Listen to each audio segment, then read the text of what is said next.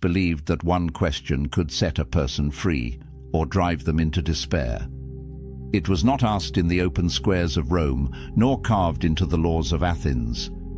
It lived quietly in the minds of philosophers, whispered in private, written in fragile lines that survived only because someone dared to copy them again and again. The question is simple, and yet it is dangerous. What if the worst thing that could happen to you has already happened in your mind? To the Stoics, this was no game. They believed that fear feeds on surprise, that pain grows sharper when it catches us unprepared. So they trained themselves to walk willingly into imagined ruin, to see their fortunes lost, their loved ones gone, their own lives ended. Not because they were morbid, but because they believed freedom begins where fear ends.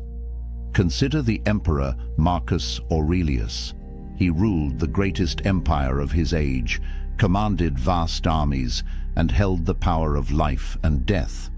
Yet at night, by candlelight, he wrote words not of conquest, but of surrender. You may leave this life at any moment. Let that determine what you do, say, and think. Why would the most powerful man alive remind himself of his own fragility? Because he knew that power means nothing if the soul is ruled by terror. Think also of Epictetus, born into slavery, his body broken, his freedom denied. He had nothing, and yet he claimed to be freer than his masters. His secret was not wealth or status, but the practice of imagining loss until it no longer frightened him. He learned that when you accept the worst in thought, you cannot be enslaved by it in reality. This thought experiment, called premeditatio malorum, the premeditation of evils, was their weapon. It stripped misfortune of its surprise. It turned tragedy into training, but it was also dangerous. Used wrongly, it could lead to cold detachment or reckless despair. Used rightly, it gave men the courage to face storms that would break others. Tonight, we enter that world. We walk alongside emperors and exiles, soldiers and slaves. We step into the experiment that promised unshakable calm, if one dared to face it. Stay with this journey, for once you see as they saw, you may never look at your own life the same way again. As the candle burns low and the night begins to fade, we return to the question that haunted the Stoics. What if every disaster that could befall you has already happened in your mind? What if you rehearsed the losses, walked through the ruins, tasted the bitterness, and in doing so discovered that you could still stand? The experiment is not meant to darken your life. It is meant to free it, to look at death so that you may live, to imagine loss so that you may love, to accept fate so that you may act with courage while you still have time. Think of Marcus Aurelius, the emperor who ruled with armies at his command, and yet reminded himself each morning of mortality and betrayal. His greatness was not in conquest, but in calm, in refusing to be ruled by fear.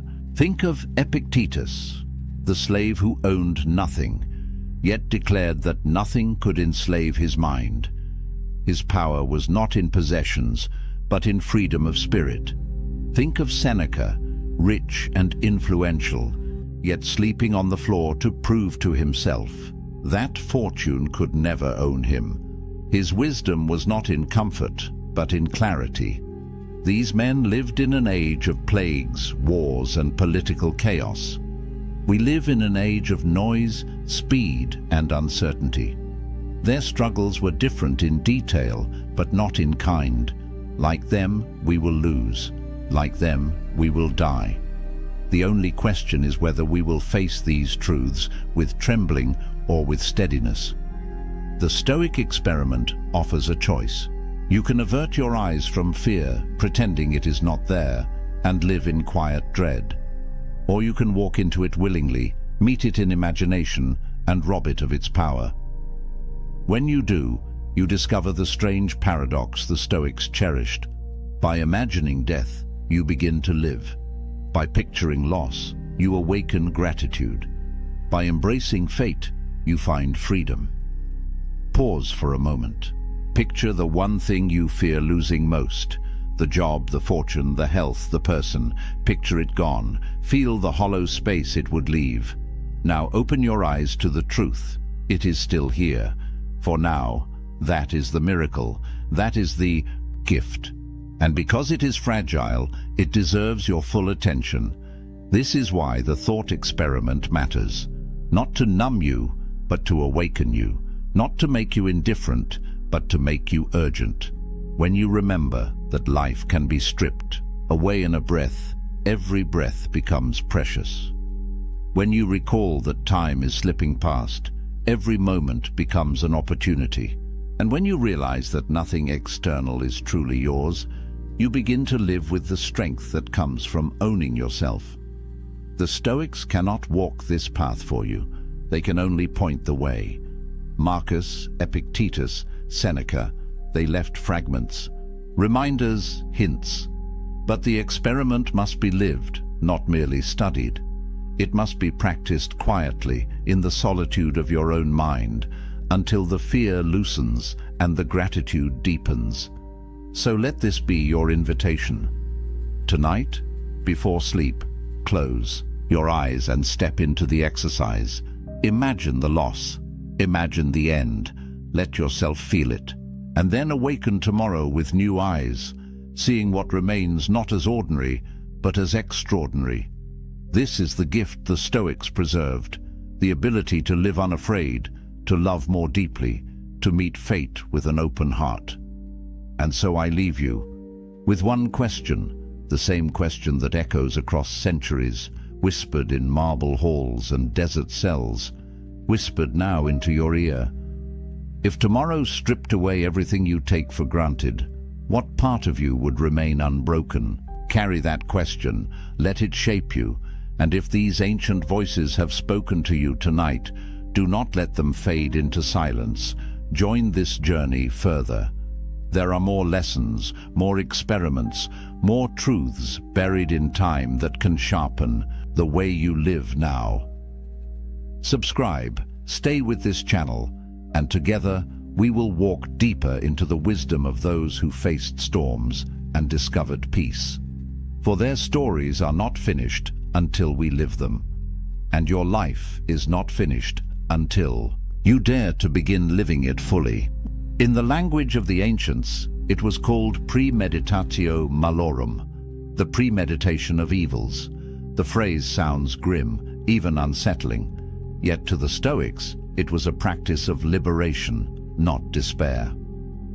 At its heart, the exercise was deceptively simple.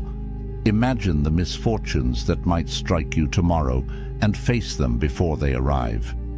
Not only the small inconveniences, a delay, an insult, a coin lost, but the great disasters as well.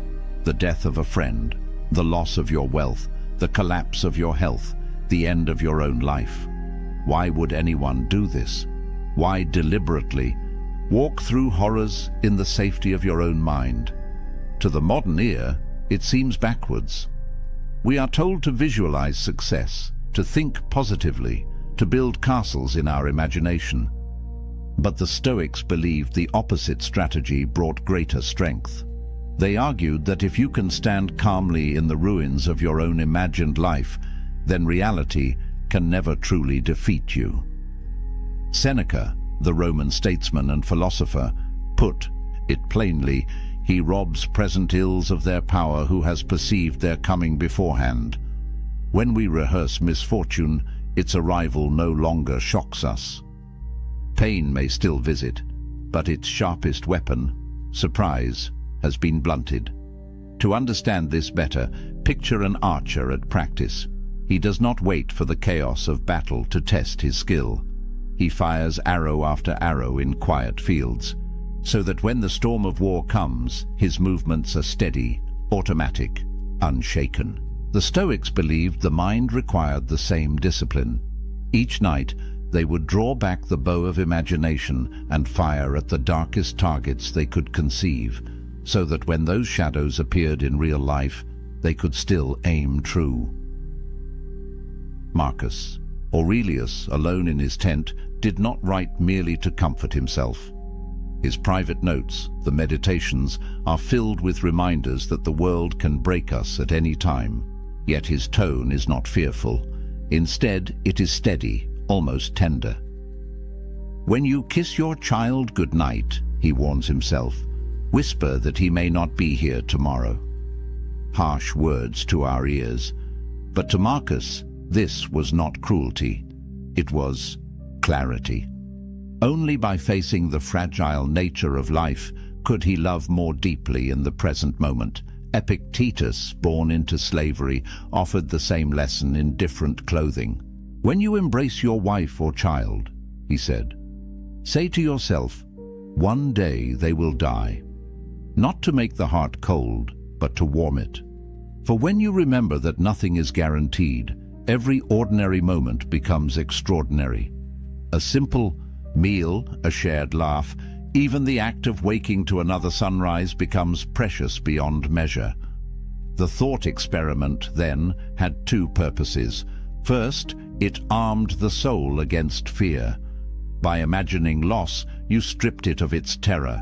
Second, it sharpened gratitude. By rehearsing absence, you learned to love presence more fiercely. This was not daydreaming, it was training. The Stoics approached it as soldiers approach drills, as athletes approach discipline. Night after night, they entered the arena of the Eua, mined and faced the worst fates they could imagine. Some whispered these visions aloud, others scratched them into wax tablets or murmured them in prayer. It was not about predicting the future, but about preparing for it. Yet even here the Stoics were cautious. They warned against letting this practice harden into despair. If you fixate only on loss, you can become bitter, withdrawn, fatalistic. The true Stoic path walked a thin line: to imagine ruin without becoming ruined by the imagination itself. The exercise was meant to polish the soul, not poison it. Think of it like walking into a cold river.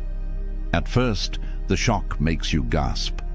But after a moment, you adjust, you breathe, you find your strength within the chill.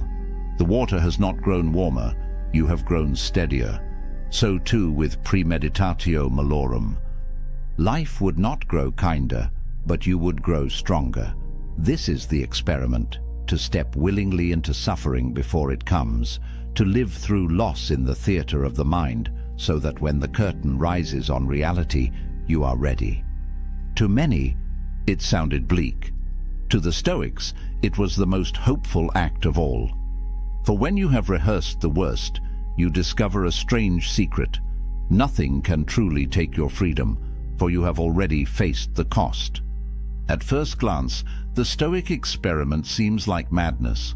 Why summon images of death, poverty, betrayal, exile? Why taste bitterness before it is poured? To most people, this sounds like opening the door to misery. Yet to the Stoics, it was the doorway to strength. The logic begins with a simple truth. Fear feeds on surprise. When something strikes us out of nowhere, it multiplies our suffering. The event itself wounds us once, but the shock, the disbelief, the frantic resistance, these wound us many times over.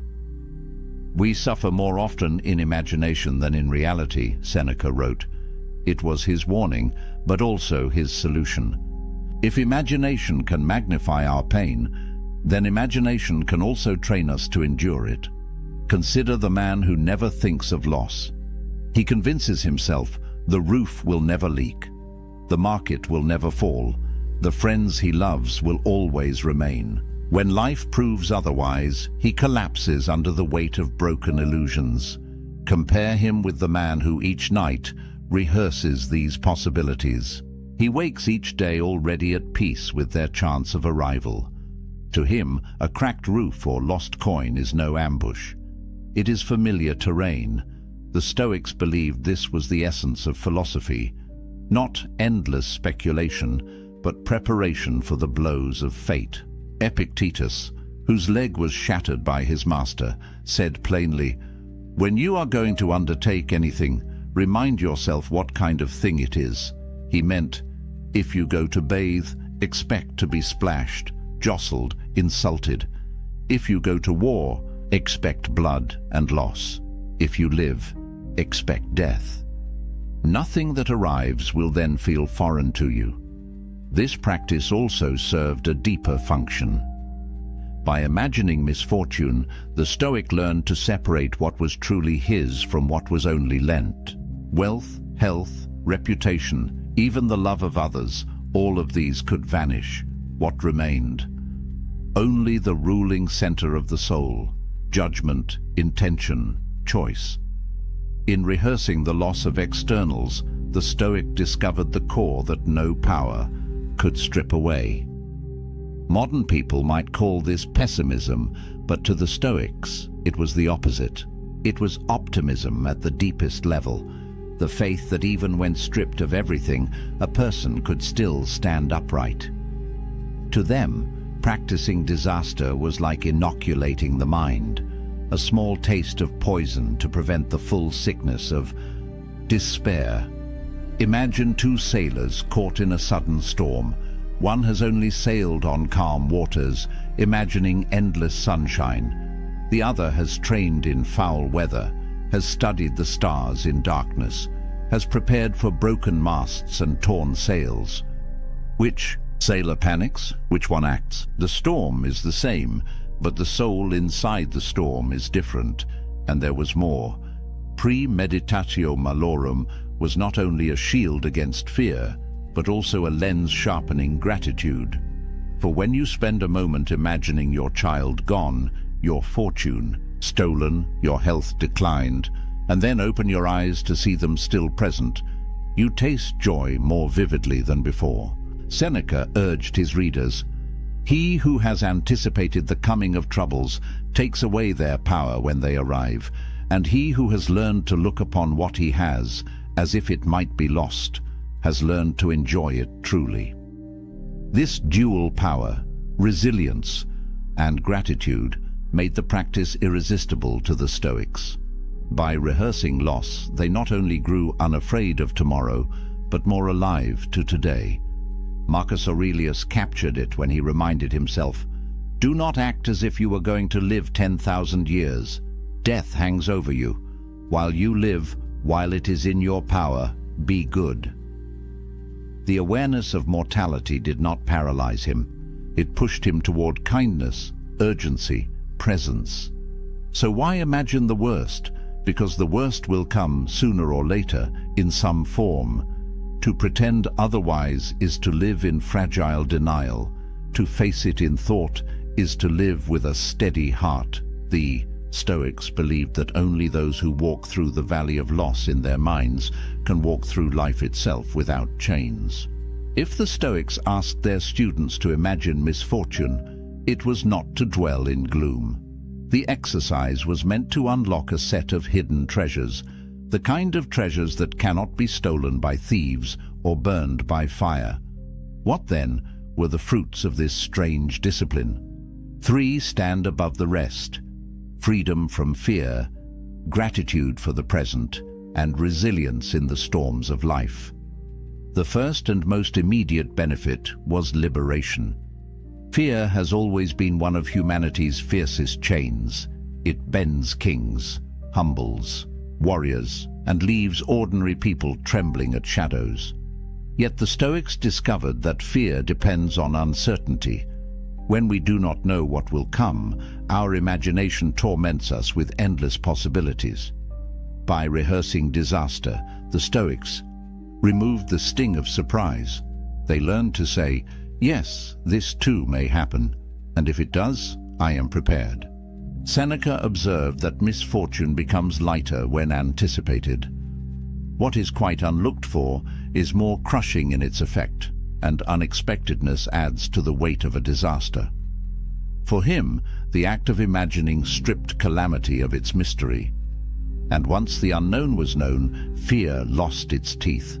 Imagine waking each morning with the knowledge that no loss, no insult, no illness could shake the foundation of your soul.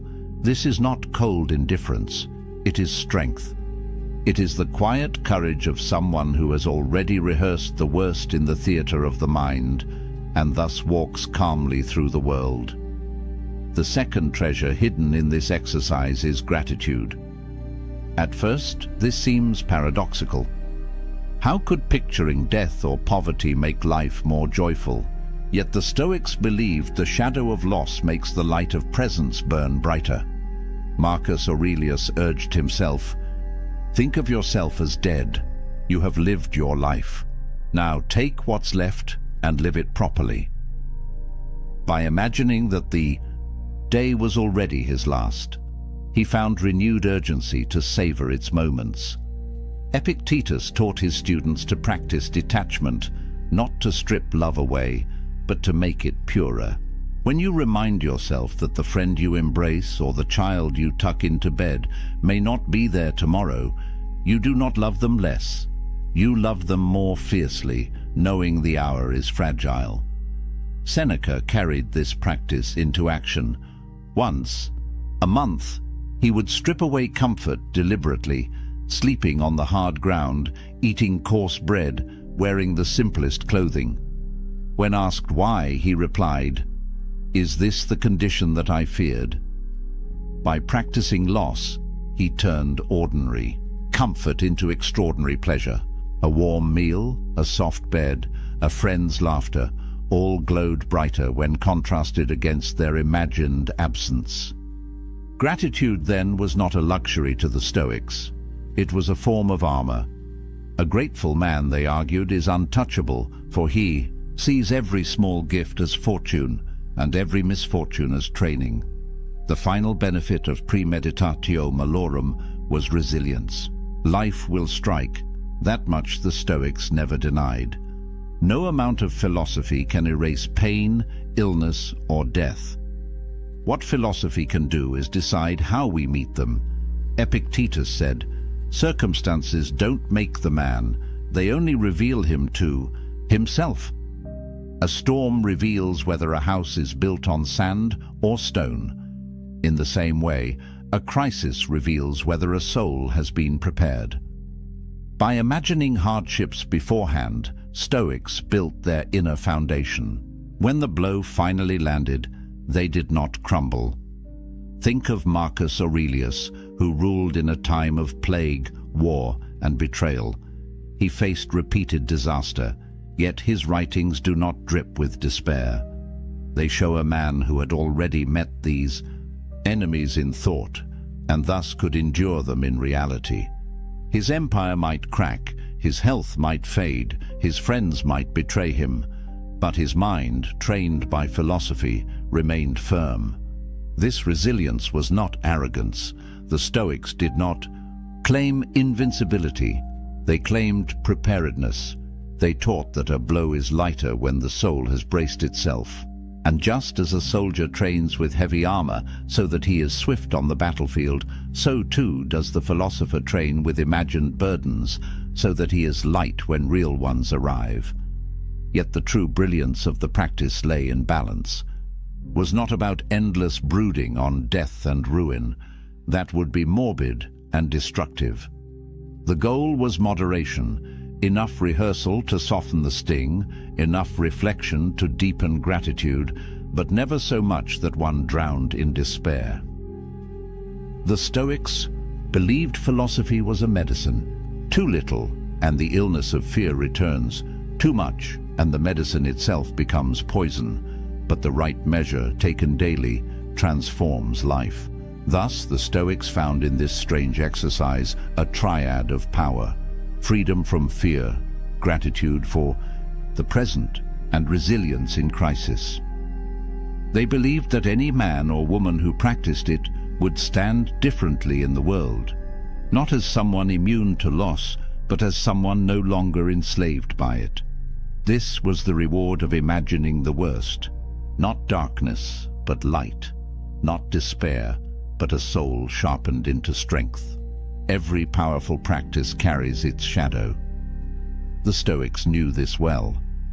A thought experiment capable of freeing the soul could also twist into something harmful if misunderstood. The same exercise that sharpened resilience could harden into coldness or slide into despair. This is why the Stoics insisted that premeditatio malorum, the rehearsal of misfortune, must be approached with wisdom and balance. The first danger is mistaking preparation for pessimism. Some people, hearing the Stoics speak of imagining death, ruin, or betrayal, believed the philosophers were advocating endless worry. To live in constant dread of loss is not Stoic strength, but weakness in disguise. Seneca warned against this confusion. He urged his students not to shackle themselves with anxiety masquerading as foresight. He who suffers before it is necessary suffers more than is necessary. If you imagine disasters without purpose, you bleed twice, once in fear and once in reality. Stoic practice is not about drowning in scenarios, but about tasting them briefly to build immunity. The second danger lies at the other extreme: nihilism. A careless student might hear the Stoics say, "All things are fleeting, wealth and health and life itself," and conclude, "Then nothing matters." This is the dark abyss the Stoics fought to avoid. Marcus Aurelius himself confronted this temptation. Surrounded by plague, betrayal, and endless war, he reminded himself daily that all things pass. Yet he added a crucial command: while you live, while it is in your power, be good.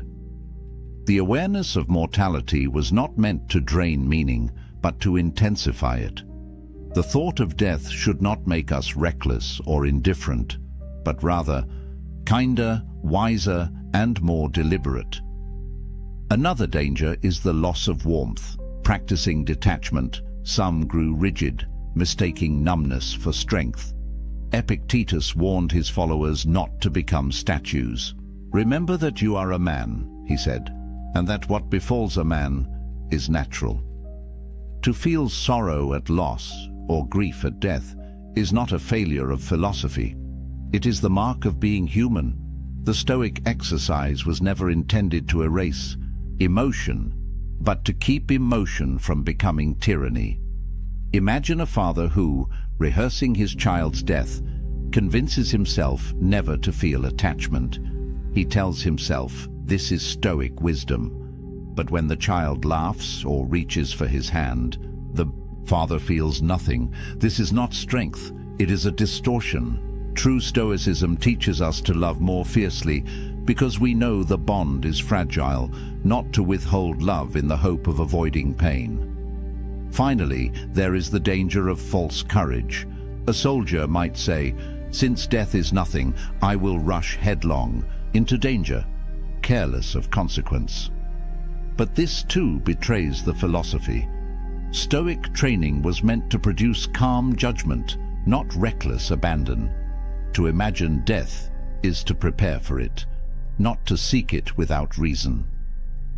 Courage, in the Stoic sense, is rational endurance of hardship, not blind pursuit of destruction.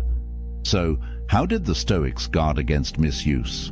They set boundaries, practice premeditatio malorum, but do so with intent. Imagine loss not to wallow in it, but to measure your strength against it. Picture death not to despise life, but to embrace it. Think of misfortune not to withdraw from the world, but to act wisely within it. Seneca gave his students a rhythm, a few days each month spent in poverty, eating coarse food, wearing rough clothes. Not every day, lest life become joyless, but enough to remind the soul of its power. Marcus wrote nightly of death and impermanence, but by day he ruled with justice, fought wars with patience, and tried to act for the common good. Epictetus trained his mind against loss, but also urged compassion, laughter, and friendship. In other words, Stoic foresight was never meant to extinguish humanity. It was meant to free it. Misfortune rehearsed in thought should make us more grateful, not less. It should make us calmer, not colder. The Stoics knew the temptation to misuse their philosophy would always remain. It is easier to become numb than to remain balanced, easier to collapse into dread than to face hardship calmly. But the true Stoic way demands vigilance. The practice is a knife. In skilled hands, it carves strength. In careless hands, it wounds the one who wields it, and so they left us this warning. Do not let the experiment become your prison. Let it be your training ground. Walk through imagined ruin, not to despair of life, but to return to it with greater clarity, gratitude, and resolve. The Stoic exercise of rehearsing misfortune did not appear in isolation. It was part of a much older current of thought, flowing through many cultures, carried in different words but shaped by the same recognition. Life is fragile, uncertain, and brief. And only by facing this truth can we learn to live with strength. Long before the Stoics, the Greek philosopher Heraclitus declared, "All things flow." To him, the universe was not fixed but ever-changing, like a river in constant motion. He reminded his listeners, "You cannot step into the same river twice. The waters have moved on, and so have you." This vision of ceaseless change influenced the Stoics deeply. If all things are in flux, then clinging to stability is an illusion. Loss is not a possibility, it is a certainty. To imagine loss, then, is simply to imagine reality unfolding as it must. In this way, premeditatio malorum was not pessimism, but alignment with the nature of the cosmos. By practicing misfortune, one harmonizes with the river instead of fighting against its current. Across the world in India, Buddhist monks were practicing something strikingly similar. They meditated on impermanence and death, often contemplating their own bodies as subject to decay. Far from being morbid, this awareness produced compassion and detachment. One well-known Buddhist reflection instructs, "Of all the footprints, that of the elephant is supreme. Of all contemplations, that on death is supreme." By facing mortality daily, monks stripped away illusion and attachment, finding peace in the fleeting nature of life. The Stoic reminder to whisper to yourself, "You may die tomorrow," is a cousin to the Buddhist practice of maranasati, mindfulness of death. Both traditions sought not despair, but clarity. When death is no longer hidden, life becomes luminous. Even in early Christianity, echoes of this practice resound. The phrase memento mori, remember that you will die, became a spiritual discipline. Monks carried skulls into their cells, not to frighten themselves, but to recall the brevity of earthly existence. The goal was not coldness, but urgency, a reminder that every act mattered, every choice carried eternal weight. Like the Stoics, these Christians saw death not as an end to dread, but as a teacher to revere.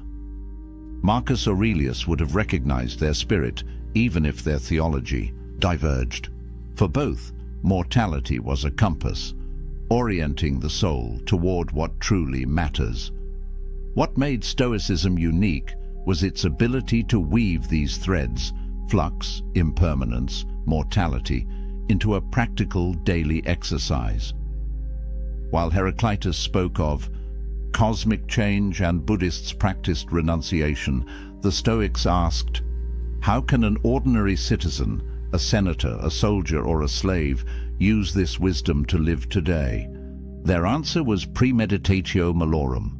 Unlike abstract speculation, this was a tool for daily life. Marcus used it before ruling the empire. Epictetus taught it to students struggling with anger or grief. Seneca recommended it to friends navigating wealth, power, and exile. It was not confined to monasteries or ivory towers. It was a philosophy for kitchens, marketplaces, and battlefields. The fact that so many traditions converged on this practice reveals something timeless.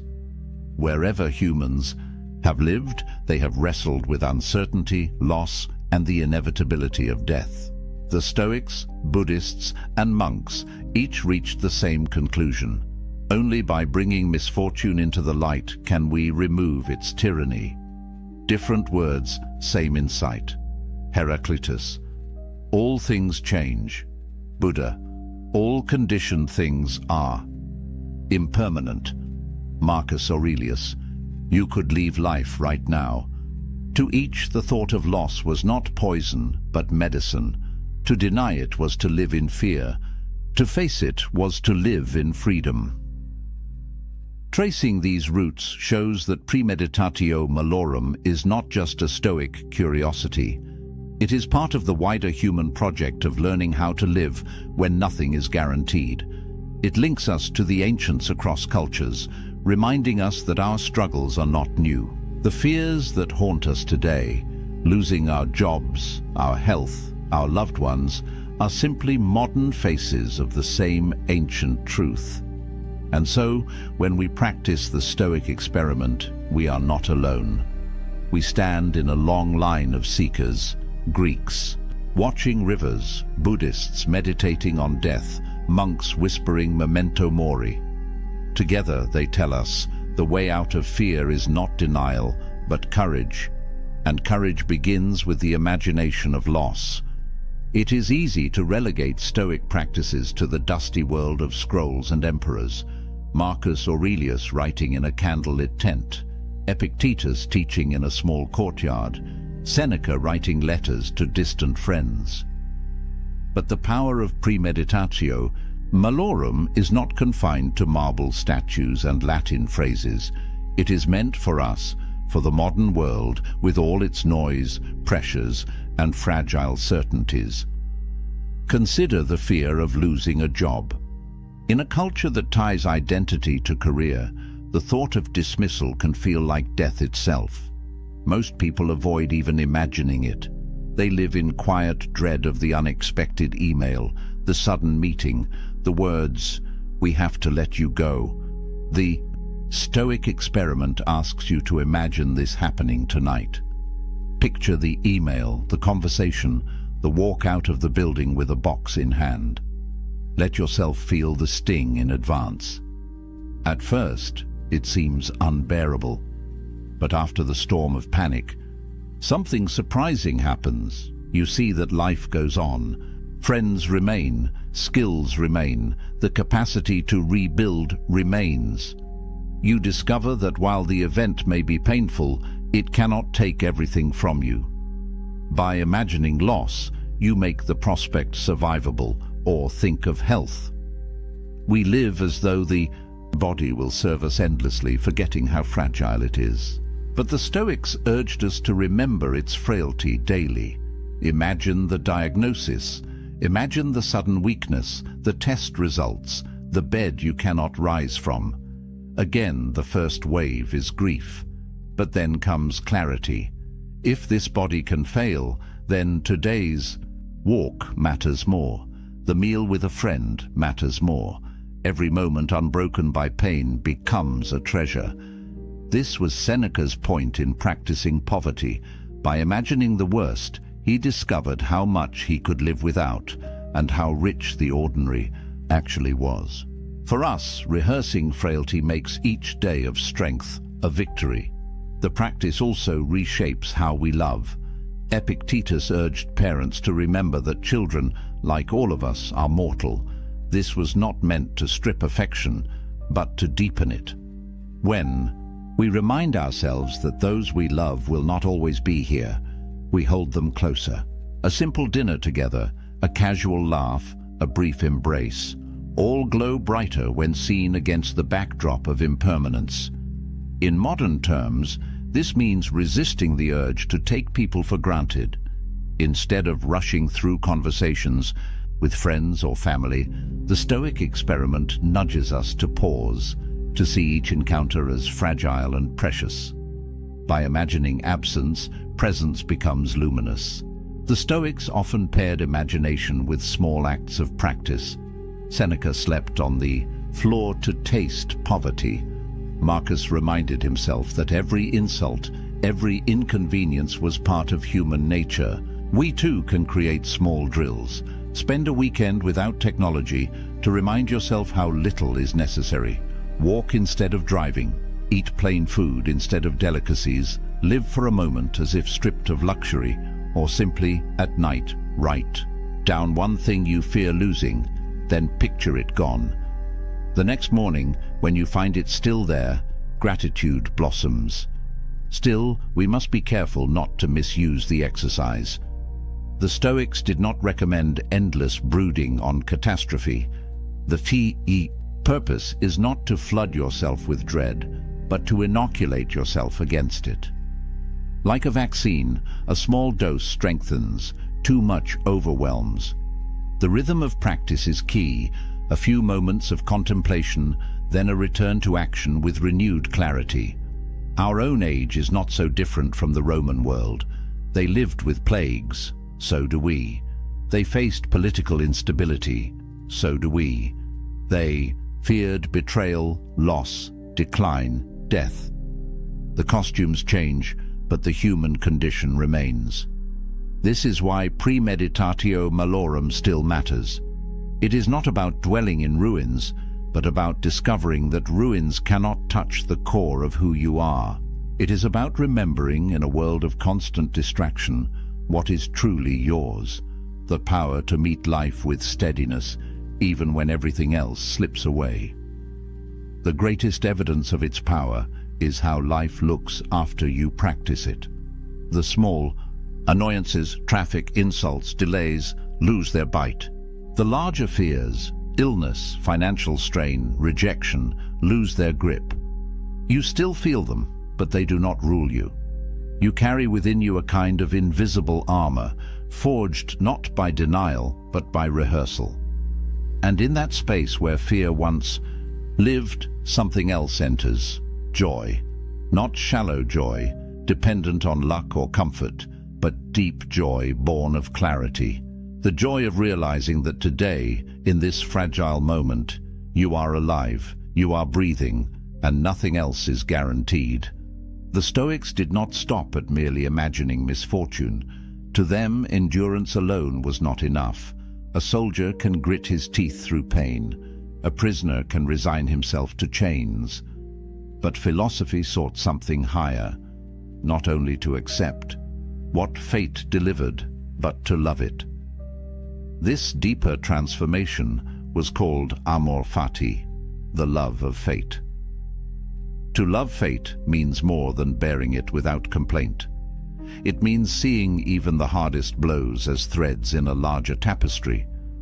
What others call tragedy, the Stoic calls instruction. What others call accident, the Stoic calls design.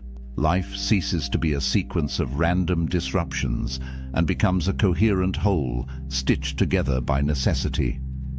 Marcus Aurelius wrote often of this. In his private meditations he urged himself, "Accept the things to which fate binds you, and love the people with whom fate brings you together, but do so with all your heart." These words are not the tone of resignation. They are the words of a man who believed that the very shape of his hardships was part of a greater order, one he might not see, but one he could honor. Epictetus too pressed this lesson. He had no illusions about life's cruelty. He had known slavery, injury, ridicule. Yet his counsel was not to curse what happened, but to align himself with it. "Do not seek for things to happen the way you want them to," he said. "Rather, wish that what happens happen the way it happens, and you will be happy." The freedom he taught was not freedom from suffering, but freedom from resistance. This subtle shift marks the difference between Stoic endurance and Stoic joy. To endure is to carry a burden.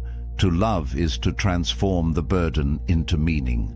When you love fate, even disaster becomes a teacher, even pain becomes a sculptor of the soul. The image is of a craftsman's hand. The hammer that strikes the iron may feel like violence, but in truth it is shaping the blade. So too with fate. Each blow that falls is part of the forging of character. To curse the hammer is to misunderstand the art. To accept it is wisdom. To love it is greatness. Yet the Stoics were careful not to fall into sentimentality. They did not preach blind optimism. To love fate is not to say that every event is pleasant. It is to say that every event belongs. A plague that kills thousands is not good in itself, but it belongs to the order of nature, and from its presence, new strength, new compassion, or new clarity may emerge. The death of a friend is not sweet, but it is woven into the same fabric that gave the joy of knowing them. To love fate is to love the whole cloth, not only its brightest threads. In this way, amor fati becomes the natural extension of premeditatio malorum. At first, you imagine loss to prepare yourself against fear. In time, you see that loss itself is not alien, but part of the same universe that gave you life. You begin with resistance, move to acceptance, and end in embrace. This attitude changes how one lives daily life. An insult from another no longer provokes outrage. It is simply one of the sounds of the world. A delay on the road no longer feels like theft of time. It becomes time offered for reflection. Even personal failure loses its sting, because it too is part of the process of growth. What once seemed hostile now appears as part of the curriculum of existence. Nietzsche, centuries later, would seize upon this Stoic seed and turn it into a central principle of his own philosophy. He declared, "My formula for greatness in a human being is amor fati, that one wants nothing to be different, not forward, not backward, not in all eternity, not merely to bear what is necessary, but to love it." Though Nietzsche's voice was not Stoic in every sense, he grasped the same fire. That freedom is not only to endure fate, but to delight in its unfolding. For the Stoics, this delight was not a hollow smile forced in tragedy. It was a deep current of harmony flowing beneath every event. If all is nature, and if we ourselves are part of nature, then what happens to us is not an invasion, but an unfolding. To reject it is to reject reality. To embrace it is to be at one with it. Here lies the highest lesson of their thought experiment. To imagine the worst is only the beginning. To accept it is the next step. But the final step, the hardest and most transformative, is to love it. For when you can love even misfortune, you are untouchable. No exile can banish you. No poverty can degrade you. No death can frighten you. You have become aligned with the order of all things. This is amor fati. To meet each day not as a threat, but as a gift, even when wrapped in pain. To see fate not as enemy, but as companion.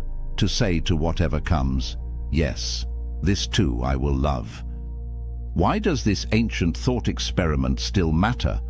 Why should the words of men long buried beneath marble ruins concern us in a world of satellites, skyscrapers, and digital noise?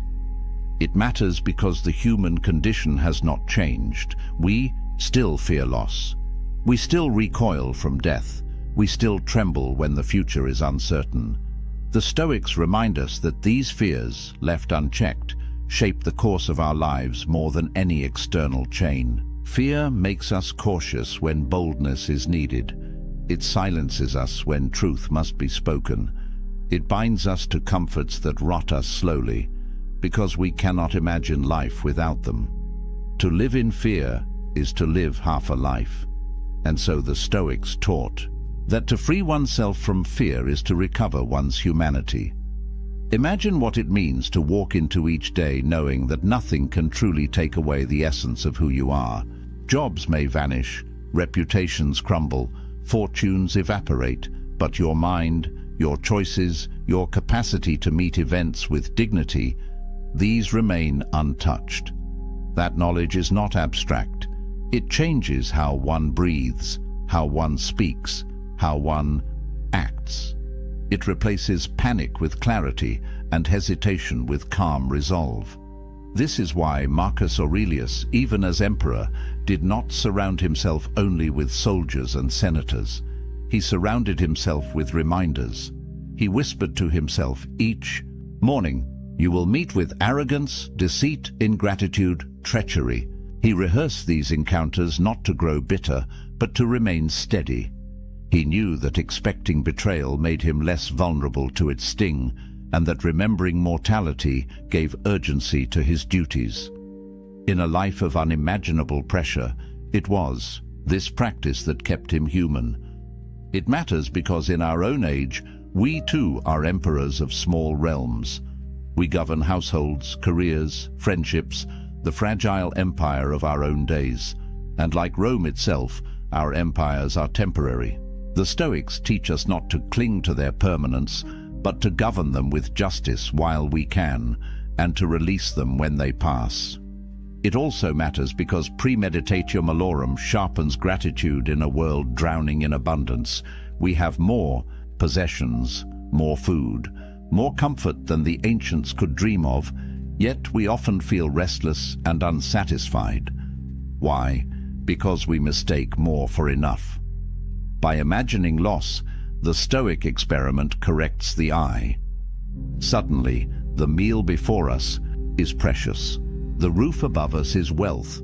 The laugh of a friend is treasure.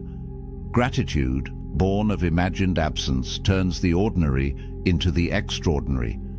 But perhaps most of all, it matters because this experiment teaches us how to face the one certainty that shadows every life: death. We do not speak of it. We push it to the margins, bury it beneath entertainment and distraction. Yet it waits, patient, inevitable. The Stoics refused to avert their eyes. They taught that the man who rehearses death lives differently. He wastes less time. He forgives more quickly. He chooses his words carefully because he knows they may be his last. This is not about morbidity. It is about intensity. When you accept death, life becomes urgent. Each sunrise is no longer routine, but a miracle. Each breath is no longer unnoticed, but a gift. By facing the end, the Stoic finds the beginning of true living. The experiment also matters for how it reshapes our relationships. To remember that everyone we love is mortal is to see them more clearly. The anger that felt urgent softens. The grievance we clung to dissolves. What remains is tenderness, because we know the hour is brief. Epictetus urged parents not to avoid this truth, but to embrace it, so that their love would be fiercer, not weaker. We too can let this practice remind us that the people in our lives are temporary companions, and that each moment with them is sacred. And finally, it matters because it returns us to ourselves. In rehearsing the loss of all externals, we discover what cannot be lost. Wealth, health, reputation, family, even life itself, all may fall away. But the ability to judge wisely, to choose with integrity, to act with courage, remains until the final breath. This is the core of the Stoic creed, that no one can steal your soul's freedom unless you surrender it. So why does it matter? Because the world will continue to change, but our hearts will continue to wrestle with fear, attachment, and the fragility of time. The Stoic experiment is not an artifact. It is a compass. It points us back to what is essential: courage in the face of loss, gratitude in the presence of life, clarity in the shadow of death. And once you have walked through that experiment, once you have looked into the darkness and discovered that it does not own you, something fundamental shifts. You no longer cling so tightly. You no longer panic so quickly. You no longer waste so much time. You begin, perhaps for the first time, to live. The more you chase her, the faster she runs. The less you care, the more she craves you. This isn't some modern dating hack. This is ancient wisdom discovered over 2,000 years ago by the most powerful men who ever lived. men who had empires at their feet, yet understood attraction better than any pickup artist ever will. Marcus Aurelius, the most powerful man alive, Emperor of Rome. He could have had any woman he wanted with a snap of his fingers. But here's what's fascinating. He wrote obsessively about self-control, about mastering his own mind, about caring less about what others thought. And women were drawn to him like a force of nature. There's a secret here, a paradox that most men will never understand. By the end of this video, you'll know exactly why everything you've been doing to attract women has been pushing them away. And more importantly, you'll discover what to do instead. This isn't about tricks or manipulation. This is about becoming a different kind of man. The kind women can't help but obsess over. Most men will never learn this. They'll spend their entire lives confused, frustrated, wondering why nice guys finish last. You're about to become the exception. So let's dive into the ancient philosophy that changes everything. Right now, there's a crisis happening. Modern men are more confused about attraction than ever before. You see it everywhere. Guys constantly checking their phones, hoping she texted back.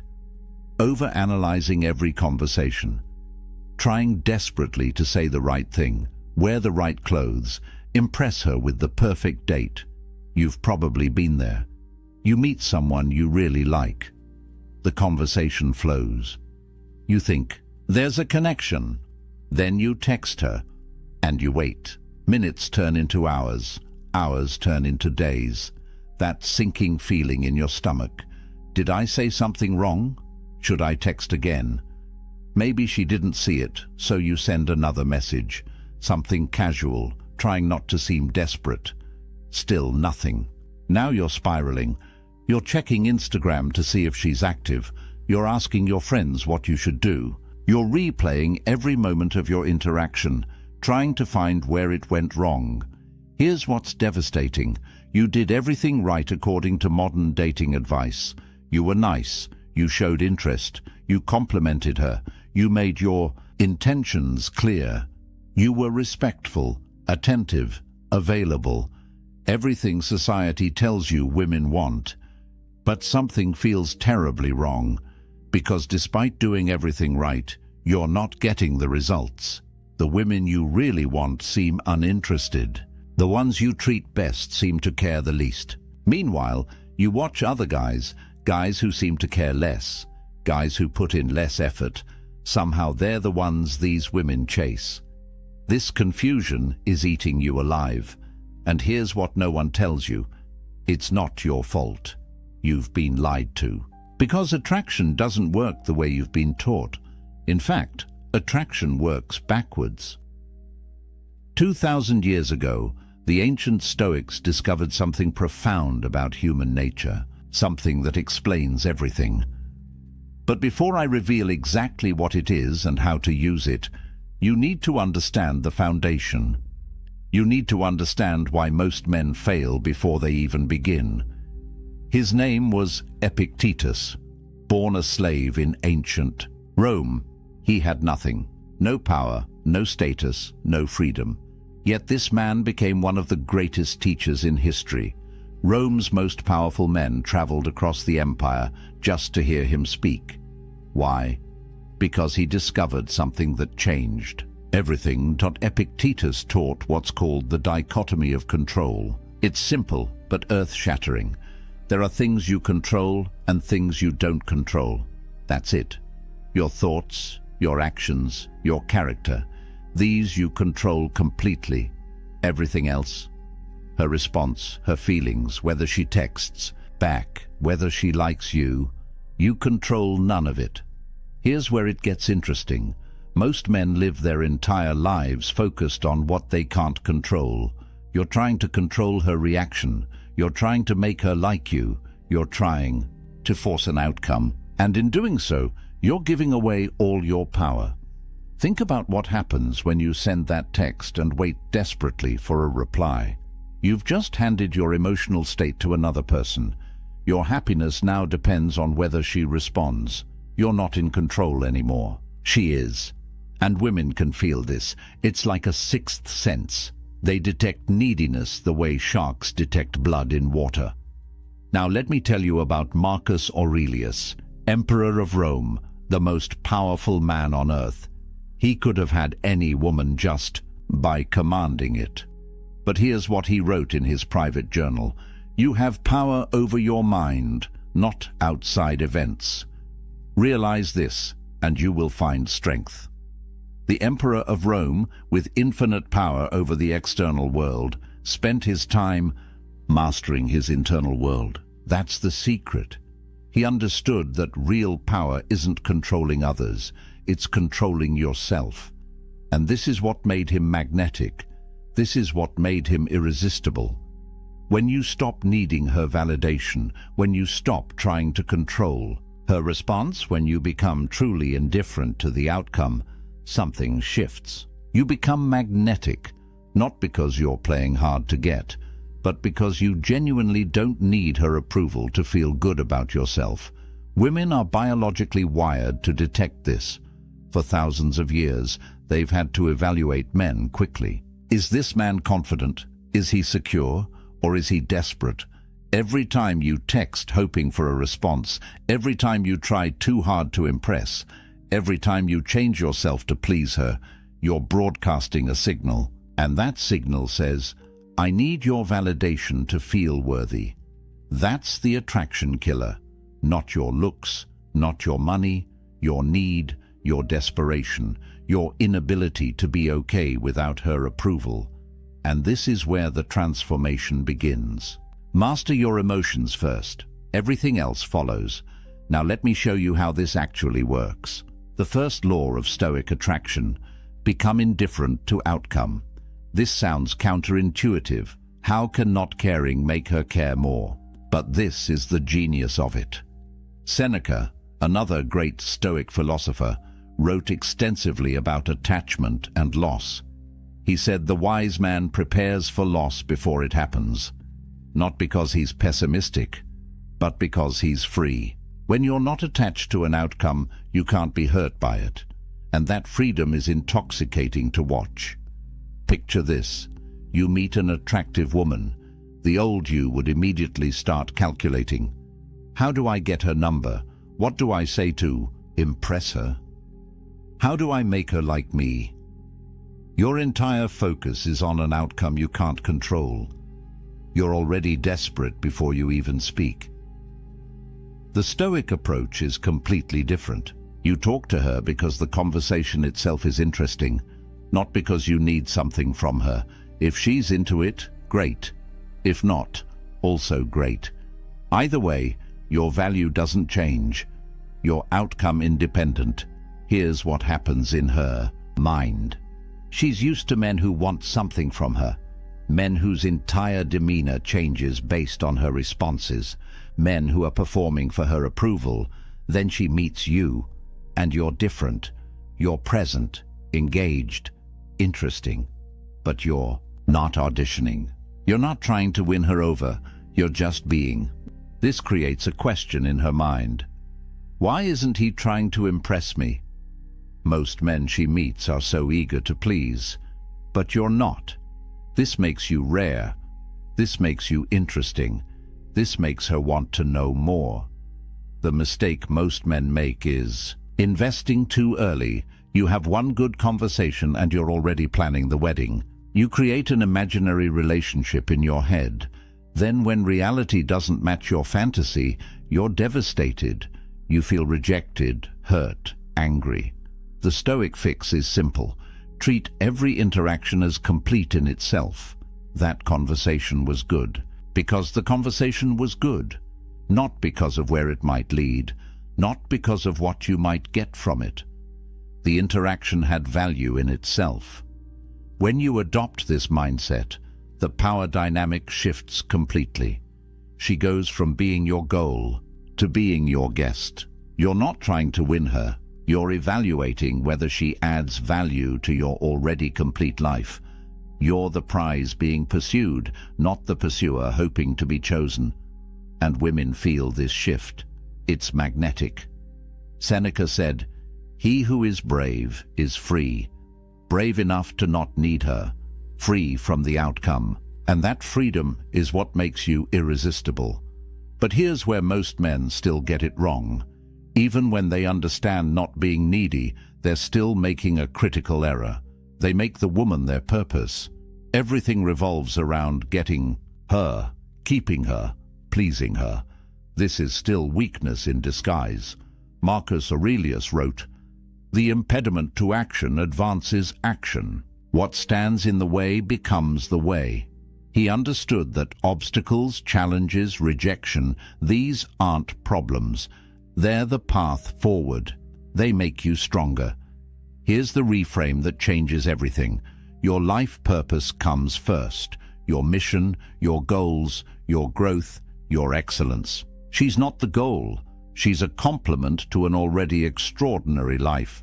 Not the missing piece that makes you whole. You're already whole. Think about the men that women can't resist.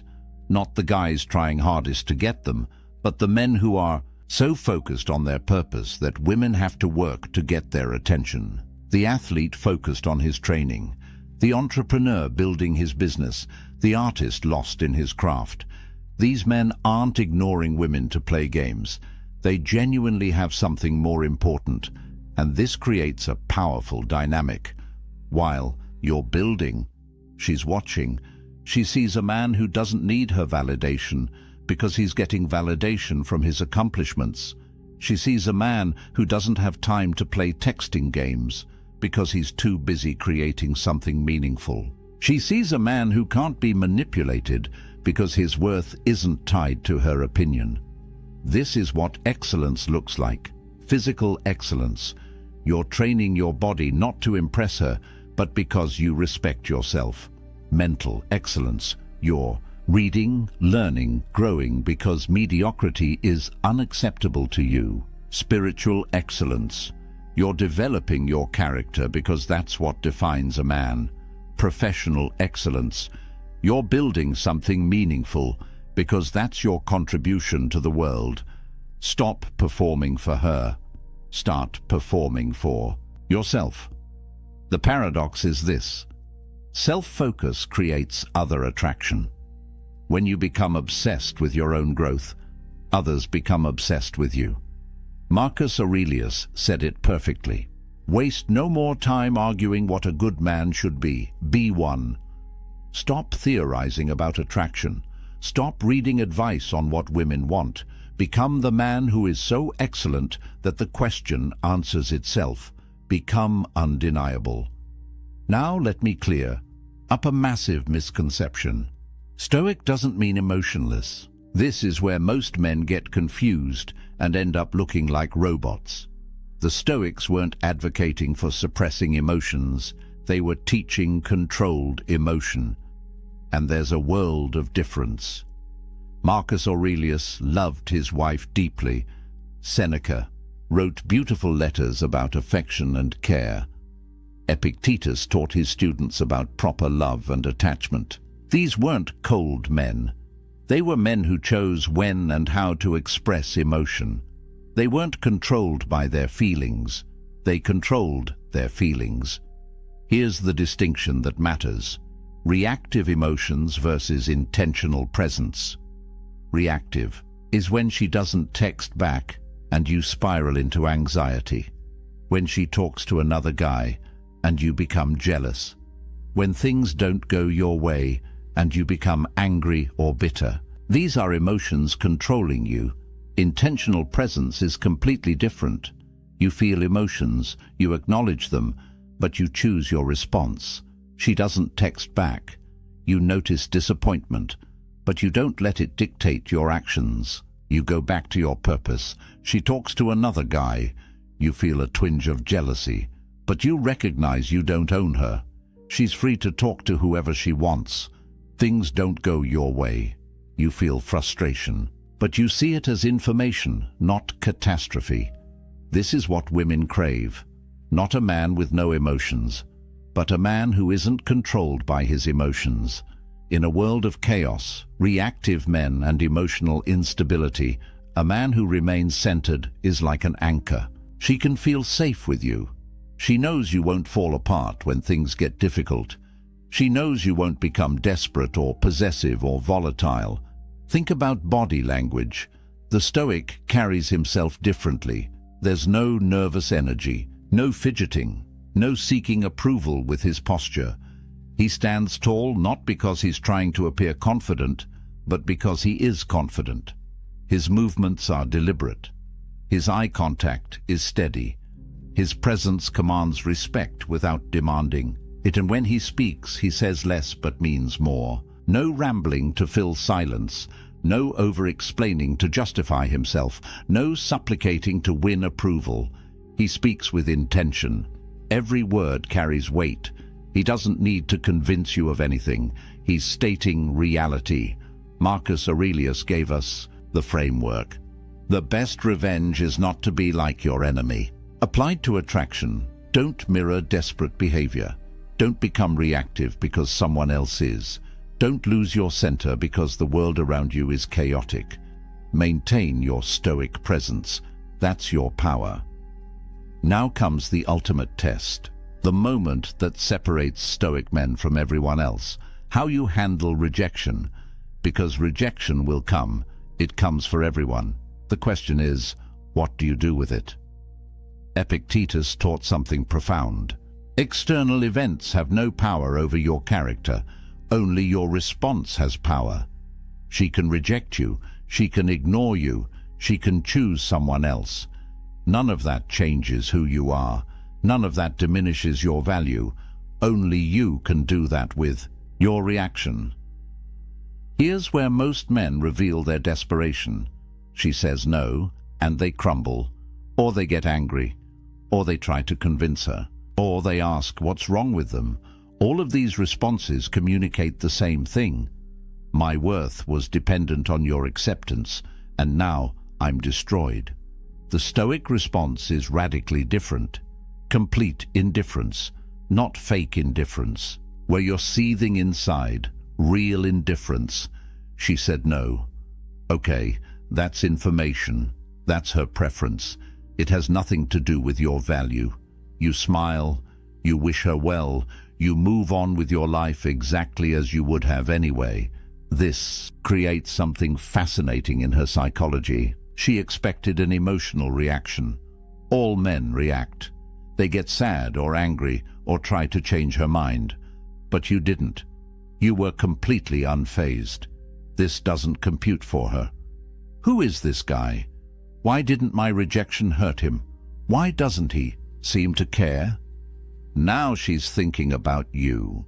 Not because you played a game, but because you revealed something rare. You're a man whose value isn't determined by her opinion. You're a man who can't be hurt by her choices. You're a man who is genuinely outcome independent, and this is magnetic. Epictetus said it perfectly. It's not what happens to you, but how you react to it that matters. She rejects you. That's what happened.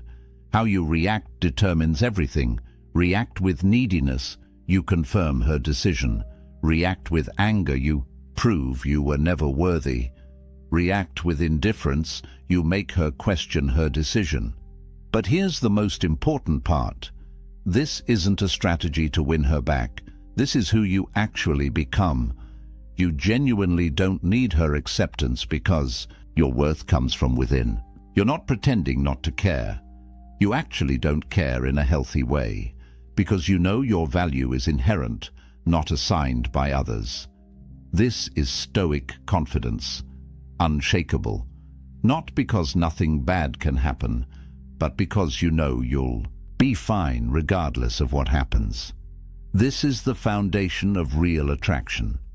So what does all this look like in real life? Let me paint you a picture. You meet a woman, you have a great conversation. You're present, engaged, genuinely interested in what she's saying. But you're not performing. You're not trying to impress her. You're just being the excellent man you've become. You get her number. You text her once. Something simple, direct, no games. If she responds, great. If not, also great. You don't check your phone every 5 minutes. You don't analyze her response. Time. You're too busy with your purpose to obsess. You ask her out. One time. Clear, confident, specific. Let's grab coffee Thursday at 7.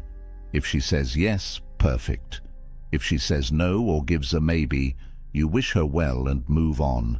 No convincing, no negotiating, no rescheduling 3 times. You made an offer. She can accept or decline. Her choice doesn't affect your life trajectory. On the date, you're not interviewing her for the position of girlfriend. You're evaluating if she adds value to your already complete life. You're not trying to win her over. She's trying to win you over. The power dynamic is reversed. If she likes you, excellent. If she doesn't, also excellent. Either way, you go back to your life, back to your purpose, back to your excellence. She's a potential addition, not the foundation. If a relationship develops, it's built on something solid, not neediness, not desperation, not fear of being alone, but genuine appreciation between 2 whole people.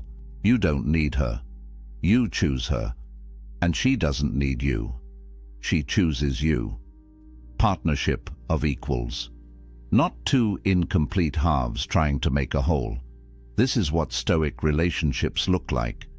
Built on virtue, not validation. Built on respect, not neediness. Built on choice, not desperation. The transformation is complete. You're not the chaser anymore. You're the chooser. You're not the man hoping to be picked. You're the man doing the picking. And women feel this shift. It's undeniable. You're not learning tricks. You're becoming the man she can't resist. Not because you're manipulating her, but because you've become genuinely excellent, genuinely centered, genuinely outcome independent. This is real attraction. This is Stoic attraction. Here's the truth. This isn't easy. Stoicism is practice, not perfection. Marcus Aurelius was the emperor of Rome, and he still struggled with these principles daily. That's why he wrote Meditations. It was his private journal to remind himself of these truths. You're not going to master this overnight, but starting today you can practice one principle, just one. Maybe it's outcome independence. Maybe it's focusing on your purpose. Maybe it's handling the next rejection with indifference. Pick one thing and practice it. In 30 days of genuine practice, your entire reality will change. Not because women suddenly find you more attractive, but because you'll become actually more attractive. You'll carry yourself differently, you'll speak differently, you'll respond to situations differently, and women will notice. Trust me, they'll notice. Remember what we covered. Emotional mastery through the dichotomy of control, indifference to outcome, self-excellence as your primary focus, rejection as fuel instead of failure. These aren't tricks. This is character development. This is becoming a man of value. Before you go, I want to hear from you. Drop a comment right now. Which law will you master first? Outcome independence, self-excellence, emotional control, or rejection resilience? Let me know, because I read every comment and I want to see your progress. If this resonated with you, if this changed how you think about attraction, hit that subscribe button and turn on notifications. Next week, I'm revealing the Stoic morning routine that amplifies everything we talked about today by 10 times. You don't want to miss that. Here's what I want you to remember. Marcus Aurelius ruled an empire. You're just mastering your own mind. If he could do it while managing Rome, you can do it while managing your life. You've got this. The principles are simple. The practice takes dedication, but the results are life-changing. Stop chasing. Start becoming. She'll find you. The excellent man is never alone for long. He's too valuable, too rare, too magnetic. Become that man. The ancient Stoics showed you how. Now it's your turn to walk the path. Stop chasing, start becoming. She'll find you. There was a man named David who did everything right. Or so he thought. He texted back within seconds, every single time. He explained his feelings in paragraphs. He shared his deepest childhood wounds on the third date because someone told him, vulnerability creates connection. He was always available, always accommodating, always trying to prove his worth through words. And after 6 months of this exhausting performance, she told him something that shattered his entire understanding of relationships. You're too much. I need space. I don't think this is working.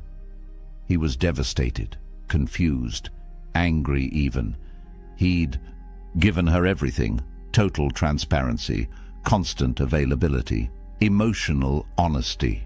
How could that be wrong? Here's what David didn't know. Marcus Aurelius, the most powerful man in the Roman Empire, never felt the need to over-explain himself. Yet empresses, senators, and common people hung on his every word.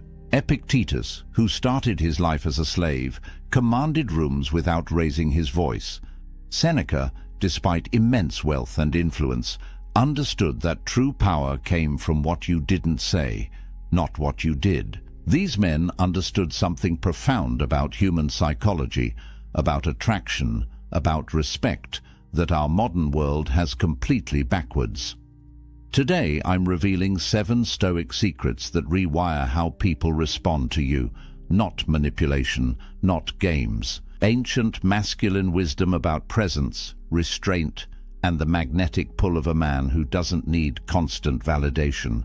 These aren't the secrets your dating coach told you. These are the principles that built empires and commanded respect for thousands of years. By the end of this video, you'll understand why silence is more powerful than explanation, why absence creates more attraction than presence, and why the less you need her approval, the more she'll seek yours. But here's the warning.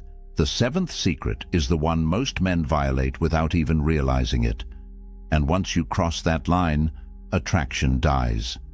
Not slowly, instantly.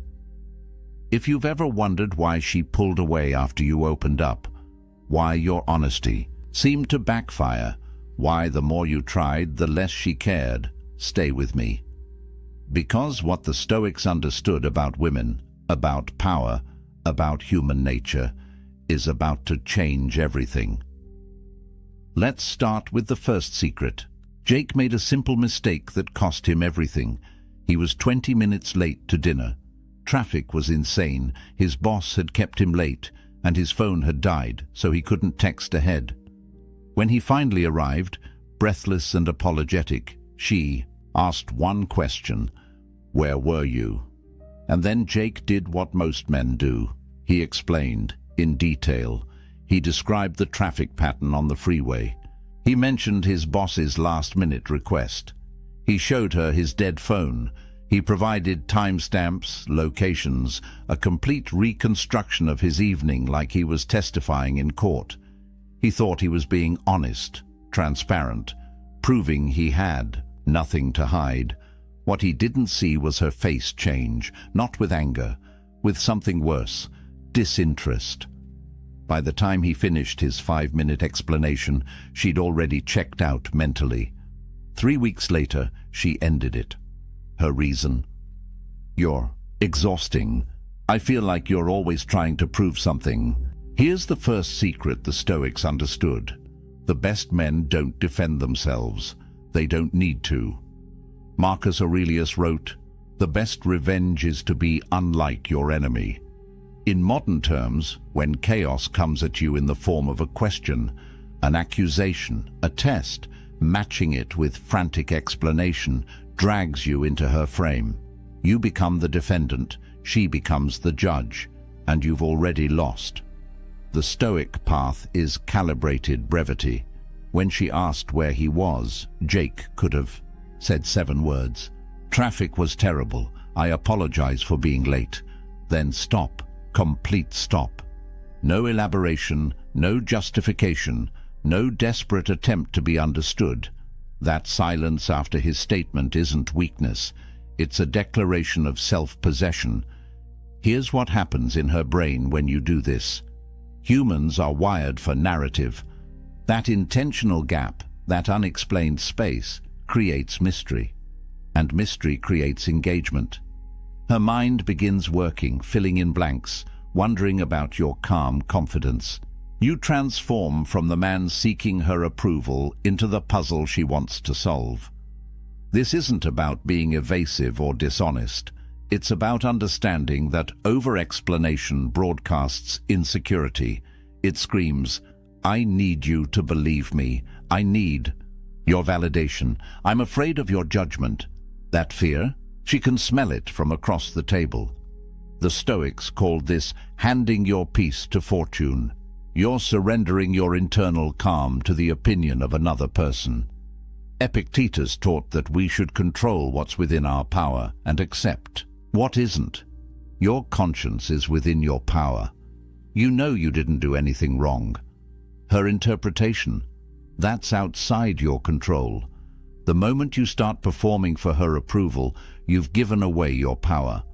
Strong men answer with precision, and then stop. They don't fill silence with nervous chatter. They don't justify, defend, or plead their case. They state the truth calmly and let it stand on its own merit. That restraint, that refusal to seek validation, is what separates men who command respect from men who beg for it. Think about the people in your life who truly command your attention. Do they explain themselves constantly? Do they justify every decision? Or do they speak with such quiet conviction that you simply believe them? That's the energy of the unexplained. It's not arrogance, it's self-contained strength. Jake lost. Her because he didn't understand this principle. He thought honesty meant total transparency, complete explanation, a detailed account of every movement. What he didn't realize is that attraction isn't built on information. It's built on presence. And you cannot be present when you're drowning someone in explanations. So here's your first Stoic practice. Cut your explanations by half. When someone asks you a question, answer it in one sentence, then stop. Feel the discomfort of that silence. Resist the urge to fill it with more words, more justification, more proof. That discomfort you're feeling, that's your ego dying. Let it die. What emerges on the other side is something far more powerful. But if over-explaining pushes women away, what Jake did on their third date was even worse. The second secret is about a specific type of honesty that destroys attraction faster than anything else. And most men think they're being vulnerable when they do it. It was a simple comment, almost throwaway. They were at a party, talking with friends, when Sarah mentioned another guy. "Oh, Jake from work. Yeah, he's hilarious. We went to lunch yesterday." Nothing scandalous, nothing inappropriate, just a casual mention. And Brian's world tilted. His chest tightened. Within seconds, he was asking questions. "Who's Jake? Why didn't you mention lunch? Is he someone I should be worried about?" His voice had that edge, that defensive, slightly accusatory tone that he tried to mask as casual curiosity. Sarah looked at him, and something in her eyes changed. Not guilt, disappointment. 2 months later, she ended it.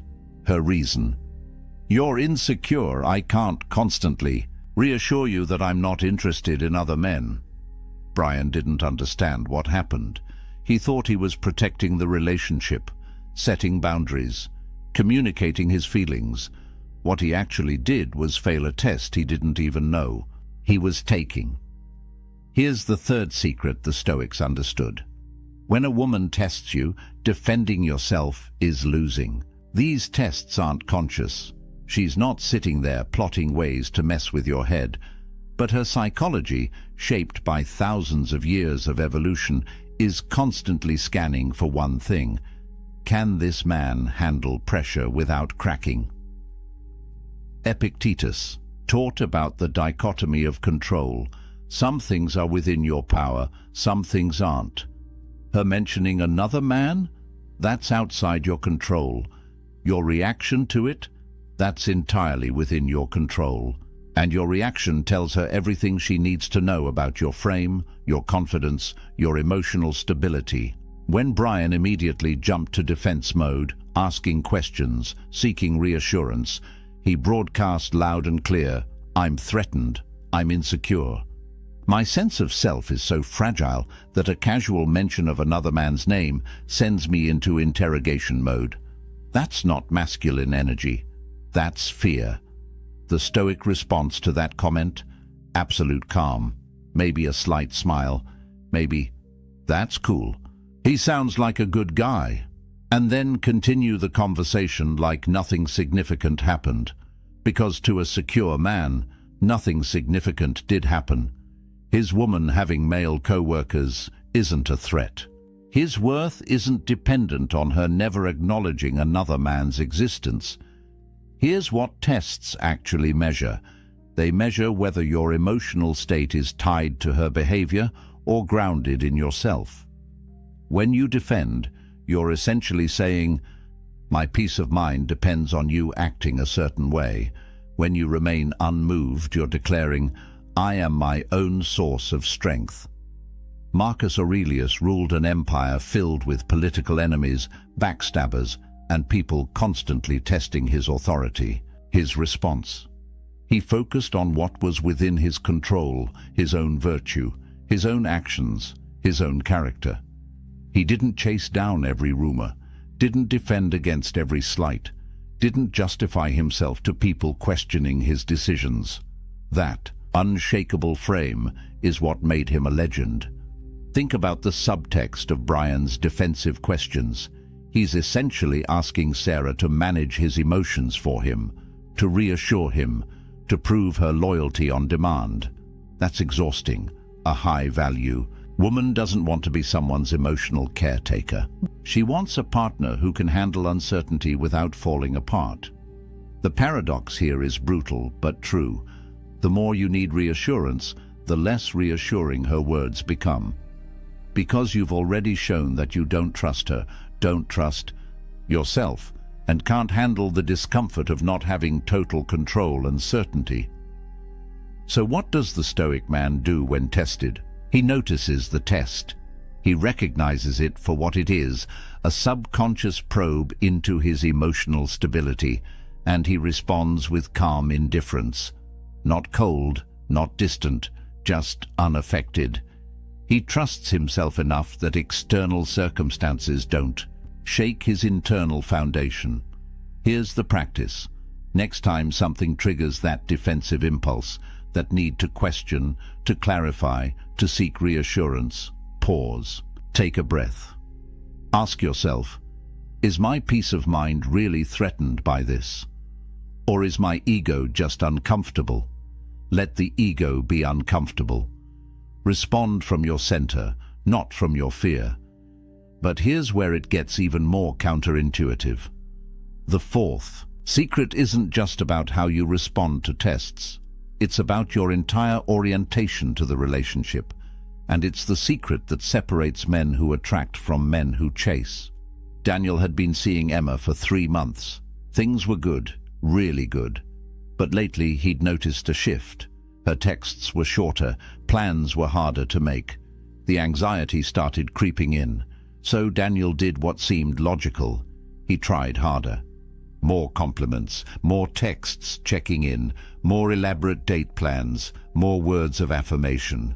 He was fighting to keep something he could feel slipping away, and the harder he fought, the faster she pulled back. Until one evening, she sat him down and said words that destroyed him. "I need space. This feels too intense. I think we should take a break." Daniel spent the next week in agony. He texted her long messages about how much he cared. He explained that he'd give her space, but he'd be waiting. He essentially communicated, "My happiness depends on you coming back. Without you, I'm not okay." She never came back. Here's the fourth secret, and it's the most counterintuitive one yet. The moment you need the relationship to work out, you've already lost it. The Stoics practiced something called premeditatio malorum, the premeditation of evils. They would imagine the worst possible outcome, sit with it, accept it, and then act from a place of freedom rather than fear. If you can truly accept the possibility that she might walk away, that the relationship might end, that you might be alone, then you stop performing. You stop contorting yourself into shapes you don't naturally inhabit. You stop trying to talk her into staying. And paradoxically, that's when you become most attractive. Neediness is the universal repellent.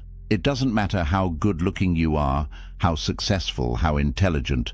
The moment she senses that your emotional stability depends on her staying, attraction dies. Because neediness signals one thing: you don't believe you're enough on your own. Think about what Daniel actually communicated with his behavior. Every extra text, every elaborate date plan, every reassurance he offered was saying, "Please don't leave me. I need you to validate my worth. I'm not complete without you." That's not partnership, that's dependency. And no woman wants to be someone's entire source of happiness. Marcus Aurelius lost children, friends, allies. He faced constant political threats and personal betrayals. Yet he maintained his equanimity because he understood something fundamental. External circumstances are temporary and outside his control. His happiness came from within, from living according to his principles, from his character, not from whether people stayed or left. Here's the brutal practice. Imagine her leaving right now. Picture your phone staying silent. Picture her with someone else. Picture yourself alone. Don't just think about it intellectually. Feel it. Sit with that discomfort until your breathing steadies, until you realize deep in your bones that you would survive, that you would adapt, that you would eventually be okay. Only when you've truly accepted that worst-case scenario can you enter the relationship from a place of genuine strength, because now your actions aren't motivated by fear of loss. They're motivated by authentic desire to connect. There's a massive difference. When you're detached from the outcome, something magical happens. You speak only when your words genuinely improve the silence. You contribute value, not seek validation. You're present when you're together, but you're equally fulfilled when you're alone. That energy, that self-sufficiency, is magnetic. Women have incredible intuition. They can sense when a man's happiness is contingent on their response. They can feel the weight of being someone's everything, and that weight kills desire. But they can also sense when a man is whole on his own, when he's choosing to be with her rather than needing to be with her. That's the energy that creates lasting attraction. Epictetus, who spent his early life as a slave, understood freedom better than most. He taught that true freedom comes from wanting what you have, not having what you want. Applied to relationships.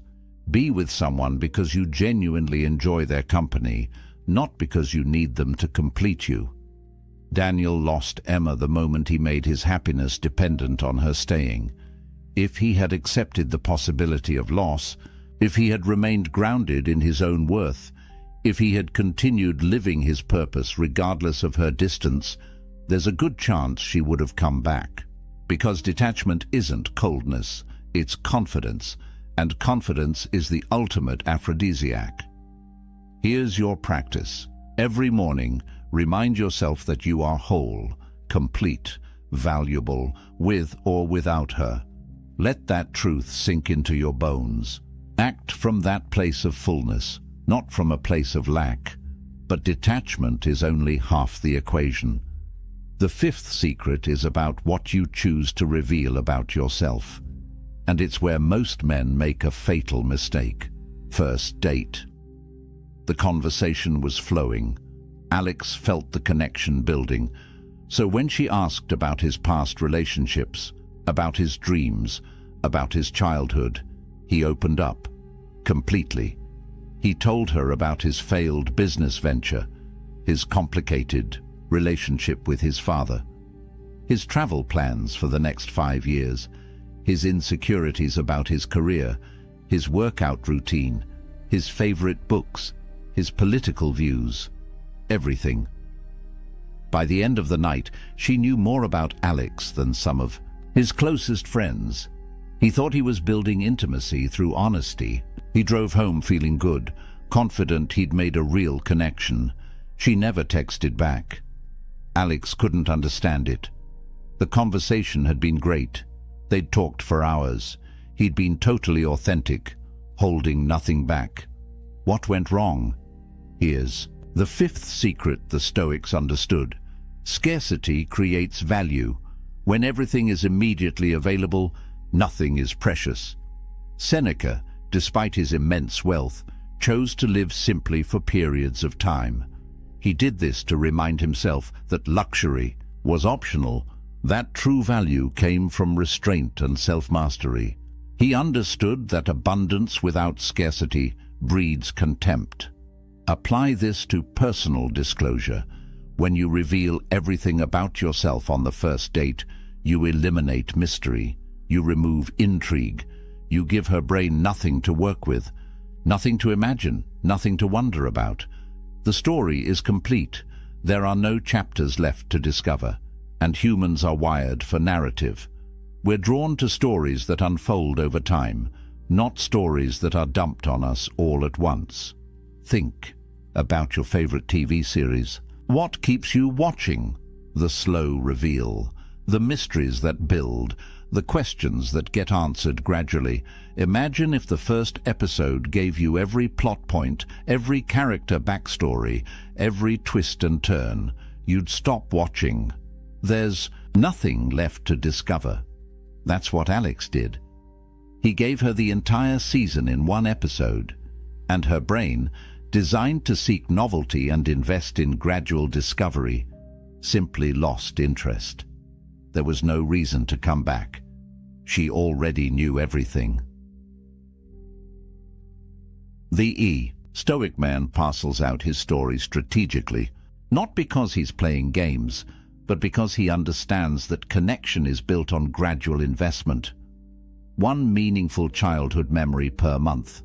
One significant life challenge revealed when trust has been earned. One dream shared when the relationship has proven its worth. Marcus Aurelius, despite being emperor, remained private about many aspects of his life. His meditations, the closest thing we have to his inner thoughts, weren't meant for public consumption. They were private reflections. He understood that maintaining some level of mystery, some unrevealed depth, was essential to maintaining respect and authority. When you ration your personal narrative, something powerful happens. She begins to invest her imagination. She wonders what else you've experienced. She creates stories about your character based on limited information. And once she's invested mental and emotional energy into understanding you, she values you more. That's basic psychology. We value what we work for, not what's freely given. This isn't about being secretive or dishonest. It's about being selective. It's about recognizing that your life story has value, and value requires scarcity. When someone asks about your past, you don't lie, but you also don't unload your autobiography. You give them a chapter, not the whole book. Here's what this looks like practically. She asks about your childhood. Instead of a 30-minute monologue, you say, "It was complicated, but those challenges taught me resilience." There's a lot there, but that's a conversation for another time when we know each other better. That response does 3 things. It acknowledges the question, it hints at depth without revealing everything, and it creates anticipation for future conversations. Every relationship that lasts is built on layers. First dates cover surface-level interests. Third dates explore values and perspectives. 6 months in, you share meaningful vulnerabilities. A year in, you reveal deep insecurities. That pacing honors the natural progression of trust and intimacy. Alex robbed the relationship of that progression. By revealing everything immediately, he collapsed all the layers into one overwhelming dump. And the human brain, overwhelmed and understimulated at the same time, simply checked out. But there's something even more powerful than what you reveal. It's about what you do when you're not around. The sixth secret is the most counterintuitive of all. They'd been on 3 incredible dates. The chemistry was undeniable. The conversation flowed effortlessly. Kevin felt like he'd finally found something real. So naturally, he texted her every day. Good morning messages, check-ins throughout the day, funny memes, articles he thought she'd like. By the end of week 2, they'd exchanged hundreds of messages, and then something strange happened. Her responses got shorter, less enthusiastic. The spark that had been so electric in person seemed to fade over text. Kevin panicked and did what felt natural. He increased his efforts. More messages, more attempts to engage, more trying to recreate that initial connection. She ghosted him. Kevin was devastated and confused. They'd had such a strong connection. He'd been attentive, available, interested. How could constant communication be wrong? Here's the sixth secret. The Stoics understood. Absence amplifies attraction. Presence, especially constant digital presence, diminishes it. Marcus Aurelius spent 10 years leading military campaigns on the frontiers of Rome. His prolonged absence wasn't just about warfare, it was masterful psychology. His absence kept rivals uncertain and citizens appreciating him more. When he returned, Rome didn't take him for granted. They valued him because his presence wasn't guaranteed. The modern man makes a fatal error. He thinks constant availability demonstrates interest and builds connection. But what it actually does is eliminate tension, remove mystery, and communicate that he has nothing better to do than wait for her response. Think about what Kevin's constant texting communicated. It said, "I'm always available. My life isn't full enough to occupy my attention. I'm waiting for you to validate my existence with your responses. I don't have a purpose beyond this connection. That's not attractive. That's suffocating." Contrast that with strategic absence. After those 3 great dates, imagine if Kevin had sent one text. "Had a great time. I'm heading out of town this weekend with friends. Talk to you next week." Then complete radio silence. No breadcrumb texts, no social media updates, just absence. What happens in her mind during that vacuum? She replays the dates. She wonders what he's doing. She notices the space where his attention used to be. She might even miss him. Her imagination fills the void, often with narratives more compelling than reality. And when he returns on Monday, calm and grounded, not explaining or justifying, just genuinely glad to reconnect, his value has increased. But here's the critical distinction. Strategic absence only works when you leave on a high note. If you disappear after an argument or a negative interaction, your absence reads as sulking or punishment. The Stoic understands that every action must be rooted in self-possession, not manipulation. Seneca practiced voluntary discomfort. He would periodically remove himself from luxury to remind himself it was optional. He understood that absence, and scarcity breed appreciation. What's always available becomes background noise. What's occasionally absent becomes valued. This isn't about playing hard to get. That's manipulation rooted in insecurity. This is about having a life so full, so purposeful, so engaging that constant communication isn't possible or necessary. When you disappear to train for something, to work on a project, to spend quality time with friends, that absence is authentic. It's not a tactic, it's a byproduct of a rich, multifaceted life. Women are perceptive. They know the difference between a man who's strategically unavailable and a man who's genuinely busy building something meaningful. The first feels manipulative, the second feels magnetic. Here's the practice. After meaningful in-person time, together take intentional breaks from digital communication, not as punishment, not as a game, but because you have other priorities, other pursuits, other aspects of life that deserve your attention. When you do reconnect, be fully present. Quality over quantity. Kevin's mistake was making himself a constant, presence without substance. Every text was an attempt to maintain connection, but connection without tension is just noise. The Stoic creates natural ebb and flow, presence, then absence, engagement, then space, intensity, then calm. That rhythm keeps attraction alive. It prevents the relationship from becoming stale or taken for granted, and it communicates something powerful. I value you, but my life doesn't revolve around you. But all of this, all six secrets, collapse without the seventh. This is the secret that ties everything together, and it's the one most men violate without even realizing it. The seventh secret isn't just about women, it's about your entire existence. Tom had everything going for him: a decent job, good friends, hobbies he enjoyed. Then he met Rachel, and slowly, imperceptibly, everything else faded into the background. He stopped going to the gym because she didn't work out. He cancelled plans, with friends to be available for her. His side business project sat untouched because evenings were for her. His dreams, his goals, his identity, all of it gradually dissolved until his entire world revolved around one person. For the first few months, Rachel seemed to appreciate the attention. But then something shifted. She started making comments.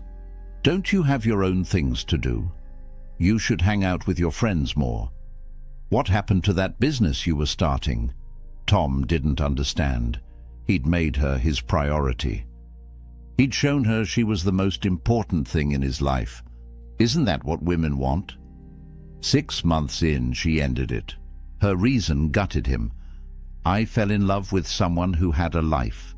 Now you're just someone who revolves around mine. I don't want to be your whole world. It's too much pressure." Here's the seventh and most critical secret the Stoics understood.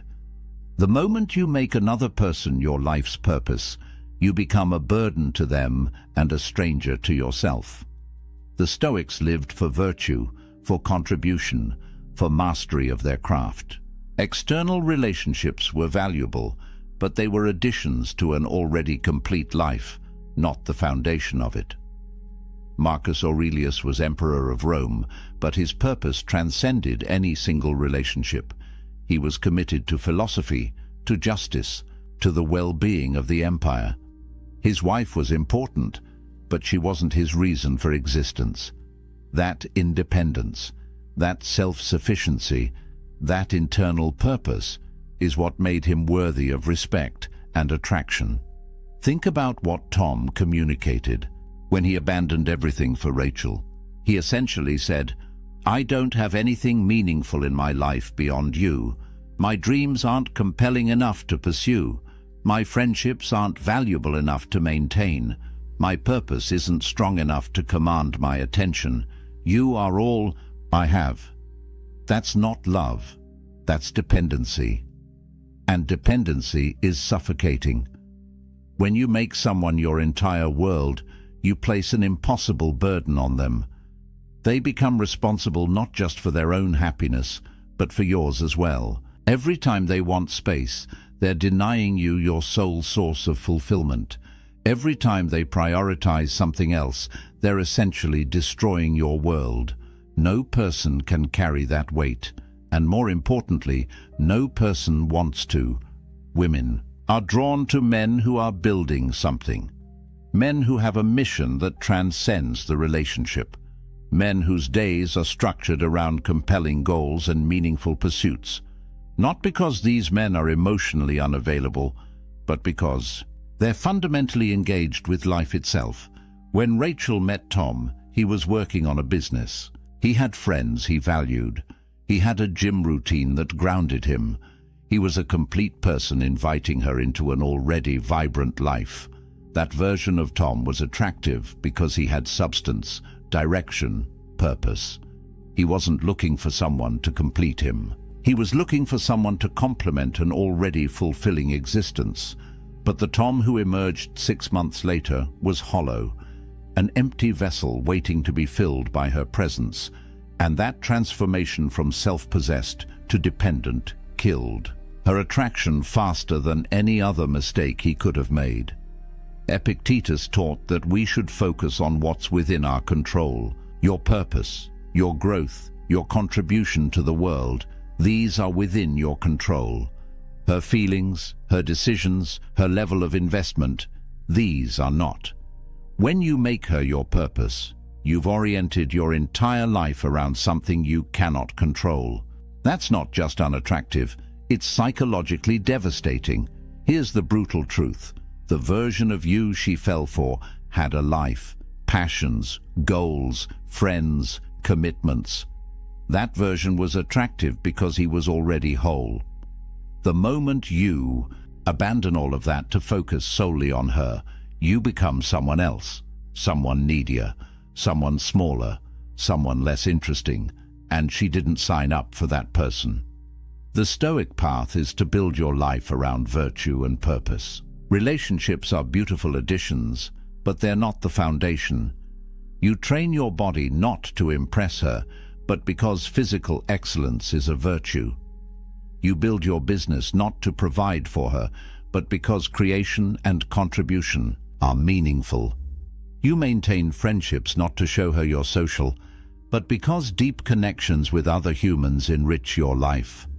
When your life is structured this way, something powerful happens. You're not inviting her to be your everything. You're inviting her to be part of something already extraordinary. The pressure is off. She's not responsible for your happiness. She gets to add to it, not create it from nothing. And paradoxically, that's when relationships thrive, when both people are complete on their own, choosing to share their lives rather than needing to merge them. When you have a silent purpose, a mission that commands your attention and energy, her presence becomes a beautiful bonus, not a desperate necessity.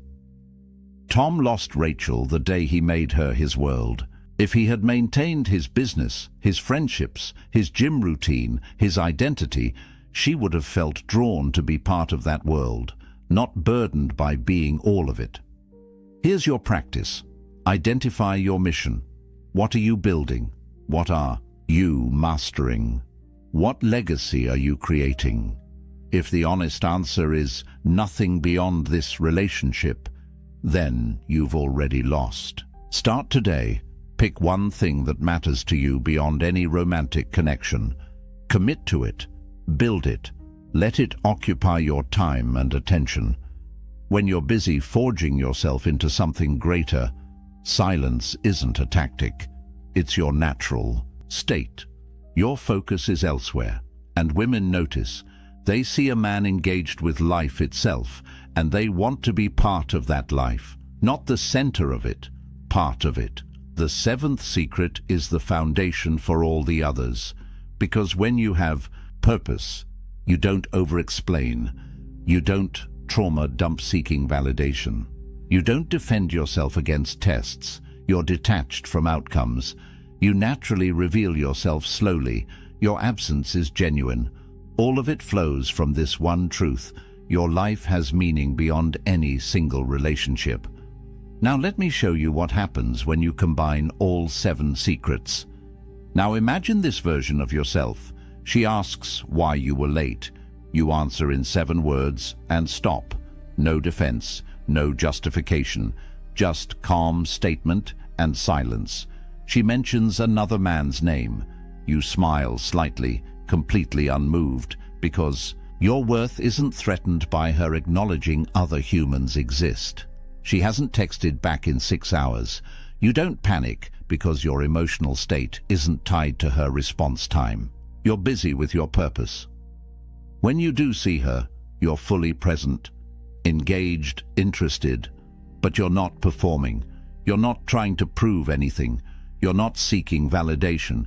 You're simply there, grounded in yourself, offering your presence without neediness. When she asks about your past, you share one meaningful story, not your autobiography, one chapter. And then you redirect the conversation, asking about her experience, her perspective. She leaves that date wanting to know more, not overwhelmed by knowing everything. After 3 intense dates, you disappear for a weekend, not because you're playing games, but because you have friends to see, a project to work on, a life that existed before her and will continue regardless of her. You return Monday, calm and refreshed, with no over-explanation. This is what the integrated Stoic looks like. A man who answers but doesn't defend, who shares but doesn't dump, who's present but not dependent, who creates space naturally, who has purpose beyond any relationship, every secret working in harmony. What does she experience? A man who is simultaneously engaged and independent, open yet mysterious, available yet not needy, present yet self-contained. That polarity, that balance, is magnetic. It's what Marcus Aurelius embodied, what Epictetus taught, what Seneca practiced. This isn't about manipulation or tactics. It's about genuine self-mastery. It's about being so grounded in your own worth, so committed to your own purpose, so comfortable with uncertainty, that external validation becomes optional rather than necessary. The Stoics understood something profound. Attraction isn't created through effort. It's created through presence combined with self-possession. When you stop trying to make her like you and start simply being someone worth liking, everything changes. Think about the people who command your respect and attention. Do they chase your approval? Do they explain themselves constantly? Do they make you the center of their world? Or do they have such quiet conviction, such clear purpose, such internal strength that you naturally gravitate toward them? That's the energy you're cultivating, not through external techniques, but through internal transformation. Every secret we've covered is ultimately about the same thing: mastering yourself so that external circumstances, including her response, don't control your internal state. When you operate from this place, relationships transform. They're no longer sources of anxiety and neediness. They become spaces of genuine connection between two complete people. She's not completing you, she's complementing you. And that's the only foundation for lasting attraction. The man who loses women through over-explaining, trauma-dumping, defensive reactions, neediness, oversharing, constant presence, and lack of purpose. That's a man who hasn't done the internal work, who's looking outward for validation that can only come from within. The man who naturally embodies these 7 secrets. That's a man who's done the work, who knows his worth, who has purpose, who doesn't need external validation because his internal foundation is solid. That transformation doesn't happen overnight. It requires practice, awareness, and commitment. But every step toward that version of yourself makes you not just more attractive to women, but more respected by everyone and more at peace with yourself. Now let me warn you about the most common mistakes men make when trying to apply these secrets. Here's where most men fail when they try to implement these secrets. They turn wisdom into weaponry. They use silence to manipulate rather than to master themselves. And that approach always backfires. First pitfall: using strategic absence to provoke jealousy. You disappear not because you're living your life, but because you want her to feel anxious, to wonder, to chase. She will sense this immediately. Women have incredible intuition for distinguishing authentic behavior from manipulation. When absence is manufactured to control her reaction, it reeks of insecurity. When absence is natural because you're genuinely engaged with your purpose, it's attractive. The litmus test is simple. Are you silent to control her reaction, or are you silent to govern your own internal state? The first destroys trust. The second builds respect. Second pitfall: overcorrection. You've been the over-explaining, constantly available, emotionally dependent guy. You learn these secrets and suddenly you become a stone wall, completely shut down. No vulnerability, no warmth, no genuine sharing. You've gone from one extreme to the other. Mystery needs windows, or people assume the house is abandoned. The Stoic isn't emotionally unavailable. He's emotionally selective. He shares, but with intention. He's vulnerable, but at appropriate times with earned trust. There's a massive difference between being measured and being closed off. Balance is the key. Offer one genuine compliment per date. Not a barrage of flattery, but one specific, observed appreciation. Share one meaningful thought or experience, but not your entire psychological history. Be present and engaged when you're together, but maintain your life and purpose when you're apart. Third pitfall: applying these secrets from a place of fear rather than abundance. You're not over-explaining because you're confident in your truth. You're not over-explaining because you're terrified she'll leave if you say the wrong thing. That fear leaks through everything you do. She'll feel it. These secrets only work when they flow from genuine self-possession, not from desperate attempts to prevent loss. If you're detached from the outcome because you've truly accepted that you'd be fine either way, that's powerful. If you're pretending to be detached while internally panicking, that's transparent. Fourth pitfall: using these as tricks in an otherwise unchanged life. You start spacing out your texts and maintaining mysterious silence, but you still have no purpose, no mission, no life beyond the relationship. You're just a needy guy who's learned to temporarily mask his neediness. The Stoics weren't performing, they were being. These principles worked for them because they were expressions of who they actually were, not techniques layered on top of insecurity. If you want these secrets to work, you have to become the kind of man for whom they're natural expressions, not calculated moves. Fifth pitfall: forgetting that relationships require genuine care and investment. These secrets aren't about being cold, distant, or uncaring. They're about being grounded, purposeful, and self-possessed, while still showing up fully for someone you care about. The Stoic man doesn't refuse to explain himself because he doesn't care what she thinks. He doesn't explain because he trusts in his own integrity and doesn't need external validation.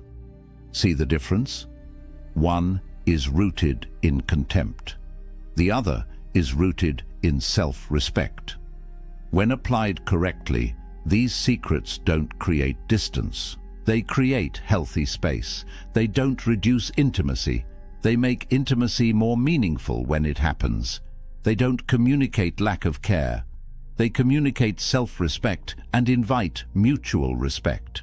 The goal isn't to become an emotionless robot, calculating every interaction.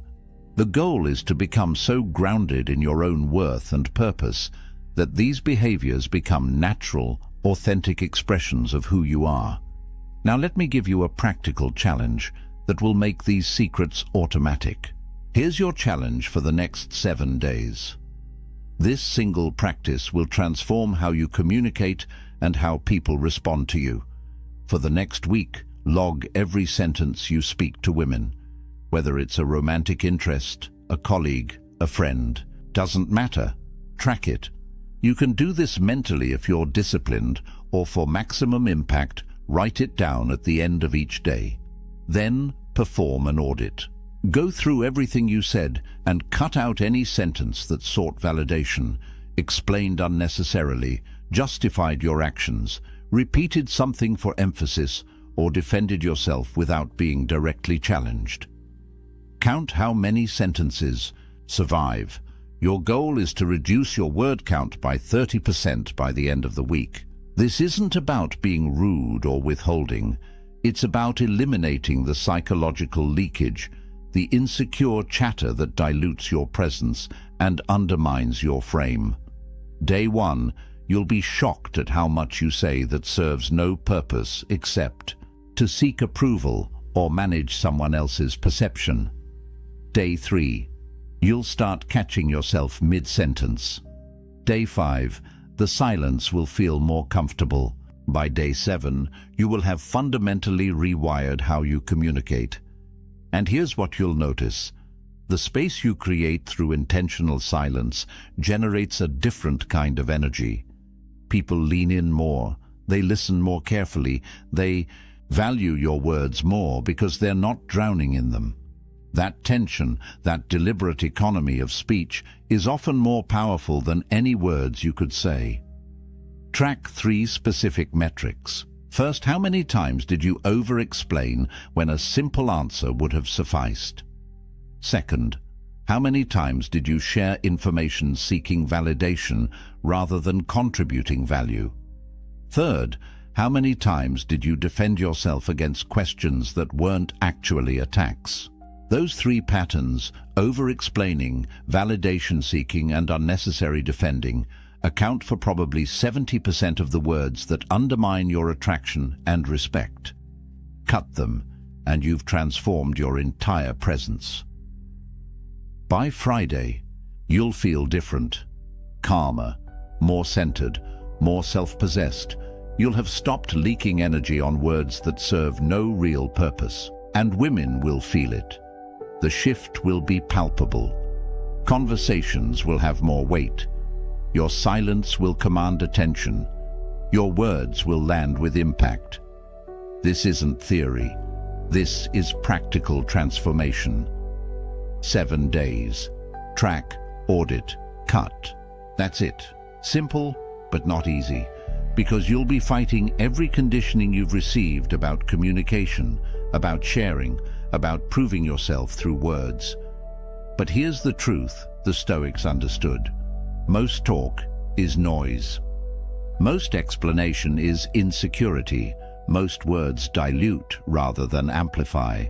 The man who speaks less but means more commands the room.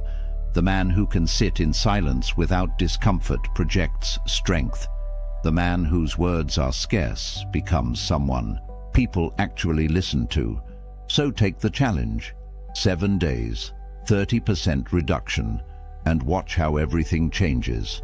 But there's one more thing. One single sentence that will make this magnetic silence automatic and effortless.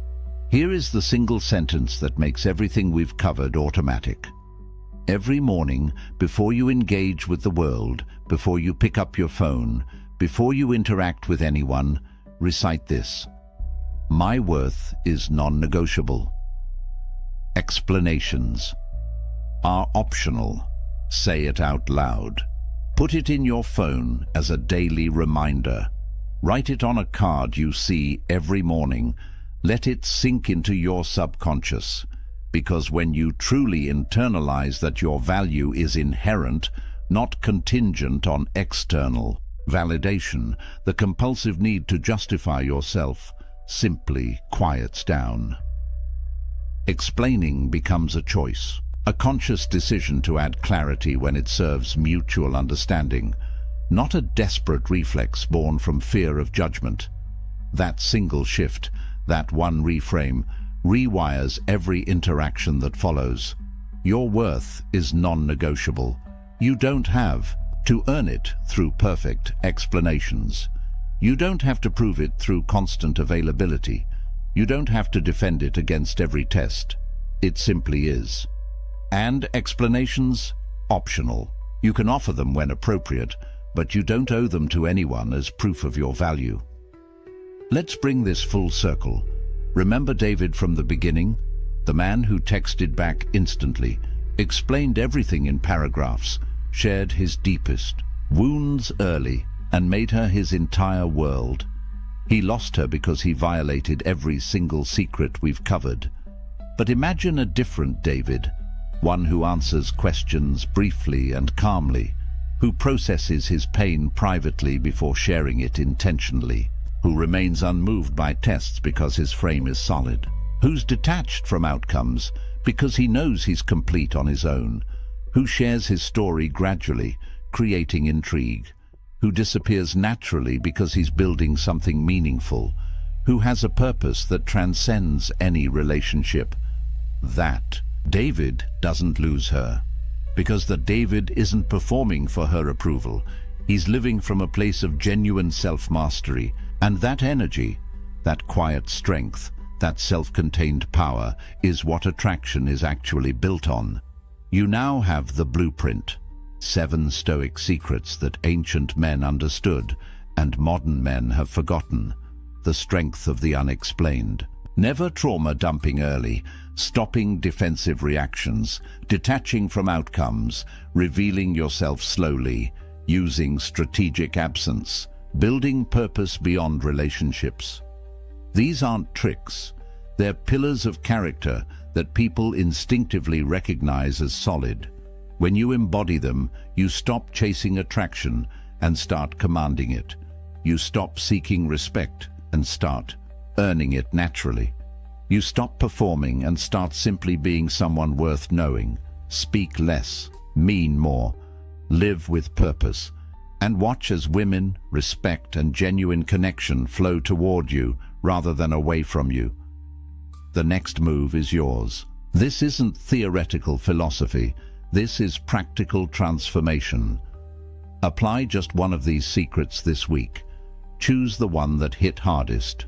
Put it into practice. Then come back and tell me what happened in the comments. If this video shifted something in you, share it with a friend who's still stuck in the cycle of over-explaining and under-living. Comment below which secret resonated most. I read every early comment because your engagement fuels this mission.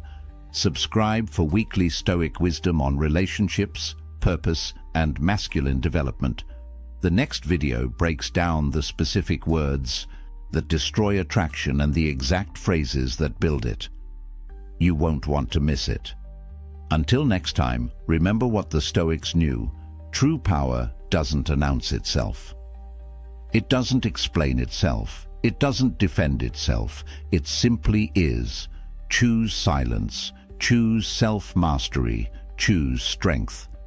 Now close this video, put down your phone, and go build something that matters. Rome wasn't built by men who double-texted. Neither is the life you actually want. 3 in the morning, your eyes snap open, and immediately it starts. The replay. That conversation from yesterday. What you said. What you should have said. What they might be thinking about you right now. Then your mind jumps to tomorrow. The presentation. The email you haven't sent. The decision you can't make. Round and round it goes. This endless, exhausting loop of thoughts that won't stop, won't slow down, won't give you a single moment of peace. You're not alone in this. Research shows that 85% of the things we worry about never actually happen. 85%. Think about that. Your mind is torturing you over futures that will never exist, conversations that will never happen, catastrophes that will never come. But here's what makes this even more painful. While you're lying there, trapped in your racing thoughts, somewhere out there is a man sleeping soundly, not because his life is easier than yours, not because he has fewer problems, but because he discovered something that emperors and slaves, warriors and philosophers have known for 2,000 years. A set of ancient techniques so powerful that they can silence the loudest mind, calm the most chaotic thoughts, and transform overthinking from your greatest weakness into your greatest strength. In the next 20 minutes, you're going to learn 12 paths that the Stoics used to master their minds. These aren't motivational speeches or empty affirmations. These are battle-tested techniques that Marcus Aurelius used while commanding armies, that Epictetus used while enslaved, that Seneca used while advising emperors. And I'm going to show you exactly how to use them, starting today, starting right now.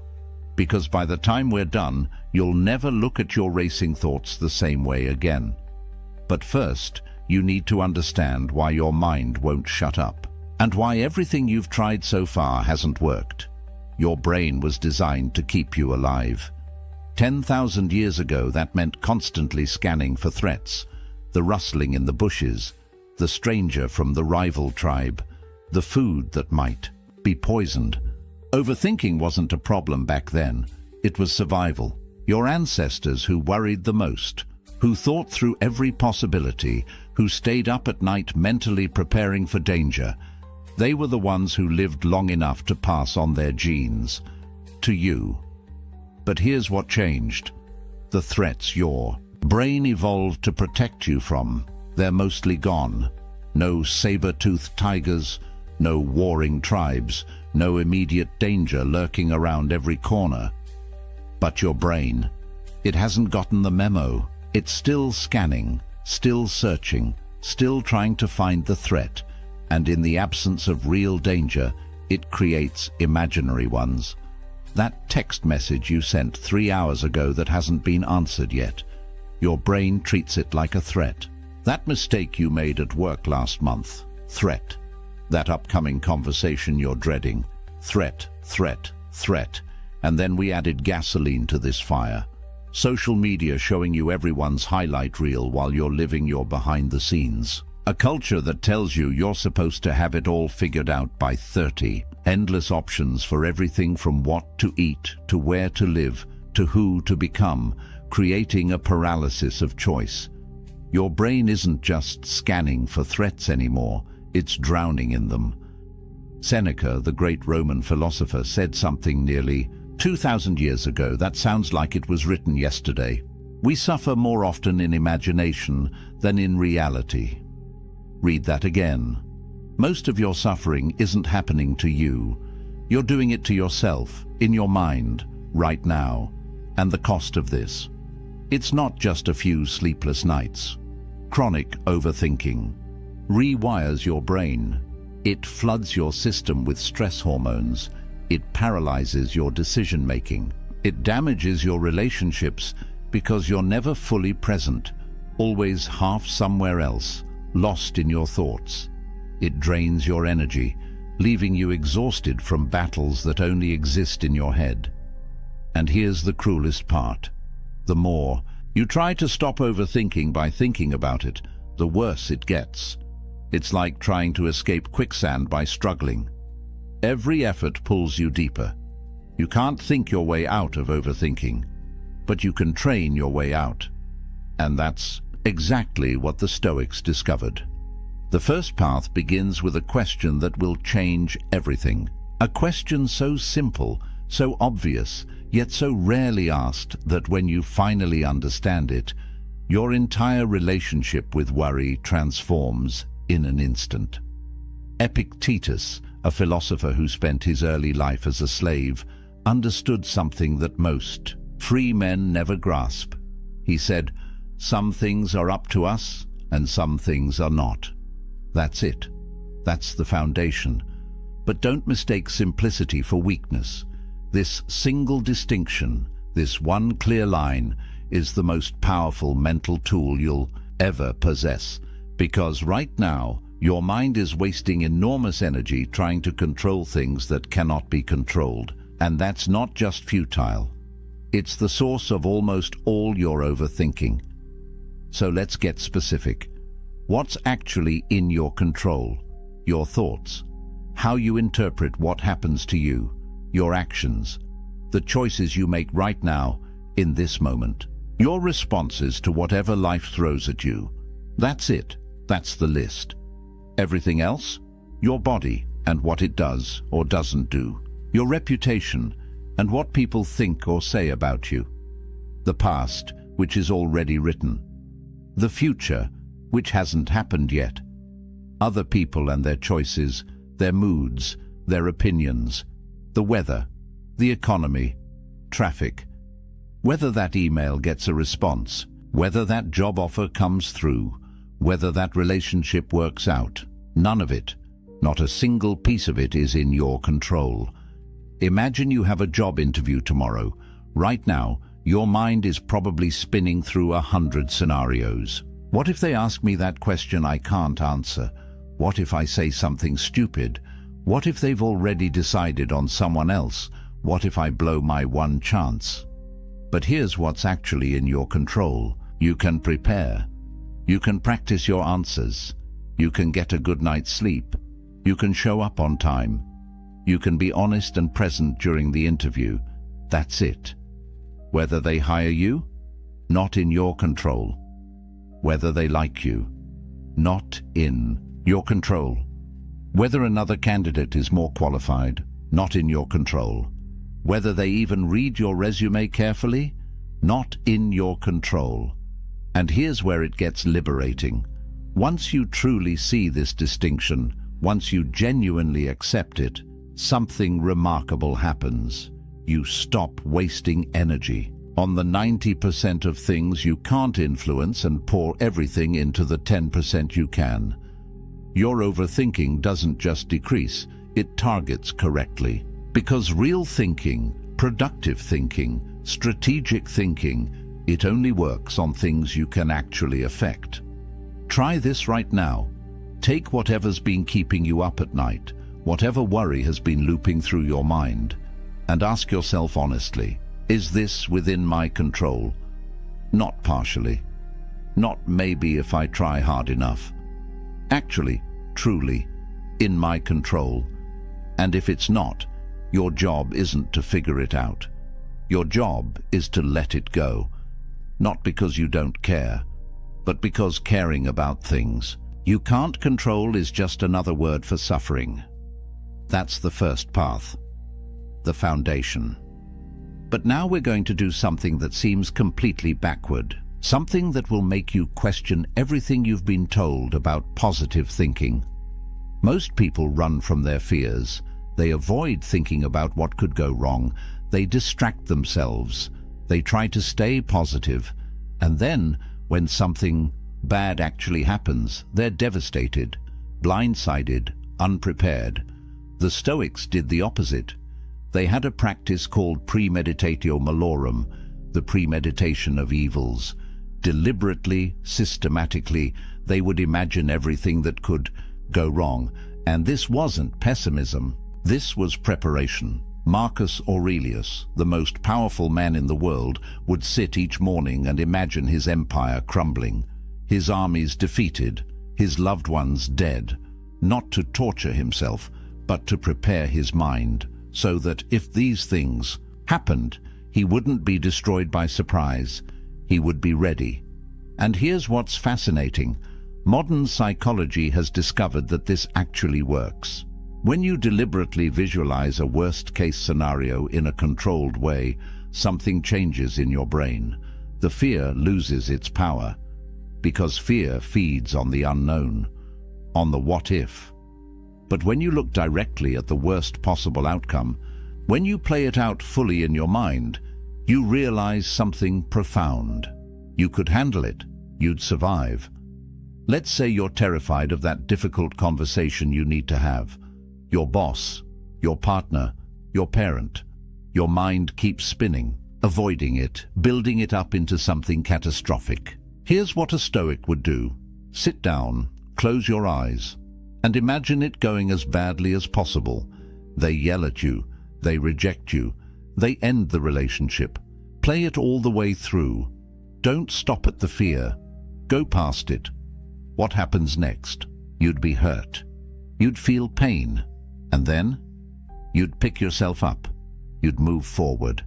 You'd survive. You'd maybe even grow stronger. This isn't catastrophizing. That's when you spiral out of control, lost in worst-case scenarios, with no purpose, no direction. This is different. This is deliberately walking through the fear to the other side. And once you're there, once you've seen that you can handle the worst, the overthinking stops, because what's left to worry about? You've already faced it. Marcus Aurelius used this before every battle. Seneca used it before every political confrontation. They weren't trying to manifest disaster. They were removing its power to paralyze them. Try it. Give yourself 5 minutes. Pick your biggest current fear and imagine it happening. All the way through. Watch how the fear transforms from a monster in the dark to a manageable challenge in the light. But now we need to address the real problem. Because here's the truth. Overthinking doesn't actually live in your present. It lives in 2 places. The past, where you endlessly replay what happened, and the future, where you endlessly rehearse what might happen, which means there's one place your overthinking cannot survive. Right here, right now. Marcus Aurelius wrote, "Confine yourself to the present." Not as a nice idea, as a command, because he understood something critical. In this exact moment right now, as you're hearing these words, are you okay? Not yesterday, not tomorrow, right now. Your body is breathing, your heart is beating, you're here, you exist. And in this moment, stripped of past and future, most of your problems disappear. They don't exist here. The past is gone. It's literally not real anymore. It's a memory, a story you tell yourself. And the future? It hasn't happened. It's imagination, fiction.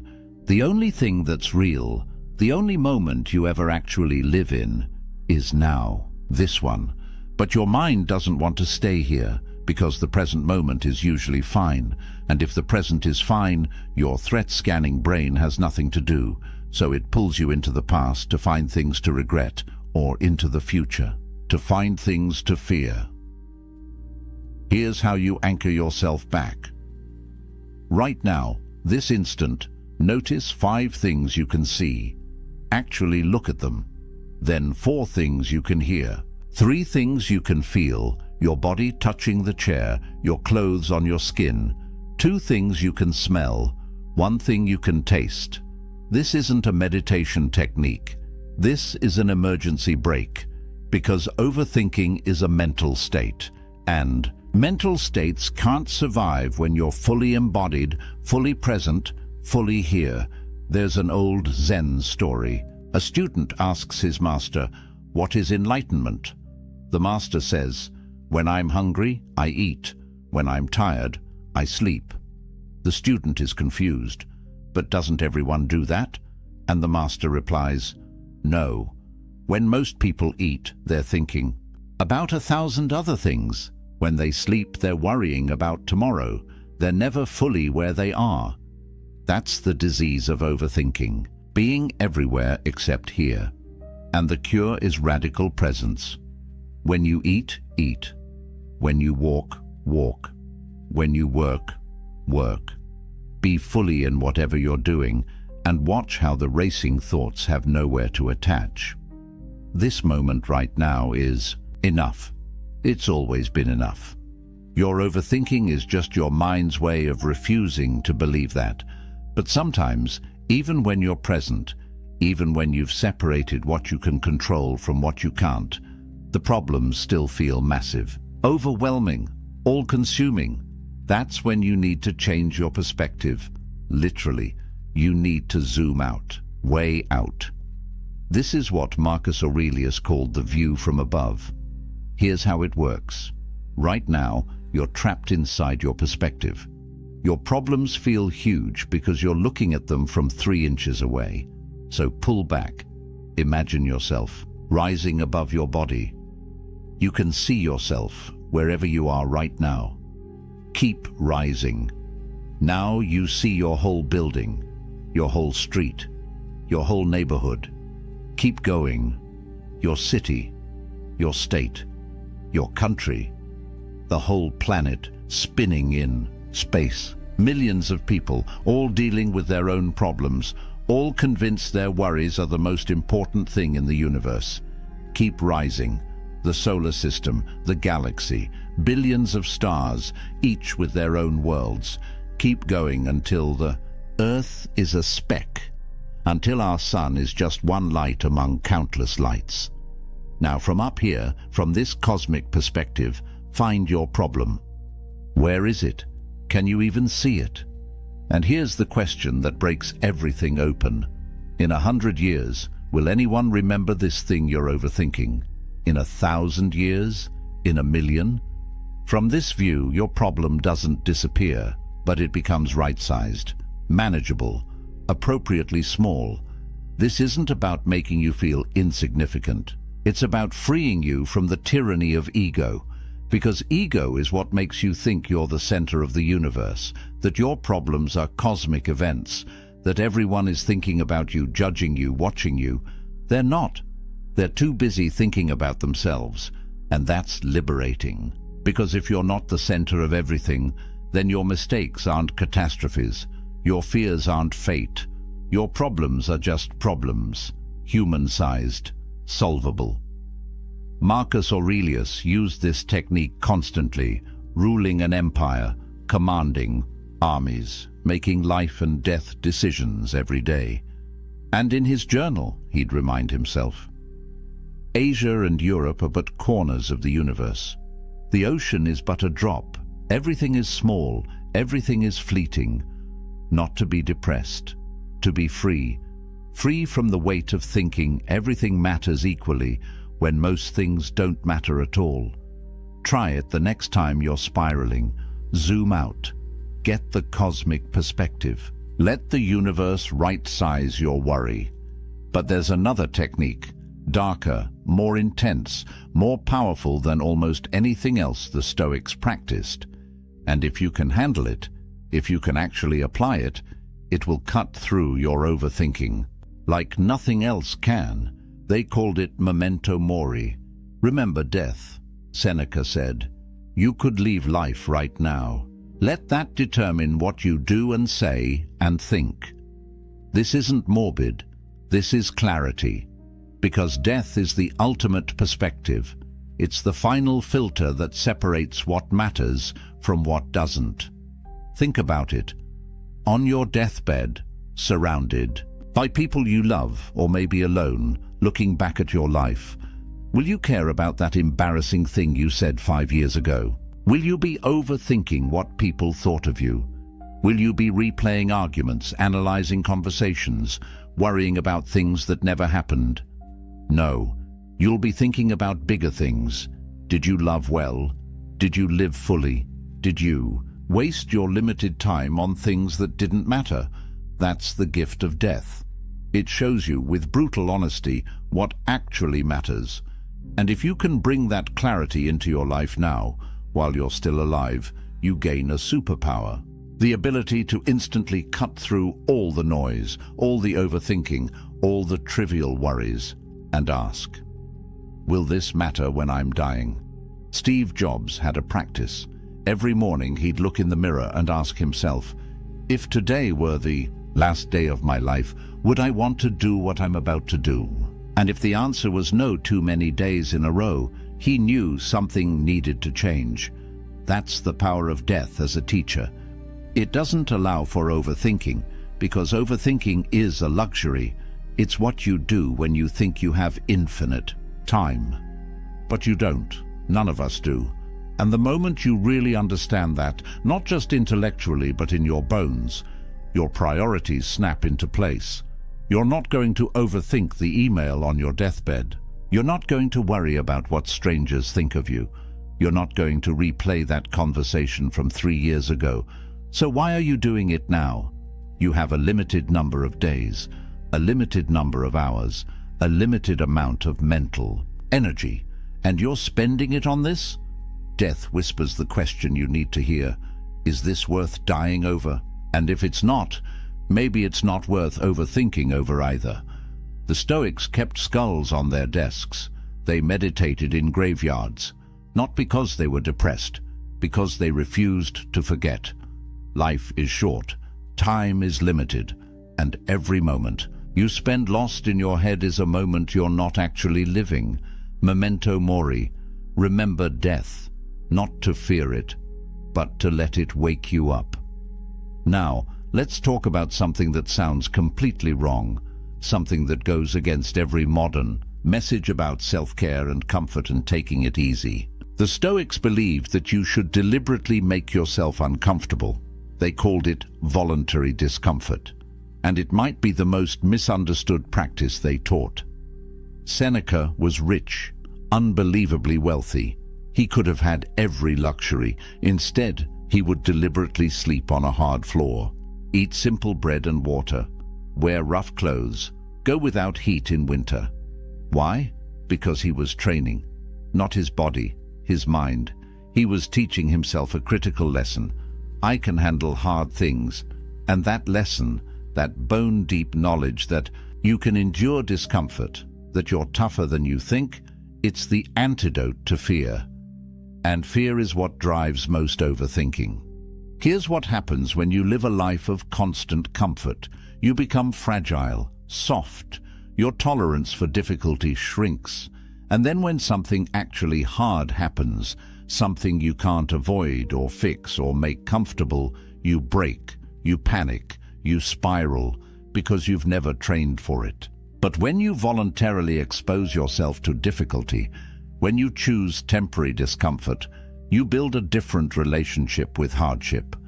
You prove to yourself over and over that you're resilient, that you can handle it. Modern applications. Take a cold shower. Let yourself be hungry.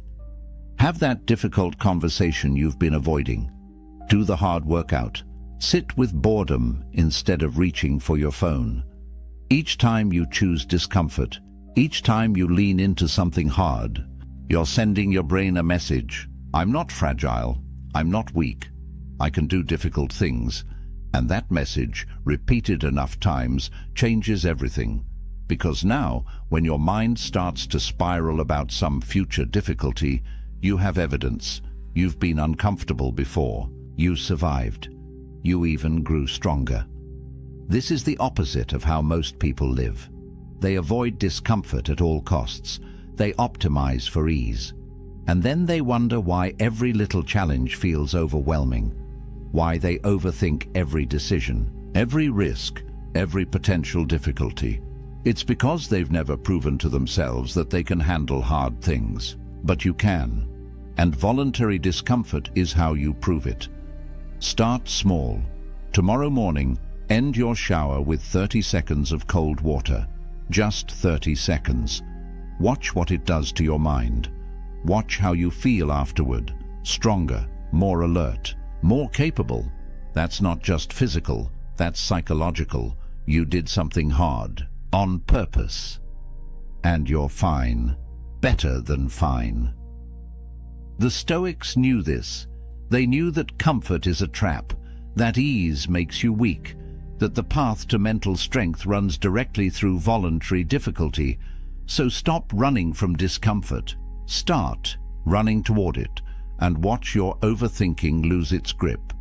But here's something you can do that almost no one does anymore. Something so simple, so accessible, yet so powerful that when you actually do it consistently, your entire inner world transforms. The Stoics wrote every day, not blog posts, not social media, private journals, personal reflections.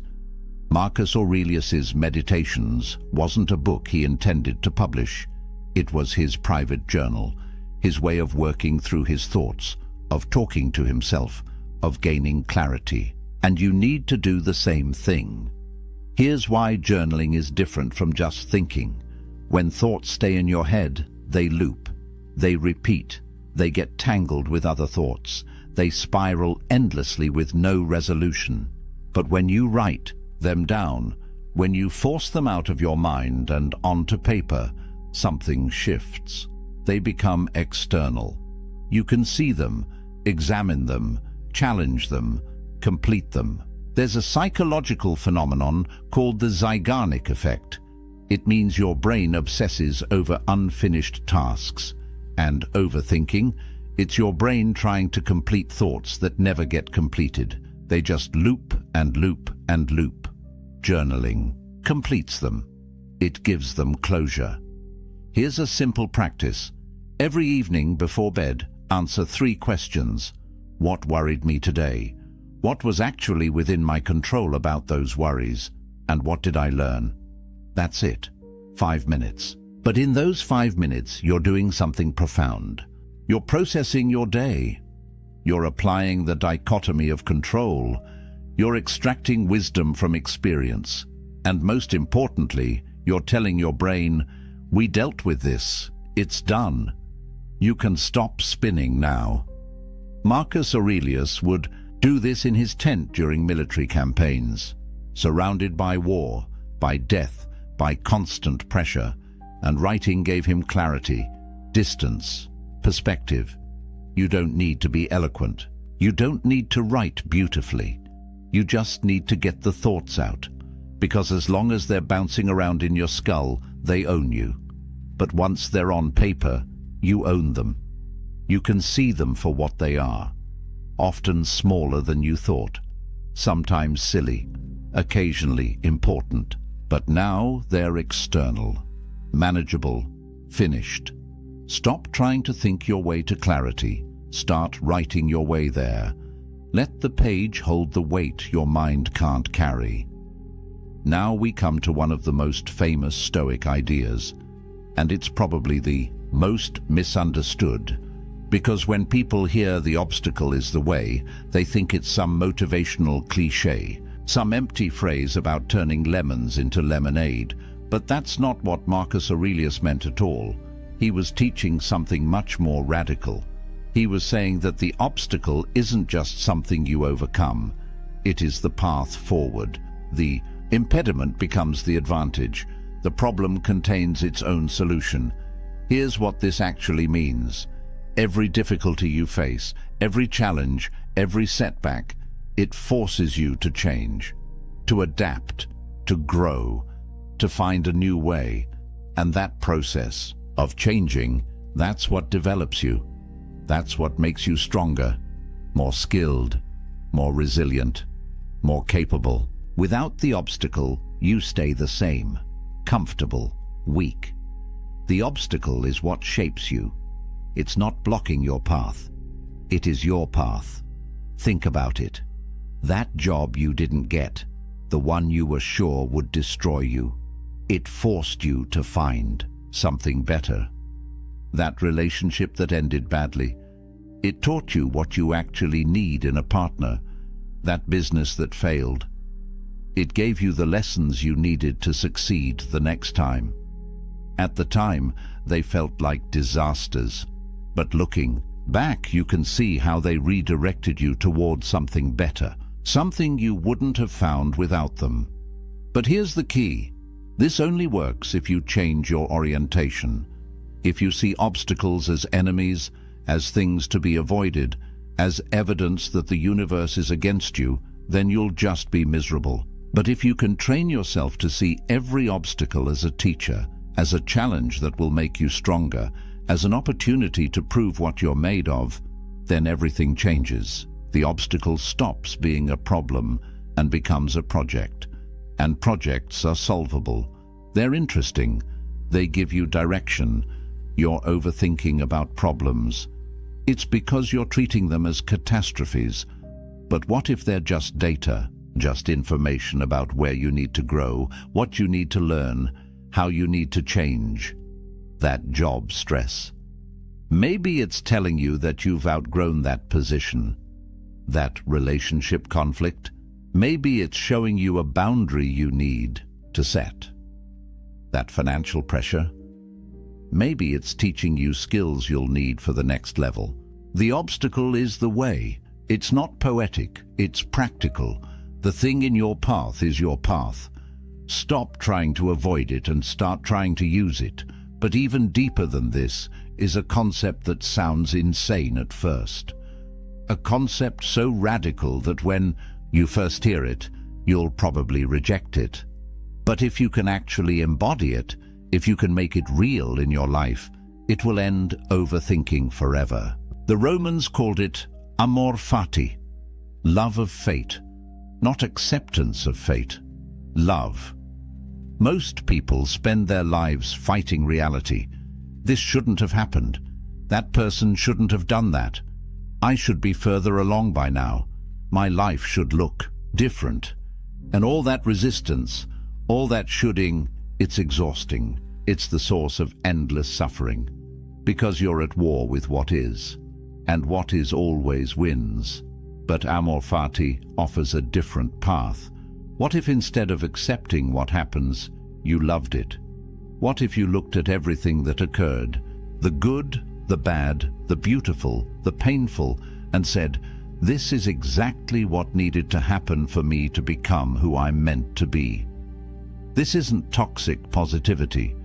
This isn't pretending bad things are good. This is understanding that your life, exactly as it has unfolded, with every twist and turn and setback and surprise, has made you who you are. And who you are right now is exactly who you need to be to handle what comes next. Could things have been different? Sure. But they weren't. This is what happened. And fighting it, resenting it, overthinking how it could have been better, that's just pain you're adding to pain. Suffering you're adding to difficulty. Think about Nelson Mandela.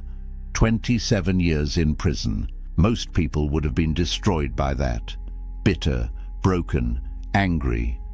But Mandela said those years were necessary. They made him the leader he needed to be. They taught him patience, forgiveness, strategy. Without that suffering, he wouldn't have had the wisdom to unite a nation. He didn't just accept his fate, he loved it, because he understood that it was shaping him for something greater. Now, your challenges probably aren't that extreme, but the principle is the same. That betrayal, that failure, that loss, that disappointment you keep overthinking. What if it had to happen exactly as it did? What if the universe, or fate, or God, or whatever you want to call the force that shapes things, what if it knew something you didn't? What if this thing that feels like a curse is actually preparing you for something you can't even see yet? Amor fati doesn't mean becoming passive. It means becoming powerful.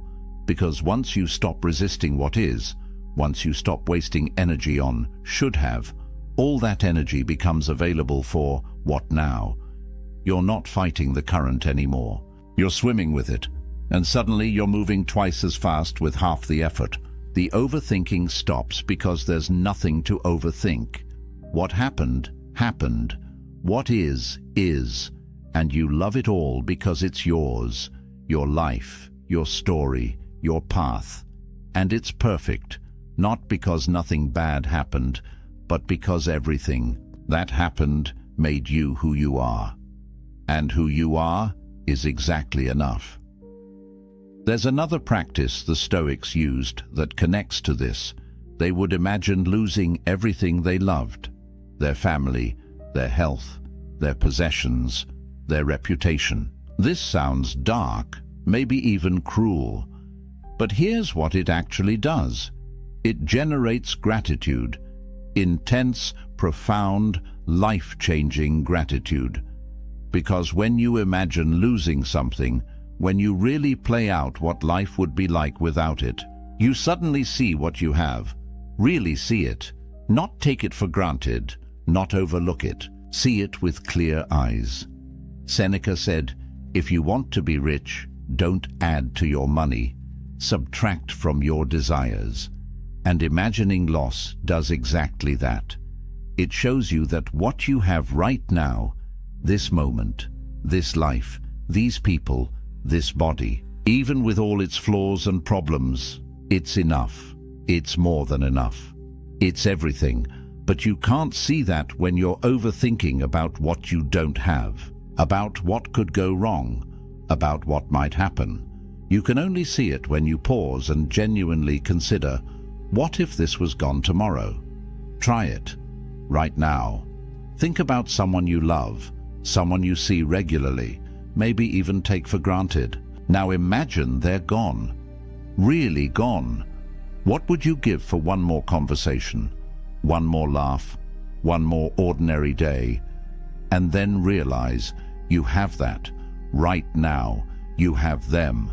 They're still here. How many more days will you get? You don't know, but you have today.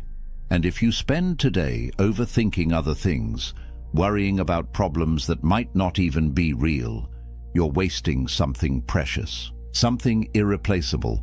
This practice isn't meant to make you sad. It's meant to wake you up, to show you what's real, what matters. And once you see that, once you feel that deep gratitude for what you have right now, the overthinking loses its power, because you realize you're not missing anything. You're not broken. Your life isn't wrong. You're here, alive, and that's miraculous. Now let's address something practical, something physical, because here's what most people don't understand about overthinking. It's not just mental, it's stored in your body. Think about it. When you're anxious, where do you feel it? Your chest, your shoulders, your stomach, your jaw. Anxiety creates physical tension, and that tension keeps the anxiety alive. It's a loop. The thoughts create tension. The tension feeds the thoughts, round and round. But the Stoics understood something that modern neuroscience is just now confirming. You can interrupt this loop through the body. Marcus Aurelius wrestled, not as a sport, as a practice, as a way to discharge mental energy through physical action.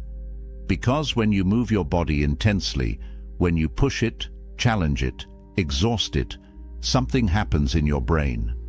The stress hormones metabolize. The racing thoughts quiet. The tension releases. You can't overthink and sprint at the same time. You can't spiral and do push-ups simultaneously. The body anchors you in the present. It forces your mind to shut up and feel. Here's what this looks like practically. Next time you feel yourself starting to spiral, starting to overthink, don't try to think your way out. Move. Do 20 push-ups. Go for a run. Lift something heavy. Do jumping jacks. Clean your house with intensity. Chop wood if you have access to it. Garden. Build something. Anything that demands your body's full attention. And watch what happens. The thoughts don't just slow down. They stop. Because your nervous system gets the message. If we're doing something physical, if we're taking action, then we're not in danger. We're handling it. This is why people who exercise regularly report less anxiety, less overthinking. It's not just about endorphins. It's about giving your body a way to express what your mind has been holding. All that worried energy, all that tension, it needs somewhere to go. If it stays trapped in your head, it just cycles endlessly. But if you move it through your body, if you let it out through sweat and breath and muscle, it completes, it finishes, it's done. The Stoics knew this. They didn't just sit around philosophizing, they moved, they worked, they fought, they built. And that physical engagement kept their minds clear. So stop treating overthinking as purely a mental problem. Your body holds the key. When the thoughts start racing, move. Push yourself physically. Let your body do what your mind can't, and watch the silence return. But there's one more technique, one final path that ties everything together, and it's the one that makes all the others sustainable. Because knowing these practices is one thing. Actually using them when your mind is racing, when you're stressed, when you're triggered, that's different. That requires preparation. The Stoics called this the morning ritual, setting your philosophy in place before the chaos of the day begins. Epictetus taught his students to mentally prepare each morning, to rehearse their principles before they needed them, because if you wait until you're emotional to remember your philosophy, you'll forget. Emotions override reason, but if you've already set your framework, If you've already decided who you're going to be and how you're going to respond, then when the challenges come, you're ready. You don't have to think. You don't have to overthink. You just act according to your preset principles. Here's what this looks like. Every morning, before you check your phone, before you start your day, spend 5 minutes. Just 5. Review your principles. Today, I will focus only on what's in my control. Today, I will see obstacles as opportunities. Today, I will be present. Today, I will remember that I'm mortal and will act accordingly. Today, I will be grateful for what I have. Pick your principles, the ones that matter most to you, and remind yourself, this is how I'm going to show up. This is who I'm going to be. This is my standard. And when something goes wrong, when someone disappoints you, when you're tempted to spiral, you won't. Because you already decided this morning, before it happened, you set your philosophy in place. Cato was famous for this. No matter what happened, no matter the pressure, the temptation, the threat, he responded according to his principles. People said you always knew what Cato would do, because he'd already decided years before. He didn't need to think about it in the moment. He'd already thought about it. He'd already chosen. And that's the power of the morning ritual. It removes the need to overthink. You're not making 100 small decisions throughout the day. You made one big decision this morning, and you're just following it. Try it tomorrow. Wake up. Don't grab your phone. Just sit for 5 minutes. Set your mind. Decide who you're going to be. And then watch how much easier the day becomes. Because you're not overthinking anymore. You're just executing a plan you already made. Now, let's bring this all together. These 12 paths, they're not separate techniques you use, one at a time. They're a system. They reinforce each other. They build on each other. They create a complete transformation in how you relate to your mind. Start with the dichotomy of control. That's the foundation. Separate what you can control from what you can't. Then use premeditatio malorum to prepare for difficulties without being paralyzed by them. Anchor yourself in the present moment, because that's where overthinking dies. Take the view from above when problems feel overwhelming. Remember death to clarify what actually matters. Embrace voluntary discomfort to prove your resilience. Journal to complete your thoughts. See obstacles as the path. Love your fate. Practice imagining loss to generate gratitude. Move your body to discharge mental energy. And set your philosophy each morning so you're prepared before challenges arise. This isn't theory. This is practice. And if you practice, if you actually do these things, not just once but consistently, you'll notice something. The racing thoughts slow down. The anxiety lessens. The paralysis breaks. You start to feel like you're in control of your mind instead of your mind controlling you. And that feeling, that sense of internal mastery, it changes everything. Because a man who masters his mind can master his life. Let me give you a real example. There's a guy named James, 32 years old, spent most of his 20s crippled by overthinking, couldn't make decisions, couldn't sleep, constantly worried about what people thought of him, what could go wrong, what he should do.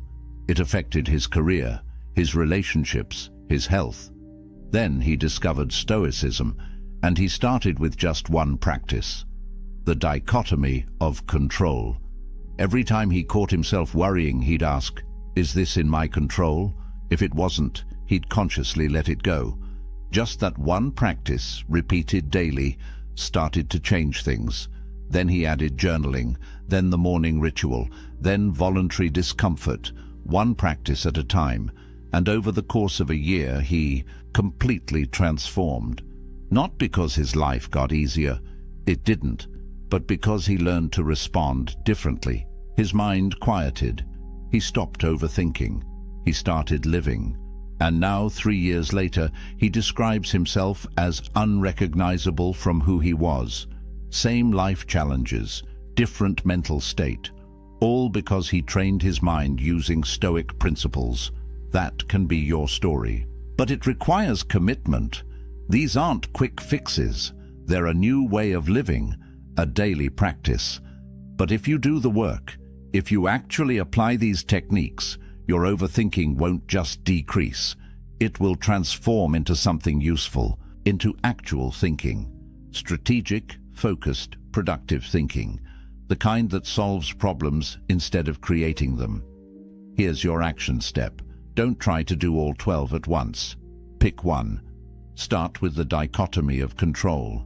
For the next week, every single time you catch yourself worrying or overthinking, ask yourself, is this in my control? And if it's not, practice letting it go. Just that one practice. Master it. Then add another, then another. Build this system, one piece at a time, and watch what happens to your mind. Now here's what I want from you. Comment below and tell me which of these 12 paths resonates most with you. Which one are you going to start with? Let's build a community of men who refuse to be controlled by their racing thoughts. Men who choose to master their minds instead. And if this video gave you clarity, if it showed you a way forward, hit that subscribe button. Because every week, we're diving deep into Stoic wisdom, practical philosophy for modern men who want to live with strength, purpose, and clarity. This isn't motivational content. This is transformation content, and you're going to want to be here for what's coming next. Remember what Seneca said, "We learn not for school, but for life." These techniques aren't academic exercises, they're tools for living, for thinking clearly, for sleeping peacefully, for showing up powerfully. Your mind is the most important tool you'll ever own. And the Stoics spent 2,000 years figuring out how to sharpen it, how to calm it, how to use it instead of being used by it. The racing thoughts, the endless loops, the 3 a.m. spirals, they don't have to be your reality. There's another way, a clearer way, a stronger way, and it starts right now with one decision. You're going to take control of your mind. Not because you need to be perfect, not because overthinking makes you weak, but because you refuse to waste your limited time trapped inside your own head when there's a whole life waiting for you out here. The Stoics proved it's possible. Marcus Aurelius ruled an empire with a calm mind. Epictetus found peace while enslaved. Seneca maintained clarity while advising a madman. If they could do it in their circumstances, you can do it in yours. You have everything you need, the techniques, the knowledge, the path. All that's left is the decision to walk it. So here's my final question for you. A year from now, when you look back at this moment, at this video, at this day, what do you want to have changed? Do you want to still be overthinking, still lying awake at 3 a.m., still paralyzed by thoughts that don't serve you? Or do you want to be the man who mastered his mind, who walks through life with clarity, confidence, and calm? The choice is yours, but the time to make it is now. Welcome to the path. Let's walk it together. Welcome back, my friends. Today we are diving into methods to make you unbreakable against women. The strongest men in history were not those who conquered armies, but those who conquered their own desires. Think about that for a moment. Imagine standing in a palace, marble pillars towering above you, gold ornaments glittering in torchlight. The emperor's lover walks past, known for her beauty, for her cunning, for her ability to bend men to her will. And yet she cannot break his composure. His gaze does not falter. His breathing does not change. He remains unmoved, as if her presence were nothing more than smoke drifting through the hall. What did these men know that we've forgotten? What secret strength made them immune to the very temptations that brought others to ruin? Tonight, you will learn the forbidden Stoic secrets that made emperors, Generals and philosophers unbreakable against the most dangerous tests of all, the subtle manipulations of desire, seduction, and betrayal. These are not stories of men who hid in ivory towers writing gentle poems. These are stories of men who ruled, fought, and endured, while the world around them burned with chaos and treachery. Stoicism was not a dry philosophy to be studied by scholars. It was a weapon, a shield forged in the fire of war and betrayal, polished in the courts of intrigue, and sharpened in the silent chambers of temptation. The men who lived by its principles did so not for comfort, but for survival. Because in their world, to be broken by passion or to be owned by desire meant the loss of power, the loss of freedom, and in many cases, the loss of life itself. These secrets were whispered among emperors who faced conspiracies in their own bedrooms, among generals whose wives and mistresses were courted by enemies, eager to twist loyalty into treason, among philosophers who walked through the markets of Rome, mocked and tempted, yet never once bowed their heads in shame. And while the centuries have passed, the truth has not changed. The methods they practiced, the rituals they performed, and the discipline they wielded remain as deadly effective today as they were 2,000 years ago. In this video, you will uncover 7 rarely revealed practices, principles so brutal, so uncompromising, that they carved into men a strength no woman, no betrayal, no temptation could break. These were not gentle affirmations. They were cold disciplines, designed to strip away weakness and reveal the core of a man who could not be manipulated. You will hear of the emperor who trained his gaze to see the soul rather than the skin, of the general who prepared daily for betrayal so that not even his wife's treachery could move him, of the philosopher who, as a slave, laughed in the face of mockery and later counseled the very people who once humiliated him, of the soldier who endured public shame in silence, and in that silence found more power than any words could ever give. Each of these lessons comes from the crucible of history. They are not theories. They were tested by men who faced the sharpest daggers and the cruelest temptations. By the end of this journey, you will not simply know what Stoicism is. You will hold in your hands the very tactics that made the greatest men in history mentally unbreakable. So ask yourself, are you ready to stand where they stood? To face the same fire and come out forged into something harder than iron? Then listen closely, because the 7 brutal Stoic secrets are about to be revealed. In the private chambers of Marcus Aurelius, the night was never without tests. Behind the polished marble doors, servants whispered, and messengers slipped in with subtle agendas. Among them were courtesans, women chosen for their beauty and sent to tempt the emperor into weakness.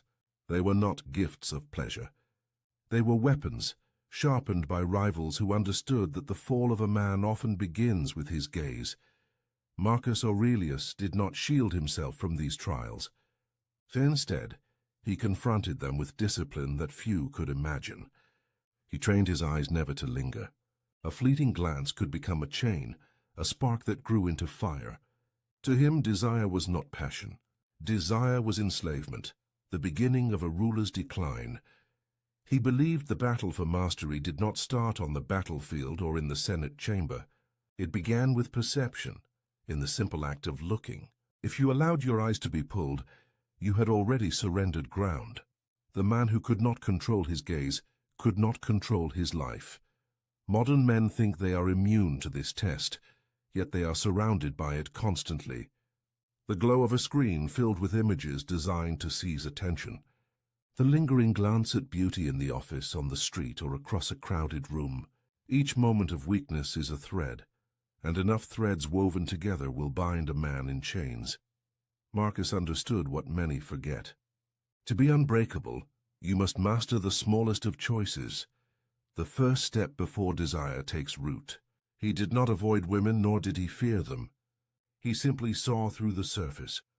He looked upon people not as flesh meant to seduce, but as souls bound by the same mortality and flaws as himself. There was a ritual he practiced in silence every morning. Before the sun rose, before Rome stirred awake, he would sit alone and remind himself, see the soul, not the skin. This vow was not a whisper of morality, but a declaration of power. For the man who sees beyond the surface can never be owned by it. The emperor's gaze was more than discipline. It was armor, an unbreakable shield against the most ancient form of manipulation, and that is the first secret. If you can master your eyes, you will master yourself. In the annals of Rome, there is a story of a decorated general, a man who had led legions across the frontiers and returned victorious. Yet the most dangerous battle he ever faced was not against barbarians or rival armies. It was within his own household. Whispers reached him that his wife, a woman of noble birth, had been conspiring with his political rivals. Not only her affection, but her loyalty had shifted into betrayal. For most men, such news would unleash fury. Rage, humiliation, and the thirst for revenge would consume them. Many leaders before him had executed wives, lovers, even friends for less. But this general did something different. He had prepared for this moment long before it arrived. Each morning, before donning his armor, he practiced what the Stoics called premeditation malorum, the premeditation of evils. He imagined betrayal as inevitable. He pictured his closest allies abandoning him, his family turning against him, his soldiers failing him. By rehearsing these calamities in his mind, he stripped them of their power. When they happened, they no longer shocked him. So when the whispers became proof, he felt no tremor of surprise, no tightening of the chest, no consuming fire of vengeance. Instead, he regarded the betrayal as nature itself, as common as a storm breaking across the sea. To expect loyalty without fail, he believed, was to live in a fantasy. To expect betrayal was to live in truth. This mindset turned his enemy's weapon into dust. The plot they believed would unmake him did nothing. In fact, he went further. He confronted the rival who had gained his wife's favor, not with wrath but with composure. And in an act that stunned the Senate, he promoted the man to higher office. It was not weakness. It was dominance. For in that moment, he showed that no insult, no conspiracy, no theft of affection could disturb his reason. He ruled not by force of passion, but by mastery of self. His enemies gained nothing, and his legend grew greater because of it. This is the second secret. Expect betrayal as natural, and it will never own you. In your own life, whether from friends, family, or women, betrayal loses its sting when you have already rehearsed it in the mind. Emotional immunity makes you untouchable. The general's legacy endures for one reason. When others sought to wound him through his heart, he proved that his heart was beyond their reach. Among the most famous Stoics of Rome was a man who began life not in wealth or honor, but in chains. His name was Epictetus. He was born a slave, treated as property, subjected to the cruelty of his master, and yet, from this lowly station, he rose to a level of authority that even free men envied. One story tells of his humiliation in the presence of noble guests. His master, eager to entertain, mocked him openly, forcing him to perform degrading tasks and endure ridicule. Among the spectators were women of the court, who laughed at his condition, jeering at his weakness. For most men, such shame would cut deeper than any blade. Anger, desperation, or despair would spill out uncontrollably. But Epictetus did not flinch. Instead, he stood in calm silence. His mind was untouched. He once said, "You may insult my body, but you cannot touch my reason." The body could be chained. The reputation could be dragged through the mud. But the inner fortress of thought, that domain remained sovereign. This was the core of his philosophy. True power is not measured by possessions, approval, or reputation. It is measured by the mastery of one's own mind. For while fortune can strip away status, wealth, or even freedom, it cannot touch the reasoning faculty unless you surrender it willingly. This truth makes a man invincible. Because if your worth is not tied to the praise of others, then insults carry no weight. If your identity is not built on possessions, then loss cannot destroy you. If your peace is not dependent on another's affection, then rejection cannot move you. In modern life, this remains the most brutal test. Insults, rejection, and the subtle games played to provoke emotion are constant. Many men crumble when mocked, or when a woman withholds approval. They lash out, they beg, or they retreat into self-doubt. But the man who understands Epictetus's lesson remains untouchable.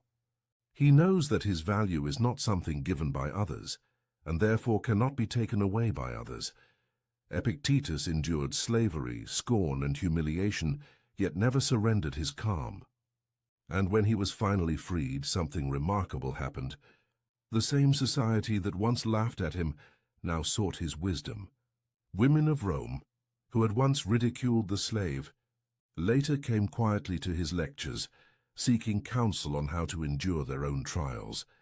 The man who began life with nothing ended with influence greater than kings, not because of what he owned, but because of what he could never lose, the mastery of his own mind. That is the third secret. A man who builds his self-worth on the unshakable foundation of reason is a man who can never be owned. In the heart of Rome, influence often came not only through the Senate floor or the battlefield, but through the chambers of desire. One senator, admired for his clarity of judgment, faced a temptation that few men could resist.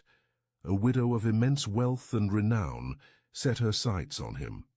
She was not only beautiful but also powerful, her late husband having left her estates, servants, and a network of allies eager to maintain her favor. Many men competed for her attention, each hoping to secure her fortune and the influence that accompanied her hand. She approached the senator with an offer that seemed impossible to refuse. Riches beyond measure, estates that could guarantee his children's prosperity, influence in the Senate through her allies, and companionship with a woman whose beauty was spoken of in whispers. Most men would have seen this as fortune smiling upon them. Most men would have surrendered, but this senator understood something deeper. He saw what others did not. Her offer was not freedom, but a chain. For the man who needs another's wealth, another's beauty, or another's influence no longer rules himself. He is ruled by what he craves. The senator's response was short but unforgettable. To need her is to be owned by her. With those words, he declined her hand. No hesitation, no apology, no elaborate excuse. Just the clarity of a man unwilling to trade freedom for comfort. The widow was astonished. Accustomed to bending men with her offers, she turned her attention to others. And indeed other men fell.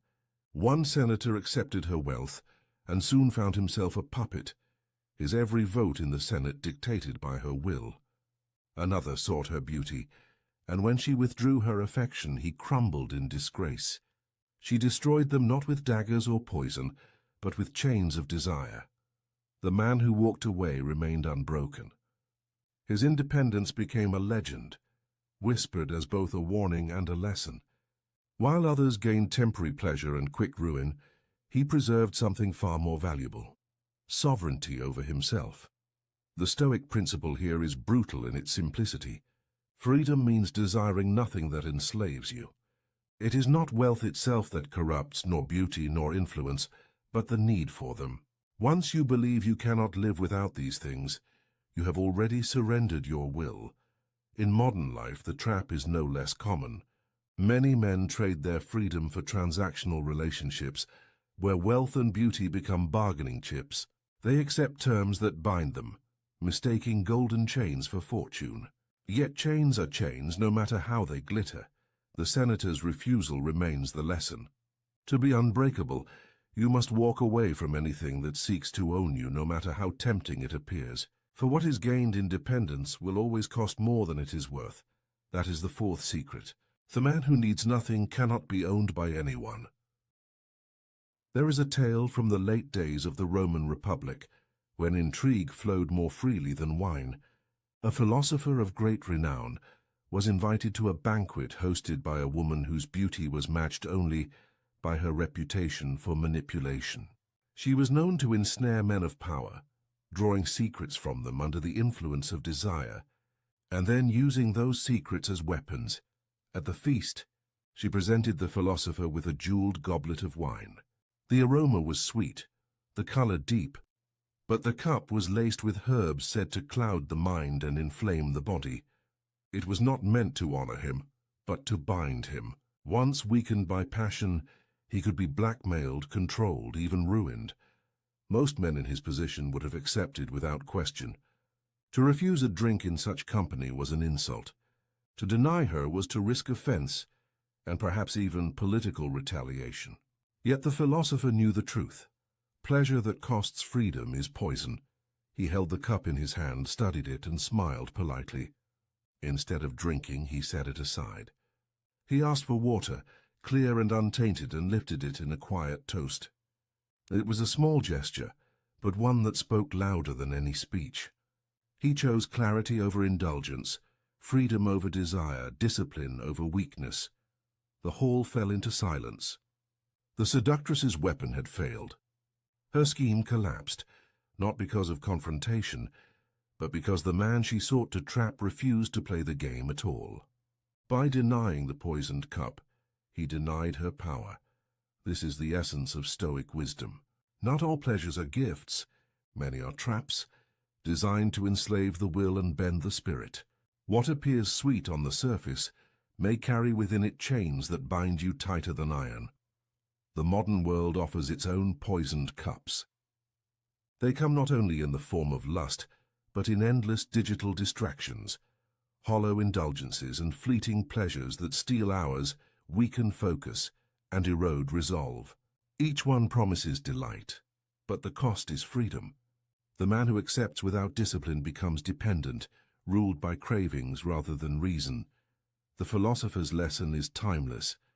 To remain unbreakable, you must examine every pleasure with suspicion.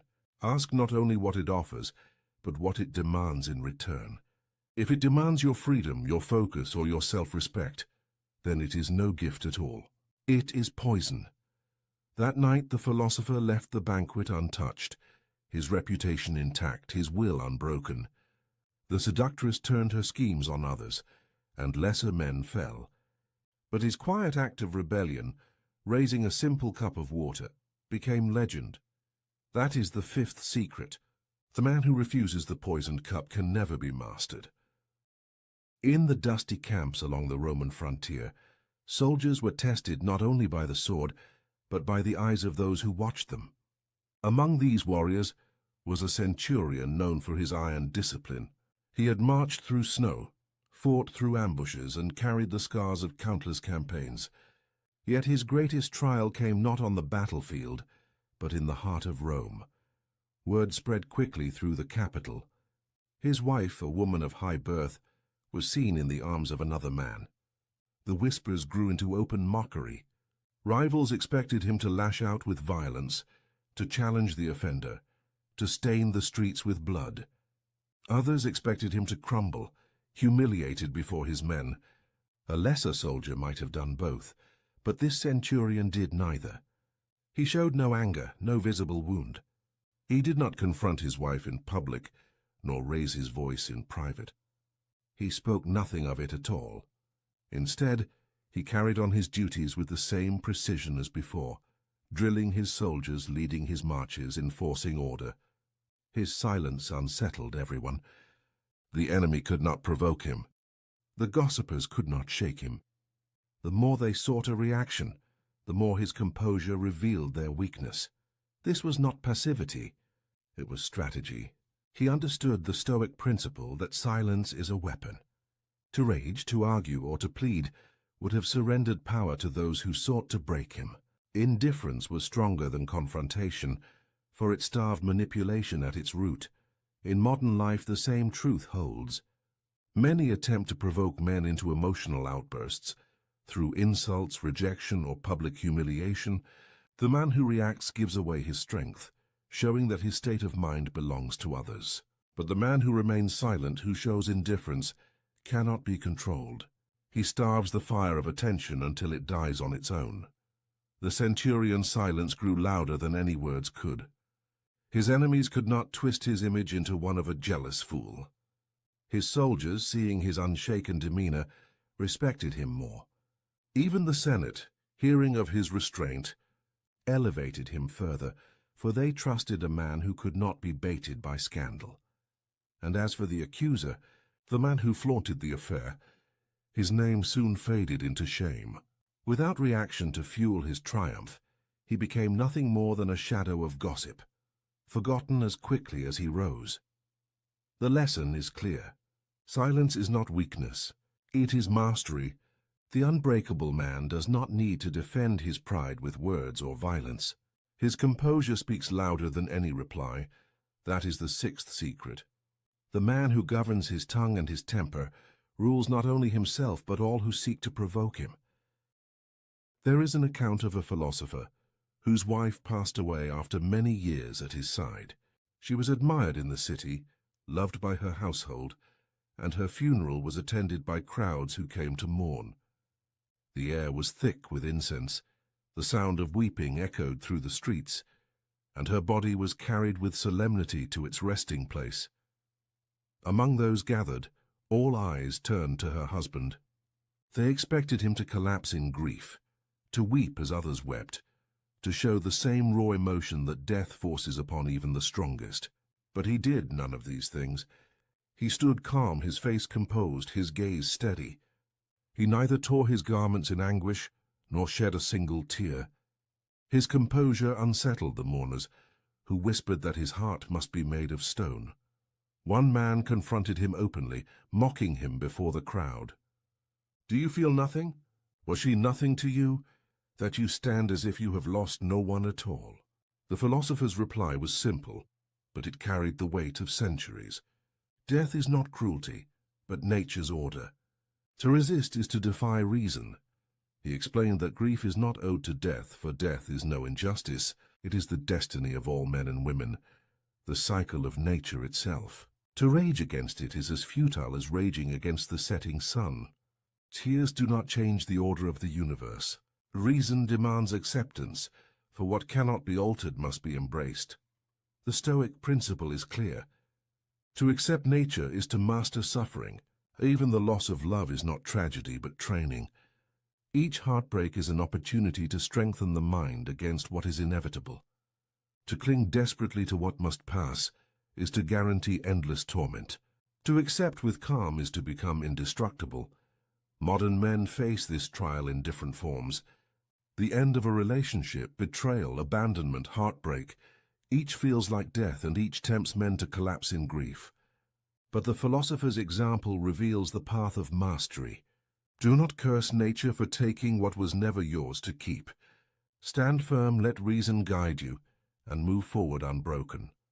When the final rites were finished, the philosopher did something that chilled those who witnessed it. As the mourners sobbed and the air was filled with lamentation, he turned from the graveside and walked away with head unbowed, steps steady and spirit unshaken. Where others dissolved into sorrow, he carried himself like stone, a living reminder that no power in the world, not even death, could bend his reason. That is the seventh secret. Acceptance is not indifference, it is power. The man who accepts all that nature brings cannot be destroyed by loss, for nothing can take away his mastery of himself. The lessons are now before you: the emperor's gaze, the betrayed general, the slave who owned his masters, the widow's trap, the poisoned cup, the soldier of silence, and the philosopher's funeral. 7 brutal secrets, each forged by men who refused to be broken. These were not abstract ideas or comfortable teachings. They were weapons sharpened by necessity, proven in the harshest trials of life. Men who ruled empires, commanded armies, and endured humiliation carried these principles as their shield. They stood unmovable, even when beauty, betrayal, temptation, and death itself tried to break them. And you too can carry them. Implementing even one will separate you from the ordinary. Because most men surrender their minds at the first test. They let their gaze be captured, their emotions be provoked, their desires be chained, their grief consume them. But the man who takes these secrets into himself walks another path. He is no longer ruled by what he cannot control. He rules himself, and that is the highest form of power. So let this be your final strike of the night. Start tomorrow. Do not let your eyes, your heart, or your silence be controlled by another. That is the first step to becoming unbreakable. Begin with the first secret. Tomorrow morning, practice the emperor's gaze. Notice where your eyes wander and take back control. Train your perception, and you will discover that the first battle is already won. And if you are ready for more, subscribe now. This is only the beginning. There are countless forbidden Stoic secrets waiting to be revealed. Secrets that will arm you with the same strength that once shaped emperors, generals, and philosophers. Stay vigilant. Stay disciplined. Stay unbreakable. There's a moment when a woman realizes she'll never forget you. Not because of your looks, your money, or your smooth words, but because of something far more powerful, something that reaches past her defenses and plants itself in her mind like an ancient oak tree, growing stronger with each passing day. Most men will never experience this moment. They'll remain footnotes in her story, blurred faces in old photos, names she struggles to remember. But there exists a rare breed of man who understands something the masses don't. Something Marcus Aurelius knew when he ruled Rome. Something Seneca whispered to his students in the dead of night. These men don't chase. They don't beg. They don't perform. Yet women can't stop thinking about them. Years later, decades later, their presence still echoes. Today, I'm revealing 6 Stoic behaviors that create this permanent psychological imprint. Not manipulation, not games, but ancient masculine wisdom that modern men have forgotten. The kind of wisdom that makes you unforgettable not just to women, but to everyone who crosses your path. And here's the paradox that will reshape how you see attraction forever. The less you try to be remembered, the more unforgettable you become. The less you chase her mind, the more you occupy it. Because these 6 behaviors don't make you interesting, they make you irreplaceable. Let me tell you about 2 men in a coffee shop. Both successful, both attractive, both interested in the same woman. The first man's phone buzzed during their conversation. Bad news from work. A client pulling out of a major deal. His face flushed red, his jaw clenched. He apologized, excused himself, and spent 10 minutes outside, pacing, making angry calls, letting everyone see his frustration. The second man faced something similar a week later. Same coffee shop, same woman. His phone lit up with news that his business partner had betrayed him, taking half their clients. But watch what happened next. He glanced at the message, took a deep breath that seemed to pull calmness from the air itself, and simply turned his phone face down. When she asked if everything was okay, he said with genuine calm, "It's something I'll handle. Right now, I'm here with you." 3 years later, she's married to the second man, not because he was richer or more successful, but because in that moment, she saw something rare. A man who could hold the storm inside without letting it spill onto everyone around him. Marcus Aurelius once wrote, while plague ravaged Rome and Germanic tribes attacked his borders, "You have power over your mind, not outside events. Realize this, and you will find strength." This isn't about suppressing emotion like some robot. Seneca himself wrote that we should feel deeply but choose our response wisely. The difference between a boy and a man isn't the absence of emotional storms. It's the ability to be the calm eye within them. When you master this, something profound happens in her psychology. She stops seeing you as another reactive male driven by every impulse and trigger. She sees you as the rock, the anchor, the safe harbor her nervous system has been searching for since birth. Here's what neuroscience tells us. Emotional contagion is real. When you panic, her mirror neurons make her panic. When you rage, her body floods with stress hormones. But when you remain centered while chaos swirls, her entire being recognizes something primal: safety. Not the fake bravado of a man pretending nothing affects him, but the genuine groundedness of someone who feels the earthquake, but doesn't become it. I know an executive whose business partner didn't just betray him, but seduced his wife. Most men would have exploded, sought revenge, made scenes. But he did something that shocked everyone. He sat alone for 3 days, processing the pain without unleashing it on others. When he finally spoke, his words carried weight, not heat. He handled the divorce and the business dissolution with such dignified composure that his ex-wife later said, "His response to my betrayal made me realize what I'd lost." She thinks about him still, not with guilt, but with a respect that borders on awe, because she witnessed something most never see: a man who could be wounded without becoming weak, hurt without becoming hostile. This is the first unforgettable trait, not the absence of emotional storms, but mastery over them.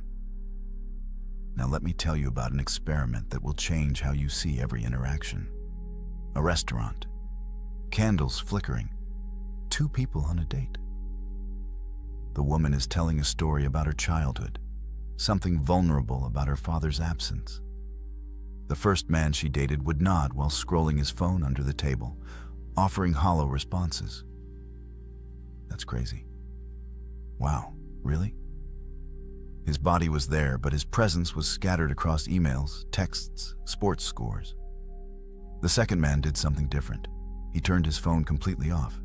Not silent. Off. When she spoke, he leaned in slightly, his eyes never wandering to other tables, the TV at the bar, or the waitress walking by. He asked questions that showed he wasn't just hearing, but absorbing. How did that shape how you see trust? Do you still feel that way? Time seemed to slow. The restaurant noise faded. For those 2 hours, she felt like the only person in his universe. Epictetus taught that attention is the highest form of generosity we can offer another human. Think about that.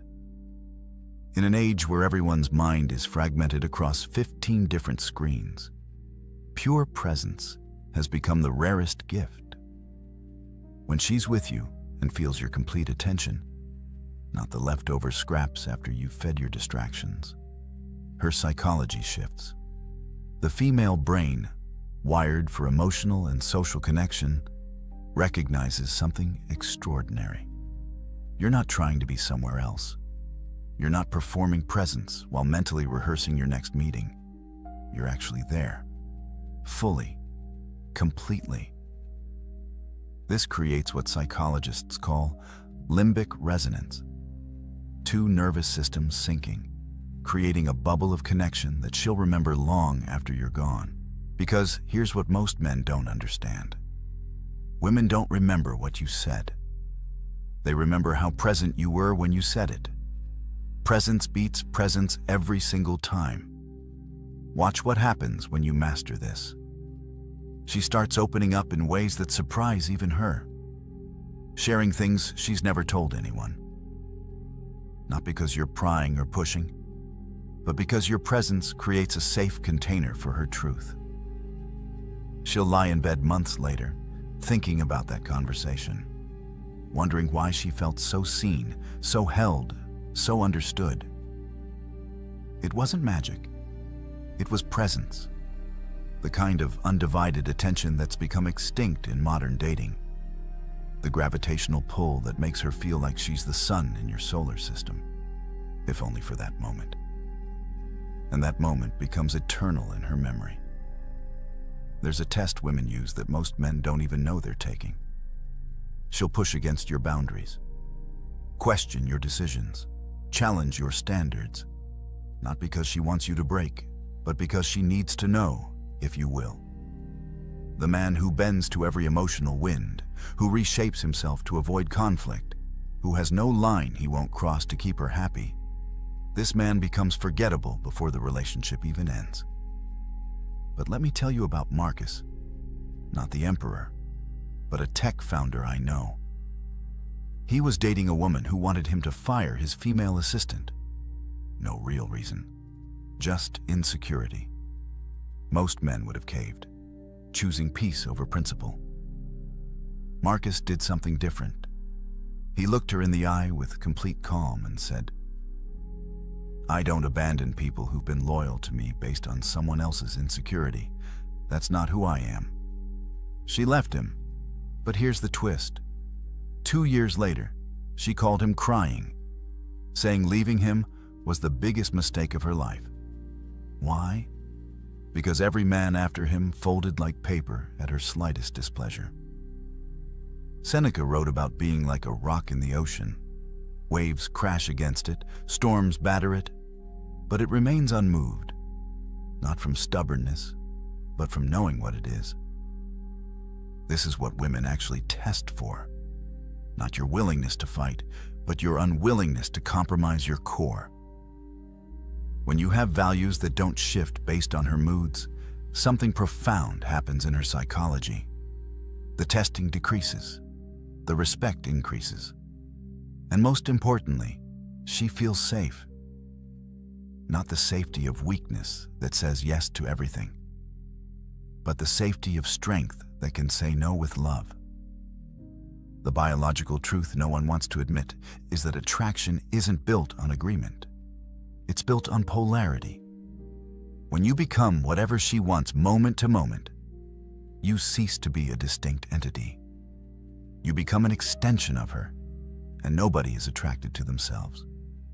Your values, your unshakable principles, your lines in the sand, these create the masculine frame she can dance within. I watched a man walk away from $10 million because the deal required him to betray a partner who trusted him. His girlfriend watched him make this choice. She saw him choose integrity over wealth, character over comfort. 5 years later, married with children, she still tells that story. Not about the money he lost, but about the man he proved himself to be. That moment of principled decision became the foundation of her permanent respect. This is what modern men miss. They think being understanding means having no standards. They think love means infinite flexibility. But watch what happens when you stand firm in your values while remaining kind in your delivery. She might resist in the moment, but she'll respect you forever. Create your code, not rules for her, but standards for yourself. Lines you won't cross regardless of who's asking or what's offered. This isn't about being rigid or unreasonable. It's about being a man whose word means something, whose principles aren't negotiable, whose character doesn't fluctuate with circumstances. When she knows who you are at your core, when she can predict your response to moral challenges, when she sees you choose difficulty over dishonor, you become unforgettable. Because in a world of shapeshifters and people-pleasers, the man who knows himself and stands by it becomes a landmark in her life. A reference point she'll measure every other man against. Here's the moment that changes everything.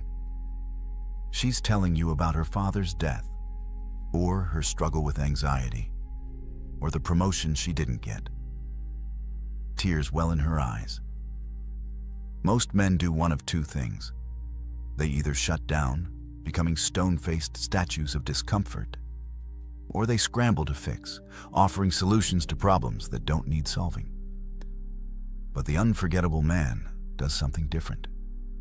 He lets her see that her pain affects him, not in a weak, codependent way where he falls apart, but in a human way that says, "Your hurt matters to me." His eyes might soften, his voice might catch slightly when he responds. He shares his own moment of loss, not to compete, but to connect. Marcus Aurelius, the philosopher emperor who could have claimed divine status, wrote openly about weeping when his mentor died. "I gave way to tears," he wrote, "for he was a man worthy of them." The strongest man in the world admitted to crying. Yet somehow modern men think feeling makes them weak. But here's the psychological truth that changes everything. When she sees your humanity, not your performance of invulnerability, bonding hormones flood her brain. Oxytocin, vasopressin, the same chemicals that bond mothers to children and create lifetime partnerships. But this must be strategic vulnerability, not emotional dumping. There's a massive difference between sharing your depth and drowning her in your dysfunction. The man who tells her about his father's harsh criticism and how it shaped his drive, that's depth. The man who complains about his boss every night for 2 hours, that's drainage. The moment should be rare, unexpected, like discovering a hidden room in a house she thought she knew. I knew a special forces operator, trained to kill, conditioned to feel nothing. On their third date, a song came on that his deceased brother used to play. For just a moment, his eyes went somewhere else. When she asked, he simply said, "My brother loved this song. I miss him." That was it. No drama, no collapse, just a glimpse behind the armor. She later said that 10-second moment created more connection than 3 months of conversation. Because she saw the man, not the mask.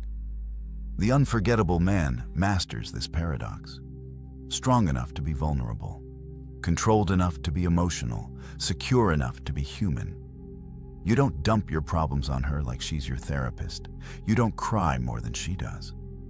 But in specific moments, you let her see that you feel deeply, that loss has touched you, that beauty moves you, that her joy genuinely lifts your spirit. This selective vulnerability becomes a key that unlocks a door in her heart that logic could never open. She stops seeing you as another emotionally constipated male or an emotional wreck. She sees you as whole, complete, a man who has integrated his shadows instead of hiding or being consumed by them. Watch what happens to a man without a mission. He makes her his mission. Every text becomes urgent. Every moment apart feels like abandonment. He orbits her like a lost satellite, and she feels the weight of being his only source of meaning. This man becomes forgettable the moment she realizes she's dating a boy, looking for a mother, not a man looking for a partner. But the man with purpose moves differently through the world. He loves deeply but doesn't need desperately. He wants her but doesn't require her for his existence to make sense. Epictetus said it best. First, say to yourself what you would be, then do what you have to do. This is the magnetic pull of direction. Women are biologically wired to recognize this. Throughout history, they've attached themselves to men moving towards something greater than comfort. The hunter tracking prey, the warrior defending the tribe, the builder creating shelter. The modern equivalent isn't about hunting mammoths. It's about having something you're building that exists independent of any relationship.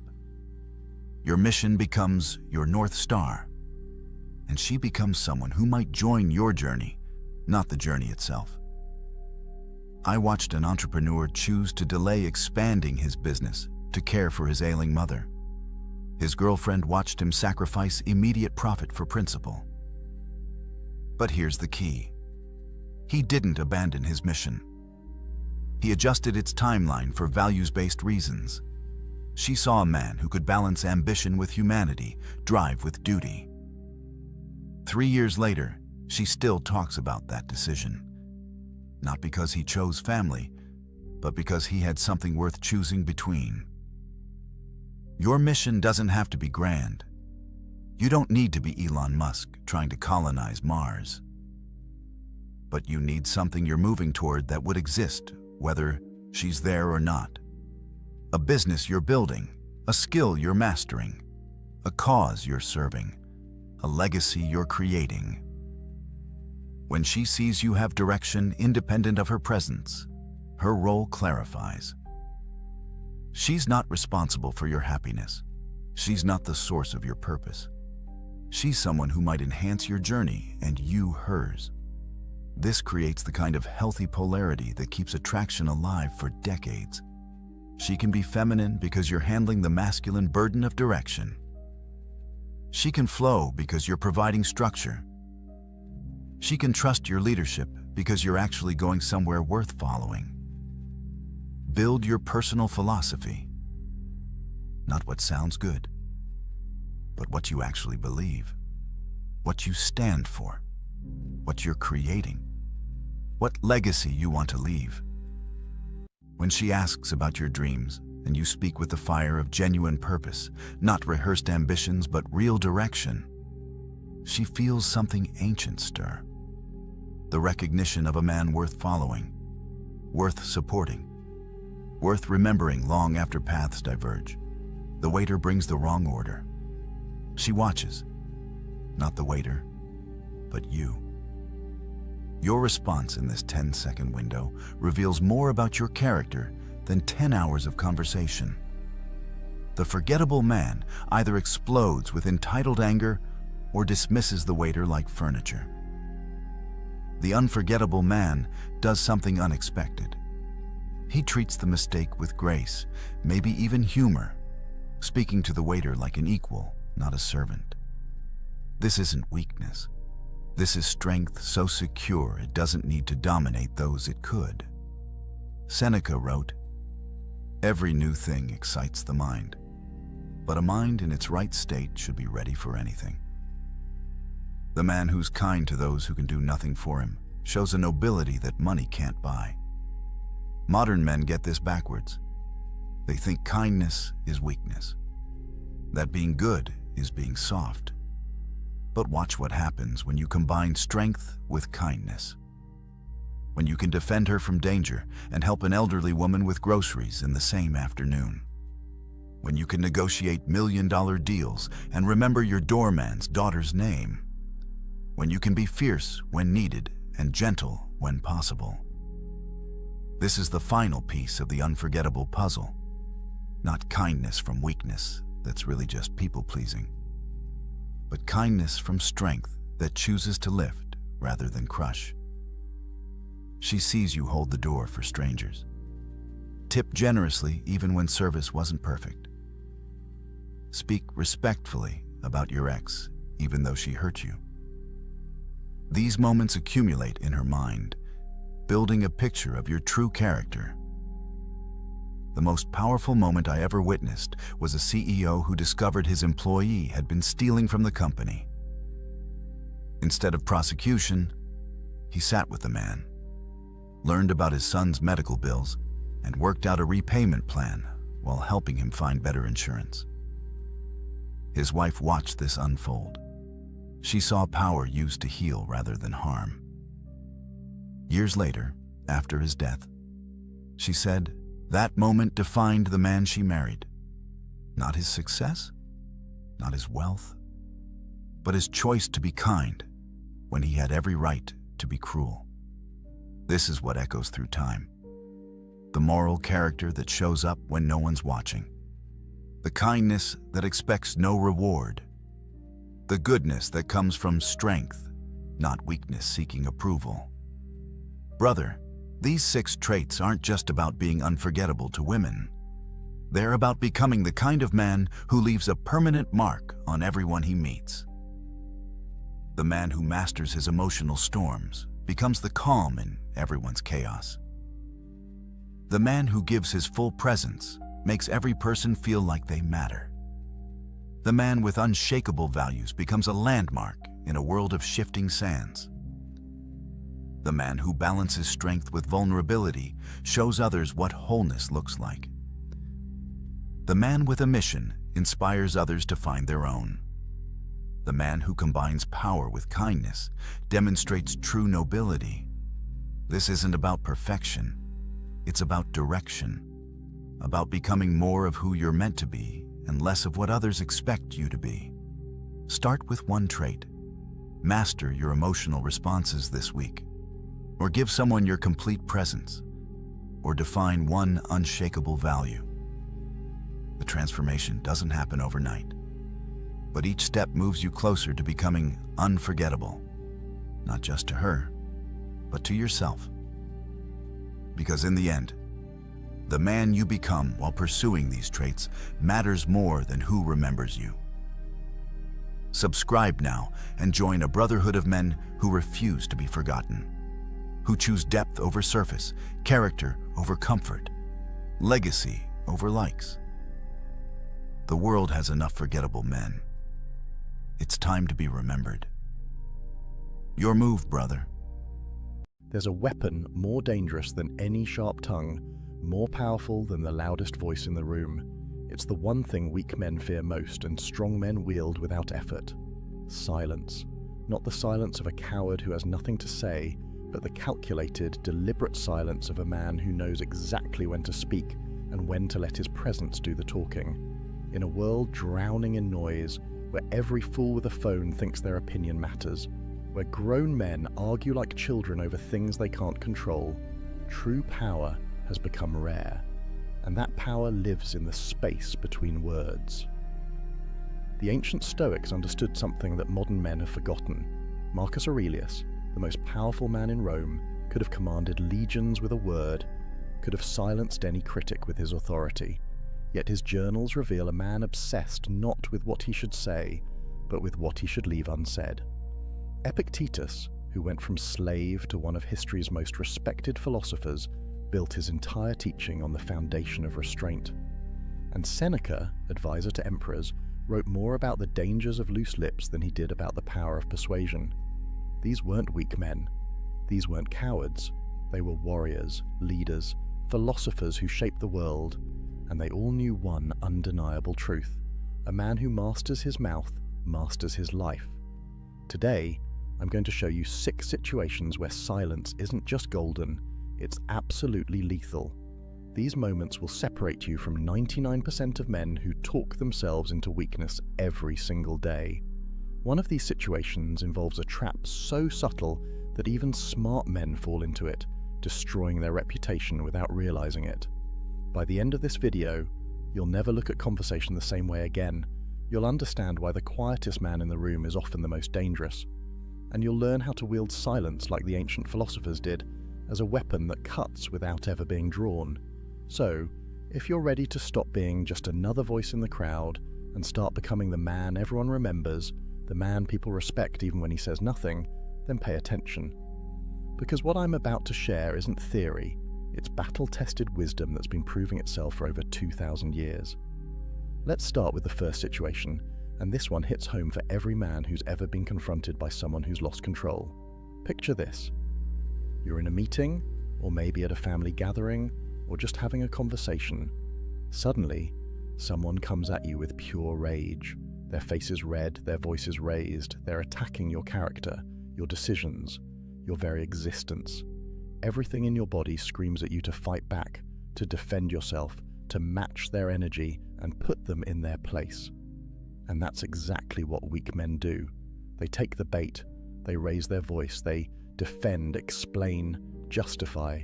They step into the ring thinking they're showing strength, when really they're revealing the exact opposite. Here's what the Stoics knew that most men never learn. Anger is temporary insanity. Seneca wrote extensively about this. When someone is angry, they're not thinking, they're reacting. Their rational mind has been hijacked by emotion, and in that state, they're essentially having a conversation with themselves. They're not actually hearing you. They're hearing their own narrative, their own story, their own pain. So when you respond with words, with explanations, with counter-arguments, you're feeding the beast. You're giving their insanity something to latch onto, something to justify itself against. But when you go silent, everything changes. Silence in the face of anger is like throwing water on fire. The angry person expects resistance. They're geared up for a fight. Their entire emotional system is primed for your reaction.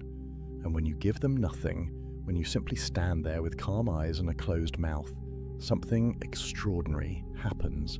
They're forced to confront their own reflection. Without your words to bounce off, their anger has nowhere to go but back into themselves. And in that moment, they begin to hear how they sound. They begin to see how they look. The mirror you're holding up through your silence is far more devastating than any comeback you could deliver. Marcus Aurelius faced opposition constantly. The Roman Senate was filled with men who questioned his decisions, challenged his authority, spoke against him in public forums. And his response? Documented in his own writings, he would often sit in complete silence as senators railed against him. He understood something profound. The best answer to anger is silence, not because he was afraid, not because he couldn't defend himself, but because he recognized that angry men defeat themselves if you simply give them enough rope. There's a psychological principle at work here that modern science has confirmed. Mirror neurons in our brains cause us to unconsciously match the emotional state of people around us. It's why yawning is contagious. It's why you feel uncomfortable when someone near you is anxious. And it's why arguments escalate. When someone comes at you with anger, and you respond with anger, you're creating an amplification loop. Both of you are mirroring and intensifying each other's rage. But silence breaks the circuit. When you refuse to mirror their anger, their brain starts searching for a different signal to sync with. And if you maintain calm, steady presence, something shifts. The angry person begins, often unconsciously, to regulate down toward your state rather than escalating further. I've seen this play out in corporate boardrooms. A colleague of mine once sat completely silent while a director screamed at him about a project delay. Not a word, not a defense, not an excuse, just calm, steady presence. The director raged for maybe 2 minutes, which felt like an eternity, and then, with nothing to push against, the anger just collapsed. The director actually apologized before the meeting ended. My colleague never had to say a single word in his own defense. His silence said everything that needed to be said. It said, "I'm not playing this game. I'm not meeting you in your chaos. I'm staying here, in control, while you lose yours." This is power, real, genuine power, not the fake machismo of always having a comeback, not the insecurity of needing to defend every slight, but the unshakable strength of a man who knows that angry people are fighting themselves, not you, and you don't need to participate in their self-destruction. But here's what you need to understand. This silence isn't passive. It's not weakness disguised as calm. It's active, intentional presence. You're not hiding, you're not cowering, you're standing there, fully present, fully aware, choosing not to add fuel to someone else's fire. That choice, that discipline, that restraint, that's what makes you dangerous. Because a man who can't be provoked into losing control is a man who can't be defeated by emotional manipulation. Now, there's a second situation that trips up even smart, capable men. And I guarantee it's happened to you more times than you realize. Someone criticizes you. Maybe it's at work, maybe it's in your social circle, maybe it's online. The criticism is unfair, maybe even baseless. They question your competence, your motives, your worth, and immediately your brain starts constructing a defense. You want to explain why they're wrong. You want to correct the record. You want everyone to know the truth. And that impulse, that need to defend yourself, that's the trap. Here's what weak men don't understand. The moment you defend yourself against criticism, you've already lost. Why? Because defense is an admission that the criticism has power over you. It reveals that you need others to see you correctly, that your sense of self depends on their approval. Every word of explanation you offer is proof that their opinion matters more to you than your own knowledge of who you are. The Stoics had a framework for this, and it's one of the most powerful concepts in their philosophy. The dichotomy of control. There are things within your control and things outside it. Your actions, your intentions, your effort, those are yours. But other people's opinions, judgments, perceptions, those are completely outside your control. You can influence them, maybe, but you cannot control them. And when you try, when you argue and defend and explain, you're spending your precious energy and attention on something you have no real power over. Galileo understood this at the deepest level. When he proposed that the earth revolved around the sun, he faced persecution from the most powerful institutions of his time. The church, academic authorities, the entire establishment came against him. They called him a heretic, a fool, a danger to society, and while he did eventually recant under threat of execution, which is a reasonable response to literal torture, his approach to criticism in the years before was telling. He didn't spend his time arguing with every critic. He didn't write long defenses every time someone attacked his work. He did his research, he made his observations, he documented his findings, and then he let his work speak. That's the power move. Silence in the face of criticism forces critics to confront their own lack of substance. When you don't engage, when you don't defend, their criticism has nothing to bounce off. It just hangs there in the air, naked and exposed. And if the criticism was baseless, as unfair criticism usually is, it reveals itself as such without you having to say a word. Think about the last time someone criticized you unfairly at work. Maybe they questioned a decision you made, or suggested you weren't pulling your weight, or implied you didn't know what you were doing. If you're like most people, you probably immediately started explaining, here's why I did it this way, here's all the work you didn't see, here's the context you're missing, and with every explanation, what were you really doing? You were trying to convince them, which means you were putting your sense of competence in their hands. You were saying, without realizing it, your opinion of me matters more than my own knowledge of my work. But imagine instead you had simply nodded, said, I hear you, and gone back to your work. No defense, no explanation, no justification, just acknowledgement and a return to producing results. What happens? The critic is left holding their criticism with nothing to do with it. And if your work is actually good, if your decisions were actually sound, the results will prove it. The criticism dissolves on its own. Your work becomes your defense, and work is always more convincing than words. There's a deeper truth here that goes beyond just protecting yourself from critics. When you develop the strength to let criticism exist without defending against it, you free yourself from the exhausting need for approval. You build an inner fortress that no outside opinion can penetrate. Marcus Aurelius wrote, "It never ceases to amaze me. We all love ourselves more than other people, but care more about their opinion than our own." Read that again. We claim to love ourselves, but we give other people's judgments more weight than our own self-knowledge. That's insanity, and defending yourself constantly is how you perpetuate that insanity. The man who stays silent in the face of criticism is telling himself a crucial truth. I know who I am, I know what I've done, I know my intentions, and I don't need you to see me correctly for any of that to remain true. That's freedom, that's power. That's the difference between a man who's controlled by others' opinions and a man who's governed by his own inner compass. Your work will speak, your results will speak, your character, demonstrated over time, will speak louder than any defense you could mount in a moment of criticism. So, save your energy, save your words, let the critics talk, let them question, let them judge.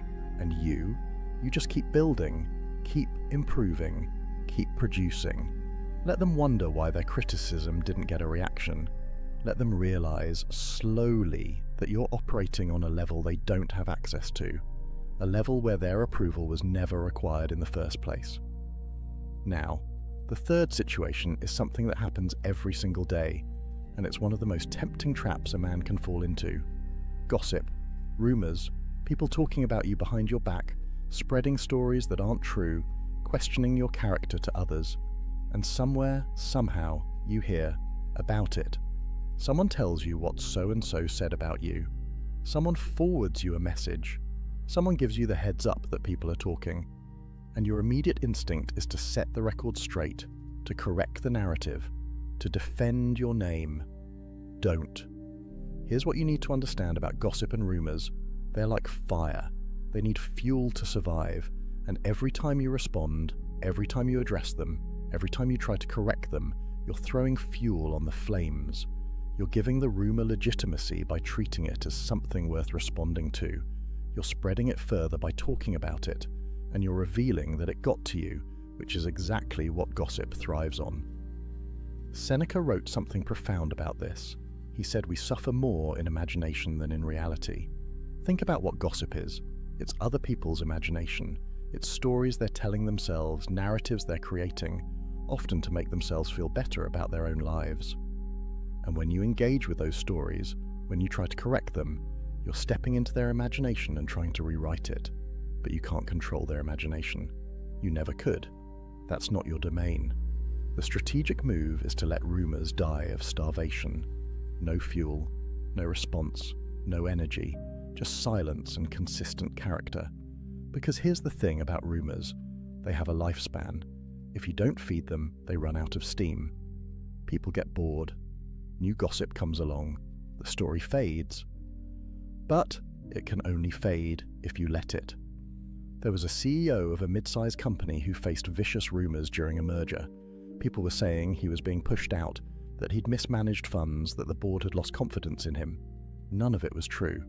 His PR team wanted him to issue statements, do interviews, defend his reputation. He refused. He said, "I'll let the merger speak." And he went silent. For 3 months, he didn't address a single rumor. He just kept executing the merger, kept doing his job, kept showing up with the same steady leadership he'd always demonstrated.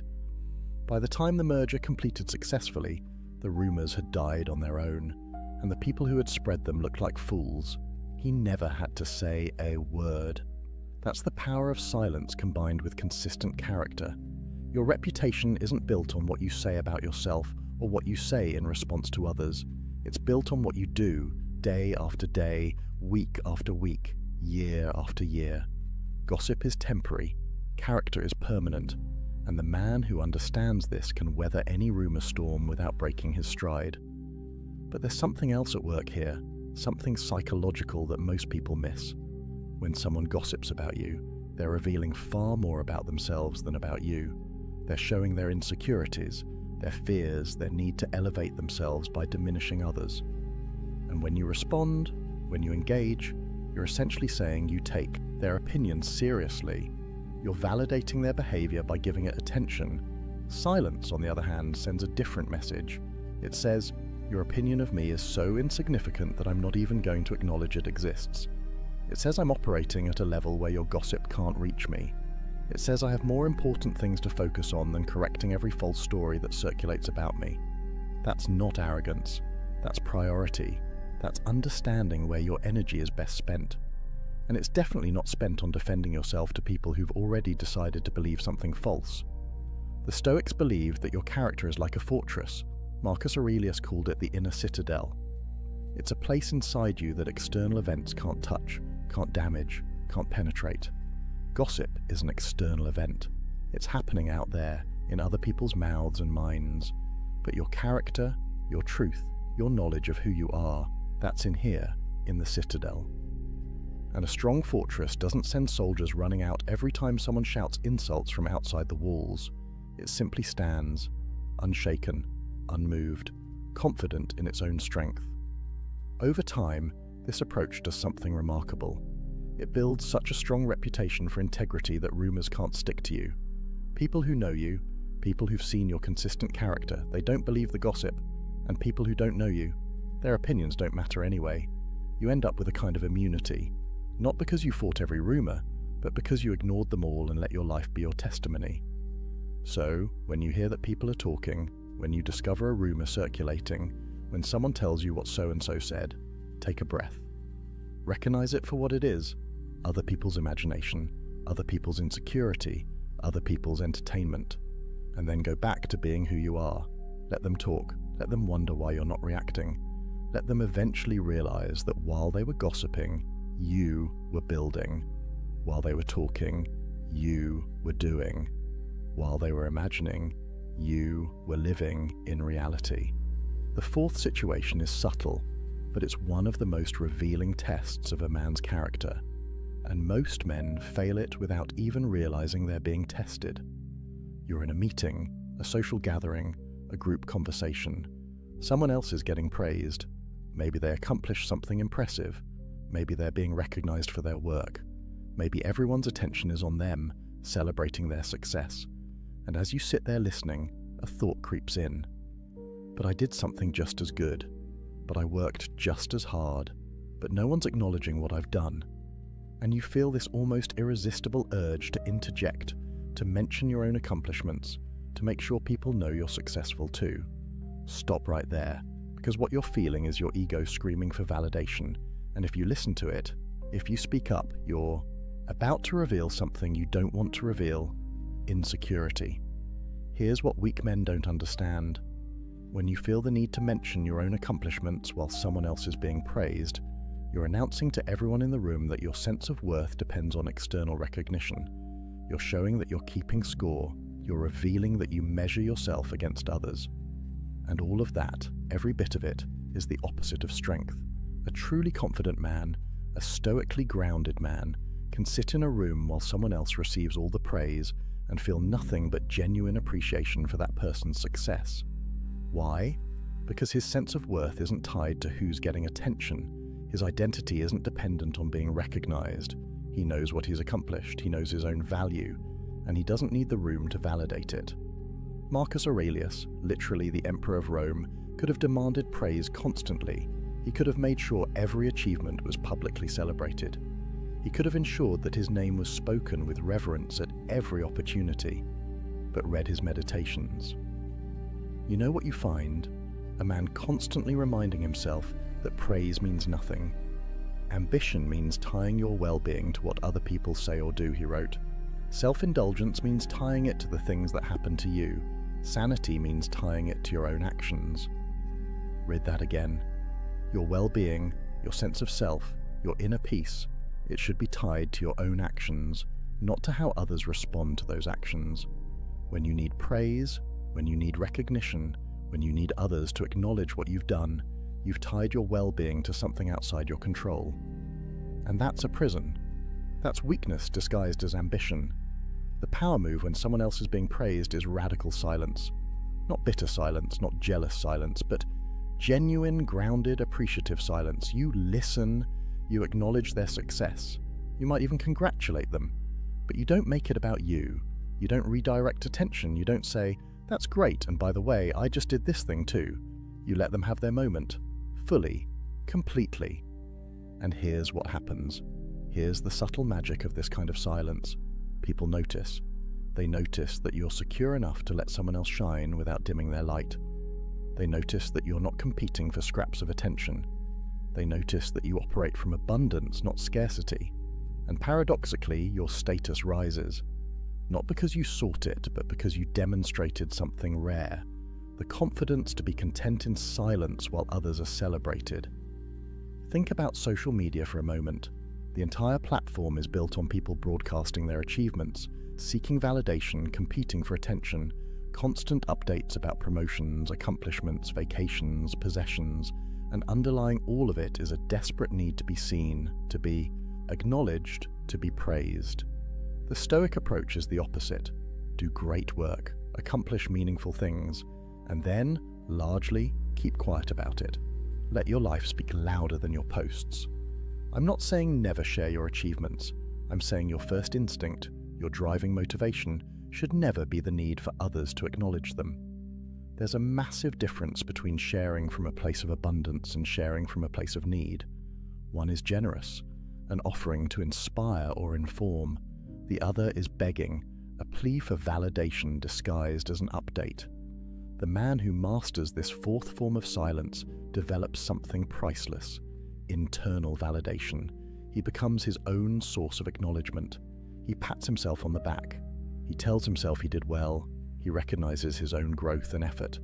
And that self-recognition becomes stronger and more sustaining than any external praise ever could be, because it's always available. It can never be taken away, and it doesn't depend on anyone else's mood, attention, or opinion. Seneca wrote, "Until we have begun to go without them, we fail to realize how unnecessary many things are. We've been using them not because we needed them, but because we had them." The same is true of praise. Once you begin to go without seeking it, once you develop the discipline to let others shine while you remain quiet, you realize how unnecessary that external validation was. You were seeking it not because you needed it, but because the opportunity to seek it was always there. The confident man lets others be praised. The insecure man makes sure he's praised too. Which one are you? The next time you're in a room and someone else is getting recognition, watch your internal reaction. Notice if you feel that urge to redirect attention to yourself. And if you do, breathe. Let it pass. Stay silent. Let them have their moment. And notice how strong you feel when you do. That feeling, that quiet strength of not needing the spotlight, that's real power. That's the kind of power that can't be shaken because it doesn't depend on anything outside yourself. The fifth situation is one that destroys more potential than almost anything else. And it's so common, so normalized, that most men don't even recognize they're sabotaging themselves when they do it. You get excited about a new goal. Maybe it's a business idea. Maybe it's a fitness transformation. Maybe it's learning a new skill. Whatever it is, the excitement is real. The vision is clear. And your immediate instinct is to tell people about it. You want to share your plans. You want to announce your intentions. You want people to know what you're about to accomplish.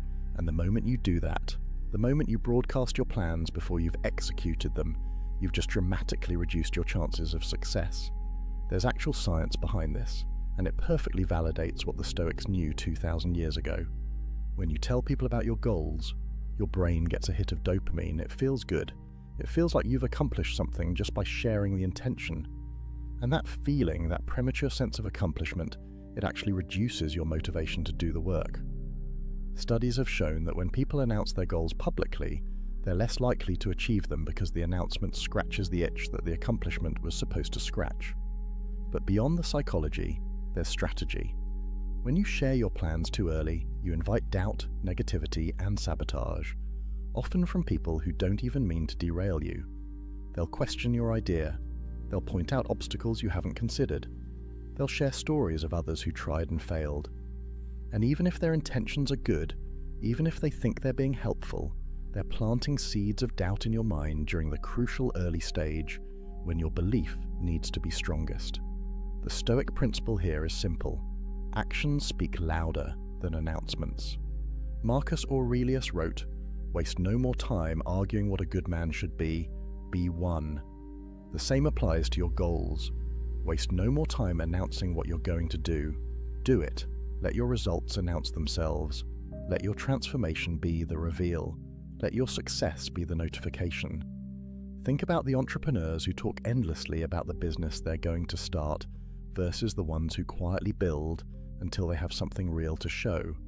Think about the guys who announce they're getting in shape, post about their new gym membership, tell everyone about their meal prep, versus the guys who just start training and let their physical transformation do the talking 6 months later. Which approach commands more respect? Which one actually gets results? There's power in moving in silence. When you keep your plans to yourself, you maintain strategic advantage. Competitors don't know what you're working on. Doubters can't plant seeds of uncertainty. Negative people can't drain your energy with their skepticism. You're operating in stealth mode, building momentum without interference, accumulating small wins without the pressure of public accountability to people who don't actually matter. And there's something deeper happening too. When you keep your plans silent, you're developing internal accountability. You're proving to yourself that you don't need external pressure or validation to follow through. You're building the muscle of self-discipline, the capacity to commit to something and execute it without needing cheerleaders or witnesses. That's real strength. That's the difference between someone who needs accountability partners to do anything and someone who's accountable to themselves. I know a guy who wanted to write a book. For 2 years, he told everyone he was working on it. He talked about the premise at parties. He discussed his progress on social media. He sent update emails to friends, and 2 years later, he had maybe 50 pages written. Then he met someone else who had published 3 books. When he asked this person how they did it, the answer was simple. I stopped talking about writing and started writing. I told no one. I just wrote every day. And when the first draft was done, then I mentioned it. That's the difference. One person needed the validation of others knowing he was a writer. The other just quietly became one. The man who announces his plans is creating accountability to the wrong people.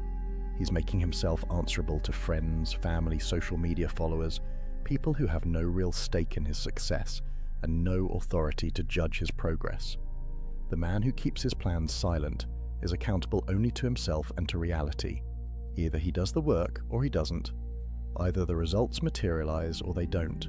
No one to make excuses to, no one to explain himself to, just him and his commitment. Seneca advised, let your progress become your proof, not your promises, not your announcements, your actual, tangible, undeniable progress. That's what earns respect. That's what can't be argued with. Anyone can talk about what they're going to do. The man who keeps quiet and then shows up with results, that man is rare. That man is dangerous, because he's demonstrated that his word to himself is stronger than his need for external validation. So the next time you feel excited about a goal, about a plan, about a vision, feel that excitement fully. Let it fuel you, but keep it to yourself. Guard it like a secret. Protect it from the energy vampires, the doubters, the well-meaning but ultimately unhelpful opinions of people who aren't in the arena with you. Work in silence, build in private, and when the time comes, when you have something real to show, let your results do the announcing. Let people be surprised. Let them wonder when you found the time, how you developed the discipline, why they didn't see it coming. That surprise, that gap between their perception and your reality, that's the signature of a man who knows how to move with power. Talk less, do more. Let the world catch up to what you've already become. Now, the sixth and final situation is perhaps the most difficult. It requires a level of wisdom that most men spend their entire lives developing, and yet, it's one of the most common scenarios you'll face. You know you're right, you have the facts, you have the truth, you have the logical high ground, but the person you're talking to, they're not listening, they're not open, they're dug into their position, and no amount of evidence, reasoning, or explanation is going to change their mind, and you face a choice. Do you keep trying to convince them? Do you keep presenting your case? Do you keep fighting to be acknowledged as correct? Or do you let it go? This is where most men stumble, because there's something in us, something deep and primal that needs to be recognized as right when we know we are. It feels like defeat to walk away from an argument we could win. It feels like cowardice to let someone remain wrong about something we could correct. And so we keep talking, keep explaining, keep arguing, even when we know it's futile, even when we can see that nothing we say will make a difference. The Stoic wisdom here is brutal in its clarity. Some battles aren't worth fighting, not because you'd lose, but because winning gains you nothing. Epictetus taught that some people simply aren't ready to hear truth. Their current understanding, their current level of consciousness, their current emotional state, it makes them incapable of receiving what you're offering, even if what you're offering is absolutely correct. And when you encounter someone like this, the wise response isn't to try harder, it's to save your energy. Marcus Aurelius wrote, "The object of life is not to be on the side of the majority, but to escape finding oneself in the ranks of the insane." Sometimes the sanity is in recognizing that you can't save everyone from their own ignorance. You can't force growth on someone who isn't ready. You can't argue someone into enlightenment, and trying to do so doesn't make you noble or persistent. It makes you a fool wasting resources on an unwinnable fight. Think about the last time you got into an argument online. You presented facts. They dismissed them. You provided sources. They questioned the sources. You broke down the logic. They moved the goalposts. And 3 hours later, you were exhausted, frustrated, and they hadn't changed their position 1 millimeter. What did you gain? Nothing. What did you lose?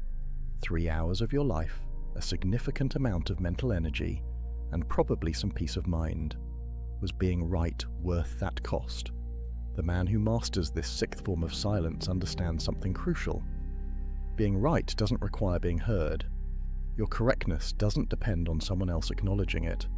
The truth is the truth, whether they accept it or not. And sometimes, probably more often than you'd like, the most powerful thing you can do is let someone be wrong. There's a concept in Stoicism about choosing your battles. Not every hill is worth dying on. Not every argument is worth having. Not every wrong idea is worth correcting. You have finite energy, finite time, finite attention.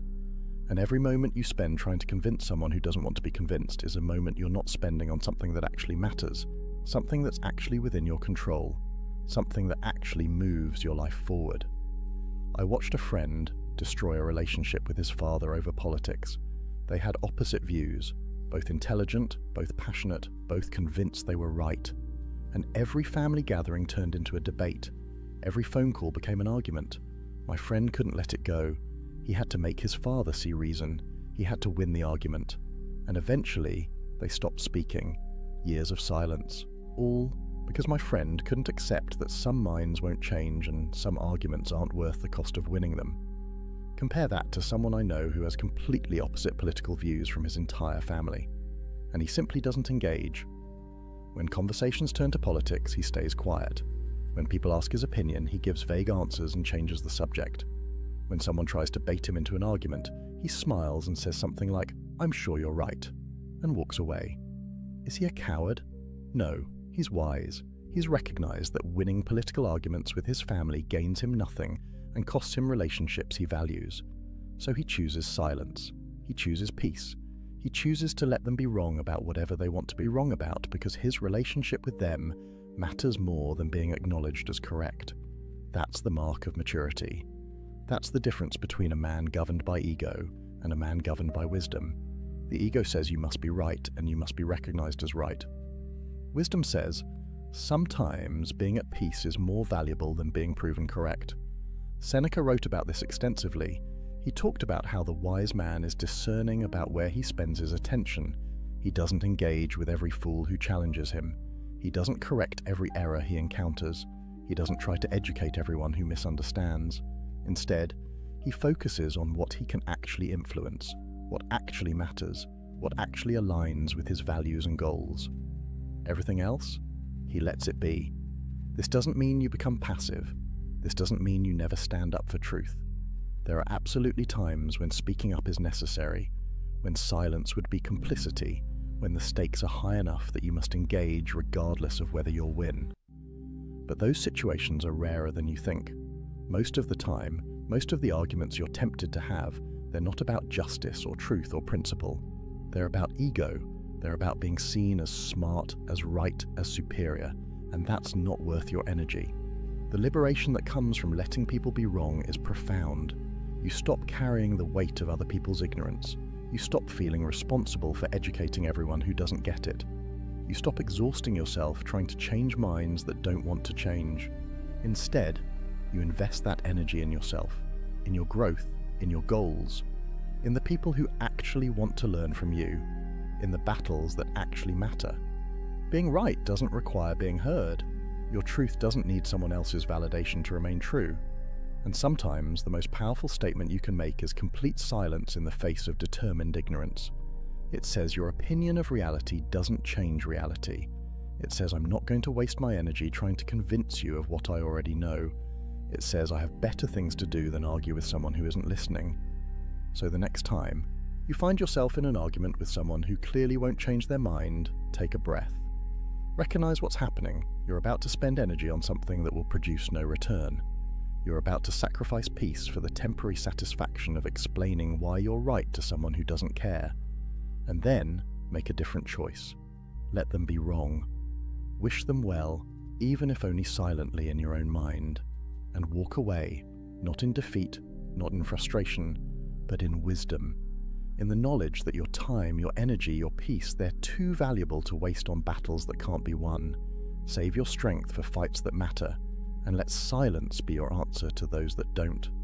So here we are, 6 situations where silence is your ultimate weapon. When someone attacks you with anger, when critics try to provoke you, when gossip and rumors circulate, when someone else receives praise, when you're tempted to announce your plans, and when you're right, but speaking won't change anything. 6 moments where weak men talk themselves into defeat and strong men stay silent and maintain power. But let's be clear about something. This isn't about never speaking. This isn't about being a doormat. This isn't about passive acceptance of everything. The Stoics weren't silent because they were weak. They were silent because they were strong. Strong enough to choose when to speak and when to stay quiet. Disciplined enough to resist the pull of ego, emotion, and social pressure. Wise enough to recognize that not every moment requires a response. The transformation from reactive to strategic, from emotional to grounded, from weak to powerful, it all starts with one realization. You don't have to respond to everything. You don't have to defend everything. You don't have to explain everything. You don't have to correct everything, you don't have to announce everything, you don't have to win everything. And the moment you accept that, the moment you internalize it, you become dangerous in the best possible way. Because a man who can't be provoked is a man who can't be controlled. A man who doesn't need validation can't be manipulated through praise or criticism. A man who moves in silence can't be stopped by people who never saw him coming. And a man who chooses his battles wisely has energy for the wars that actually matter. Marcus Aurelius spent his life fighting wars, running an empire, dealing with senators, generals, enemies both foreign and domestic. And yet, what did he write in his journals? The best revenge is to be unlike him who performed the injury. Not to strike back, not to defend endlessly, but to rise above, to remain true to yourself, to let your character be your answer. That's what these 6 situations are teaching you. How to rise above, how to remain true, how to let your life be your answer when words would only weaken your position. This week, I want you to do something. Pick one of these 6 situations, just one, and commit to practicing silence when it shows up. When someone gets angry, don't defend. When someone criticizes unfairly, don't explain. When gossip circulates, don't address it. When someone else gets praised, don't interject. When you get excited about a goal, don't announce it. When you're right but it won't matter, don't argue. Pick one and practice. Because this isn't theory. This is training. This is how you build the muscle of restraint, the discipline of silence, the power of knowing when to speak and when to let your presence speak for you. Silence isn't the absence of power, it's the accumulation of it. Every time you choose not to react, you're storing energy. Every time you choose not to defend, you're building confidence in yourself that doesn't need external validation. Every time you choose not to argue, you're proving to yourself that you're governed by wisdom, not emotion. And over time, those choices compound. They turn you into someone different, someone rare, someone who walks into any room and commands respect without saying a word, someone who other men instinctively know not to test, someone who women recognize as genuinely strong, not performatively masculine. That's who you can become. Not through talking about it, but through practicing it. Not through announcing your journey, but through walking it in silence. Not through defending your transformation, but through embodying it so completely that no defense is necessary. The ancient Stoics built empires, survived slavery, advised kings, and faced death itself. And the wisdom they left us wasn't complex. It wasn't hidden. It was simple, practical, and powerful. Speak less. Choose carefully. Let silence be your strength. In a world where everyone's shouting, the quiet man stands out. In a culture where everyone's defending themselves, the man who doesn't need to is magnetic. In an age where everyone's announcing everything, the man who moves in silence is unstoppable. So go out there and practice. Let angry people exhaust themselves against your silence. Let critics reveal their own emptiness. Let gossip die of starvation. Let others have their moment in the spotlight. Let your plans remain yours until they become reality. Let people be wrong when convincing them gains you nothing. And watch what happens. Watch how your life changes. Watch how people's respect for you grows. Watch how much energy you have for things that actually matter. Watch how unshakable you become. This is the path of the Stoic. Not easy, not popular, not celebrated by the crowd, but powerful. Genuinely, undeniably powerful. And that power is yours if you're willing to embrace the silence. If this video resonated with you, if you're committed to walking this path, drop a comment right now. Tell me which of these 6 situations you struggle with most. Are you the guy who can't help but defend yourself? The one who has to announce every plan? The one who always needs to be right? Let me know, because awareness is the first step. Naming your weakness is how you begin to transform it into strength. And if you're ready to go deeper, if you want more of this raw, unfiltered Stoic wisdom that cuts through the modern noise and gives you ancient power, hit that subscribe button right now. This channel is a brotherhood, a place where men come to level up, to strip away weakness, to reclaim the strength that modern culture tries to drain from us. We're building something here, a community of men who understand that real power is quiet, that real strength is disciplined, that real transformation happens in silence, not in social media posts. Remember, brother, a man who talks about doing is just planning. A man who stays silent and does is unstoppable. Be the latter. Master your mouth, master your reactions, master your need for validation, master yourself, and watch as everything else falls into place. The Stoics didn't just talk about wisdom, they lived it. And that's exactly what I'm challenging you to do. Not to watch another video about being better, but to be better, starting right now, starting with silence, starting with the next time one of these 6 situations shows up in your life. And trust me, it will show up probably today. And when it does, you'll have a choice. React like most men, or respond like a Stoic. Choose wisely, your power depends on it. Studies show that 73% of women admit they've lost respect for a man they were once attracted to, not because he changed, but because he revealed who he was beneath the surface. And here's what most men will never understand. You're probably making these same mistakes right now, watching the respect drain from her eyes, and you have no idea why. Most relationship advice is garbage. It tells you to communicate more, be more vulnerable, show her you care. But the ancient Stoics understood something that modern psychology is only now confirming. Attraction isn't built on what you say. It's destroyed by what you do. And the 7 mistakes I'm about to reveal, they're silent killers. You won't see them coming, but she will. And by the time you notice, it's already too late. Marcus Aurelius commanded armies. Epictetus survived slavery and became one of history's most influential teachers. These men understood human nature at a level that makes modern dating coaches look like children playing dress-up. They knew that respect isn't given. It's commanded through your actions, your frame, and your absolute refusal to abandon yourself for anyone. Over the next 25 minutes, you're going to learn exactly why women lose respect for men. Not theories, not feel-good platitudes. Cold, hard truths backed by ancient philosophy and modern neuroscience. I'll be referencing statistics that will shock you, Stoic principles that have stood for 2 millennia, and the exact behavioral patterns that separate men who keep respect from men who lose it. But here's what you need to know before we go further. The 7th mistake on this list is so devastating, so completely fatal to attraction, that once you commit it, there's almost no coming back. It's the mistake that makes all the others inevitable, and I guarantee you're either doing it right now, or you're one decision away from falling into it. If you've ever felt her pull away and couldn't understand why, if you've watched attraction fade and blamed yourself without knowing what you actually did wrong, if you're tired of being the nice guy who finishes last while pretending you don't care, this video will change everything. Subscribe now, because 99% of men need this information, but most won't have the courage to watch until the end. Let's begin with the first mistake. It seems innocent. You probably think you're being reasonable when you do it, but it's already destroying how she sees you. The first mistake that kills respect is excessive explanation of your choices.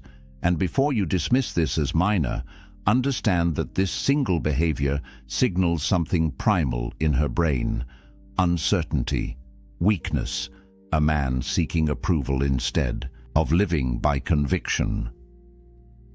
Marcus Aurelius wrote extensively about self-justification. He observed that the moment you feel compelled to explain yourself beyond simple clarity, you've already surrendered your authority. Think about that. The most powerful man in the Roman Empire understood that over-explanation is the language of insecurity. When you justify your decisions to gain approval, you're teaching her that your choices require her permission to be valid. Here's what the research shows. Studies on leadership communication patterns reveal that people perceived as high status use 38% fewer justifying statements than those perceived as low status. That's not a small difference. That's the gap between a man who commands respect and a man who begs for it with every sentence. The mechanism is brutally simple. When you constantly explain why you made a choice, why you prefer something, why You did what you did.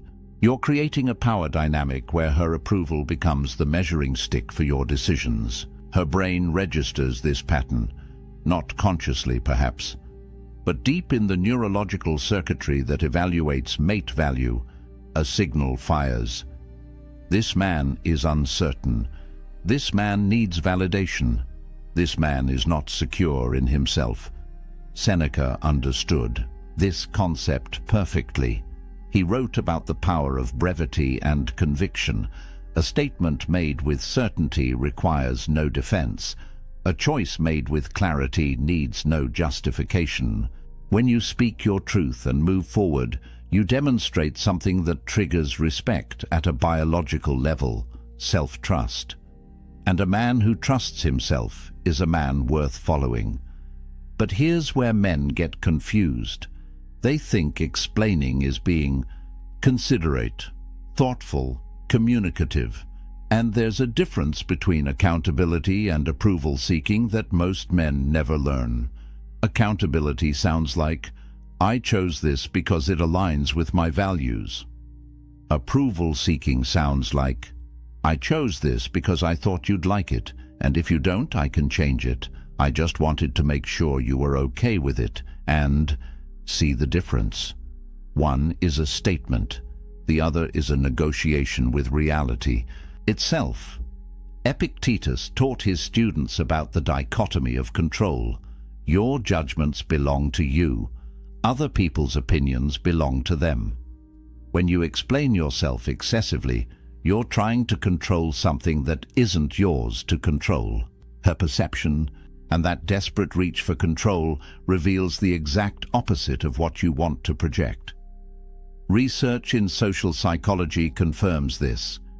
People trust decisive communication. When you state your position without hedging, without qualifiers, without the endless parade of justifications, you activate trust responses in the listener's brain. But when you over-explain, you trigger suspicion. Because at a subconscious level, she's wondering, why does he need to convince me this much? What is he hiding? What is he uncertain about? The Stoics had a phrase for this, living according to nature. Not nature as in trees and rivers, but nature as in your essential character. A tree doesn't explain why it grows toward the sun. A river doesn't justify its path to the ocean. They simply are what they are. And when you live with that same unconflicted certainty, when you make choices and state them without the desperate need for approval, you embody something that respect cannot help but follow. So here's your first truth. Secure men state, insecure. Men explain. Which one are you? But this next mistake is worse, because you're doing it to be nice. Mistake number 2 destroys more masculine potential than perhaps any other error on this list, except for what's coming later. And it's this: abandoning your mission for validation, sacrificing your purpose, your goals, your direction in life, because you think it will make her respect you more. It does the exact opposite. Musonius Rufus, a Stoic philosopher less known than Marcus Aurelius but equally profound, taught extensively about purpose and direction. He argued that a man without a mission is like a ship without a rudder, tossed by every wave, controlled by every wind. And here's what modern relationship research confirms. Studies show that women report significantly higher satisfaction, attraction, and respect in relationships where their partner demonstrates clear life direction independent of the relationship itself. Let me break down those numbers for you. In longitudinal studies tracking relationship satisfaction, couples where the male partner maintained strong personal goals and pursuits showed 42% higher reported respect levels from female partners compared to relationships where men primarily oriented their lives around the relationship. 42%. That's not a rounding error. That's the difference between keeping her or losing her. Marcus Aurelius wrote something that should be carved into every man's mind. You have power over your mind, not outside events. Realize this, and you will find strength. Apply that to relationships. You have power over your purpose, your mission, your direction. You do not have power over whether she approves of it. And the moment you abandon what you know you should be doing to chase her approval, you've lost both your mission and her respect. Here's the paradox that breaks most men. They believe availability equals value. They think, if I'm always there, always accessible, always putting her first, she'll see how much I care and respect me more. But the data reveals something completely different. Research on attraction patterns shows that women consistently report higher attraction to partners who demonstrate what psychologists call high investment in personal goals. Not high investment in chasing her, high investment in building themselves. The Stoic framework explains why. External validation is inherently unstable. Today she approves of your choices. Tomorrow she doesn't. Today she wants your attention. Tomorrow she wants space. If your mission changes based on her shifting moods, you're not a man with direction. You're a weather vane spinning with every breeze, and no woman respects a weather vane. Epictetus taught the dichotomy of control with surgical precision. There are things within your control: your choices, your values, your effort, your discipline. There are things outside your control: her moods, her approval, her attraction, her respect. When you sacrifice what you control, your mission, to chase what you don't control, her validation, you've committed the cardinal sin of Stoic philosophy. You've traded your power for powerlessness. But here's where it gets deeper. Neuroscience. Research on relationship dynamics shows something fascinating. When a man maintains strong personal direction, when he has goals and pursuits that exist independently of his partner, it triggers what researchers call mate value perception stability. In simple terms, she sees you as more valuable because your value doesn't depend on her. Your worth exists whether she's there or not. And that independence, that unwavering commitment to your path, activates attraction at a primal level.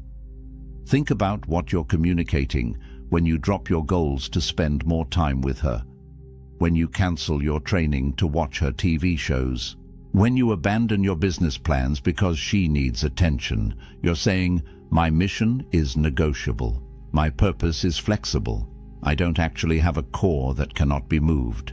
And she registers that message perfectly. The statistical correlation is brutal and clear. Studies tracking long-term relationship outcomes show that men who maintain consistent personal pursuits, who have what researchers call identity sovereignty, experience respect levels in their relationships that are 61% higher than men who merge their identity entirely into the partnership. Your mission protects your respect. Your purpose guards your attraction. The moment you trade them for her validation, you've guaranteed losing both. Here's the Stoic truth that will save you. Your mission is your domain, not up for debate, not negotiable, not subject to her approval or disapproval. When you live from that unshakable center, when your purpose is as unmovable as a mountain, you become the kind of man that respect follows naturally, because she sees what most men never demonstrate. A man who knows who he is and where he's going, regardless of who's watching. The third mistake is subtle. Most men don't even realize they're committing it daily. This one separates boys from men in her eyes, instantly. And it's this: emotional reactivity to tests. The moment you let her emotions control your emotions, the moment you react instead of respond, you've handed her the keys to your inner world. And once she has those keys, respect walks out the door. Seneca wrote about anger with a clarity that modern psychology is only now catching up to. He called it temporary madness, a state where reason abandons you and impulse takes control. And here's what the research shows. Psychological studies on emotional regulation reveal that individuals perceived as high status demonstrate significantly lower reactivity to emotional provocation. They measured this. People who maintain composure under pressure are automatically assigned higher social value by observers. It's not conscious. It's hardwired into how we evaluate strength. But let's talk about what's actually happening when she tests you, because she will test you. Research on relationship dynamics confirms what the Stoics understood intuitively. Partners engage in what psychologists call relationship testing behaviors to assess emotional stability and frame strength. She's not doing this to be malicious. She's doing it because her neurology demands to know, is this man solid or does he crumble when challenged? Marcus Aurelius faced this principle on a civilizational scale. He wrote, "The impediment to action advances action. What stands in the way becomes the way."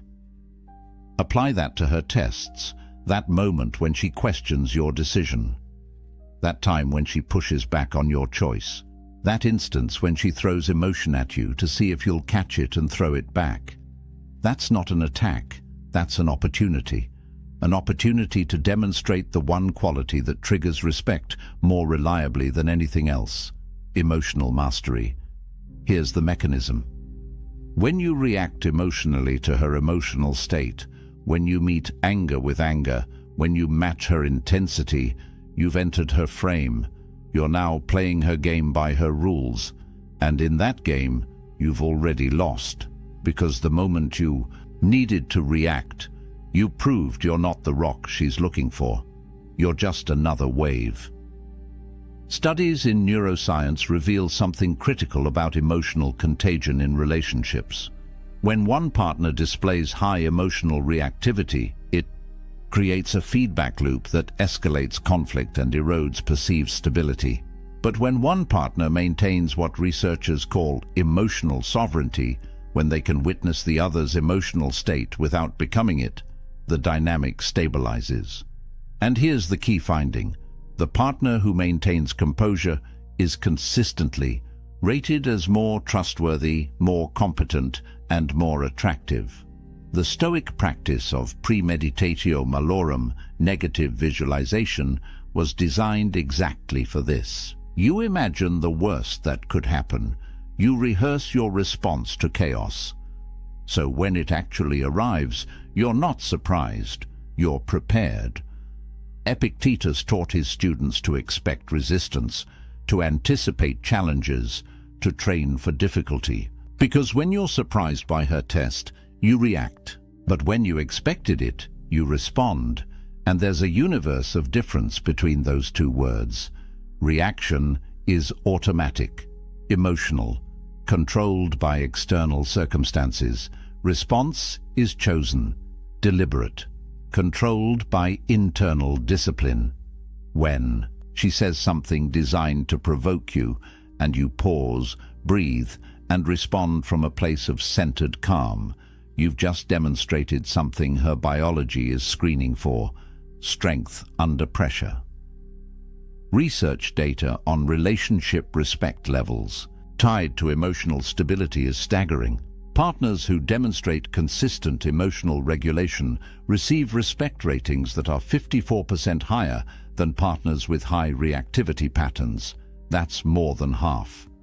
Over half the difference between respect and contempt comes down to whether you can control your emotional state when tested. But here's what most men miss. They think emotional mastery means suppression, becoming stone, showing nothing. That's not stoicism, that's avoidance. Marcus Aurelius felt deeply. Seneca wrote about grief with profound emotion. The difference is they felt their emotions without being controlled by them. They experience the wave without becoming the wave. And that's what she needs to see. Not that you don't feel, but that what you feel doesn't dictate what you do. The statistics on this are clear. Relationship studies show that emotional reactivity is one of the top 3 predictors of long-term respect loss. When you consistently react to her emotional state with your own emotional chaos, you're training her to see you as unstable, unreliable, not the foundation she thought you were. And once that perception sets in, reversing it is almost impossible. So here's your third truth. Your reaction reveals everything about your character. She doesn't remember what you said when you were calm. She remembers what you did when you were tested. And if what you did was lose control of yourself, you've shown her exactly who you are beneath the surface. Mistake number 4 is where good men unknowingly sabotage themselves. Most relationship advice tells you to do this, but the Stoics knew it kills attraction. And it's this: seeking permission instead of leading.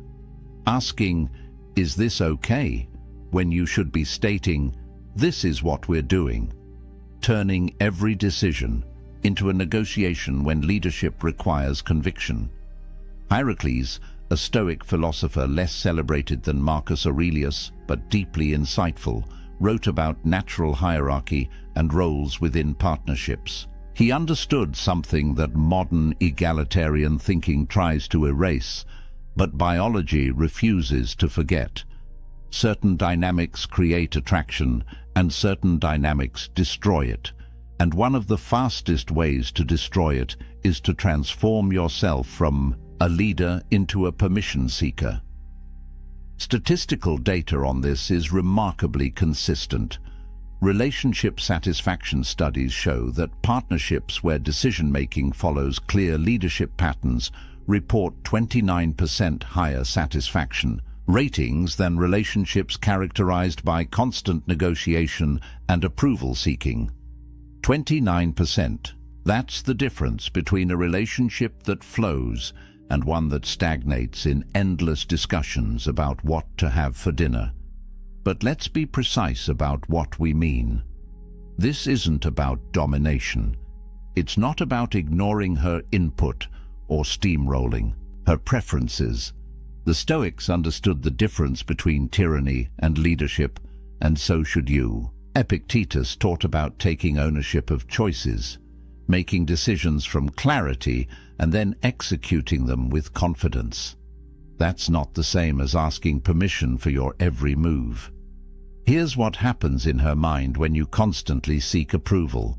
Research on decisiveness and perceived competence shows that individuals who demonstrate what psychologists call decision-making confidence are rated as significantly more competent, more trustworthy, and more attractive than those who display hesitation patterns. When you ask, "Is this okay?" before making simple choices, you're communicating uncertainty.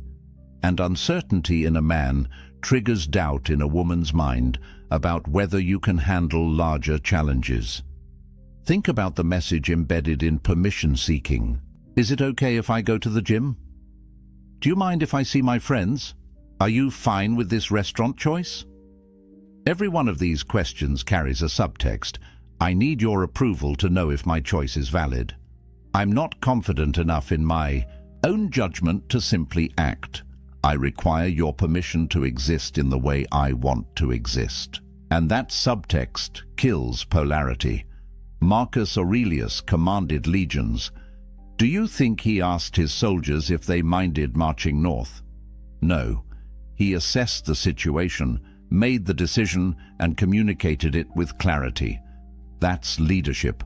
And while a relationship isn't a military campaign, the principle of decisive action remains the same. Consideration is valuable. Seeking permission is weak. The neuropsychology of leadership and attraction reveals something fascinating. Brain imaging studies show that when people observe decisive behavior, it activates neural pathways associated with trust and security. When they observe hesitation and approval seeking, it activates pathways associated with uncertainty and anxiety. Your indecision makes her anxious. Your confidence makes her secure. Which state do you think triggers respect? Research tracking decision-making speed and respect levels found a direct correlation. Partners who make decisions efficiently, who assess options and commit without endless deliberation, receive respect ratings 33% higher than partners who agonize over every choice and seek constant validation, 1/3 higher. That's the tax you pay for weakness disguised as consideration. But here's where men get confused. They think asking her opinion is respectful, and it can be when done correctly. There's a difference between, "What do you think about this option?"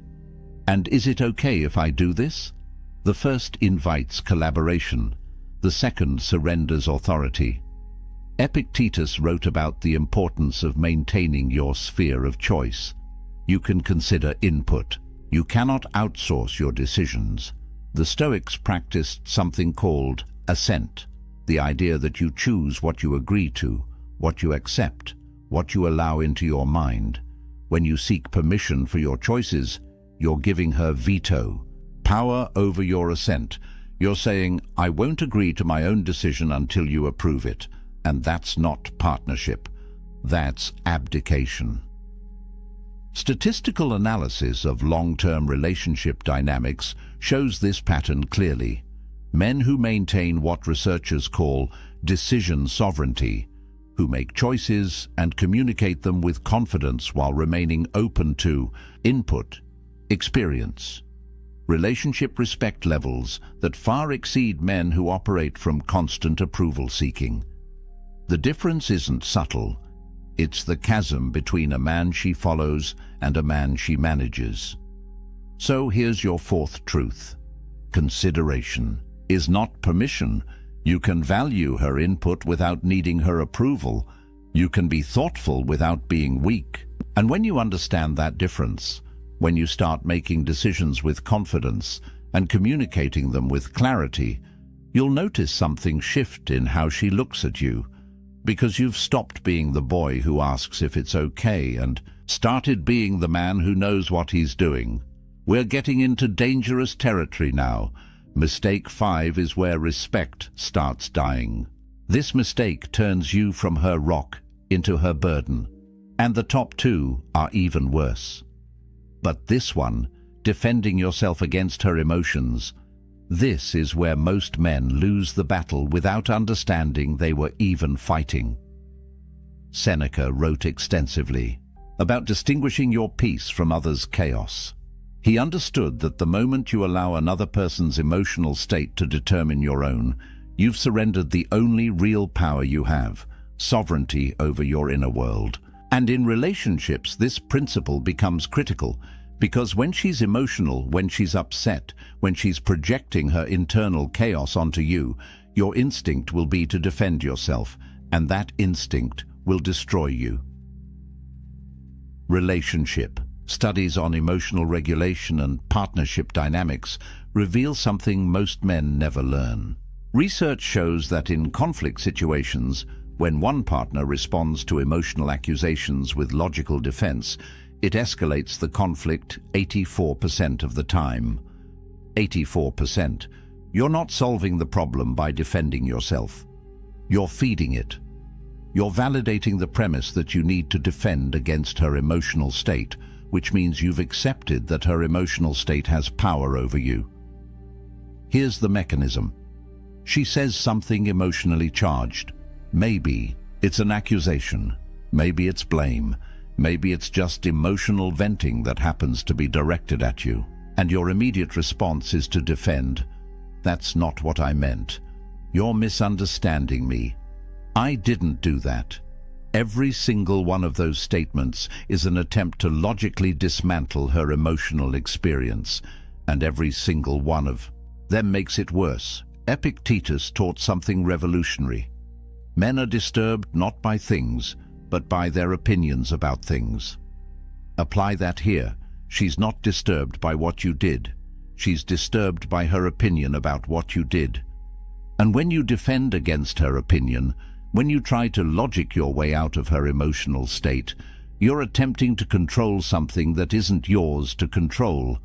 You're trying to change her perception by arguing with it.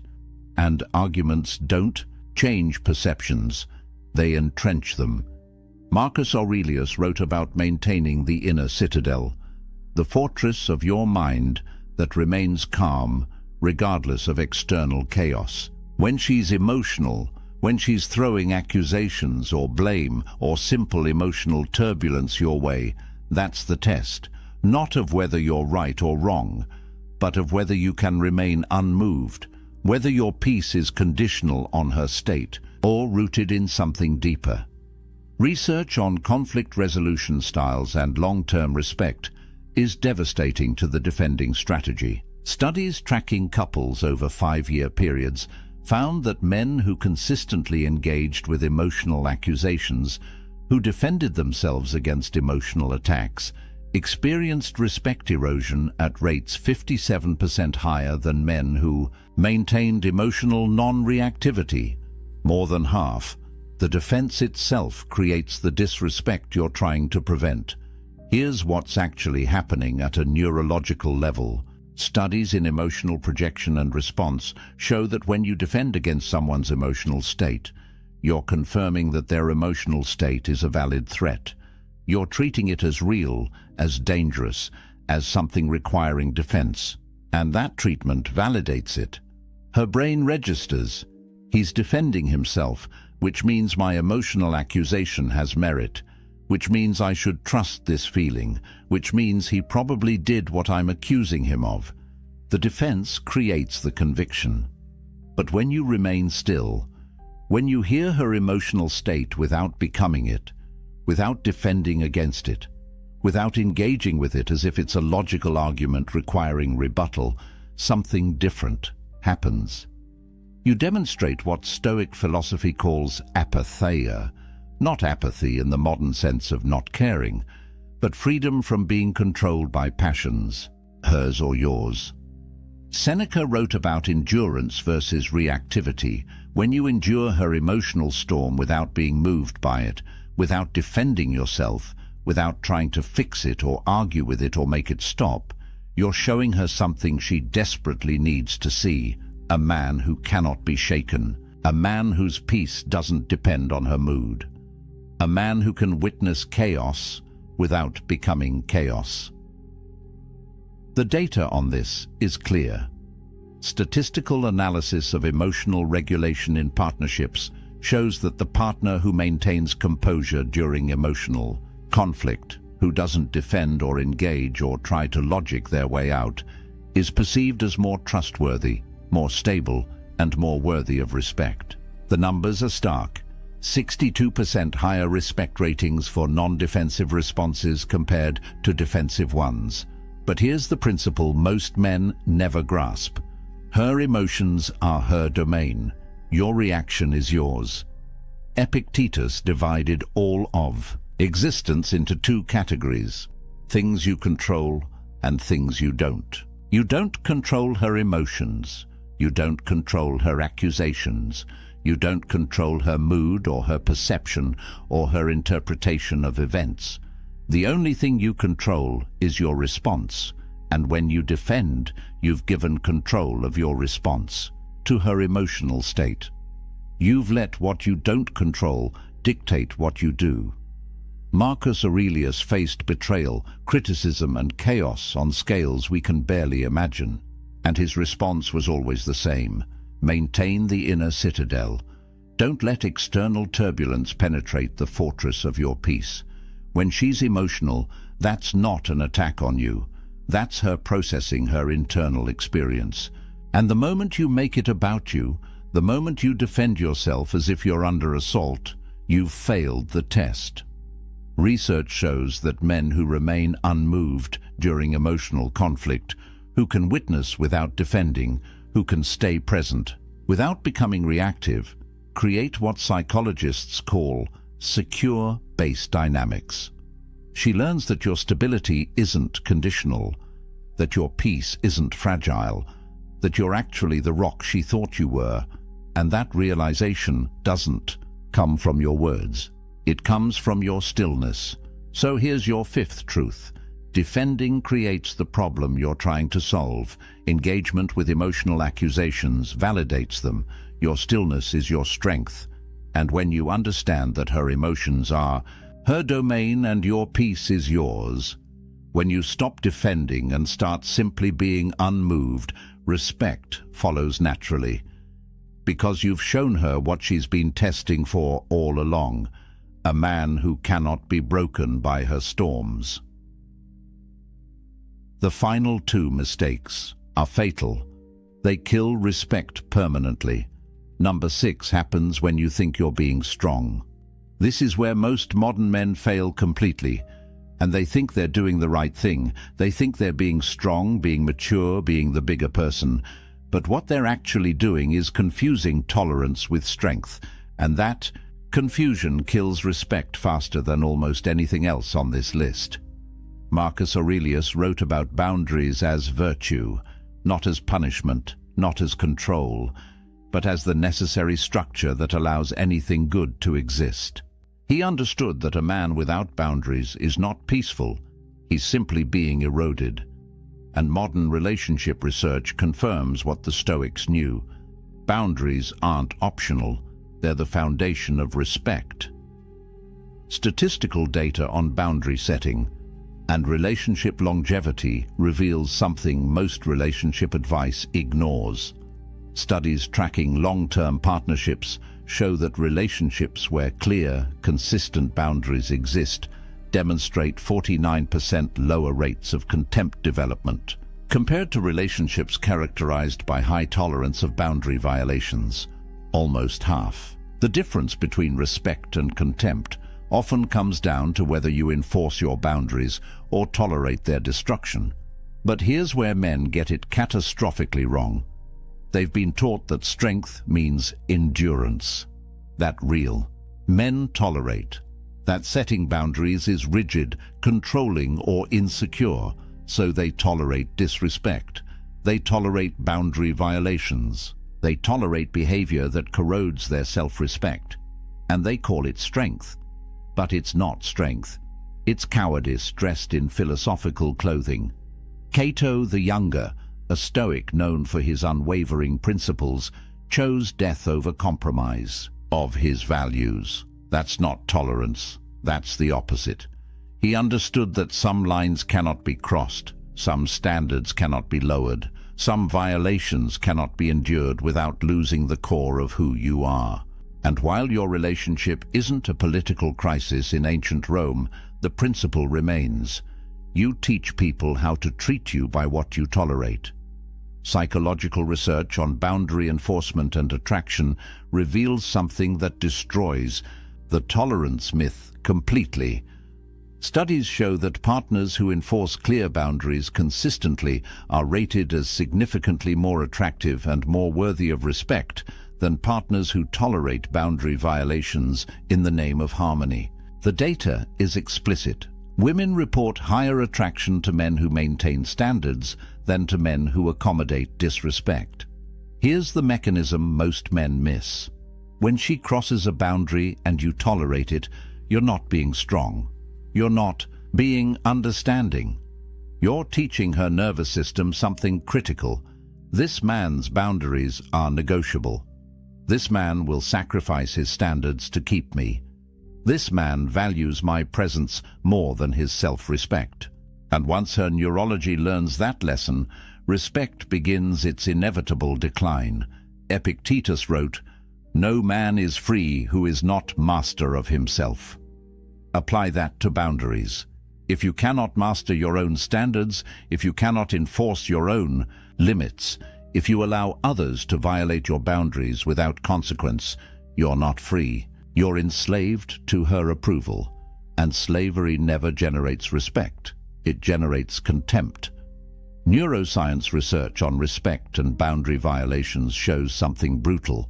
Brain imaging studies reveal that when people observe others tolerating mistreatment, it activates neural pathways associated with lowered status perception. Your tolerance of disrespect literally lowers your perceived value in her brain, not consciously. At the level of automatic neural processing, Her biology is watching how you treat yourself, and it's downgrading your worth accordingly. Statistical correlation between self-respect and partner respect is one of the strongest findings in relationship psychology. Studies show a 0.87 correlation between enforcing personal boundaries and receiving partner respect. That's almost perfect correlation. When you respect your boundaries, she respects you. When you tolerate violations of your boundaries, she loses respect. It's not complicated. It's not mysterious, it's mathematical, but here's where the Stoic distinction becomes critical. Seneca wrote extensively about endurance versus submission. Endurance is choosing to bear difficulty for a purpose. Submission is allowing yourself to be degraded because you're afraid of the alternative. When you tolerate her disrespect because you're working toward a goal, because you're strategically choosing your battles, that's endurance. When you tolerate her disrespect because you're afraid she'll leave if you don't, that's submission, and she can tell the difference.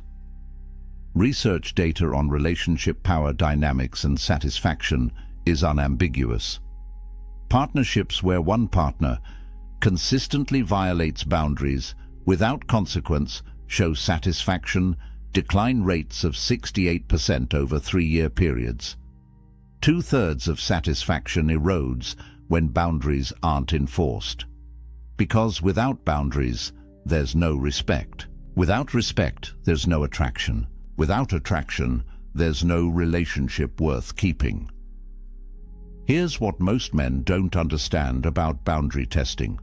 She doesn't cross your boundaries to see if you'll tolerate it. She crosses your boundaries to see if you'll enforce them. It's a test, and every time you fail to enforce, every time you tolerate what you should correct, every time you let violations slide in the name of keeping peace, you fail the test. And she registers that failure deep in the part of her brain that evaluates mate quality. Marcus Aurelius faced constant challenges to his authority, his principles, his boundaries, and his response was never tolerance of violations. It was enforcement of standards, not through anger, not through punishment, through unwavering consistency. When a boundary was crossed, there were consequences, not because he was controlling, but because he understood that boundaries without enforcement aren't boundaries. They're suggestions, and suggestions don't command respect. The critical distinction is this. Stoic acceptance applies to things outside your control. Her actions are outside your control, but your boundaries, your standards, your requirements for how you're treated, those are entirely within your control. And when you confuse accepting what you cannot control with tolerating violations of what you can, you've misunderstood Stoicism completely. Statistical analysis shows that men who maintain firm boundaries while remaining emotionally calm experience relationship respect levels 71% higher than men who either explode when boundaries are crossed or tolerate violations to keep peace. The key is unwavering enforcement without emotional reactivity. The boundary is maintained not through anger, but through certainty. So here's your sixth truth. Tolerance of disrespect is not strength.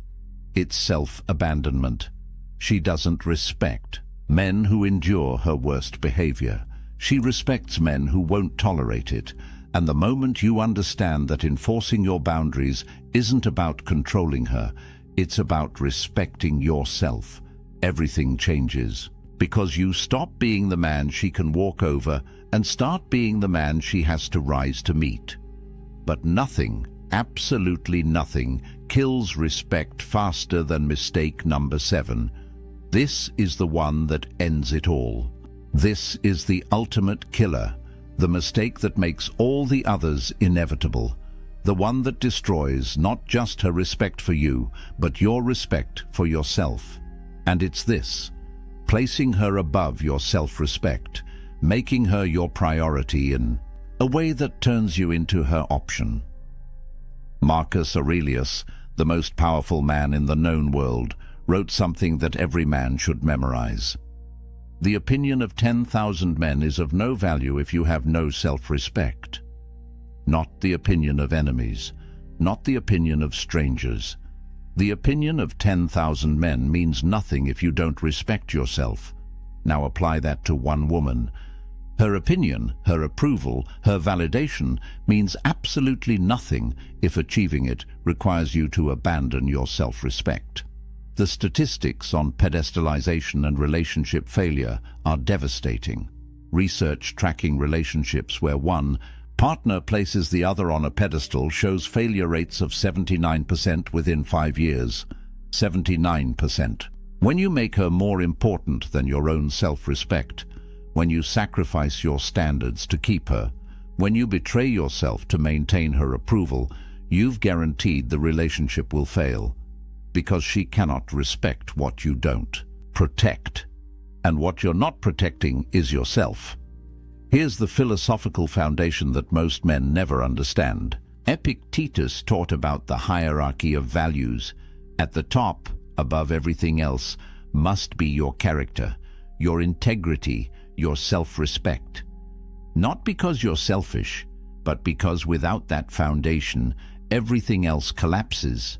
When you place her above your self-respect, you've inverted the hierarchy. You've made something outside your control, her approval, more important than something within your control, your character, and that inversion destroys everything. Research data on self-abandonment and attraction death is unambiguous. Studies show that when individuals sacrifice core values or self-respect to maintain a relationship, their partner's attraction decreases by an average of 64% over 18 months. Almost 2/3 of attraction dies when you abandon yourself for her, because at a neurological level, at a biological level, at every level that matters, she's watching how you treat yourself. And if you treat yourself as less important than her brain concludes you must be less valuable. The paradox breaks most men. They think, if I put her first, if I prioritize her needs, if I sacrifice for her, she'll see how much I care and love me more. But the mechanism works exactly opposite. When you make her your priority, you communicate that your value is contingent on her, that you need her more than she needs you, that you're willing to betray yourself to keep her.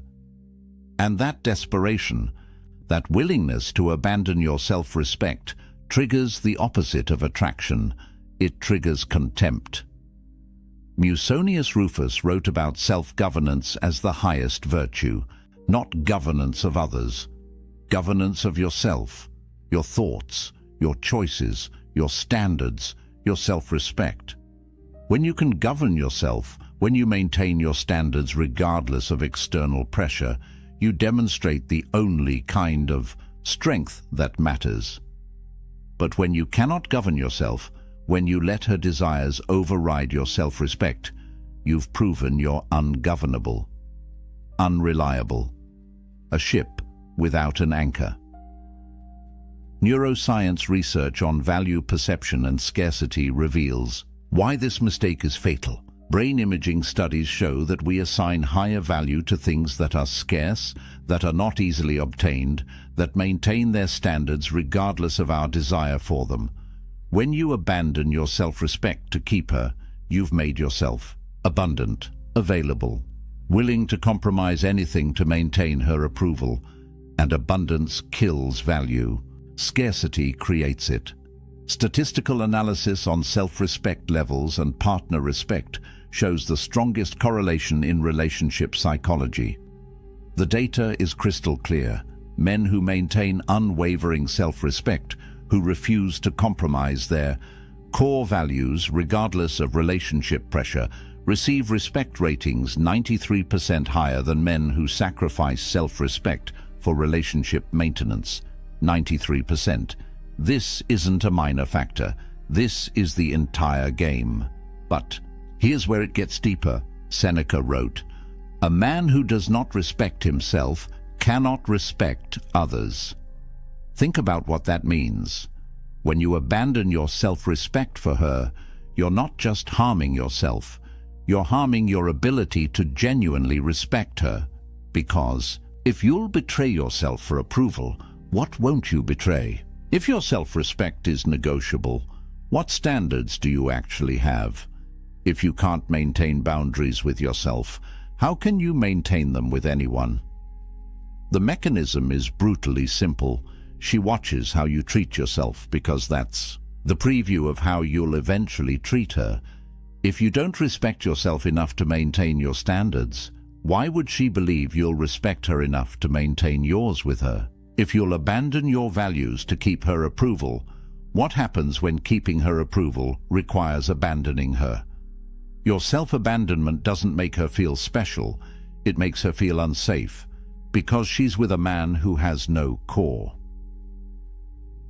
Research on long-term relationship outcomes reveals something that should terrify any man making this mistake. Studies tracking partnerships over 10-year periods show that the single strongest predictor of relationship failure is asymmetric value placement, where one partner values the relationship more than self-respect. When you place her above yourself, you've created an asymmetry that guarantees collapse. Because healthy relationships require two people who respect themselves enough to maintain standards, not one person chasing another's approval. Marcus Aurelius faced unimaginable pressures: political intrigue, military threats, personal betrayals, and through all of it, he maintained one unwavering standard: self-respect above all else. Not because he was arrogant, but because he understood that the moment you sacrifice your self-respect for any external goal, no matter how valuable that goal seems, you've lost the only thing that makes achieving any goal meaningful. Here's the final truth about this mistake. When you place her above your self-respect, you're not showing her love. You're showing her fear. Fear that you're not enough. Fear that she'll leave. Fear that without her approval you have no value. And fear kills attraction at a cellular level. Research confirms this. Displays of fear-based behavior in relationships correlate with attraction decline rates of 86%. When she sees you afraid of losing her enough to abandon yourself, she's already gone. The Stoic principle is absolute. Your self-respect is non-negotiable, not because you're selfish, but because without it, you have nothing of value to offer anyone. When you maintain unwavering self-respect, when you refuse to place anyone above your own character and integrity, when you demonstrate that your standards are unmovable regardless of who's watching, you become the kind of man that respect follows. Naturally, she cannot respect what you don't protect. And if you won't protect your self-respect, if you'll sacrifice it to keep her, you've shown her exactly what you are: a man without a core, a man who can be moved, a man whose value is determined by her approval. And that man, no matter how nice, how caring, how available he is, will never command her respect. Because respect isn't given to men who abandon themselves, it's given to men who remain unmovable in who they are, regardless of the cost.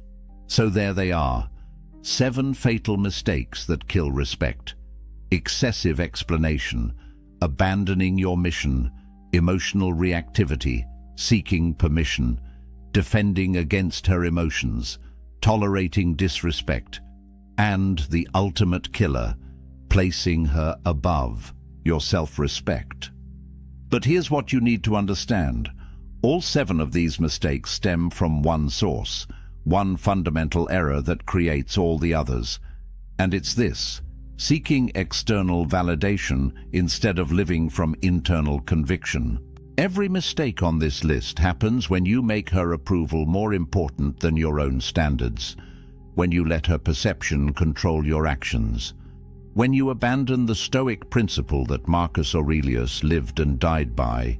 You have power over your mind, not outside events. The ancient Stoics understood something that modern men have forgotten. Your value doesn't come from her approval. Your worth isn't determined by whether she respects you. Your strength isn't measured by whether she stays or leaves. All of that is outside your control. And when you chase what you cannot control, when you sacrifice what you can control to obtain it, you've guaranteed losing both. But here's the truth that will save you. These aren't quick fixes. This isn't a technique you apply tomorrow and everything changes. This is character reconstruction. This is rebuilding yourself from the foundation up, using principles that have stood for 2,000 years because they're based on human nature, not modern trends. Epictetus taught daily self-examination. Marcus Aurelius practiced constant reflection. Seneca wrote about measuring yourself against your own standards, not others' opinions. The statistics show that men who implement these principles, who commit to this path of self-respect and Stoic discipline, experience relationship transformations that seem impossible to those still chasing approval. But it's not impossible, it's inevitable, because when you stop seeking respect and start embodying what commands it, when you stop chasing her validation and start validating yourself through your standards, respect follows naturally. The choice is before you right now. Continue the pattern. Keep making these mistakes. Keep wondering why attraction fades and respect dies. Or break the cycle today. Commit to the Stoic path. Prioritize self-respect above all else. Maintain your mission. Control your emotions.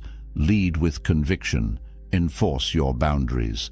And watch how everything changes when you stop being the man who needs her approval and start being the man who doesn't. Subscribe to this channel for more Stoic wisdom that actually works in the real world. No feel-good platitudes, no modern relationship nonsense, just ancient truths backed by modern science delivered directly. Comment below which mistake hit you hardest. Most men won't admit it, but the ones who do are the ones who actually change.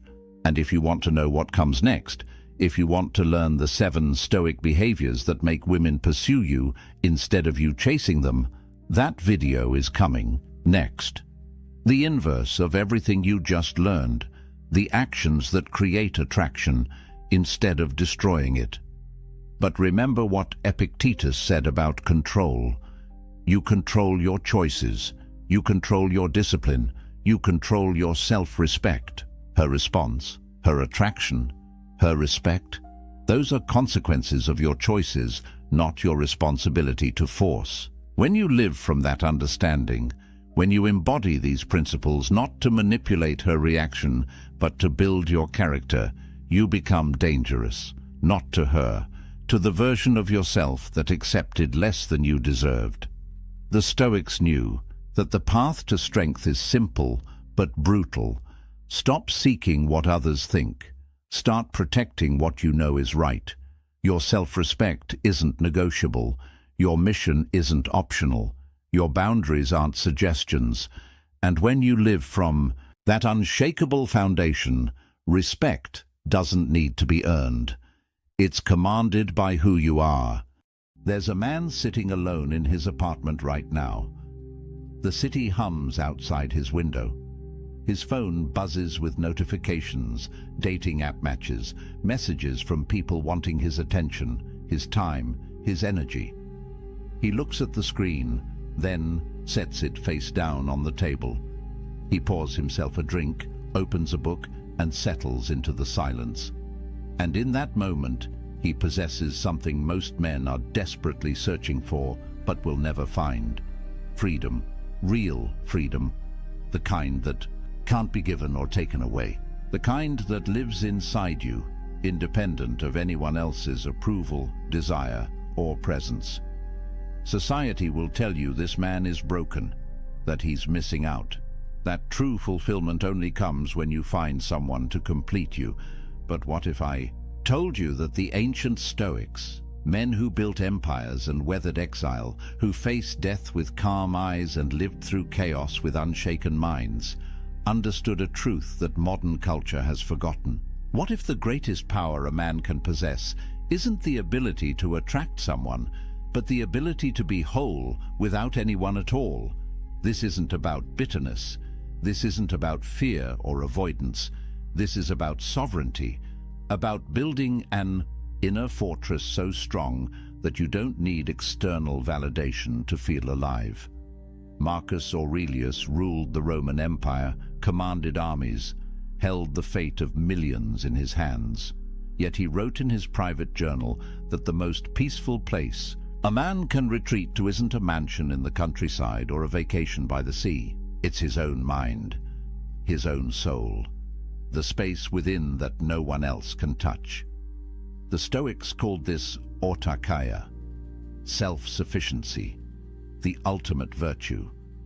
And they understood that until a man learns to be complete in his solitude, he'll spend his entire life as a beggar, seeking scraps of worth from others. So, let me ask you something. When was the last time you sat in silence with yourself and felt at peace?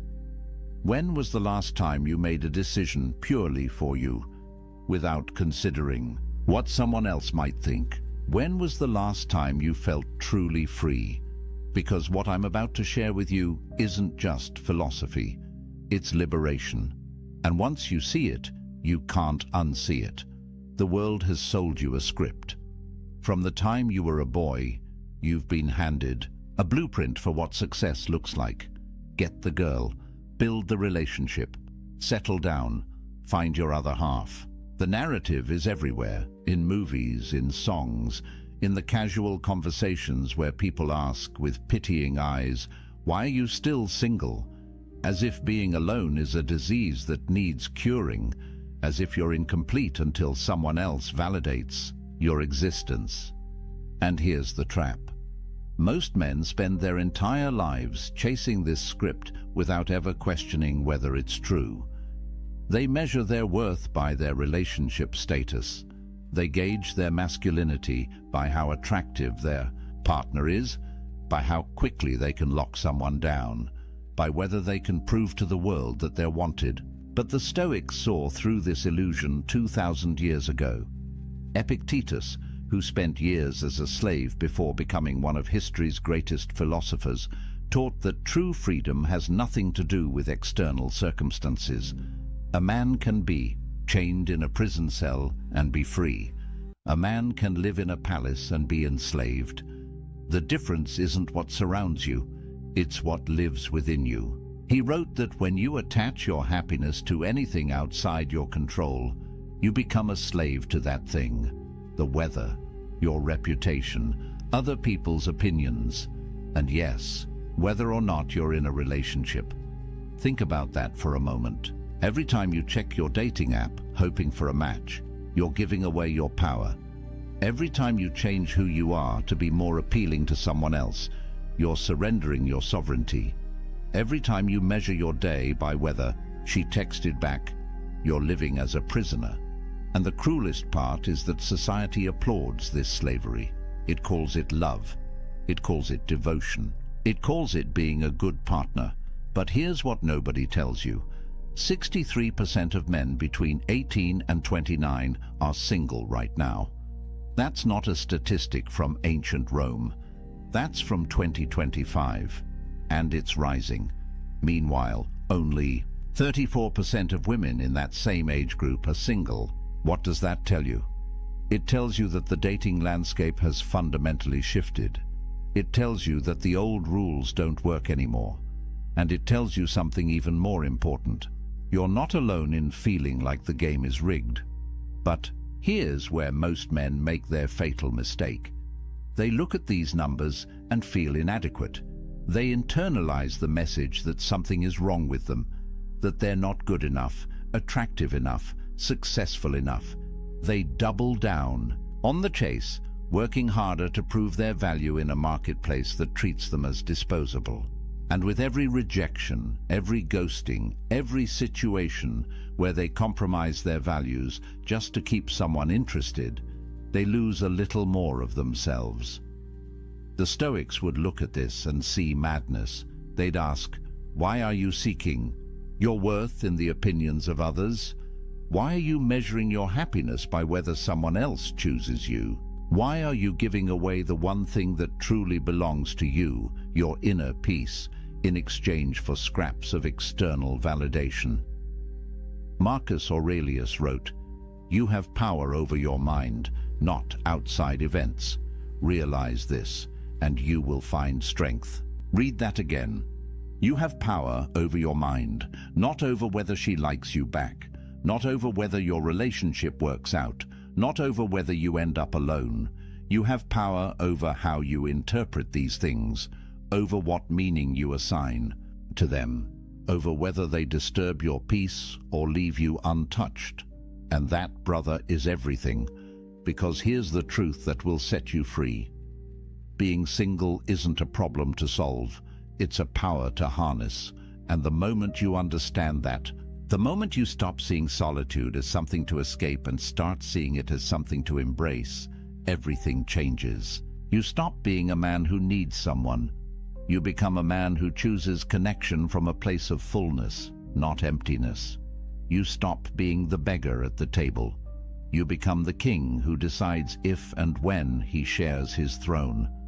But society doesn't want you to know this, because a man who is complete on his own is dangerous. He can't be controlled. He can't be manipulated. He doesn't need the validation that keeps the whole system running. He's free, and free men change the world. So let me show you what that freedom looks like. The ancient Stoics had a word that most people have never heard: autarkia. It's Greek, and it means self-sufficiency. Not in the sense that you live in the woods, chopping your own wood and filtering your own water, but in the deeper sense that your well-being, your peace, your sense of worth comes from within. It's the understanding that you need nothing outside yourself to be complete. That happiness isn't something you find in another person. It's something you cultivate in the fortress of your own mind. Marcus Aurelius understood this at the deepest level. Here was a man who had everything society says should make you happy. Emperor of Rome, immense wealth, beautiful family, power that stretched across the known world. Yet he wrote in his meditations, "Nowhere can man find a quieter or more untroubled retreat than in his own soul, not his palace, not his empire, his own soul." And he added, "It is in your power to retire into yourself whenever you choose." Think about what he's saying. The greatest sanctuary you'll ever know isn't a place. It's a practice. It's the ability to withdraw into your own mind, to find peace there regardless of what's happening around you, whether you're surrounded by chaos or sitting in silence, whether you're with someone or alone. The peace isn't circumstantial, it's constitutional. It's built into who you are. And once you develop this capacity, you become unstoppable. Epictetus, who went from slavery to philosophical mastery, taught his students that the key to this self-sufficiency is understanding what you control and what you don't. You don't control whether people love you. You don't control whether relationships last. You don't control the economic factors that make dating harder, the cultural shifts that change the rules, or the fact that modern technology has turned human connection into a swipe-based marketplace. None of that is in your control, but you do control your character, your response, your inner state, your decision about what kind of man you're going to be regardless of circumstance. And this is where it gets powerful. When Musonius Rufus, another Stoic philosopher, was exiled from Rome, sent away from his home, his friends, everything familiar, he didn't collapse into despair.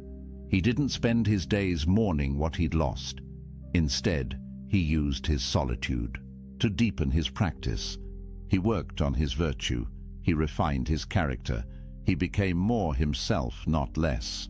And when people came from far away to learn from him, even in exile, they found a man who radiated peace, a man who proved that external circumstances have no power over an internally complete person. There's a story about Zeus, the king of the gods in Greek mythology that the Stoics loved. During the cosmic conflagrations, when the universe would reset and everything would be destroyed, Zeus would sit alone. No other gods, no creation, just emptiness. And yet, he remained content, at peace, because his completeness didn't depend on what existed outside him. The Stoics used this image to teach that true self-sufficiency means you could lose everything, everyone, and still have yourself. And if you've built that self well, if you've made it a fortress of virtue and reason, then you have everything you need. Now, I know what you might be thinking. This sounds lonely. This sounds like isolation.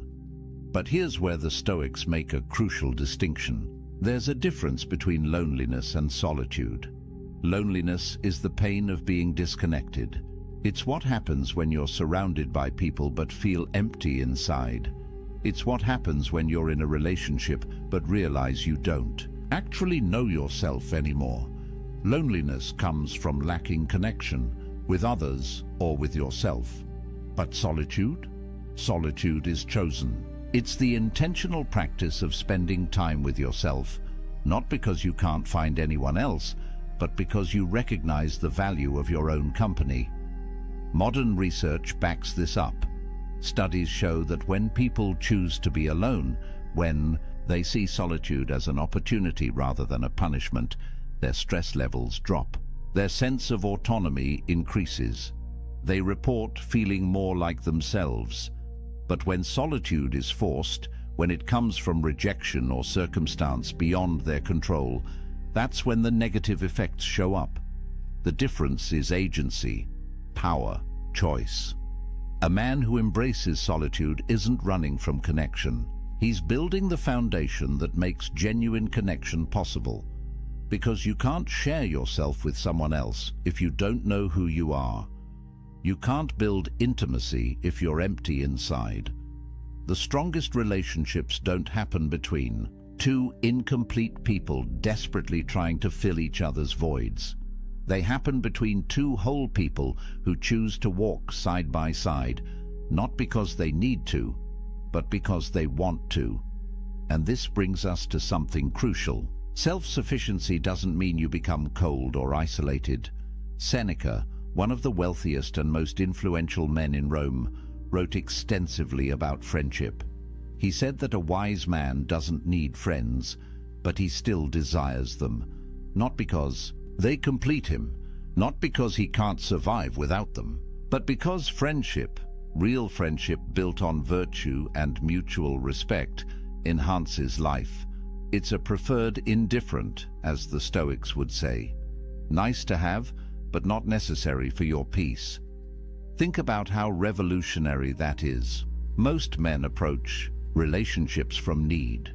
They need validation, they need sex, they need emotional support, they need someone to make them feel valuable.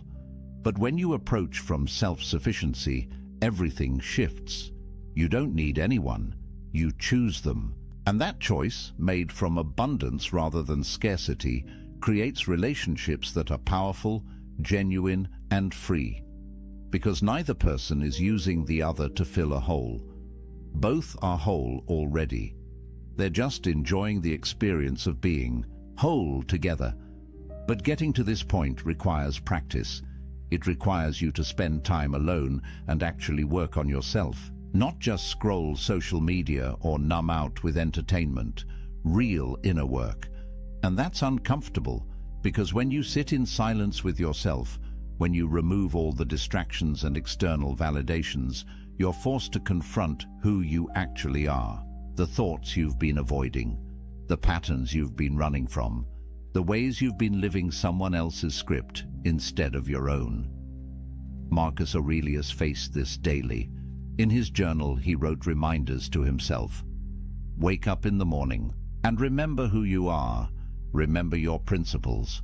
Don't let the chaos of the day pull you away from yourself. He understood that the greatest battle isn't against external enemies. It's against the internal tendency to lose yourself in the noise, to give away your power piece by piece until you wake up one day and realize you don't recognize the person you've become. But when you build self-sufficiency, when you develop autarkia, something remarkable happens. You stop being reactive. You stop living at the mercy of circumstance. Whether someone texts you back or doesn't, whether people approve of your choices or judge them, whether you spend Friday night with someone or alone with a good book, none of it disturbs your peace. You're grounded, centered, free. And that freedom, brother, is more valuable than any relationship could ever be. Because here's the paradox. The man who needs no one is the man everyone wants to be around. Strength attracts. Completeness attracts. When you're not grasping, not needy, not performing for validation, people feel it. They sense that you're different, that you operate from a different place. And the connections you do form, when you're ready, if you choose them, will be deeper and more real than anything you could build from a place of need. So what does this actually give you? What changes when you embrace solitude instead of running from it? The Stoics believed that external goods come in two categories: things that are genuinely good, like virtue and wisdom and character, and things that are preferred indifference, wealth, health, relationships. Nice to have, but not essential to your well-being, not determinative of your worth. The moment you internalize this distinction, a weight lifts, because you stop attaching your happiness to things you can't control. Let's get practical. When you're single and you embrace it, you have financial sovereignty. No expensive dates where you're performing, trying to impress someone.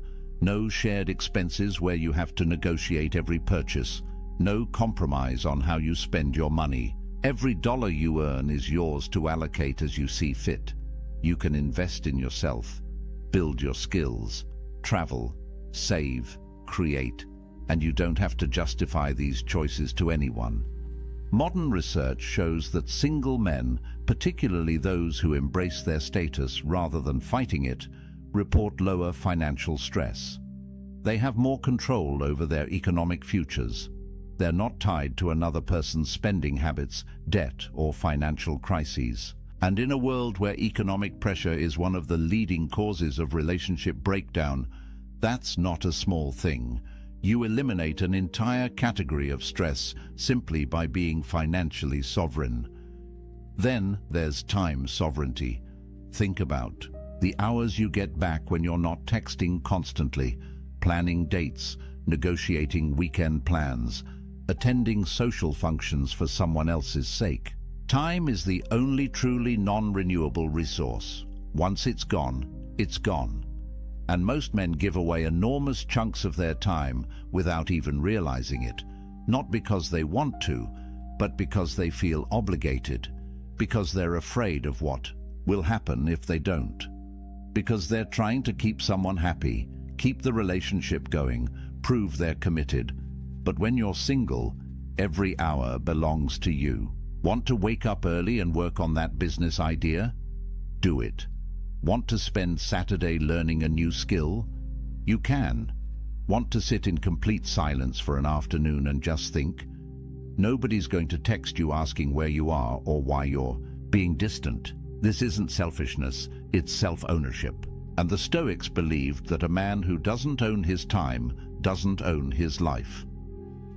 Marcus Aurelius, again, the busiest man in the empire, wrote about guarding his time like a fortress. He knew that every hour given to someone else's priorities was an hour stolen from his own development, his own contemplation, his own practice of virtue.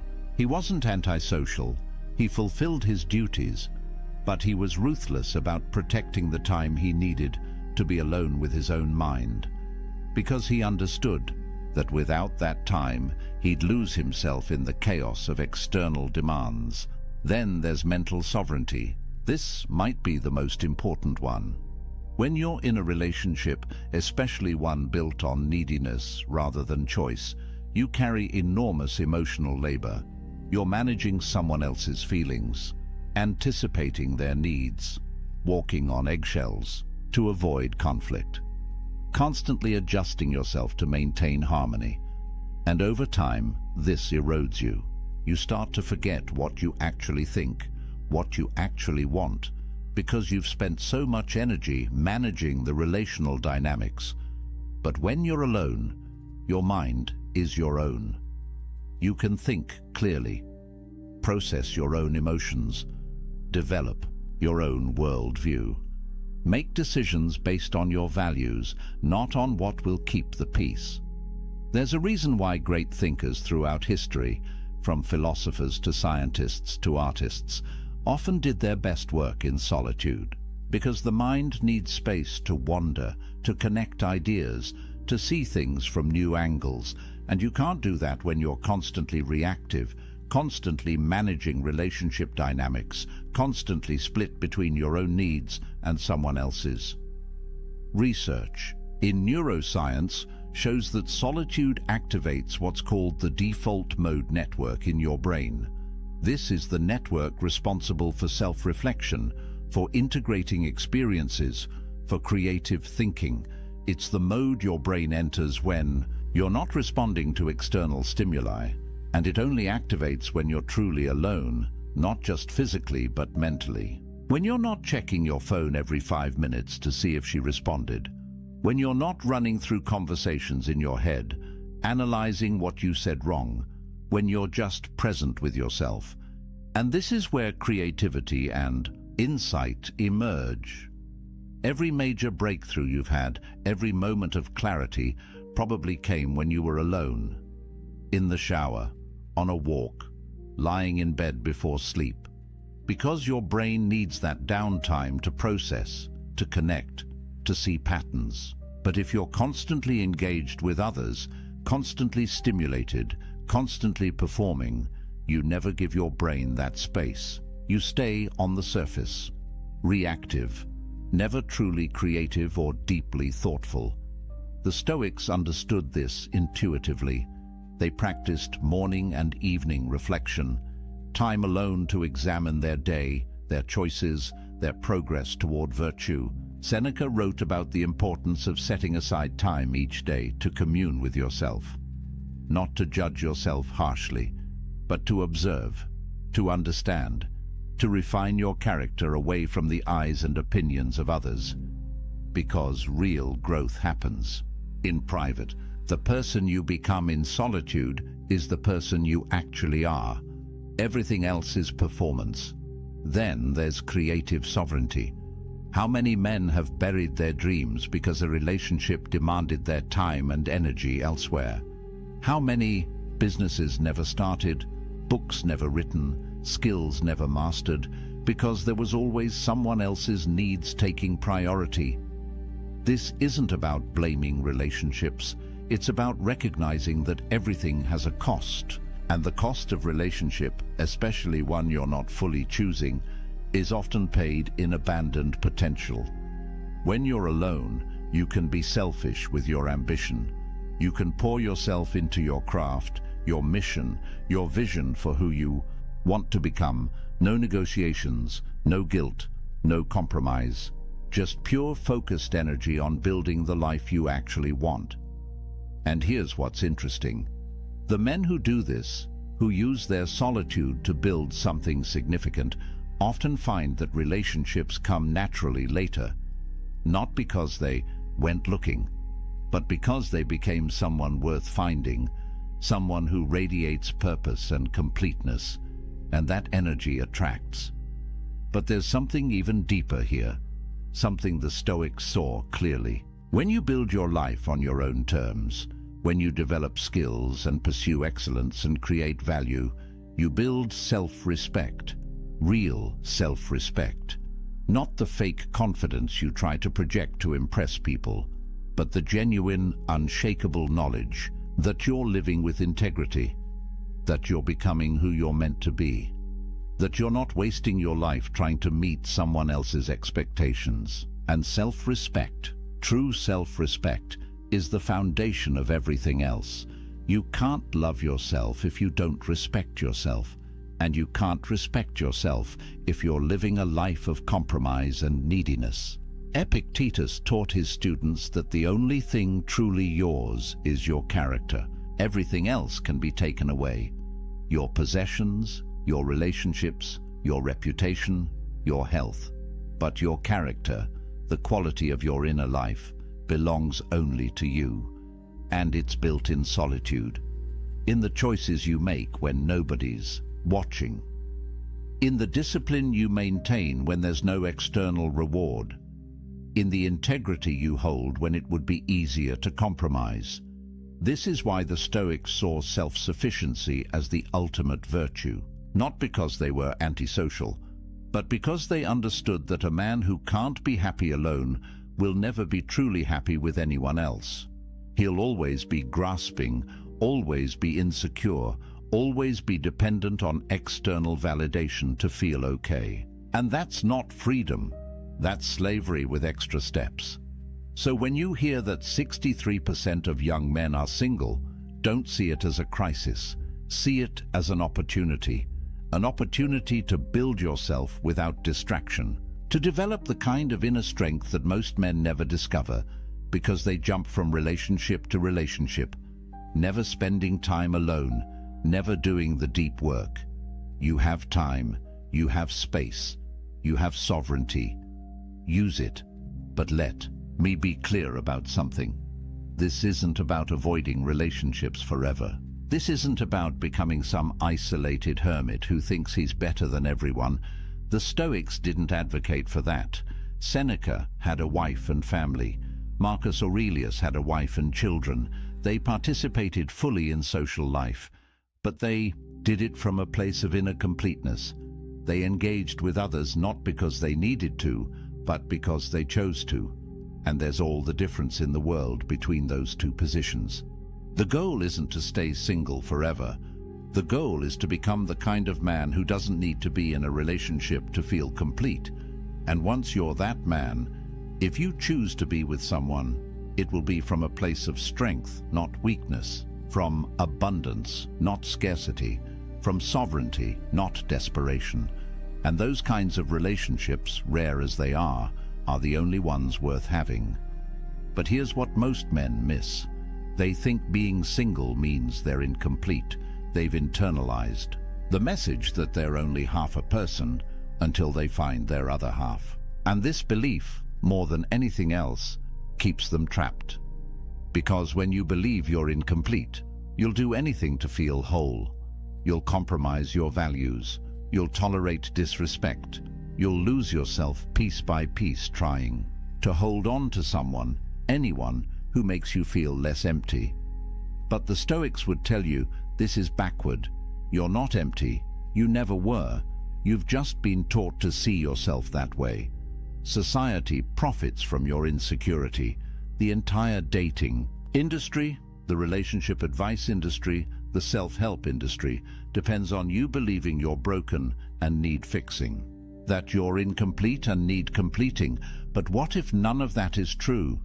What if you're already whole, you've just forgotten how to feel it? Marcus Aurelius wrote about this constantly, the idea that we already possess everything we need. That virtue, the only true good, is already within our capacity. We don't need to acquire it from outside. We need to cultivate it from within. And the best place to do that cultivation is in solitude, away from the noise, away from the opinions, away from the endless pressure to be something other than what you are. In solitude, you can be honest. You can strip away the masks you wear for others and look at who you actually are. And that honesty, uncomfortable as it might be at first, is the beginning of real transformation. There's a concept in psychology called self-determination theory. It says that humans have three basic needs: autonomy, the sense that you control your own life; competence, the feeling that you're capable and growing; and relatedness, connection with others. Most people think relatedness is the most important, but research shows that autonomy is actually the foundation. Without it, without the sense that you're living your own life on your own terms, The other needs can't be truly satisfied. You might have relationships, but you'll feel trapped in them. You might be skilled, but you'll never feel like it's enough because you're measuring yourself by external standards.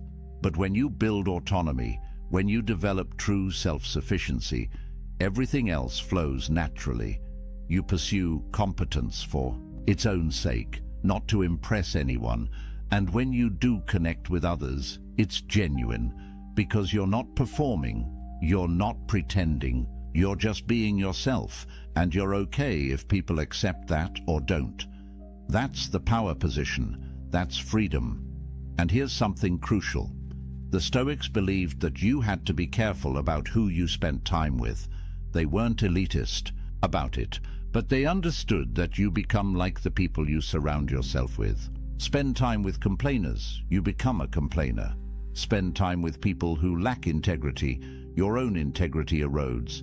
Spend time with people who see relationships as transactions, who manipulate and play games, and you start to see the world that way too. But when you're selective, when you use your solitude to clarify your values and then only engage with people who align with those values, your life transforms. You're no longer tolerating relationships out of loneliness. You're cultivating connections based on mutual respect and shared virtue. And those connections, even if they're fewer, are infinitely more valuable than 100 shallow relationships. Built on convenience or need, Seneca wrote extensively about this. He said that you should associate with people who will improve you and avoid people who will corrupt you. And he added that you should also be someone worth associating with, someone who adds value, someone who embodies the virtues you want to see in the world. That's the work of solitude. Becoming that person, not for anyone else, for yourself, because you want to look in the mirror and respect who you see. And this brings us to perhaps the most important point, the validation trap. Traditional masculinity, at least the toxic version of it, measures a man's worth by his romantic and sexual success. Can he get girls? Is he a player? Is his girlfriend hot? These are the metrics by which many men, consciously or unconsciously, judge themselves and each other. And it's poison, because it makes your self-worth dependent on factors largely outside your control. Physical attractiveness, which is mostly genetic, social status, which is often circumstantial, the approval of others, which is fickle and unpredictable. But the Stoics would say this is insane. Why would you tie your sense of value to things you can't control? Why would you give others that much power over your inner state? Epictetus taught that the only thing you truly control is your will, your capacity to choose your response, your commitment to virtue. That's it. Everything else is fortune, and fortune is unreliable. So when you measure yourself by relationship status, you're basically saying that your worth depends on luck, on being born with certain features, on meeting the right person at the right time, on 1,000 variables you have no control over. And that's a recipe for lifelong insecurity, because even if you do get into a relationship, you'll never feel secure. You'll always wonder if you're good enough. You'll always fear losing what you've tied your identity to. You'll be jealous, controlling, needy, because deep down, you know your worth isn't real. It's contingent on her staying. But when you build your worth on virtue, on character, on the man you're becoming, nobody can take that from you. Relationships come and go, circumstances change, but who you are, the integrity you've built, the self-respect you've earned through right action, that's permanent. That's unshakable. And paradoxically, when you stop seeking validation from relationships, when you develop genuine self-worth, you become more attractive. Because people can sense desperation, they can feel neediness, and it repels them, but they can also sense strength, completeness, self-possession, and that draws them in. The Stoics weren't advocating for pride or arrogance. Marcus Aurelius constantly reminded himself that he was just a human, fallible and temporary. But he also knew that his worth came from his character, not from his circumstances. He could be emperor or exile, and his value as a person wouldn't change. Because value, true value, is internal. It's the quality of your thoughts, your choices, your virtue. And that's entirely within your control to develop. So here's what I want you to hear. If you're single right now, you're not broken, you're not incomplete, you're not less than. You have something precious: time, space, sovereignty. Use it. Build yourself. Develop your skills. Clarify your values. Strengthen your character. Read the books that expand your mind. Pursue the projects that ignite your passion. Train your body. Master your emotions. Become so complete in yourself that you don't need anyone else's validation to feel whole.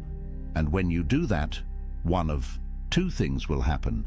Either you'll discover that you actually prefer solitude, that you've built a life so rich and meaningful on your own that adding a relationship would be a downgrade. And that's fine. That's a valid choice. The Stoics would respect it. Or you'll eventually meet someone and choose to build something with them.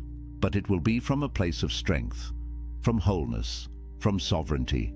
And that relationship, if it happens, will be powerful because it's not built on need.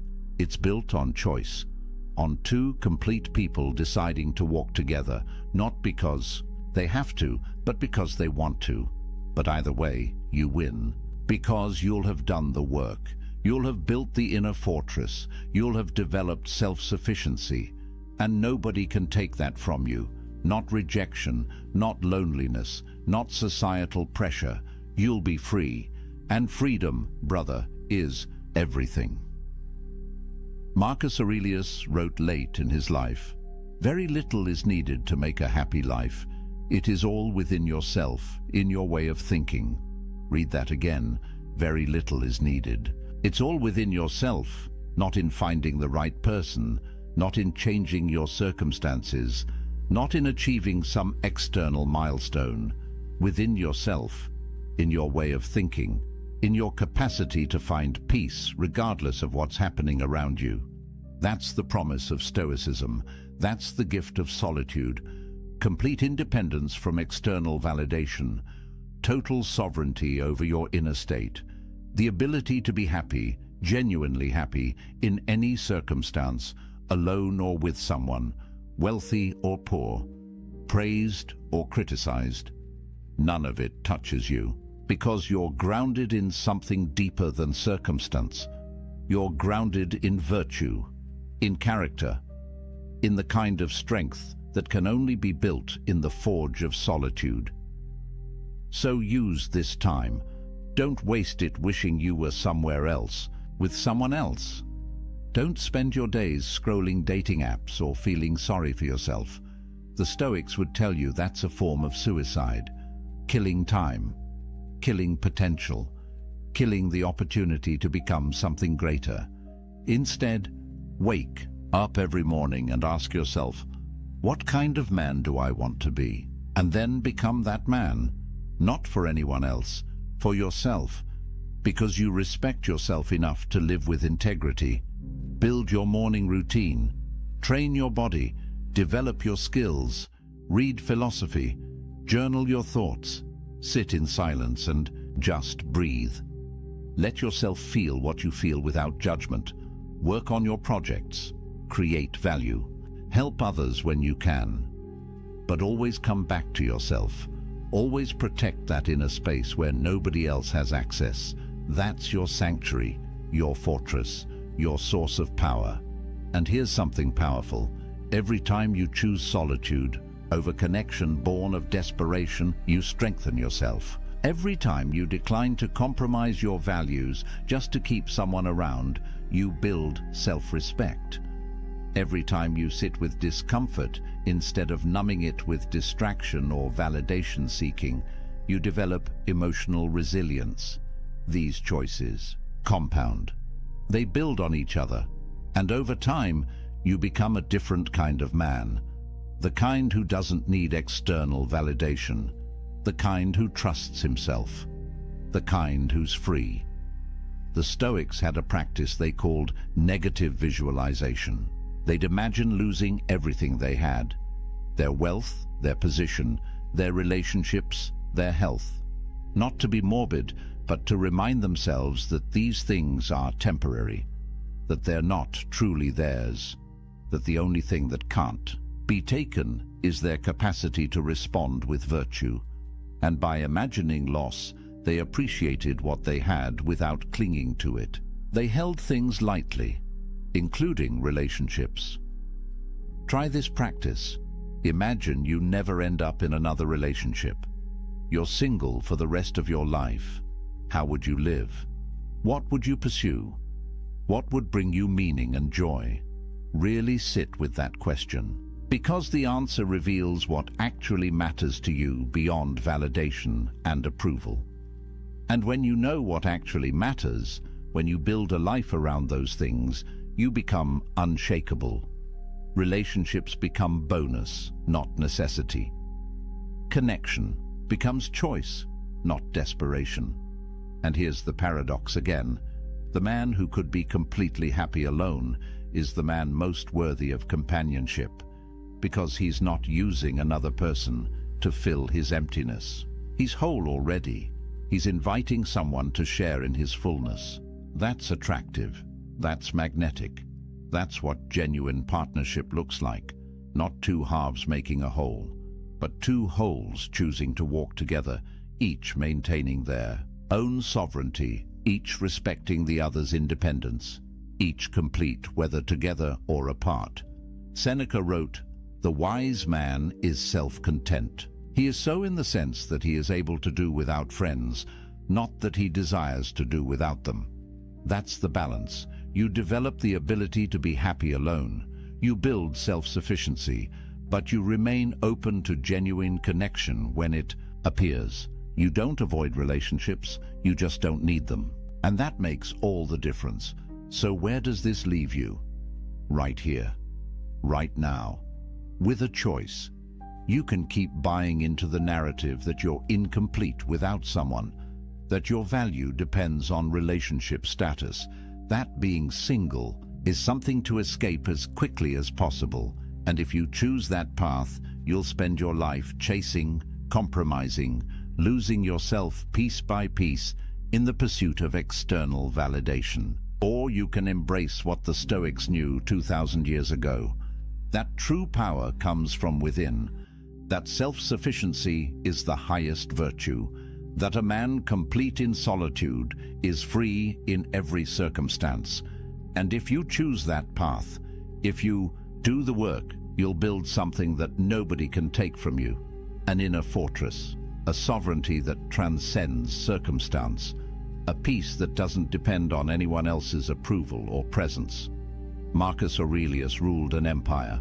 He had wealth, power, family, everything society says should make you happy. Yet he spent his evenings writing in his journal, reminding himself of what actually mattered: virtue, character, inner peace. He knew that everything else was temporary, that the only lasting value was the kind of person he was becoming, and he did that work in solitude, away from the crowds, away from the demands, in the quiet space of his own mind. You don't need an empire to do this. You don't need perfect circumstances. You just need to make the choice, to use your solitude as a gift, not a curse, to see being single not as a deficit, but as an opportunity, to build yourself so completely that you don't need validation from anyone. And when you do that, you become dangerous, not to others, but to the systems that profit from your insecurity. You become a man who can't be controlled, can't be manipulated, can't be sold something he doesn't need. You become free. And freedom is what the Stoics were teaching all along. Not freedom from circumstances, those will always change, but freedom within circumstances. The ability to maintain your peace, your integrity, your sense of self, regardless of what's happening around you. alone or with someone, successful or struggling, praised or criticized. None of it touches your core, because you've built something unshakable inside.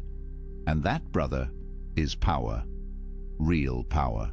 The kind that transforms not just your life, but the lives of everyone you touch. Because strength is contagious. Completeness inspires. Freedom spreads. So let me leave you with this. A man who needs no one is free to choose everyone. A man who needs someone is slave to his need. Which man do you want to be? The choice is yours. It's always been yours. And it starts right now, in this moment, with this decision, to stop seeking yourself in others and start building yourself in solitude, to stop measuring your worth by external validation and start grounding it in internal virtue, to stop running from being alone and start embracing it as the ultimate gift, the space where you become who you're meant to be. The Stoics are waiting for you, Marcus Aurelius, Epictetus, Seneca. They walked this path. They proved it works. They left you a blueprint. All you have to do is follow it. Build your inner fortress. Cultivate self-sufficiency. Embrace solitude not as a punishment, but as a privilege. And watch what happens. Watch how your life transforms when you stop living for others and start living for yourself. Not in a selfish way, but in the way that honors your potential, your values, your unique path. That's what the Stoics called living according to nature, being fully yourself. And there's nothing more powerful than that. So if you found value in this, if these ideas resonate with something deep inside you, if you feel that pull toward building a different kind of life, do me a favor. Hit that like button. It tells me this message matters. It helps this reach other men who need to hear it. Subscribe to the channel because we're building something here. A community of men who refuse to live by society's script, who are doing the work, who understand that real strength comes from within. Drop a comment and tell me, what's one thing you're going to do this week to build your inner empire? One practice, one choice, one step towards self-sufficiency. And remember, this isn't the end, it's the beginning. Every journey toward freedom starts with a single step, a single decision. The decision to stop seeking worth in external validation and start building it through internal virtue. You've taken that step by being here, by listening, by opening your mind to a different way. Now keep walking, keep building, keep becoming. The man you're meant to be is waiting in the silence. Go find him. Until next time, stay strong, stay sovereign, stay free. There's a man sitting alone in his apartment right now. The city hums outside his window. His phone buzzes with notifications, dating app matches, messages from people wanting his attention, his time, his energy. He looks at the screen, then sets it face down on the table. He pours himself a drink, opens a book, and settles into the silence. And in that moment, he possesses something most men are desperately searching for, but will never find. Freedom. Real freedom. The kind that can't be given or taken away. The kind that lives inside you, independent of anyone else's approval, desire, or presence. Society will tell you this man is broken, that he's missing out. That true fulfillment only comes when you find someone to complete you. But what if I told you that the ancient Stoics, men who built empires and weathered exile, who faced death with calm eyes and lived through chaos with unshaken minds, understood a truth that modern culture has forgotten? What if the greatest power a man can possess isn't the ability to attract someone, but the ability to be whole without anyone at all? This isn't about bitterness. This isn't about fear or avoidance. This is about sovereignty, about building an inner fortress so strong that you don't need external validation to feel alive. Marcus Aurelius ruled the Roman Empire, commanded armies, held the fate of millions in his hands. Yet he wrote in his private journal that the most peaceful place a man can retreat to isn't a mansion in the countryside or a vacation by the sea. It's his own mind, his own soul, the space within that no one else can touch. The Stoics called this autarkia, self-sufficiency, the ultimate virtue. And they understood that until a man learns to be complete in his solitude, he'll spend his entire life as a beggar seeking scraps of worth from others. So, let me ask you something. When was the last time you sat in silence with yourself and felt at peace? When was the last time you made a decision purely for you, without considering what someone else might think? When was the last time you felt truly free? Because what I'm about to share with you isn't just philosophy, it's liberation. And once you see it, you can't unsee it. The world has sold you a script. From the time you were a boy, you've been handed a blueprint for what success looks like. Get the girl, build the relationship, settle down, find your other half. The narrative is everywhere, in movies, in songs, in the casual conversations where people ask with pitying eyes, "Why are you still single?" As if being alone is a disease that needs curing, as if you're incomplete until someone else validates your existence. And here's the trap. Most men spend their entire lives chasing this script without ever questioning whether it's true. They measure their worth by their relationship status. They gauge their masculinity by how attractive their partner is, by how quickly they can lock someone down, by whether they can prove to the world that they're wanted. But the Stoics saw through this illusion 2,000 years ago. Epictetus, who spent years as a slave before becoming one of history's greatest philosophers, taught that true freedom has nothing to do with external circumstances. A man can be chained in a prison cell and be free. A man can live in a palace and be enslaved. The difference isn't what surrounds you, it's what lives within you. He wrote that when you attach your happiness to anything outside your control, you become a slave to that thing. The weather, your reputation, other people's opinions, and yes, whether or not you're in a relationship. Think about that for a moment. Every time you check your dating app, hoping for a match, you're giving away your power. Every time you change who you are to be more appealing to someone else, you're surrendering your sovereignty. Every time you measure your day by whether she texted back, you're living as a prisoner. And the cruelest part is that society applauds this slavery. It calls it love. It calls it devotion. It calls it being a good partner. But here's what nobody tells you. 63% of men between 18 and 29 are single right now. That's not a statistic from ancient Rome. That's from 2025. And it's rising. Meanwhile, only 34% of women in that same age group are single. What does that tell you? It tells you that the dating landscape has fundamentally shifted. It tells you that the old rules don't work anymore. And it tells you something even more important. You're not alone in feeling like the game is rigged. But here's where most men make their fatal mistake. They look at these numbers and feel inadequate.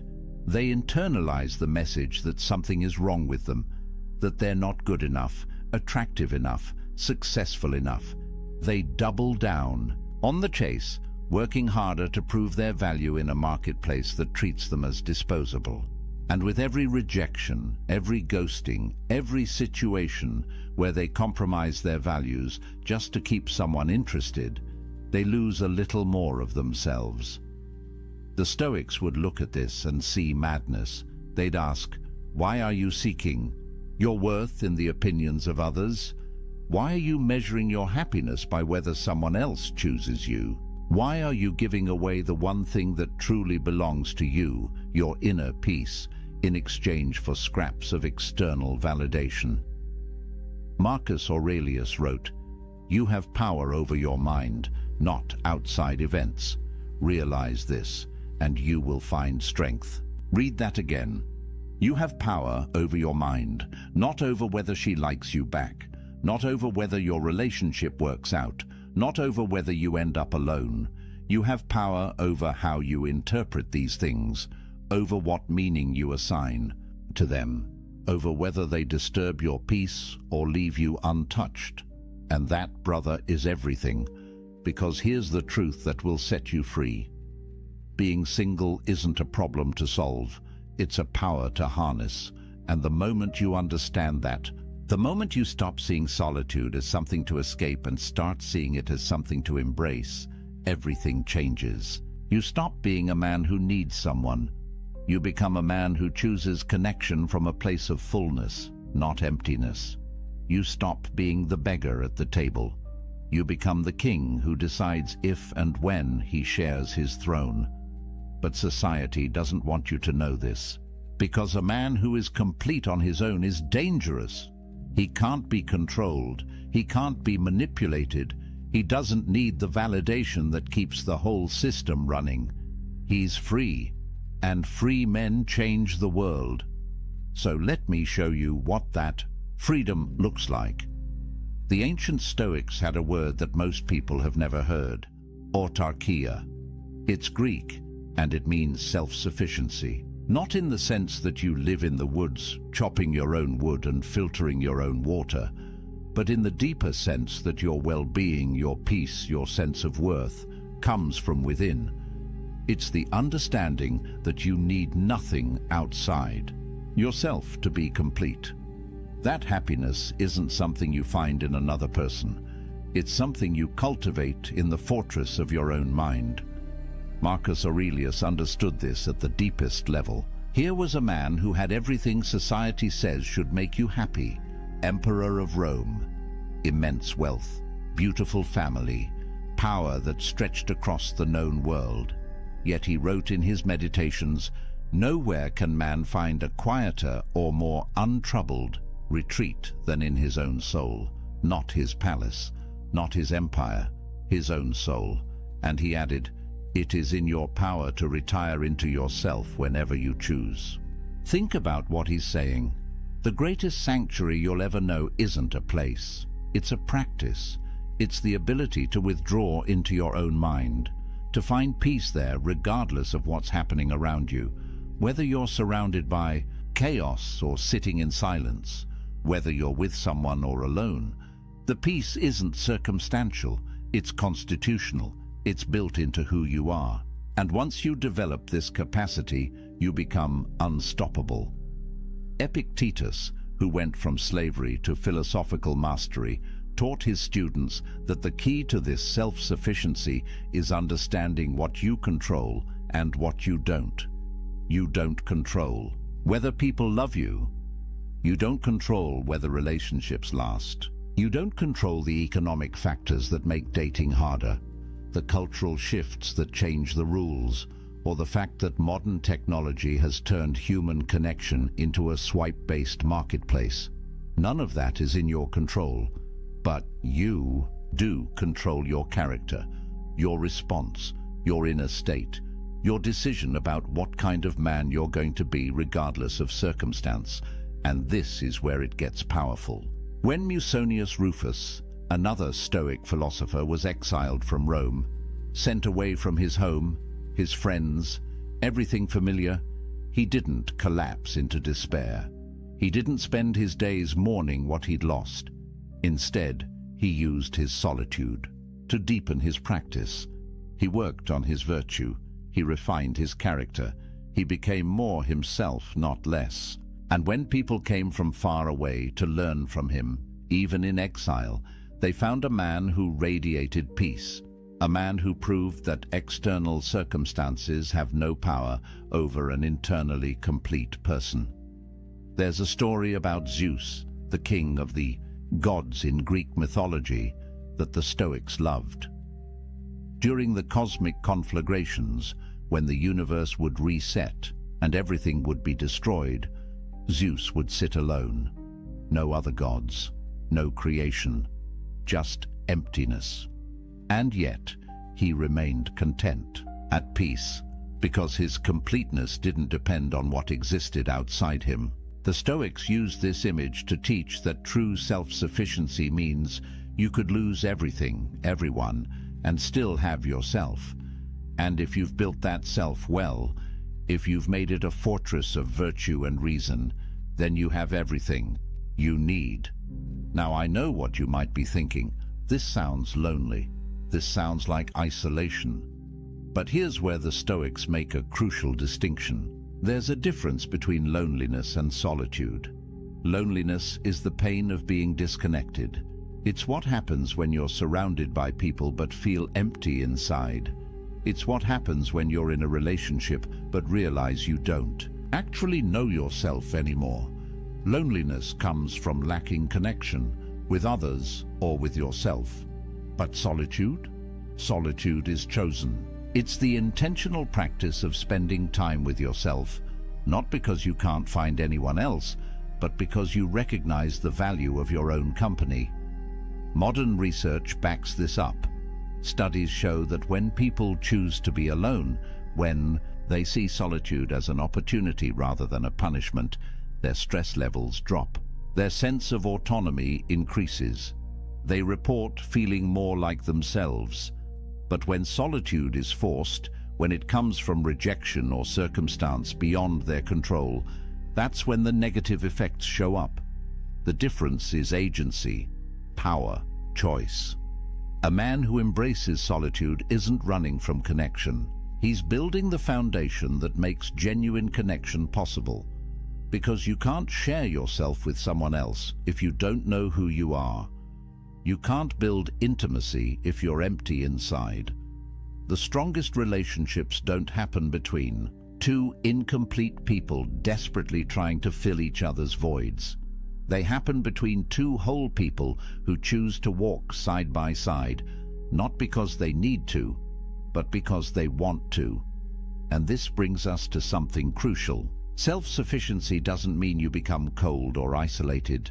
Seneca, one of the wealthiest and most influential men in Rome, wrote extensively about friendship. He said that a wise man doesn't need friends, but he still desires them, not because they complete him, not because he can't survive without them, but because friendship, real friendship built on virtue and mutual respect, enhances life. It's a preferred indifferent, as the Stoics would say. Nice to have, but not necessary for your peace. Think about how revolutionary that is. Most men approach relationships from need. They need validation, they need sex, they need emotional support, they need someone to make them feel valuable. But when you approach from self-sufficiency, everything shifts. You don't need anyone, you choose them. And that choice, made from abundance rather than scarcity, creates relationships that are powerful, genuine, and free. Because neither person is using the other to fill a hole. Both are whole already.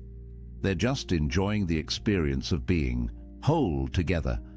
But getting to this point requires practice.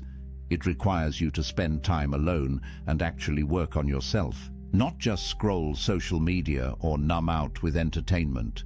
Real inner work. And that's uncomfortable, because when you sit in silence with yourself, when you remove all the distractions and external validations, you're forced to confront who you actually are, the thoughts you've been avoiding, the patterns you've been running from, the ways you've been living someone else's script instead of your own. Marcus Aurelius faced this daily. In his journal, he wrote reminders to himself. Wake up in the morning and remember who you are. Remember your principles. Don't let the chaos of the day pull you away from yourself. He understood that the greatest battle isn't against external enemies. It's against the internal tendency to lose yourself in the noise, to give away your power piece by piece until you wake up one day and realize you don't recognize the person you've become. But when you build self-sufficiency, when you develop autarkia, something remarkable happens. You stop being reactive. You stop living at the mercy of circumstance. Whether someone texts you back or doesn't, whether people approve of your choices or judge them, whether you spend Friday night with someone or alone with a good book, None of it disturbs your peace. You're grounded, centered, free. And that freedom, brother, is more valuable than any relationship could ever be. Because here's the paradox. The man who needs no one is the man everyone wants to be around. Strength attracts. Completeness attracts. When you're not grasping, not needy, not performing for validation, people feel it. They sense that you're different, that you operate from a different place. And the connections you do form, when you're ready, if you choose them, will be deeper and more real than anything you could build from a place of need. So what does this actually give you? What changes when you embrace solitude instead of running from it? The Stoics believed that external goods come in two categories: things that are genuinely good, like virtue and wisdom and character, and things that are preferred indifference, wealth, health, relationships. Nice to have, but not essential to your well-being, not determinative of your worth. The moment you internalize this distinction, a weight lifts, because you stop attaching your happiness to things you can't control. Let's get practical.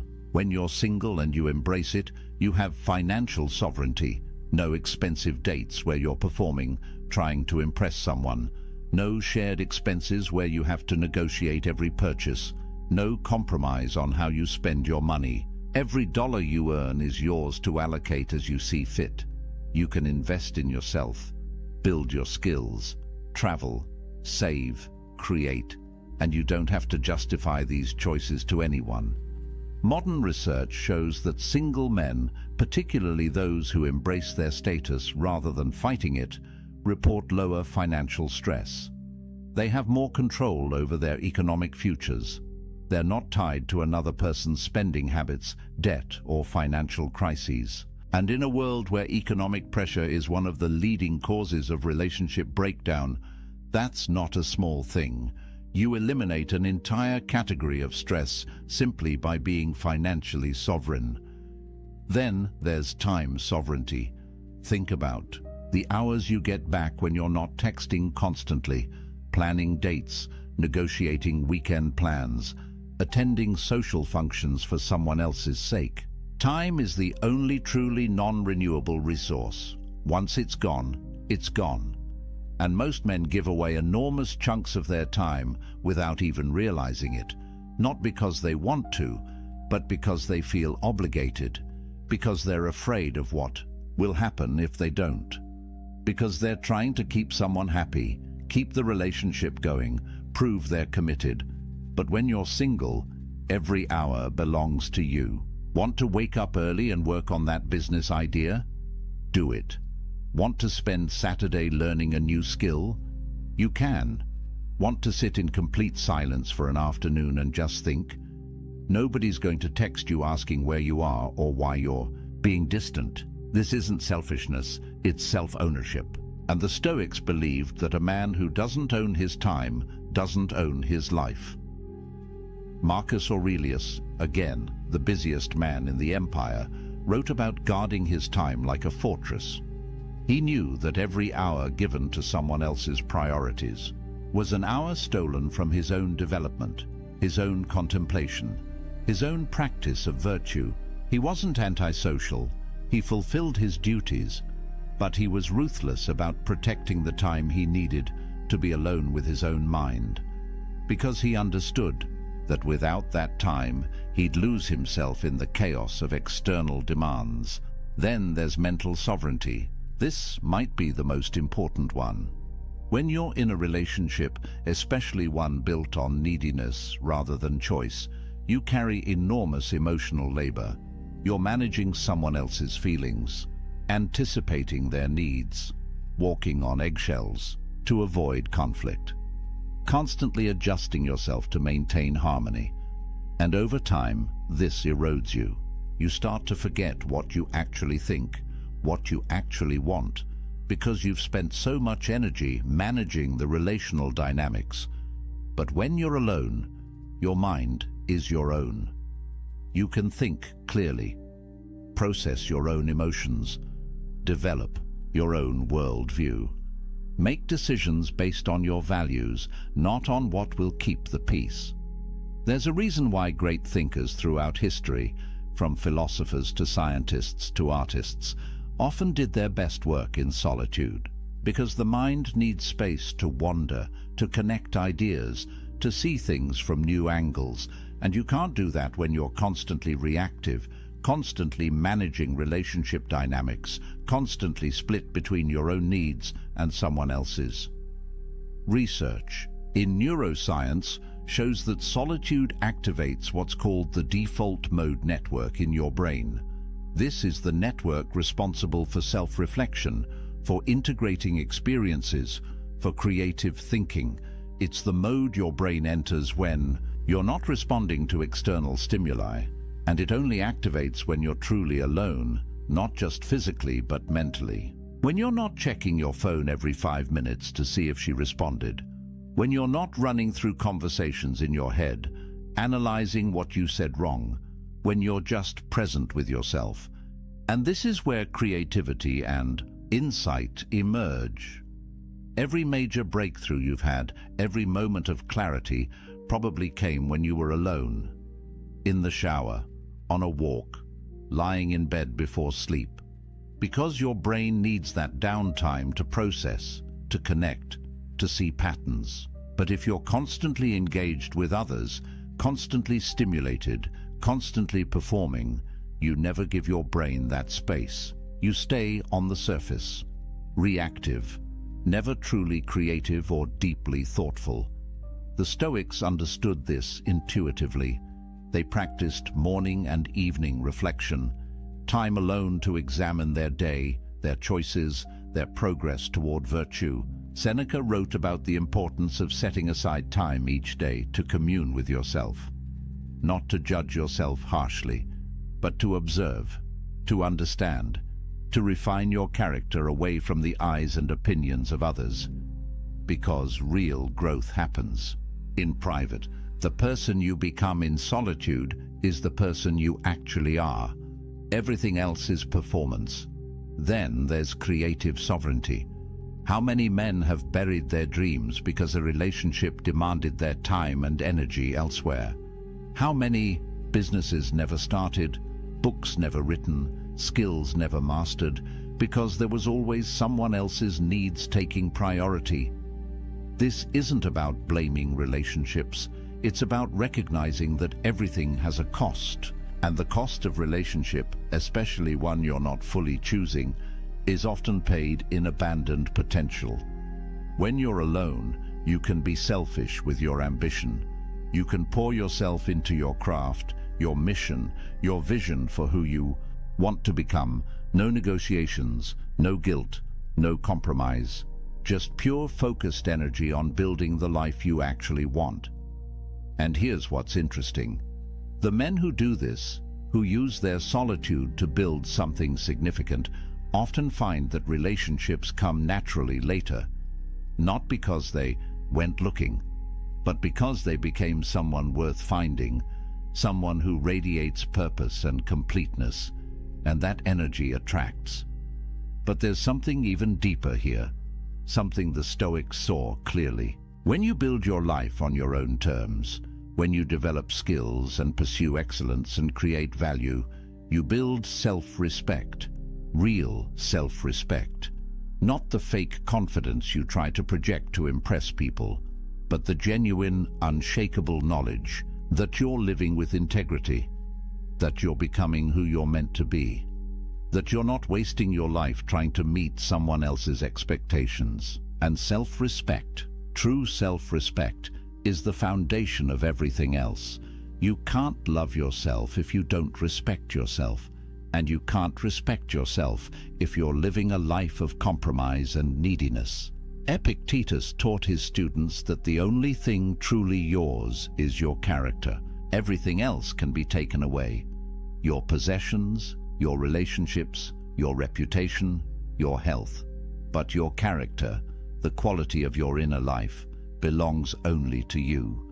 And it's built in solitude, in the choices you make when nobody's watching. in the discipline you maintain when there's no external reward, in the integrity you hold when it would be easier to compromise. This is why the Stoics saw self-sufficiency as the ultimate virtue, not because they were antisocial, but because they understood that a man who can't be happy alone will never be truly happy with anyone else. He'll always be grasping, always be insecure, always be dependent on external validation to feel okay. And that's not freedom. That's slavery with extra steps. So when you hear that 63% of young men are single, don't see it as a crisis. See it as an opportunity to build yourself without distraction, to develop the kind of inner strength that most men never discover because they jump from relationship to relationship, never spending time alone, never doing the deep work. You have time, you have space, you have sovereignty. Use it, but let me be clear about something. This isn't about avoiding relationships forever. This isn't about becoming some isolated hermit who thinks he's better than everyone. The Stoics didn't advocate for that. Seneca had a wife and family. Marcus Aurelius had a wife and children. They participated fully in social life, but they did it from a place of inner completeness. They engaged with others not because they needed to, but because they chose to. And there's all the difference in the world between those two positions. The goal isn't to stay single forever. The goal is to become the kind of man who doesn't need to be in a relationship to feel complete. And once you're that man, if you choose to be with someone, it will be from a place of strength, not weakness, from abundance, not scarcity, from sovereignty, not desperation. And those kinds of relationships, rare as they are the only ones worth having. But here's what most men miss. They think being single means they're incomplete. They've internalized the message that they're only half a person until they find their other half. And this belief, more than anything else, keeps them trapped. Because when you believe you're incomplete, you'll do anything to feel whole. You'll compromise your values. You'll tolerate disrespect. You'll lose yourself piece by piece trying to hold on to someone, anyone, who makes you feel less empty. But the Stoics would tell you this is backward. You're not empty. You never were. You've just been taught to see yourself that way. Society profits from your insecurity. The entire dating industry, the relationship advice industry, the self-help industry depends on you believing you're broken and need fixing, that you're incomplete and need completing. But what if none of that is true? What if you're already whole, you've just forgotten how to feel it? Marcus Aurelius wrote about this constantly, the idea that we already possess everything we need. That virtue, the only true good, is already within our capacity. We don't need to acquire it from outside. We need to cultivate it from within. And the best place to do that cultivation is in solitude, away from the noise, away from the opinions, away from the endless pressure to be something other than what you are. In solitude, you can be honest. You can strip away the masks you wear for others and look at who you actually are. And that honesty, uncomfortable as it might be at first, is the beginning of real transformation. There's a concept in psychology called self-determination theory. It says that humans have three basic needs: autonomy, the sense that you control your own life; competence, the feeling that you're capable and growing; and relatedness, connection with others. Most people think relatedness is the most important, but research shows that autonomy is actually the foundation. Without it, without the sense that you're living your own life on your own terms, the other needs can't be truly satisfied. You might have relationships, but you'll feel trapped in them. You might be skilled, but you'll never feel like it's enough because you're measuring yourself by external standards.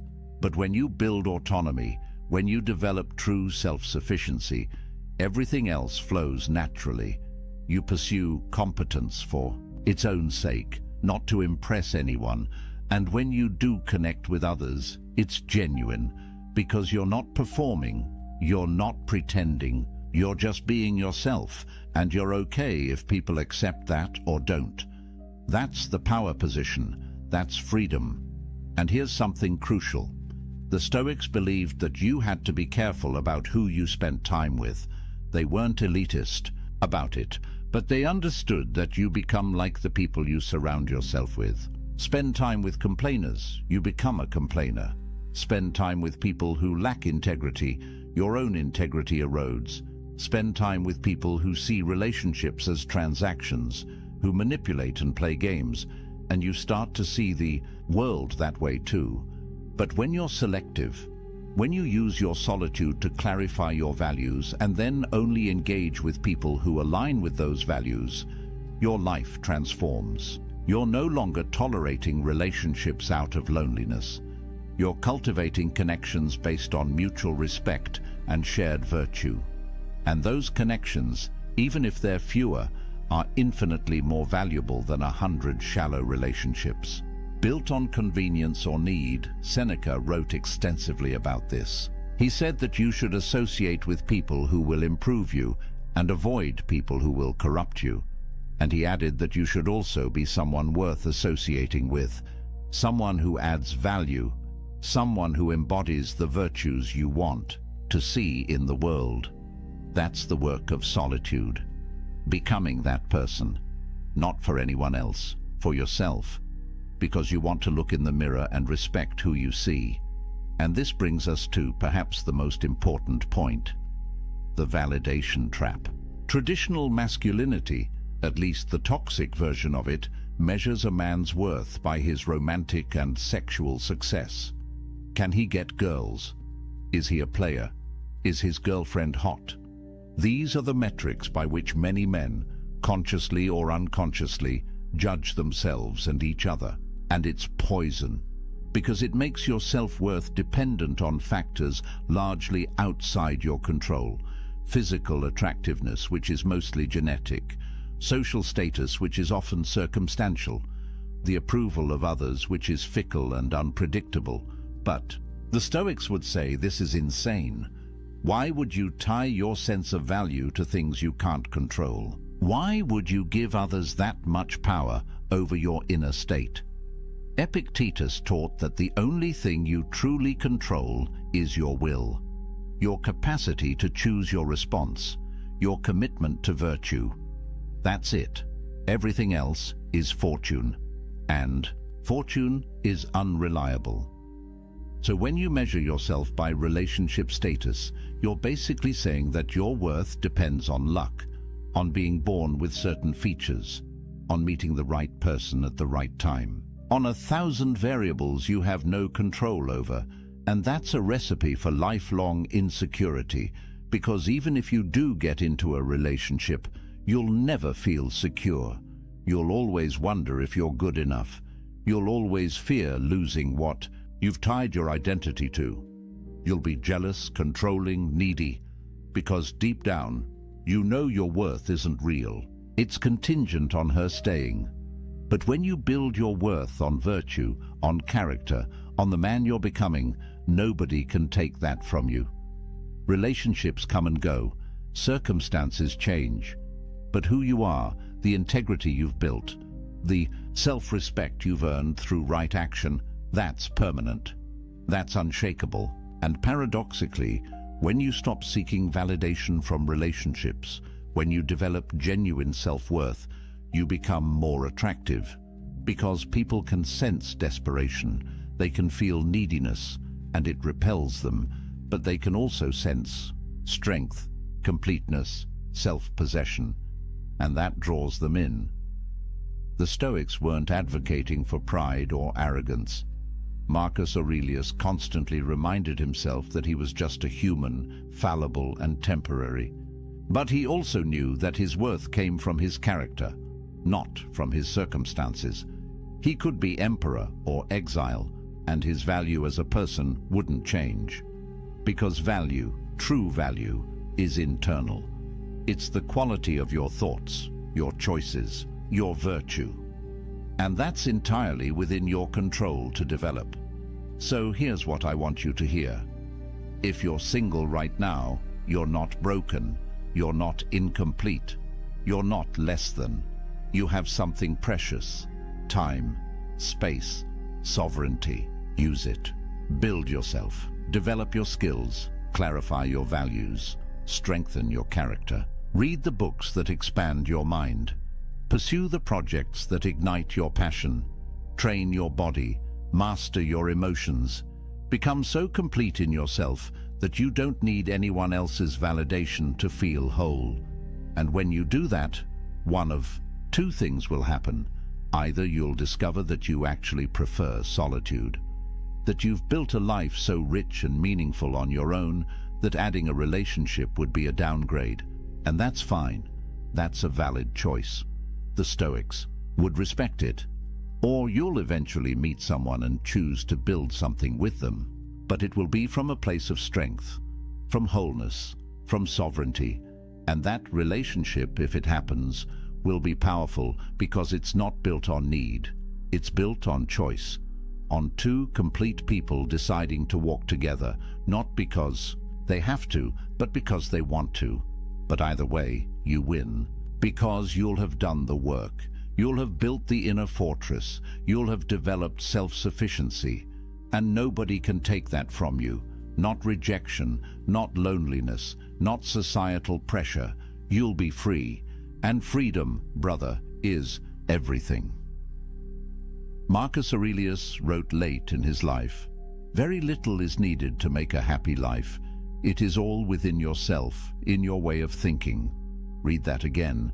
Very little is needed. It's all within yourself, not in finding the right person, not in changing your circumstances, not in achieving some external milestone. Within yourself, in your way of thinking, in your capacity to find peace regardless of what's happening around you. That's the promise of Stoicism. That's the gift of solitude. Complete independence from external validation. Total sovereignty over your inner state. The ability to be happy, genuinely happy, in any circumstance, alone or with someone, wealthy or poor, praised or criticized.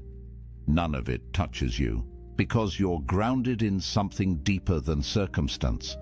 You're grounded in virtue, in character, in the kind of strength that can only be built in the forge of solitude.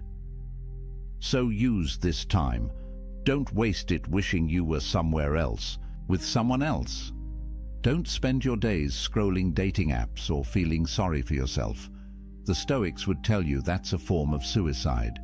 Killing time, killing potential, killing the opportunity to become something greater. Instead, wake up every morning and ask yourself, what kind of man do I want to be? And then become that man, not for anyone else, for yourself, because you respect yourself enough to live with integrity. Build your morning routine, train your body, develop your skills, read philosophy, journal your thoughts, sit in silence and just breathe. Let yourself feel what you feel without judgment. Work on your projects, create value, help others when you can. But always come back to yourself. Always protect that inner space where nobody else has access. That's your sanctuary, your fortress, your source of power. And here's something powerful. Every time you choose solitude over connection born of desperation, you strengthen yourself. Every time you decline to compromise your values just to keep someone around, you build self-respect. Every time you sit with discomfort instead of numbing it with distraction or validation seeking, you develop emotional resilience. These choices compound. They build on each other, and over time, you become a different kind of man. The kind who doesn't need external validation. The kind who trusts himself. The kind who's free. The Stoics had a practice they called negative visualization. They'd imagine losing everything they had. Their wealth, their position, their relationships, their health.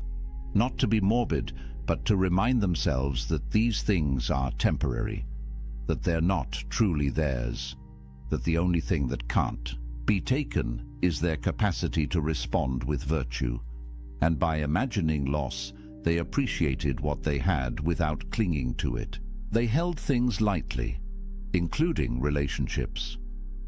Try this practice. Imagine you never end up in another relationship. You're single for the rest of your life. How would you live? What would you pursue? What would bring you meaning and joy? Really sit with that question, because the answer reveals what actually matters to you beyond validation and approval. And when you know what actually matters, when you build a life around those things, you become unshakable. Relationships become bonus, not necessity. Connection becomes choice, not desperation. And here's the paradox again. The man who could be completely happy alone is the man most worthy of companionship, because he's not using another person to fill his emptiness. He's whole already. He's inviting someone to share in his fullness. That's attractive. That's magnetic. That's what genuine partnership looks like. Not two halves making a whole, but two wholes choosing to walk together, each maintaining their own sovereignty, each respecting the other's independence, each complete whether together or apart. Seneca wrote, "The wise man is self-content." He is so in the sense that he is able to do without friends, not that he desires to do without them. That's the balance. You develop the ability to be happy alone. You build self-sufficiency, but you remain open to genuine connection when it appears. You don't avoid relationships, you just don't need them. And that makes all the difference. So where does this leave you? Right here, right now, with a choice. You can keep buying into the narrative that you're incomplete without someone, that your value depends on relationship status. That being single is something to escape as quickly as possible, and if you choose that path, you'll spend your life chasing, compromising, losing yourself piece by piece in the pursuit of external validation. Or you can embrace what the Stoics knew 2,000 years ago, that true power comes from within, that self-sufficiency is the highest virtue, that a man complete in solitude is free in every circumstance. And if you choose that path, if you do the work, you'll build something that nobody can take from you, an inner fortress, a sovereignty that transcends circumstance, a peace that doesn't depend on anyone else's approval or presence. Marcus Aurelius ruled an empire. He had wealth, power, family, everything society says should make you happy. Yet he spent his evenings writing in his journal, reminding himself of what actually mattered: virtue, character, inner peace. He knew that everything else was temporary, that the only lasting value was the kind of person he was becoming, and he did that work in solitude, away from the crowds, away from the demands, in the quiet space of his own mind. You don't need an empire to do this. You don't need perfect circumstances. You just need to make the choice, to use your solitude as a gift, not a curse, to see being single not as a deficit, but as an opportunity, to build yourself so completely that you don't need validation from anyone. And when you do that, you become dangerous, not to others, but to the systems that profit from your insecurity. You become a man who can't be controlled, can't be manipulated, can't be sold something he doesn't need. You become free. And freedom is what the Stoics were teaching all along. Not freedom from circumstances, those will always change, but freedom within circumstances. The ability to maintain your peace, your integrity, your sense of self, regardless of what's happening around you, alone or with someone, successful or struggling, praised or criticized. None of it touches your core, because you've built something unshakable inside. And that, brother, is power. Real power. The kind that transforms not just your life, but the lives of everyone you touch. Because strength is contagious. Completeness inspires. Freedom spreads. So let me leave you with this. A man who needs no one is free to choose everyone. A man who needs someone is slave to his need. Which man do you want to be? The choice is yours. It's always been yours. And it starts right now, in this moment, with this decision, to stop seeking yourself in others and start building yourself in solitude, to stop measuring your worth by external validation and start grounding it in internal virtue, to stop running from being alone and start embracing it as the ultimate gift, the space where you become who you're meant to be. The Stoics are waiting for you, Marcus Aurelius, Epictetus, Seneca. They walked this path. They proved it works. They left you a blueprint. All you have to do is follow it. Build your inner fortress. Cultivate self-sufficiency. Embrace solitude not as a punishment, but as a privilege. And watch what happens. Watch how your life transforms when you stop living for others and start living for yourself. Not in a selfish way, but in the way that honors your potential, your values, your unique path.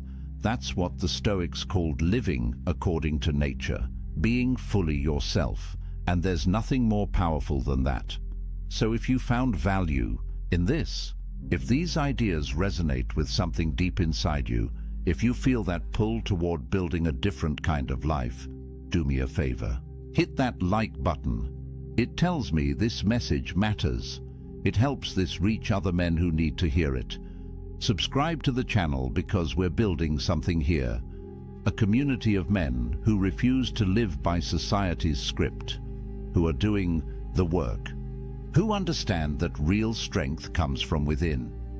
Drop a comment and tell me, what's one thing you're going to do this week to build your inner empire? One practice, one choice, one step towards self-sufficiency. And remember, this isn't the end, it's the beginning. Every journey toward freedom starts with a single step, a single decision. The decision to stop seeking worth in external validation and start building it through internal virtue. You've taken that step by being here, by listening, by opening your mind to a different way. Now keep walking, keep building, keep becoming. The man you're meant to be is waiting in the silence. Go find him. Until next time, stay strong, stay sovereign, stay free. There's a man in every room who never raises his voice, never competes for attention, never performs. He stands still while others fidget. He speaks last while others rush to fill the silence. And somehow, without trying, without effort, without the desperate energy that radiates from men who are starving for validation, he becomes the center of gravity. The room bends toward him. Conversations pause when he speaks. Eyes find him when he moves. Women notice him not because he's chasing their attention, but because his presence whispers something most men have forgotten how to communicate. I don't need you to complete me. I'm already whole. This isn't charisma. This isn't charm. This is something deeper, something the ancient Stoics understood 23 centuries ago, and something modern men have traded for Instagram likes and desperate text messages at 2 in the morning. The truth is brutal and liberating in equal measure. The moment you stop trying to be attractive, you become it. The second you release your grip on outcomes, they fall into your hands. When you embrace the discipline of silence, stillness, and self-mastery, you don't just change how others see you, you transform who you actually are. And that transformation, brother, that's what makes you unforgettable. Most men are taught the opposite. They're told to be loud, to take up space, to dominate conversations, to prove their worth through constant performance. They talk about their achievements, their plans, their opinions. They fill every silence with noise because silence feels like failure. They check their phones every 30 seconds because stillness feels like invisibility. They bend their boundaries, reshape their schedules, and abandon their purpose the moment a beautiful woman shows interest because they've been taught that her attention is the prize. But here's what those men never learn. The prize isn't her attention. The prize is becoming the kind of man who doesn't need it. This isn't a game. This isn't manipulation. This is the ancient art of self-mastery applied to modern life. Marcus Aurelius didn't write his meditations to attract women. He wrote them at night, alone in his military tent, trying to become a better man. Epictetus didn't teach the dichotomy of control so his students could get dates. He taught it so they could build unshakable character. Seneca didn't practice voluntary discomfort to impress anyone. He did it to forge resilience. But here's the fascinating part. These men, these ancient philosophers who focused entirely on internal excellence, they possessed a magnetic quality that transcended their era. Not because they were trying to be attractive, but because they had become something rare. Men who had mastered themselves. Let me show you how this works in practice. Let me walk you through 9 habits, 9 disciplines, 9 ways of being that separate men who chase from men who attract. These aren't tricks you perform, they're transformations you embody. And once you integrate them, once they become part of who you are rather than things you do, everything changes. The first habit might surprise you because it goes against everything modern dating culture preaches. It's the discipline of strategic silence. Not the awkward silence of someone who doesn't know what to say. Not the cold silence of someone playing games. The intentional silence of someone who understands that words lose power when you waste them. Most men are terrified of pauses. They fill every gap in conversation with nervous chatter, with jokes, with stories designed to prove how interesting they are. They think silence is failure, that if they're not talking, they're losing. But silence is a weapon, and most men have no idea how to wield it. When you ask a woman a question and she answers, "What do you do?" most men immediately respond. They're already thinking about what they'll say before she finishes talking. They're performing, not listening. But a man who understands strategic silence does something different. He waits. 2 seconds, 3 seconds. He holds her gaze. He processes what she actually said, and he lets that pause create weight. In those seconds, something profound happens. Her mind begins to work. She wonders what you're thinking. She replays her words. She becomes aware of your attention in a way she never is when someone rushes to fill the space. That pause creates cognitive tension, and cognitive tension creates fascination. The neuroscience backs this up. When you create a pause, you're forcing her brain to complete a loop. Humans are pattern recognition machines. We need closure. An unanswered question, an unfilled silence, it gnaws at us. And the person who creates that tension, who can sit comfortably in that space, they become magnetic. Because silence signals something most men can't fake: self-sufficiency.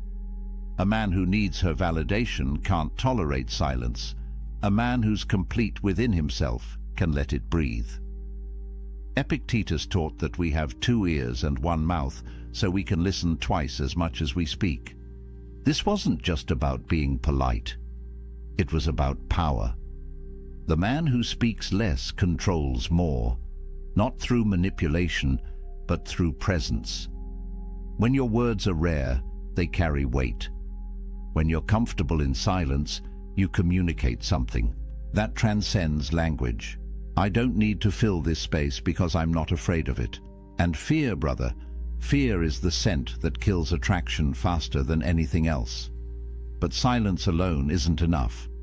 You can be quiet and still radiate anxiety through every muscle in your body. This brings us to the second discipline, the one that most men violate every single day without realizing it. Physical stillness. Watch men in any social situation. They're constantly moving, shifting their weight, adjusting their clothes, checking their phones, playing with their hair, fidgeting with their drinks. Their bodies are screaming a message their mouths never say: I'm nervous, I'm uncomfortable, I need something to do with this energy because I can't just be here. Now picture the opposite, a man standing with his weight evenly distributed, his hands at his sides or clasped in front of him, but not moving, his head still, his breathing deep and even. He's not rigid, not tense. He's relaxed but contained. When he moves, it's deliberate. When he reaches for his drink, it's a complete action. One movement, no adjustments, no fidgets, no nervous energy leaking through his fingers. That man commands attention without saying a word.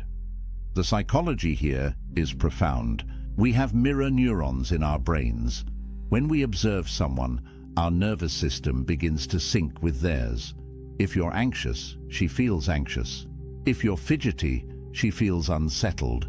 If you're calm, centered, still, she begins to feel that too. Your physical state becomes her emotional state.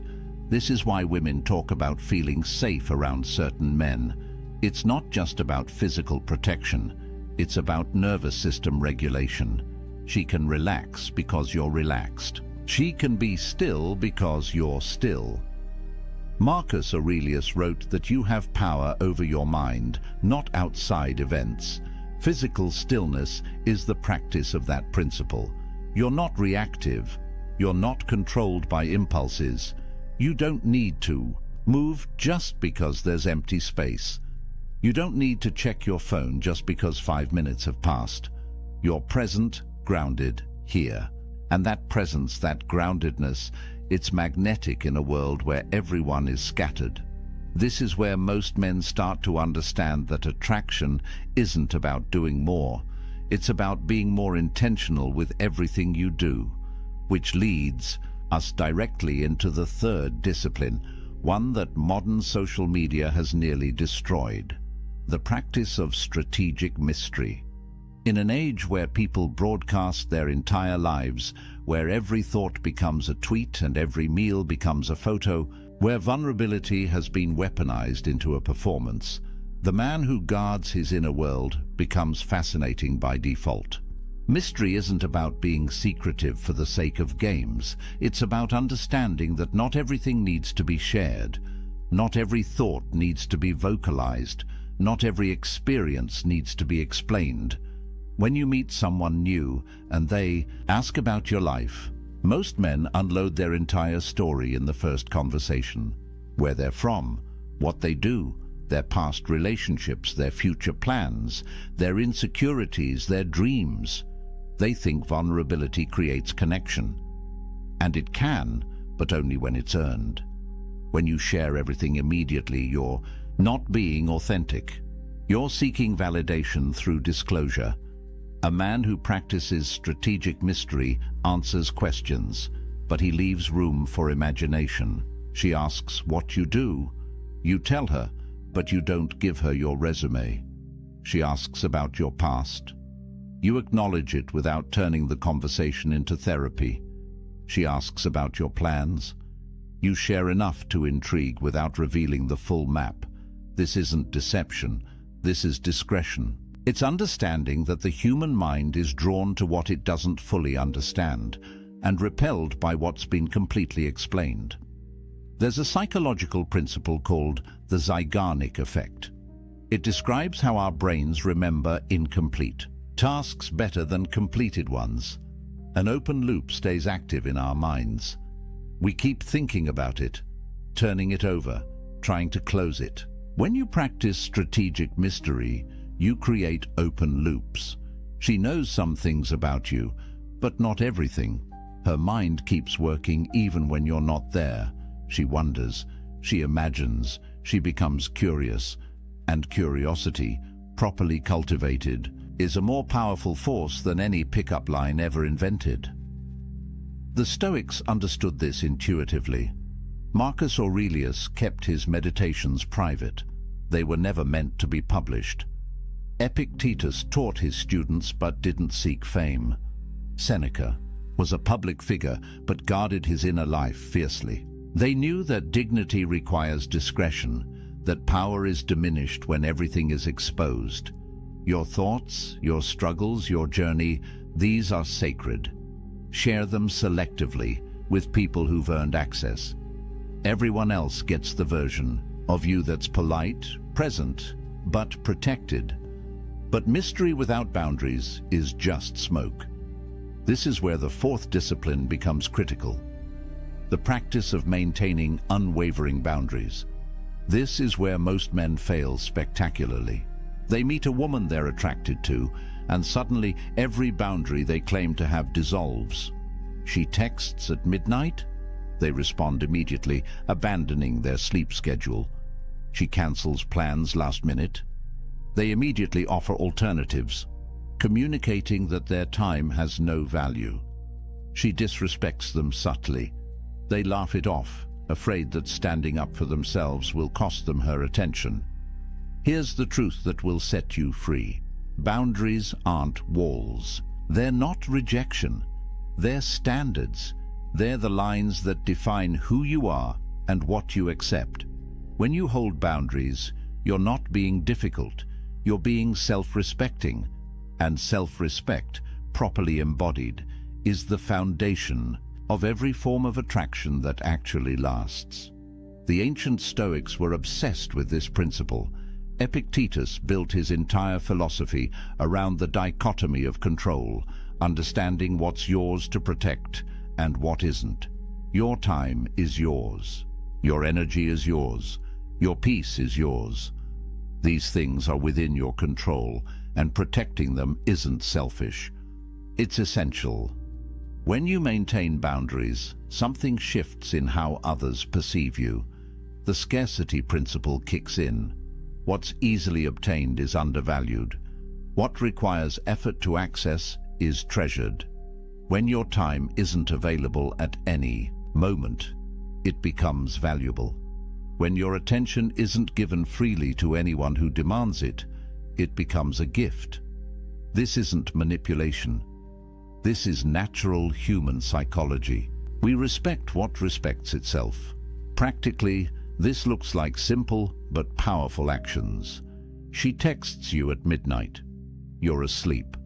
You respond when you wake up naturally, not when your phone buzzes. She cancels plans with short notice. You acknowledge it, but you don't immediately rearrange your life to accommodate her. You had plans. You keep them. She tests your frame with a comment designed to make you defensive. You don't react. You stay centered.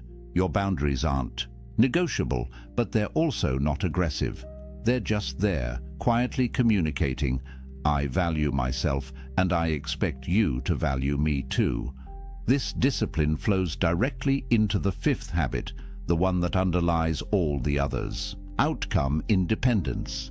This is the core Stoic principle applied to modern attraction, and it's the one that most men find impossible to embody because it requires you to genuinely not need the result, not pretend, not fake it, actually release your attachment to whether she likes you, whether she texts back, whether this interaction leads anywhere. You engage fully, you're present completely, but you're not invested in controlling the outcome.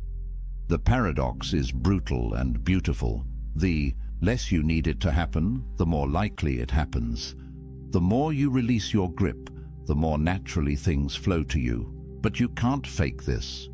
You can't perform outcome independence. She'll smell the neediness underneath whatever game you're playing. Outcome independence has to be real, which means you have to genuinely be fulfilled without her. Your life has to actually be complete. Your purpose has to actually sustain you. Your identity has to actually be stable. Otherwise, every interaction becomes a test of your worth, and tests create anxiety, and anxiety creates the desperate energy that repels everyone around you. Marcus Aurelius spent his life practicing detachment from outcomes. He wrote about accepting what happens with equanimity, about understanding that you control your actions but not their results. This wasn't pessimism, it was freedom. When you stop trying to control outcomes, you stop being paralyzed by fear of failure. You act clearly, You speak honestly, you engage fully because you're not burdened by the weight of needing it to work out a specific way. Here's how this looks in practice. Before you talk to her, you remind yourself, I'm complete either way. During the conversation, you notice if you're performing for approval or genuinely connecting. After the interaction, you don't refresh your phone every 30 seconds waiting for her response. You go back to your life, your mission, your purpose, because those things matter whether she texts back or not. This isn't apathy. You still care. You still prefer positive outcomes, but you're not defined by them, and that freedom transforms how you show up. Which brings us to the sixth discipline, the one that separates you from 99% of modern men who have forgotten how to do this. Radical presence. Being fully, completely, undividedly here. No phone, no distractions, no mental rehearsal of what you'll say next. Just attention, pure and concentrated, on this moment and this person. In a world where everyone is perpetually elsewhere, mentally scrolling through their feeds even while sitting across from you, the person who can actually be present becomes intoxicating. The Stoics called this memento mori, remember you will die, not as morbid obsession, but as radical wake-up call. This moment is all you have. This conversation is happening now and will never happen again. Marcus Aurelius wrote that the whole of time present is just a pinpoint in eternity. This second, right now, is your entire life. Everything else is memory or imagination. When you truly grasp this, presence becomes natural. You stop living in your head and drop into reality. What does this look like practically? Your phone is not just face down on the table, it's away, completely. When she speaks, your body turns toward her. Your eyes hold hers, not darting around. The room.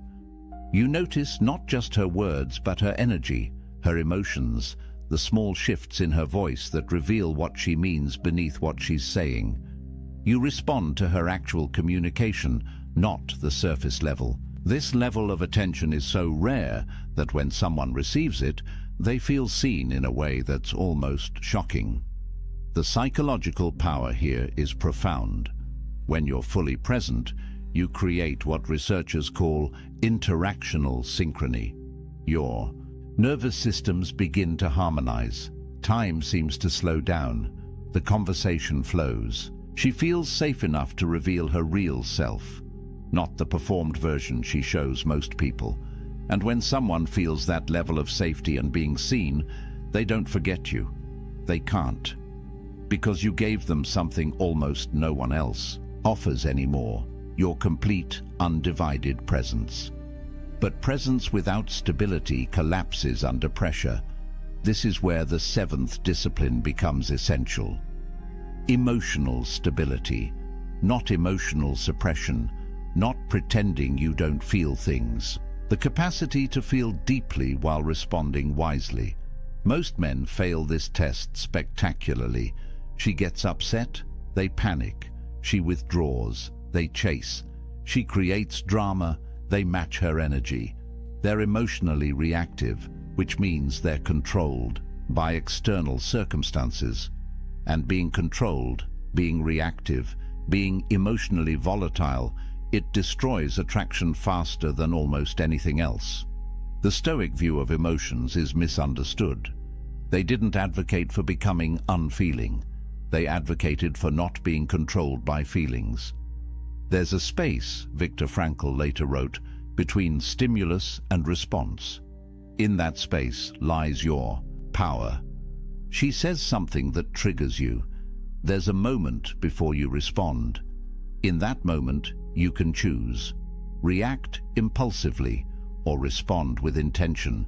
Get defensive or stay grounded. Match her energy or maintain your center.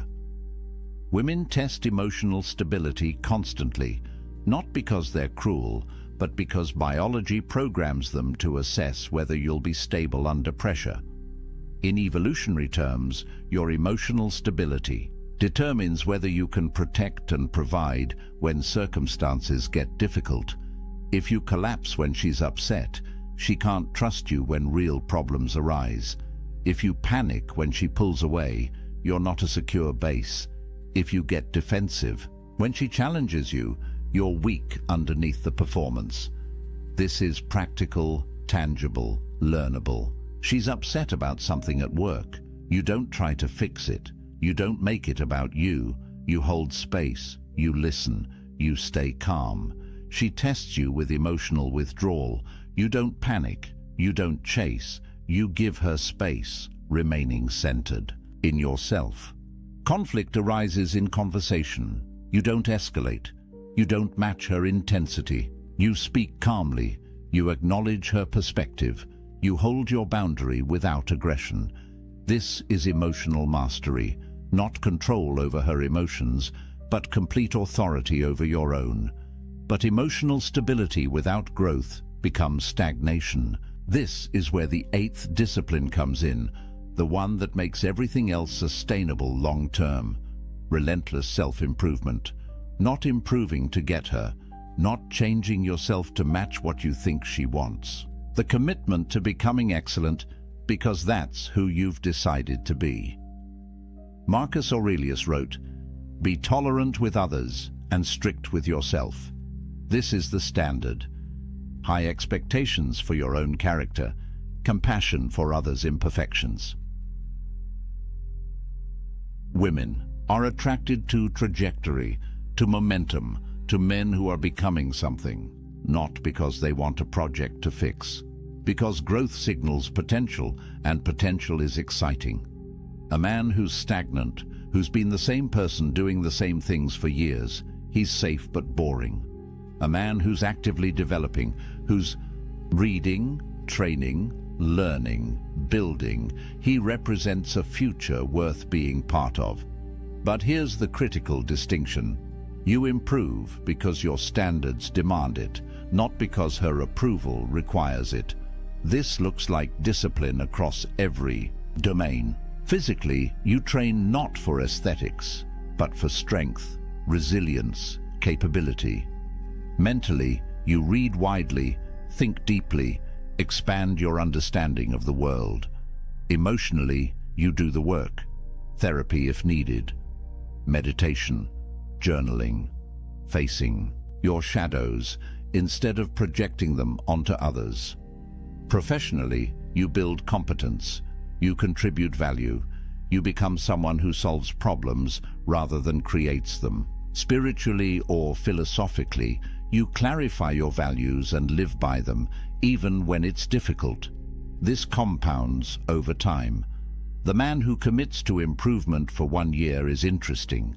The man who commits for 5 years is formidable. The man who makes it a lifelong practice becomes rare, valuable, magnetic. Not because he's perfect, but because he's dedicated to excellence. And that dedication, that standard, it's visible in everything he does. She feels it. Everyone feels it. But all of this, every single discipline we've discussed, collapses without the ninth and final habit. The foundation that makes everything else possible, operating from authentic purpose, having a reason to exist that transcends pleasure, comfort, or validation, something you're building, serving, creating, becoming, a mission that gives your life direction and meaning. Without this, every other habit becomes performance. With this, every habit flows naturally because it serves your greater aim. Marcus Aurelius ruled an empire. Epictetus taught philosophy. Seneca wrote and counseled. They had purposes larger than themselves.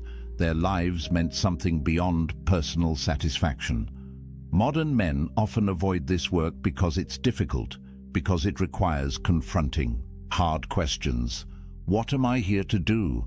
What's worth sacrificing for?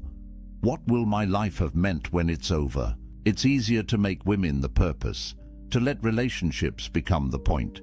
But when you do that, you become needy, desperate, without center. because no person can be your purpose without crushing both of you under that weight. Purpose creates everything attractive about a man. It generates natural confidence because you know why you're here. It establishes boundaries automatically because you protect what serves your mission. It creates outcome independence because your purpose sustains you regardless of any single relationship. It makes presence easy because you're grounded in meaning. It provides emotional stability because you're not blown around by circumstances. It demands improvement because your purpose requires you to grow. It generates mystery because your life has depth beyond what anyone sees on the surface. When you have purpose, silence comes naturally. You're not desperate to fill space because you're not desperate for validation. Stillness emerges organically. You're centered in something real. Mystery exists without effort. Your life has dimensions she's only beginning to discover. Everything we've talked about, every discipline, every habit, they all flow from this foundation. A man on a mission doesn't chase attraction. It follows him, not because he's using techniques, but because he's become someone genuinely worth following. Here's what this means practically. You wake up every day with something to do that matters. Not just a job, though work can be part of it. Something you're building, creating, serving. Maybe you're developing a skill, starting a business, creating art, serving a community, raising a family with intention. Whatever it is, it's yours. It gives you direction. It makes you someone with somewhere to go, and women want to walk beside. Men who are going somewhere. The irony is perfect and inescapable. When you stop making women your purpose, they become more attracted. When you build your life around something meaningful, they want to be part of it. When you're not trying to be attractive, you become it. Because attraction, real attraction, that lasts beyond the first conversation, it's not about tactics. It's about substance. It's about becoming a man who has mastered himself, who has built something real, who stands for something beyond his own comfort. These 9 habits work together. Each reinforces the others. Practice strategic silence, and you naturally develop stillness. Cultivate mystery, and boundaries become obvious. Build outcome independence, and presence flows naturally. Master emotional stability, and improvement becomes inevitable. Do all of this from genuine purpose, and you're not performing attraction. You're embodying it. This isn't easy. None of it is easy. Anyone who tells you there's a shortcut is selling you something. The Stoics were clear about this. Excellence requires discipline. Character requires practice. Becoming admirable requires becoming someone worth admiring, and that's daily work. But it's the only work that actually creates lasting results. You can learn all the pickup lines, all the texting strategies, all the psychological tricks. They might get you short-term results, but they won't make you into someone you respect. They won't build a life you're proud of. They won't create the kind of attraction that sustains a real relationship. What I'm describing is different. It's becoming the kind of man who doesn't need these videos, these strategies, these techniques. The kind of man who attracts naturally because he's built himself into something genuinely attractive. Not attractive because he's playing a role, but attractive because he's become someone valuable, someone centered, someone purposeful, someone who has done the work. Try this for 30 days. Pick one habit and make it yours. Practice strategic silence in every conversation. Notice what happens when you hold your body still in social situations. Guard your inner world for a month and watch how curiosity builds. Hold your boundaries without apologizing and feel the shift in how people treat you. Release your attachment to outcomes and notice how much lighter everything becomes. Give your complete presence to every interaction. Stay emotionally stable when everyone around you is reactive. Commit to genuine improvement in one specific area. clarify your purpose and let it guide your decisions. 1 habit. 30 days. See what changes. Because I promise you, when you stop performing and start becoming, when you stop chasing and start building, when you release the desperate energy of needing validation and step into the quiet power of being complete, everything shifts. Not just with women, with everyone, with yourself. You become the kind of man you actually respect. And that respect, that self-possession, that groundedness, it's magnetic in a way that no technique ever could be. The most attractive man in any room isn't the one trying to be. He's the one who's forgotten to care because he's too busy being excellent, too focused on his purpose, too grounded in his values to waste energy on performance. Be that man. Do the work. Build the life. Master yourself. The attraction will follow, not because you chased it, but because you became worth chasing. If this resonated with you, if you felt something shift in how you understand attraction and masculinity, hit that like button. Subscribe to this channel because we're building a community of men who are committed to excellence, who understand that the ancient wisdom still works, who are willing to do the difficult work of becoming someone genuinely valuable. Drop a comment below and tell me which of these 9 habits you're starting with today. Which one challenges you most? Which one are you ready to master? Remember, the Stoics have been waiting 23 centuries to teach you this. Marcus Aurelius faced battles, plagues, betrayals, and he never lost his center. Epictetus was born into slavery and died free in every way that matters. Seneca counseled emperors and faced death with equanimity. These weren't men who had easy lives. They were men who built unshakable character. You have the same capacity, the same potential, the same choice every single day to become stronger, wiser, more centered. The most attractive man in the room isn't the one trying to be. Be that man. The room is quiet. 2 glasses of wine sit untouched. A woman leans forward, eyes sharp, voice steady. Do you even care about me? The question cuts deeper than it sounds. It isn't about love. It isn't about romance. It is about power. Most men stumble here. They rush to explain. They laugh nervously. They pile up words like a wall. But the wall crumbles instantly. Respect slips away. This is how the test begins. A test older than text messages, older than candle-lit dinners, older than modern love itself. In every culture, in every time, women have tested men, not out of malice, not to be cruel, but to see if he bends, to see if he breaks, to see if the man she sits with is the same man he claims to be. And these tests are subtle. They hide behind simple questions, questions that seem innocent, but they are anything but innocent. Each one is a strike at the foundation of a man's composure. Here's the truth. When she asks these questions, she isn't waiting for the perfect answer. She's watching for the reaction. Does he stay calm? Does he hold his frame? Or does he panic? The Stoics faced greater trials than this. Emperors, generals, and slaves alike endured storms of fate. They lost kingdoms. They faced death. And still, they stood unshaken. Their philosophy was simple. Control yourself. Do not be ruled by the chaos outside you. Be anchored. Be still. Be immovable. What if you could bring that same calm to these modern tests? What if every question, every trap, became an opportunity to show strength instead of weakness? In this film, we reveal the 5 questions women use to test men. 5 traps hidden in plain sight. 5 moments where most men collapse. But where the Stoic finds his chance to rise. Stay with me.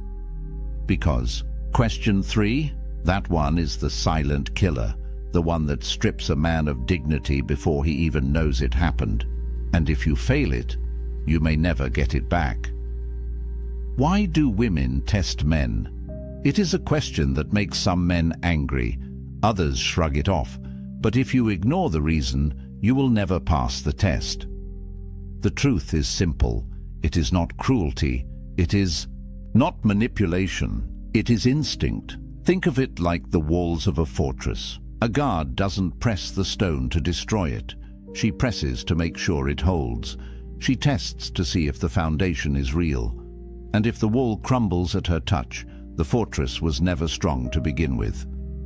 That is what these questions are. A press against the wall. A test of strength, of composure, of truth. Now picture this.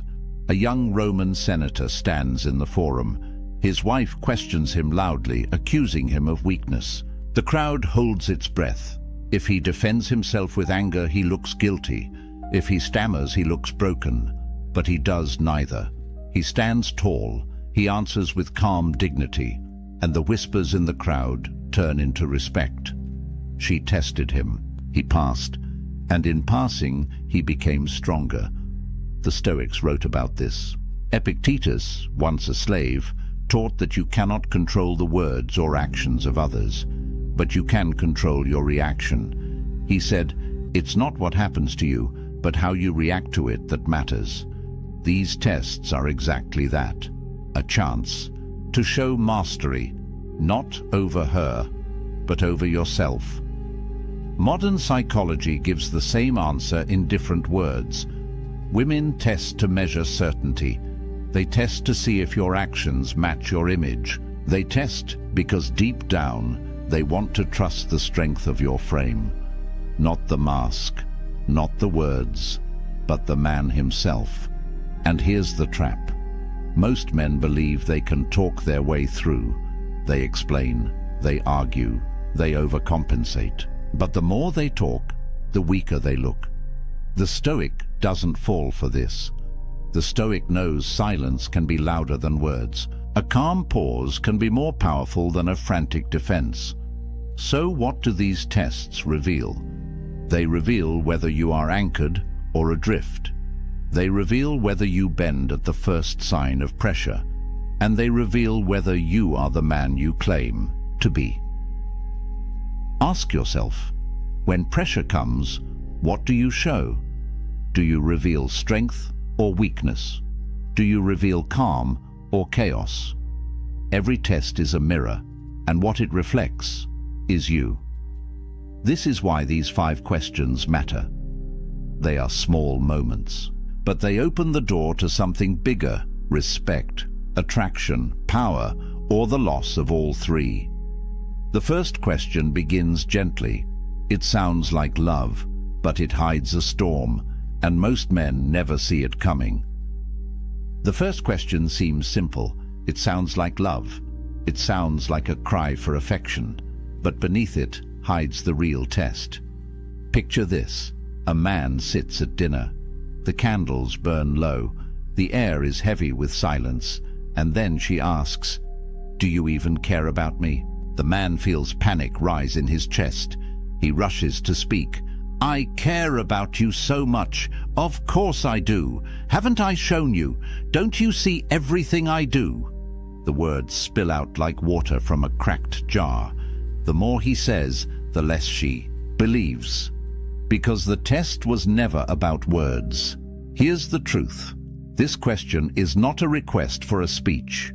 It is a measure of presence. She wants to see if you can stand steady in the face of doubt, if you can remain calm when emotion is thrown at you, if you can show her without shaking that your care is real.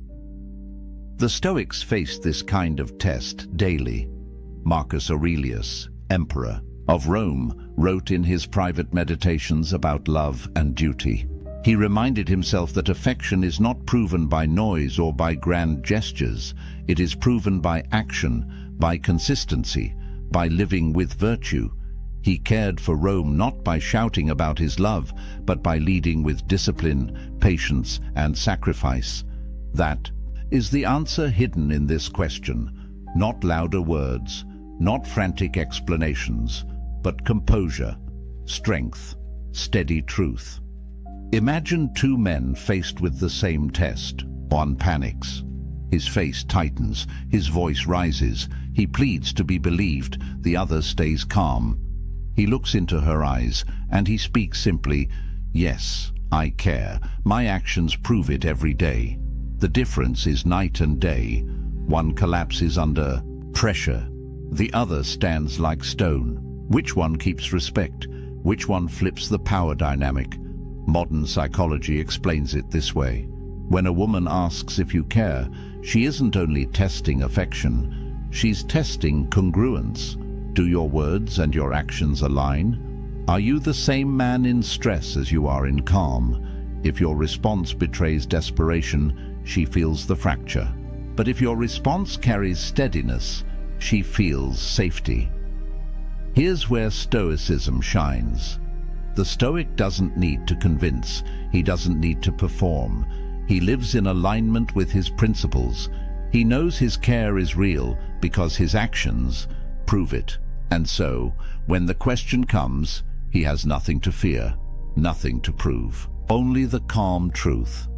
But there is a deeper layer still. When she asks, "Do you even care about me?" she is really asking, "Will you stay steady if I push? Will you remain anchored if I doubt you?" If your frame breaks, she learns she cannot lean on you. But if you remain unshaken, she learns you are safe to trust. So what is the Stoic response? Not a script to memorize, not a trick line to copy, but a way of being, composed, grounded, aligned. Because care is not in the shouting, it is in the silence, it is in the calm, it is in the daily proof of action. This is why the first question matters so much. It seems harmless, but it is the opening move in a much larger game. And if you fail here, the next test only grows sharper.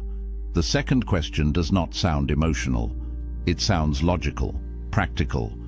But in truth, it is even heavier because it forces you to face the future. The second question arrives like a whisper, but it lands like a hammer.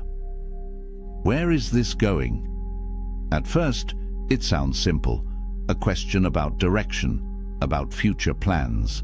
But underneath, it is a test of certainty. Picture this. A couple sits in a quiet cafe. She stirs her coffee. Her eyes never leave his. And then she asks. Her tone is casual, almost soft. But he feels his chest tighten. He knows this is not casual. The man who fears this question reacts in two ways. Some rush forward. They make promises. They map out a future they aren't ready for. Others retreat. They avoid. They fumble their words and leave her more uncertain than before. Both fail. Both reveal weakness. Because both let fear dictate the answer. Here's the truth. This test isn't about the future. It's about your frame in the present. She doesn't need every detail. She needs to know if you stand steady under pressure. The Stoics understood this tension well. Marcus Aurelius ruled an empire under constant threat. He never promised his people endless years of peace. Instead, he reminded himself daily that the future is not his to control. Only his actions today were within his command. That was enough. Epictetus put it more sharply. Don't demand that things happen as you wish, but wish them to happen as they do. The Stoic does not cling to guarantees. He speaks truth about what he values now. He lives by principle, not by desperate promises. So what is the Stoic way to respond? Imagine her eyes waiting, the silence growing heavy. Instead of panicking, you breathe. You anchor yourself in the present. And you say with calm certainty, I value what we're building. I don't rush or pretend to know every step ahead. What matters is how we treat each other today. That's what I can promise. No over-promising, no retreat, just steady ground. Notice what happens here. The answer shifts the frame. You are not a boy scrambling for approval. You are a man speaking from principle. The power dynamic flips. But there's more. Modern psychology shows that women often test for stability, not for perfect plans. Stability means, does this man know himself? Does he collapse under pressure or remain composed? If he cannot stand steady in a simple question, how will he stand steady when life grows harder? That is the unspoken meaning of, where is this going? It is less about the map and more about the anchor. Now imagine the two responses again. One man blurts out timelines, dates, grand vows. She nods, but inside she doubts. The other man is calm, centered, certain. He does not rush, but he does not run. And in his steadiness, she feels safety. This is why Stoicism matters here, because it keeps you from panic. It keeps you from overreach. It keeps you grounded in what you can control, your actions, your principles, your presence. And yet, if this question feels heavy, the third test is sharper still. It comes not at dinner, not in a cafe, but in the silence of a buzzing phone. And most men fail it before they even realize they've been tested. The third question doesn't arrive in person. It arrives through silence, through the glowing screen of a phone, through the long pause between message and reply, and then it comes. Why didn't you answer my text? It sounds harmless, it sounds small, but don't be fooled. This is one of the sharpest tests of all. Picture it. The phone buzzes on the table. You see the message. You are in a meeting, or at the gym, or simply taking a moment for yourself. You don't respond instantly. Hours pass. When you finally open your phone again, there it is. The follow-up message. The test. Why didn't you answer my text? Most men stumble here. Some rush to apologize. I'm sorry. I was busy. I didn't mean to ignore you. Their words overflow with guilt. Others swing the other way. They become defensive. Why do you always need an answer right away? Can't you relax? Both responses fail. One shows weakness. The other shows anger. The Stoic sees something different. He sees that this question is not about the phone. It is about control. It is about composure. It is about whether you can remain steady when accused of neglect. The ancients faced their own version of this. Imagine a soldier in the Roman army. He marches for days without sending word home. When he returns, his lover asks why he did not write. His answer is not panic. It is calm. My duty demanded my focus. I was where I needed to be. The message is clear. His actions spoke louder than the absence of words. Modern psychology confirms this. The instant response culture we live in creates anxiety. People expect immediate replies as if constant attention equals care. But the truth is the opposite.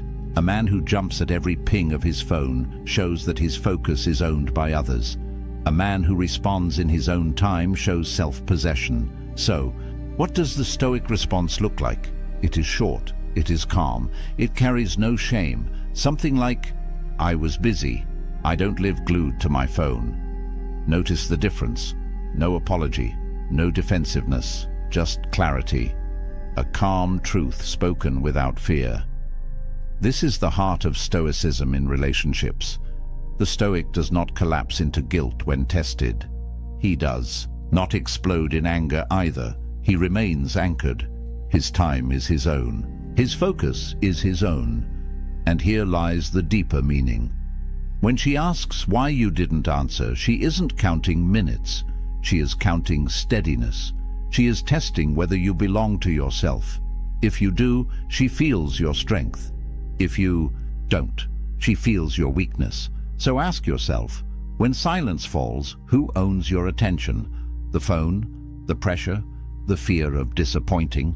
Or do you own it? Because the man who owns his attention is rare. and rare men are respected. This question may feel sharp, but the next one cuts even deeper, because it hides inside a playful tone, a question that looks harmless, but can shatter a man if he answers wrong. This question hides behind a smile. It slips out casually like a passing thought. But don't be fooled. It is not casual. It is a test, wrapped in silk. Do you think she's pretty? At first it feels harmless. She might be asking about a stranger at a cafe, an actress on a screen, a mutual friend. Her tone is light, but her eyes study every flicker of your reaction. Picture the moment. A man shifts uncomfortably. He looks away. He shakes his head too quickly. No, of course not. She's nothing compared to you. But the words sound hollow. The denial feels forced, and something shifts. Trust erodes. Another man takes the opposite route. He answers carelessly. Yes, she's gorgeous, way more attractive than most. The room grows cold, her smile fades, and in that instant, the damage is done. Both men failed, one out of fear, the other out of thoughtlessness. Here's the truth. This question isn't about beauty, it's about honesty. It's about loyalty. It's about whether you can hold balance in a trap.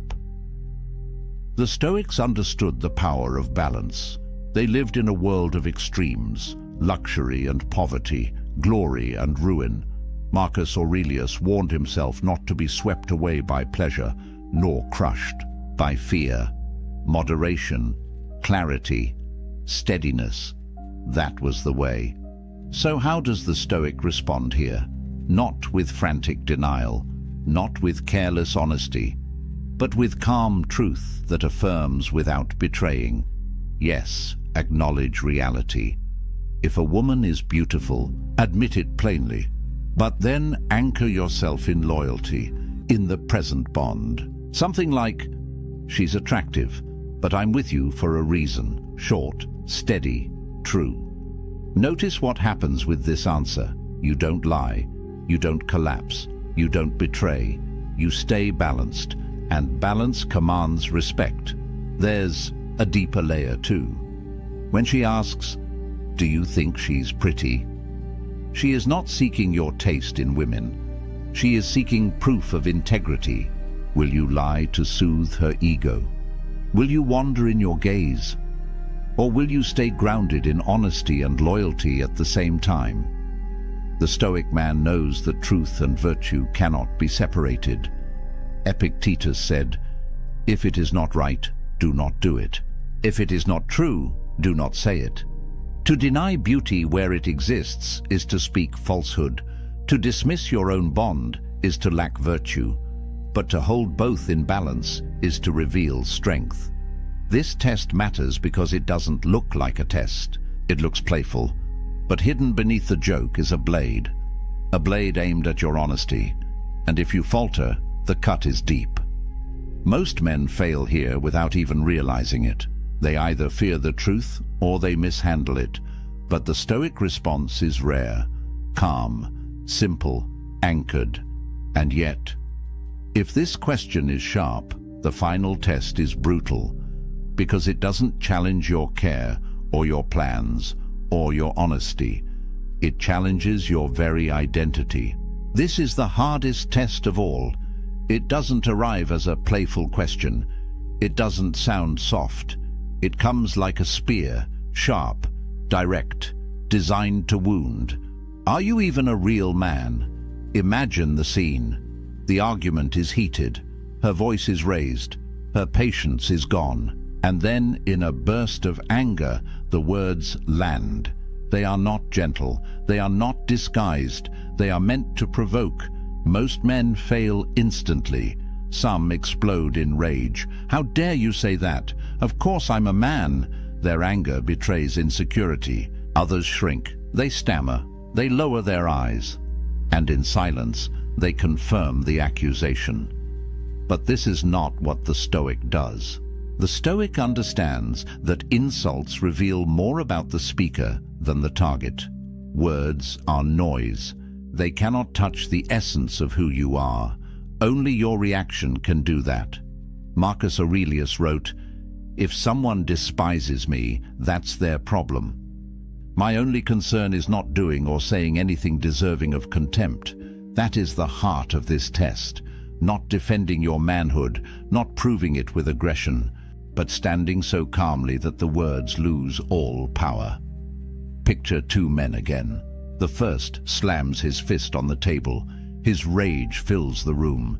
She sees weakness, not strength. The second holds her gaze. He doesn't flinch, and he says quietly, "I don't need to prove it with words. My actions speak." The silence that follows is heavier than a shout, because in that moment, the power shifts. The test is passed. Respect is earned. Psychology confirms this dynamic. Challenges to masculinity trigger deep instincts. Many men feel they must defend or attack, but true strength is self-possession. A man who knows himself doesn't need to fight for his identity. He already owns it. The Stoics lived this way. They were warriors, emperors, slaves, philosophers. Their manhood was not measured in titles or bravado. It was measured in courage, in justice, in steadiness. A real man in their eyes was not the loudest in the room. He was the calmest, the one who did what was right, even when mocked or insulted. So, when the words strike, "Are you even a real man?" the Stoic does not break. He does not rage. He does not beg. He simply remains, unshaken, anchored. This is the true test. Not of romance, not of loyalty, but of identity. And if you fail here, you lose far more than respect. You lose yourself. But if you pass, if you stand calm in the storm, you become rare. Rare men are remembered. Rare men are trusted. Rare men are respected. And that is the ultimate power flip. The test meant to shatter you becomes the proof of your strength. We've walked through the 5 questions, 5 tests that seem ordinary, 5 moments that look small, but each one hides something much larger. Think back. Do you even care about me?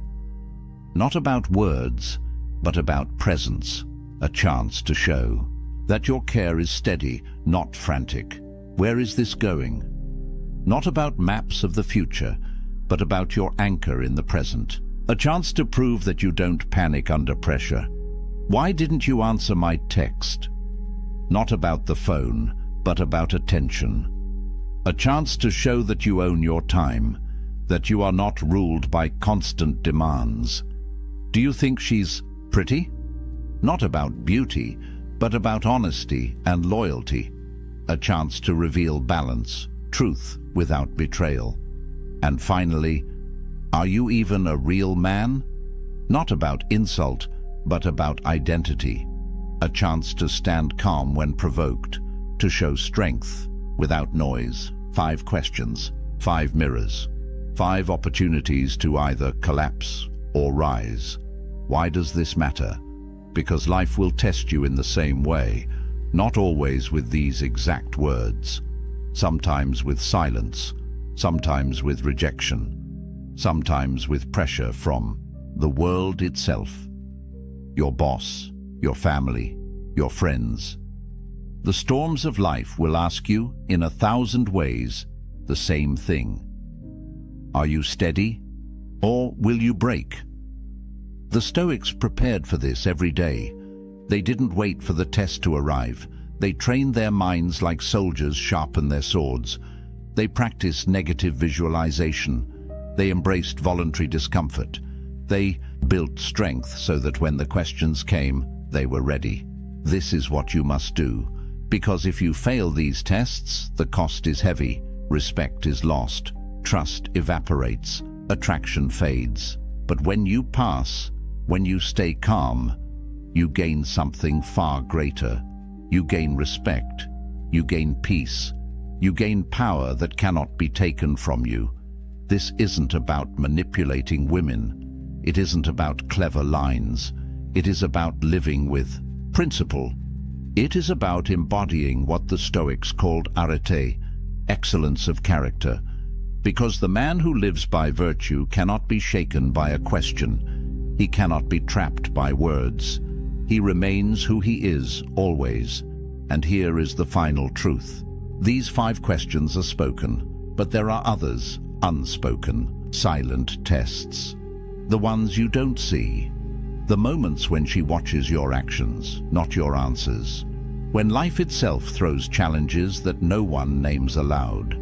And those silent tests, they are even more dangerous because you don't know when they will strike. You don't hear them coming, and you only realize you've been tested when it's already over. That is what we'll explore next. The invisible trials, the hidden moments, the tests that define you without a single word. If you want to be ready, subscribe now. Turn on notifications so you don't miss it. And share your story in the comments. Which of these 5 questions have you faced? How did you respond? Your story may help another man prepare for his own test. Remember, life will keep asking the question. The only thing that matters is how you answer. Picture this. Your fists are clenched. Your jaw is locked tight. Heat floods your chest, racing up your neck, pounding in your temples. Someone just disrespected you, crossed a line, threw words at you that cut deep. And right now, in this moment, every fiber of your being wants to explode, to unleash, to make them feel what you feel. But here's what you don't realize. That fury building inside you isn't strength. It's a prison, and you're both the jailer and the prisoner. Every second you spend consumed by rage is a second stolen from your life, your peace, your power, the relationships you've destroyed, the respect you've lost, the things you've said that you can never take back. All because in that moment you thought anger was the answer. But what if I told you that nearly 2,000 years ago, ancient philosophers discovered something that modern psychology is only now confirming? A truth so powerful that once you understand it, anger becomes almost impossible, not suppressed, not hidden, actually impossible, because they found the secret that most men never discover. The reason you get angry has nothing to do with what's happening out there, and everything to do with a choice you're making inside your own mind without even realizing it. Stay with me for the next 15 minutes, and I'll show you exactly how to break free from anger forever. Not through willpower, not through breathing exercises, but through a fundamental shift in how you see reality itself. By the end, you'll possess a mental framework that the Stoics used to remain unshakable in the face of insults, betrayal, and chaos. The same framework that can make you the calmest, most powerful man in any room. Because once you understand this, you'll never be a slave to rage again. Here's the first truth that destroys everything you think you know about anger. You believe you're angry at them, at what they said, at what they did, at the disrespect, the betrayal, the injustice. You think the source of your rage is out there in the world, in their actions, in their words, in the unfairness of it all. But Epictetus, the Stoic philosopher who was born into slavery and became one of the wisest men in history, revealed something that shatters this illusion completely. He said that men are disturbed not by things, but by the views which they take of things. Read that again. Not by things, but by your view of things, your interpretation, your judgment, the story you tell yourself about what just happened. Think about this. 2 men get cut off in traffic. Same situation. Same driver flipping them off as he speeds away. One man grips the wheel, blood boiling, heart racing, ready to follow that car and confront the driver. The other man simply shakes his head, maybe even chuckles, and continues his drive in peace. Same event. Completely different responses. Why? Because the event itself has no power. The power lies entirely in the judgment they make about it. The first man tells himself a story. This is disrespect. This is an attack on me.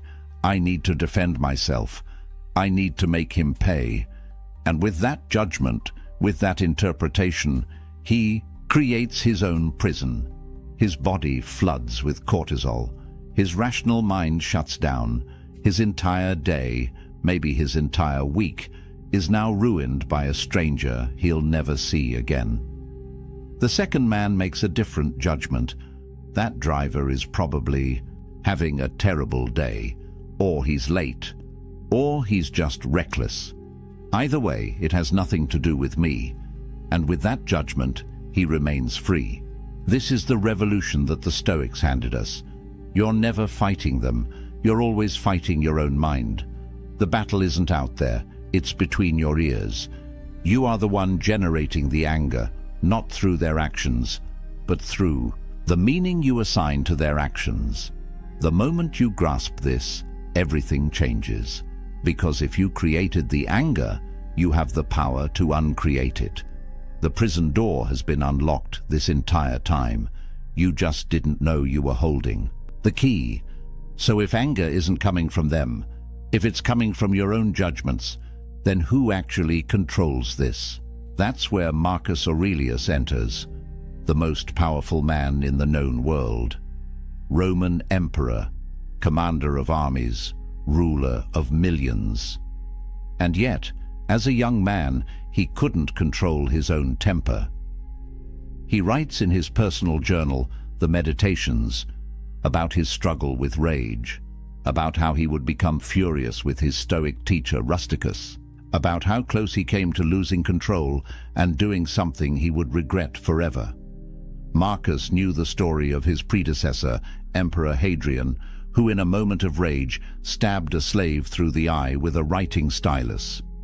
Later, when Hadrian calmed down and apologized, the slave said the only thing he wanted was his eye back. And even an emperor couldn't give him that. The damage was permanent. The lesson was clear. You can rule an empire and still be a slave to your emotions. You can command armies and still be conquered by anger. But Marcus discovered something that changed everything. The Stoics called it the dichotomy of control, and it's the single most powerful framework for understanding life that has ever been created.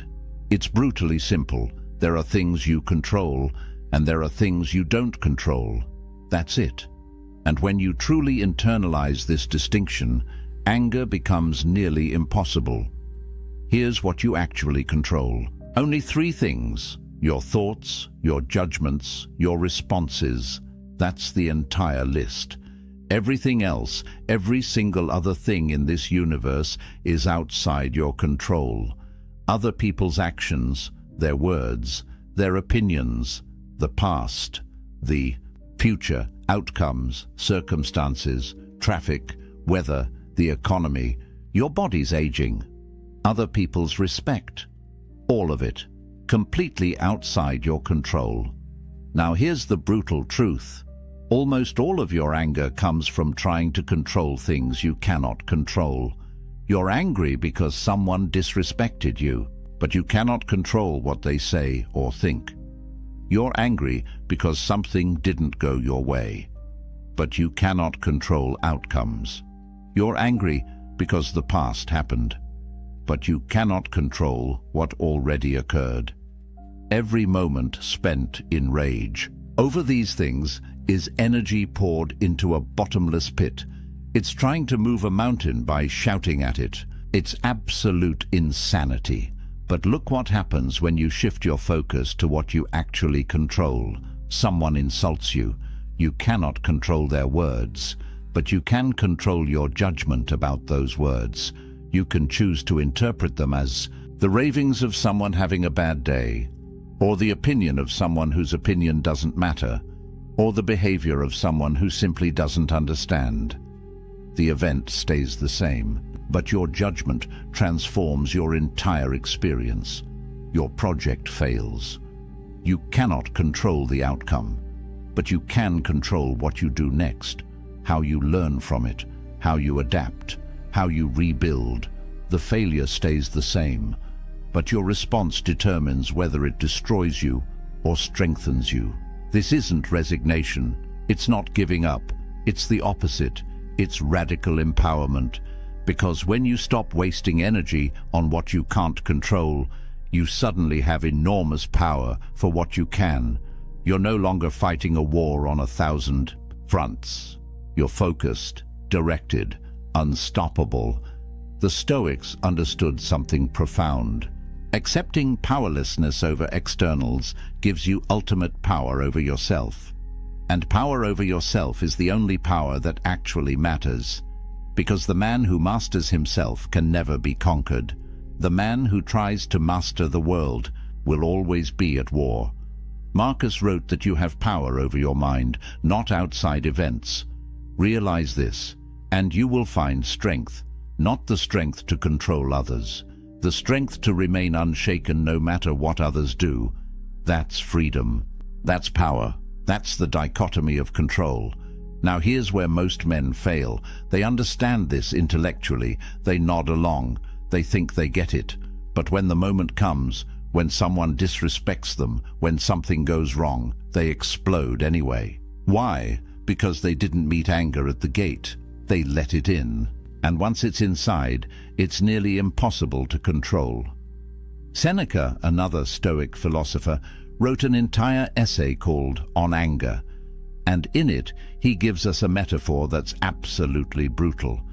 He says that anger is like an invading army, and the best plan, the only plan that works, is to resist it at the very beginning, to stop it at the frontier before it crosses into your territory. Because once anger enters the city, once it passes through the gates, it doesn't allow you to set limits. It does whatever it wants. It burns everything. And by the time you realize what's happened, the damage is already done.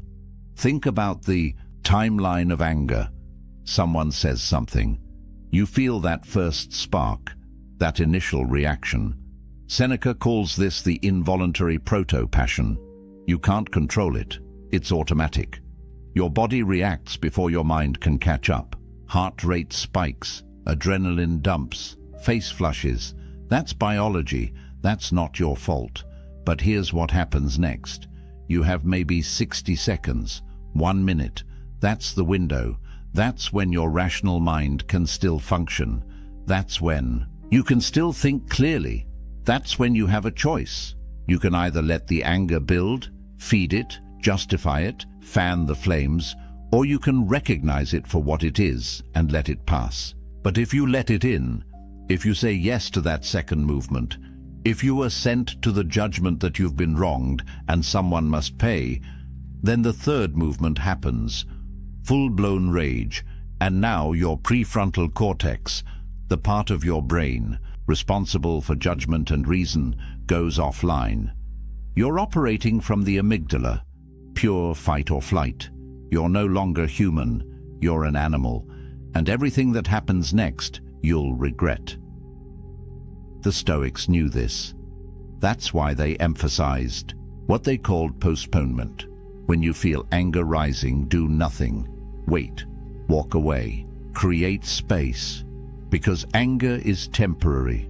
It peaks and then it fades. But the consequences of what you do in anger can be permanent. Words said in rage can destroy a marriage. A punch thrown in fury can ruin a life. A decision made in anger can cost you everything.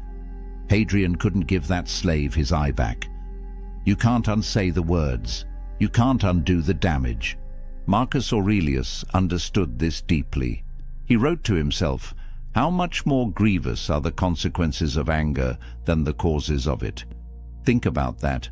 Whatever made you angry, the insult, the betrayal, the disrespect, it's nothing compared to what your anger will cost you. The anger hurts you more than they ever could. Seneca put it even more bluntly. The person who angers you becomes your master, because now they control you. They pull your strings, they make you dance, and you've handed them that power willingly. So here's the first defense. Recognize the physical signs before the explosion. Tight chest, clenched jaw, racing heart, hot face, shallow breathing. These are your warning signals. Your body is telling you that anger is at the gate. Don't ignore it. Don't push through it. Pause. Just pause. Count to 10. Walk away. Do whatever it takes to create that critical gap between stimulus and response. Because in that gap lives your freedom. That's where you're human instead of animal. That's where you choose wisdom instead of chaos. Meet anger at the gate or lose everything inside the walls. But here's the deeper question. Why does anger show up at all? What actually triggers that first spark? And the answer brings us to the most liberating truth in Stoic philosophy. It's not them. It's not what they did. It's your opinion about what they did. Epictetus is absolutely clear on this. It's not things that disturb us, but our judgments about things. Remove the judgment and you remove the anger. It's that simple and that difficult. Think about what actually happens when someone disrespects you.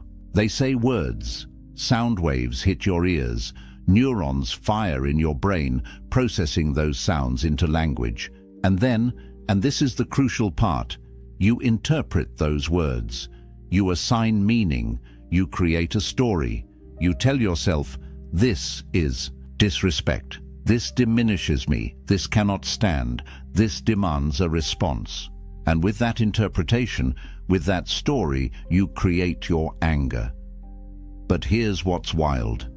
That interpretation isn't reality. It's just your opinion, your judgment, your chosen narrative. Someone else hearing the exact same words might interpret them completely differently. They might see desperation, or projection, or jealousy, or they might not care at all. Same words, different judgment, different emotional result.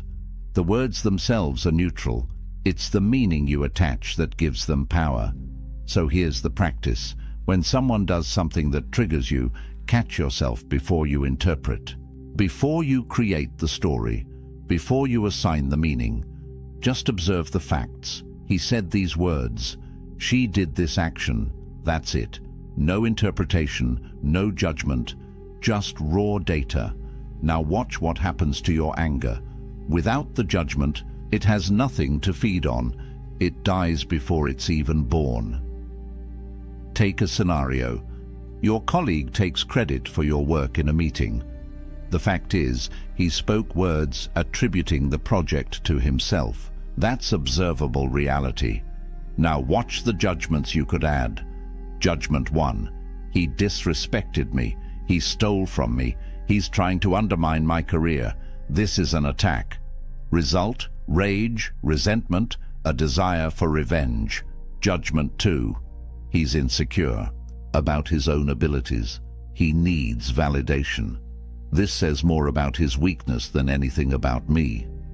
Result: pity, maybe mild annoyance, but no real anger. Judgment 3. In the long run, truth comes out. Good work speaks for itself. My reputation will be built on consistent results, not one meeting. Result: complete calm, strategic thinking about how to address it professionally. Same event. 3 completely different emotional results, based entirely on the judgment you choose. And make no mistake, it is a choice. It doesn't feel like a choice because you make it so quickly, so automatically, that it seems like the anger just happens to you. But the Stoics are telling you that there's always a gap, always a moment where you choose the interpretation.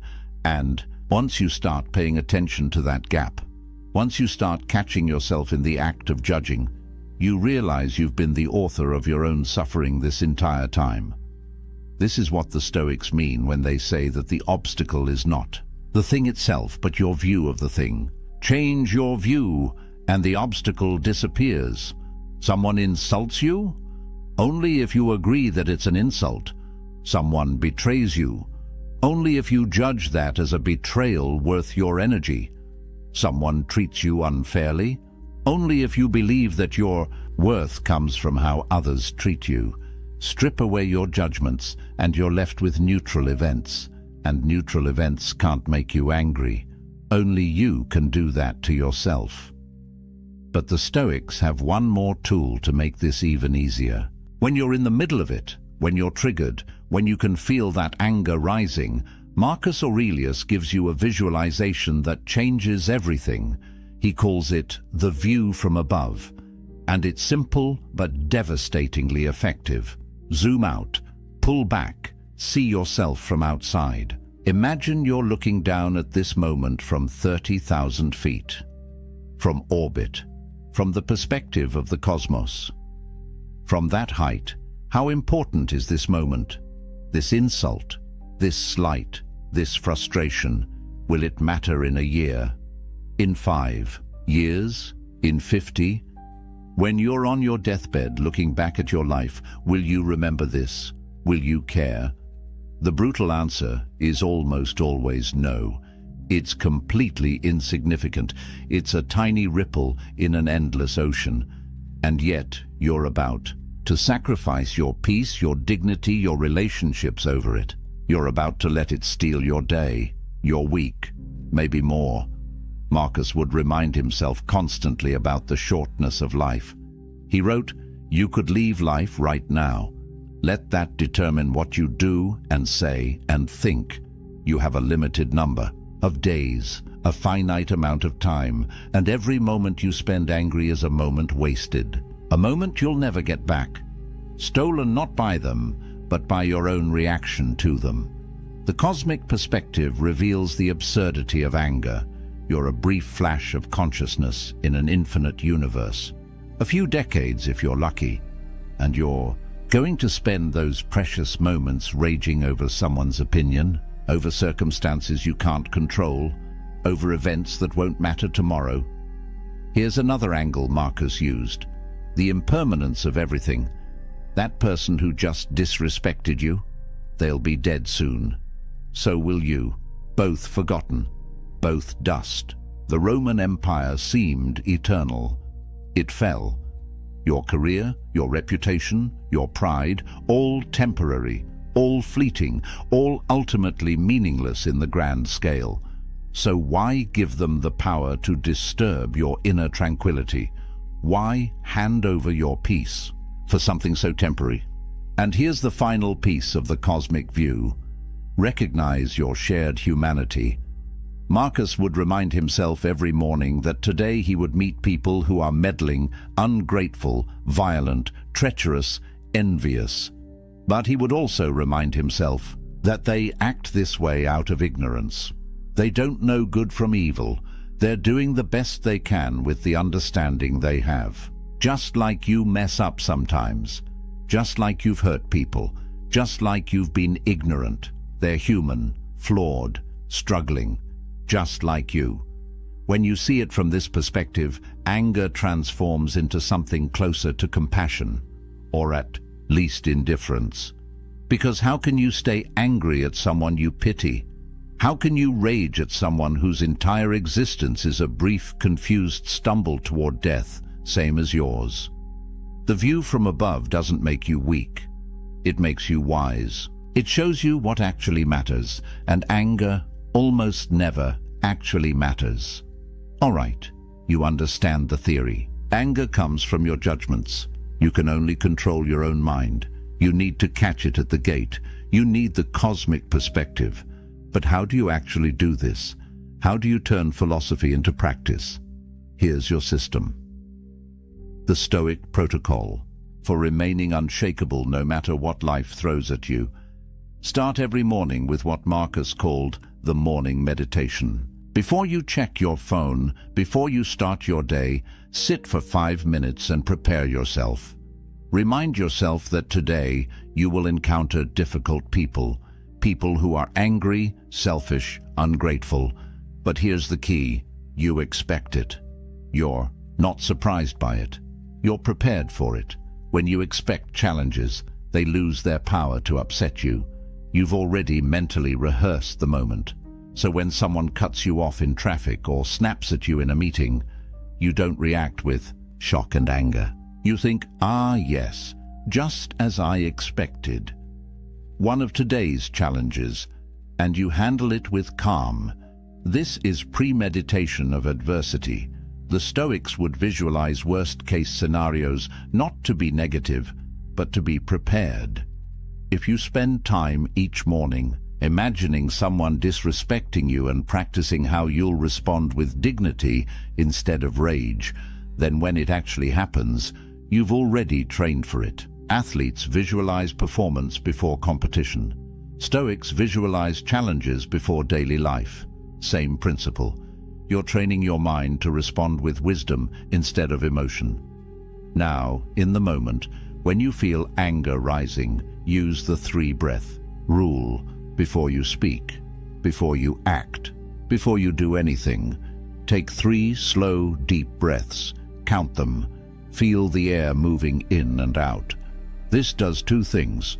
First, it creates that crucial gap between stimulus and response, that space where freedom lives. Second, it activates your parasympathetic nervous system, the calming response, which literally counteracts the fight or flight response your body is having. While you're breathing, ask yourself one question: what would a wise person do right now? Not what do I want to do? Not what does my ego demand? What would wisdom choose? Would Marcus Aurelius blow up over this? Would Epictetus let this disturb his inner peace? Would Seneca sacrifice his tranquility for this temporary irritation? The answer is always no, and if they wouldn't, why should you? Then comes the evening review. Before you sleep, Seneca recommends auditing your day. Where did you get angry? What triggered you? What judgment did you make that created that anger? Could you have interpreted it differently? What will you do better tomorrow? This isn't about guilt or shame. It's about learning. It's about noticing your patterns. It's about slowly reprogramming your automatic responses. You're training yourself to catch the judgments earlier, to question them faster, to choose wisdom more consistently. And here's a powerful technique Seneca himself used: the contrary action principle. When you feel anger rising, do the exact opposite of what anger wants. Anger wants you to yell. Lower your voice. Anger wants you to attack. Say something kind. Anger wants you to storm out. Stay calm and present. This breaks the pattern. It shows your mind that you're in control, not the emotion. It's like catching yourself mid-fall and turning it into a controlled descent. You're interrupting the automatic program and installing a new one. Finally, commit to 30 days. Track every time you get angry. What triggered it? How long it lasted? What you did? Be honest, be thorough. Because what gets measured gets managed. Just the act of tracking will make you more aware, and awareness is half the battle. You can't change what you don't notice. After 30 days, review your log. You'll see patterns. You'll see that most of your anger is over the same few types of situations, and now you know exactly what to prepare for. Progress isn't perfection. You're not trying to become an emotionless robot. You're building the skill of emotional command, the ability to feel anger arise, recognize it, and choose not to act on it. To let it pass through you like a wave instead of becoming the wave. Some days you'll nail it. Other days you'll fail. That's fine. The Stoics weren't perfect either. Marcus still got angry sometimes. But over time, with practice, with consistency, the gap between trigger and explosion gets longer. The anger gets weaker, and your inner peace gets stronger. Until one day, you realize that the things that used to send you into a rage barely register anymore. That's freedom, that's mastery, that's the Stoic protocol working. So here we are. You've just learned what took the Stoics' lifetimes to perfect, the fundamental truth that's been hidden in plain sight. You're never angry at them. You're angry at your own judgments about them. You cannot control what happens to you, but you control everything about how you respond. Anger is not strength. It's weakness disguised as power. Real strength, masculine strength, the kind that commands respect without demanding it, is calm. It's the man who remains unshaken while chaos swirls around him. The man who speaks quietly while others yell. The man who walks away with dignity while others burn bridges. This isn't about suppression. It's not about hiding your feelings or pretending everything is fine. It's about understanding that most of what makes you angry is completely beneath you. You're letting strangers who won't remember you tomorrow steal your peace today. You're handing your power to people who don't deserve even your attention. You're sacrificing your inner tranquility for situations that won't matter next week. That's insanity. And now you see it. When you master this, everything changes. Your relationships deepen because you're not reactive anymore. Your respect grows because people see that you can't be rattled. Your decisions improve because you're thinking clearly instead of through the fog of rage. Your peace becomes your default state instead of something you're always chasing. You become the kind of man who walks into a room and immediately the energy shifts.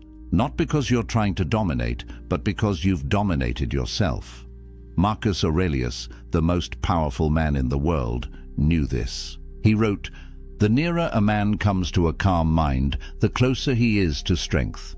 Not loud strength, not aggressive strength, calm strength, unshakable strength. The strength that doesn't need to prove itself because it's already proven. That's what's waiting for you on the other side of anger. A version of yourself you haven't met yet. The version who's free." So here's your challenge. For the next week, commit to this.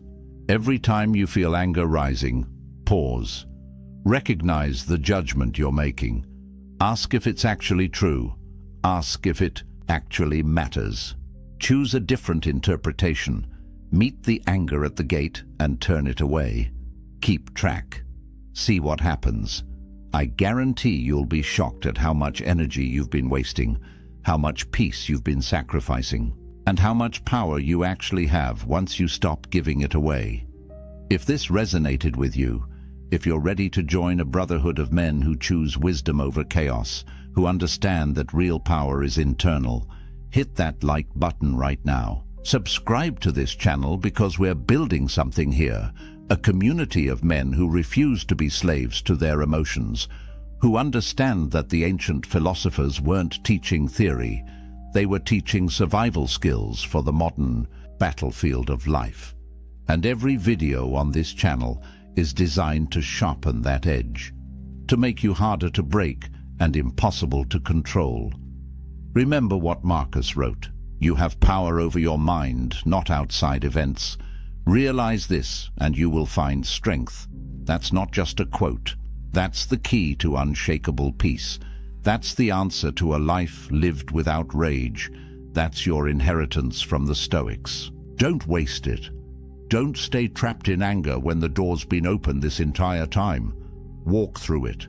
On the other side is the man you're meant to become. Calm, powerful, free, and absolutely unshakable. That's not just philosophy. That's your future if you choose it. See you in the next one, brother. 73% of men admit they stayed in a relationship far longer than they should have because they missed the signs, not because the signs weren't there, but because they chose not to see them. And here's the brutal truth. While you were hoping, planning, and investing your time, she had already made her decision. You just weren't ready to accept it.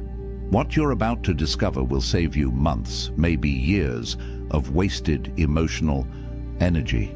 These aren't the obvious red flags everyone talks about. These are the hidden signals that slip past your radar because they're disguised as something else, as temporary problems, as phases she's going through, as obstacles you can overcome if you just try harder. But the Stoics understood something powerful about human nature. Marcus Aurelius wrote that we suffer more in imagination than in reality. And nowhere is this more true than when a man refuses to see that a woman has no intention of committing to him. The pain isn't in the truth. The pain is in the years spent avoiding it. Now, before we dive into these 7 signs, I want you to understand something. The men who truly grasp what I'm about to share don't just passively consume content. They take what they learn and transform their entire approach to relationships. They stop wasting time. They start seeing clearly. And that clarity, that's what separates the men who get chosen from the men who get strung along. So pay attention, because sign number 4 is the one even your closest friends won't have the courage to tell you about. Let's talk about why intelligent, successful men miss these signs in the first place. Here's what nobody wants to admit. Your desire is lying to you, right now, in this moment. If you're involved with a woman and questioning her commitment level, your brain is actively working against your ability to see the truth. It's not your fault. It's biology mixed with psychology, and it's incredibly powerful. Epictetus, one of the great Stoic philosophers, taught a fundamental principle. We don't control external events, but we absolutely control our perceptions and responses. The problem? Most men aren't controlling their perceptions. They're letting hope control their perceptions. They're letting attachment dictate what they're willing to see. Think about it this way. You meet a woman, there's chemistry, things start developing, and somewhere in your mind you begin constructing a future. You imagine scenarios, you plan possibilities, and once that mental investment is made, your brain has a vested interest in protecting that investment. So when signs appear that contradict your desired outcome, your mind doesn't objectively analyze them. It rationalizes them. It explains them away. It tells you stories that keep hope alive. She cancels plans last minute. She's just stressed with work. She's vague about the future. She's been hurt before and needs time. She doesn't introduce you to her friends. She's private and protective of her personal life. Every sign gets reframed. Every signal gets reinterpreted. And months pass, then years, and you're still telling yourself the same stories. But here's the brutal reality that the Stoics would force you to confront. She's already decided. Women know very early whether they see long-term potential with a man. Not on the first date necessarily, but within the first few months she knows. The confusion isn't hers, it's yours. She's acting consistently with her decision. You're just not accepting what her actions are telling you. Marcus Aurelius wrote, "The object of life is not to be on the side of the majority, but to escape finding oneself in the ranks of the insane, and refusing to see obvious signs because they're painful. That's a form of insanity. It's choosing comfortable delusion over uncomfortable truth." So before we go through these 7 signs, I need you to make a choice right now. Are you going to read these through the lens of hope, already preparing your rationalizations? Or are you going to read them with Stoic clarity, willing to face what's real? Because the signs are always there. The question is whether you're strong enough to see them. Let's start with the sign that most men completely misinterpret as genuine interest. She keeps you in rotation. And here's how you know. Her texting pattern is erratic. Some days she's engaged and responsive. Other days, radio, silence. You send a message on Friday night, nothing. Then Monday morning she resurfaces like nothing happened. "Hey, sorry, been crazy busy." And you accept it. Because what else are you going to do? Seem needy by questioning it? Plans with her are always tentative. "Maybe this weekend," she says. "Let me check my schedule and get back to you." But she rarely gets back to you. You're the one following up. You're the one suggesting times. You're the one making it happen. And when it does happen, there's a pattern. Last-minute confirmations, short windows of availability, and a sense that you're fitting into gaps in her calendar rather than being a priority on it. Here's what this means, and I'm going to be direct. You're an option. You're one of several men she's keeping in orbit. Not because she's malicious, but because she's doing what anyone does when they haven't found what they're looking for, keeping their options open while continuing to search.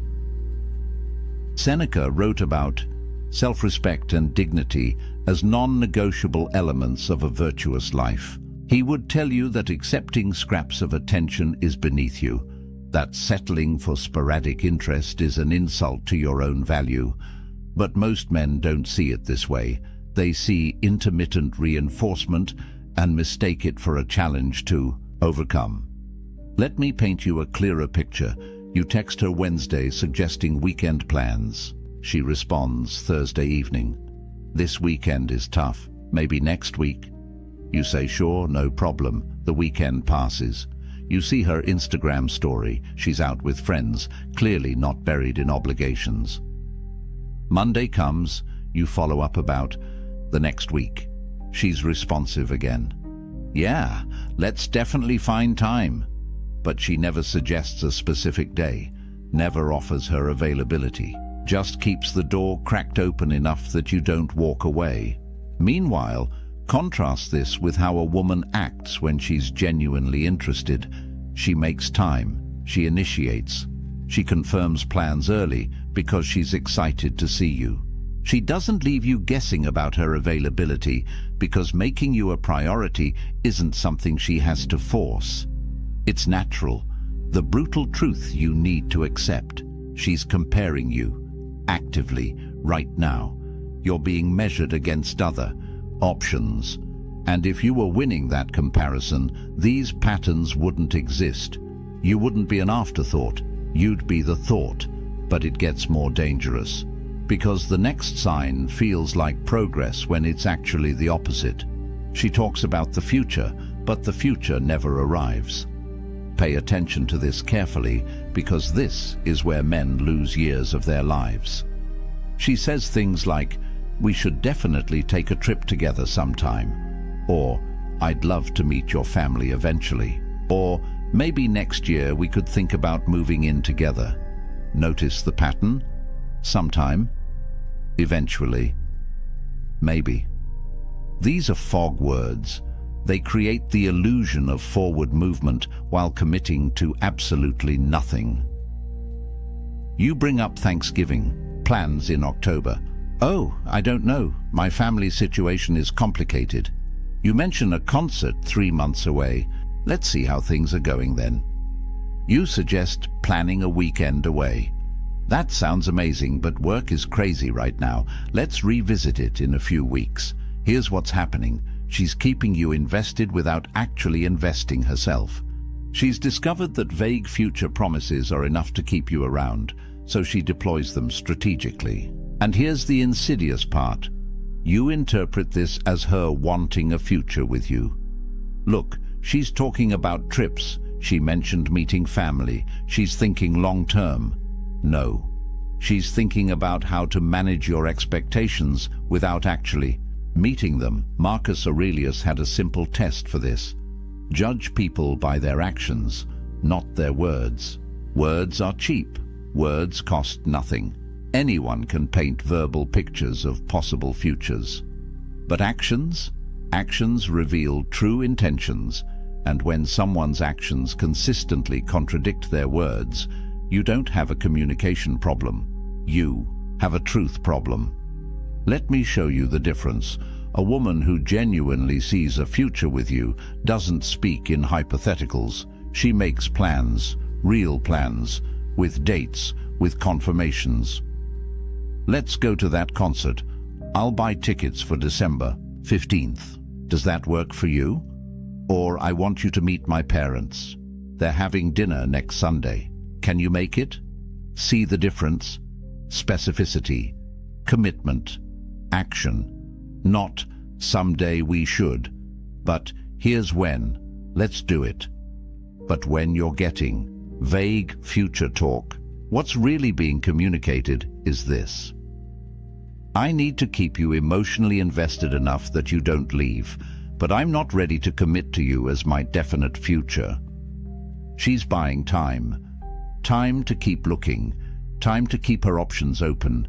Time to see if something better comes along. And the worst part, the longer you accept vague promises, the more you're training her that you'll settle for them. You're demonstrating that words without action are sufficient for you, that you don't require follow-through. That hope is enough. Epictetus taught that we should focus only on what's within our control. Her commitment isn't within your control, but your standards are. Your willingness to accept indefinite vagueness is entirely within your control, and every day you accept it, you're choosing it. Which brings us to the third sign. And this one is painful because it's so obvious once you see it. You're not part of her real life. You're separate, compartmentalized, isolated. How long have you been seeing her? 3 months? 6 months? A year? Now answer this. How many of her friends have you met? How many of her family members know you exist? When she posts on social media, are you ever in the frame? If the answer is none, none, and no, you're not in a relationship heading toward commitment. You're in a situationship that she's deliberately keeping isolated from her actual life.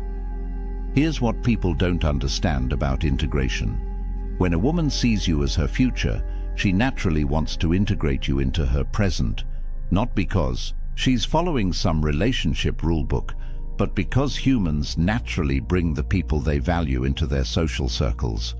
We want our friends to meet the person we're excited about. We want our family to know them. We want to share our joy with the people we love. So when she's actively preventing that integration, it's not because she's private or her friends are judgmental or the timing isn't right. It's because she doesn't see you as permanent. And she knows that integrating you would send a message to everyone in her life and to herself that she's not ready to send. Think about what integration actually signals. When she introduces you to her best friend, she's saying, "This person matters to me." When she brings you around family, she's saying, "I see this going somewhere serious." When she includes you in her social media, she's saying, "I'm proud to be associated with this person publicly." All of those statements require a level of commitment she hasn't made, so she keeps you separate. The relationship exists in a bubble, just the two of you. No external validation, no social proof, no permanent record. And when you bring it up, watch the excuses. "My friends are so judgmental, I don't want them to scare you off." Translation: I'm not ready to deal with their questions about where this is going. I don't really do social media with my relationships. Translation: I don't want to appear unavailable to other options. My family is complicated. I'm protecting you from drama. Translation: I'm not ready to signal to them that I'm off the market. Epictetus would tell you to observe what people do when they think no one is watching. But I'll modify that. Observe what people do with their real lives when you're not around. Because that's where the truth lives. A woman who's committed to you doesn't hide you. She showcases you. Not in some performative way, but naturally. Because you're part of her life. So of course you're around when she's with friends. Of course family knows about you. Of course there's evidence of your existence in her world. But when you're kept separate, when months go by and you're still her secret, you're not her future. You're her present convenience. And the longer you accept that role, the longer you'll stay in it. Now, this next sign is so subtle that even relationship experts miss it. But once you see it, you can't unsee it. She deflects every conversation about the relationship itself. You try to have the "what are we" conversation. She makes a joke. "Why do we need to label things? We're having fun, aren't we?" You try to discuss where things are heading. She gets slightly irritated. Why are you being so serious? Can't we just enjoy what we have? You express that you'd like more clarity about exclusivity. She deflects. I thought we were on the same page. Do we really need to have this talk? Notice what's happening here. She's not answering your questions. She's questioning why you're asking them. She's reframing your need for clarity as a problem, as pressure, as you being needy or insecure or rushing things.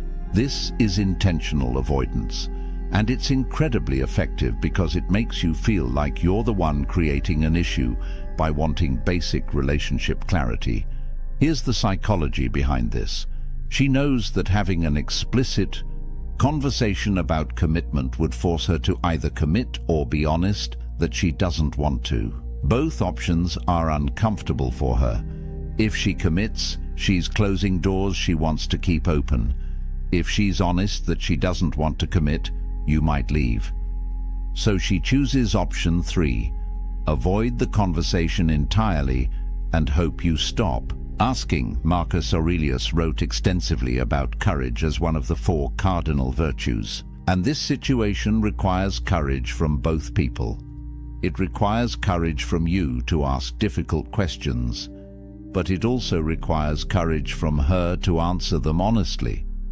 When she deflects instead of answers, she's revealing a lack of courage, a lack of respect for you, and a lack of genuine commitment to anything beyond the present moment. Let me show you what this looks like in practice. You say, I really like you, and I'd love to know where you see this going. She responds with, I like you too. Let's just see where things go naturally without overthinking it. That sounds reasonable, right? Except it's not an answer. You asked a direct question about her vision for the future. She responded with a pleasant-sounding non-answer that commits to nothing. Or you say, I'm not seeing other people, and I'd like to know if we're exclusive. She says, I'm not really seeing anyone else either. I don't think we need to make a big formal thing out of it. Again, sounds okay. Except she didn't answer whether she wants to be exclusive.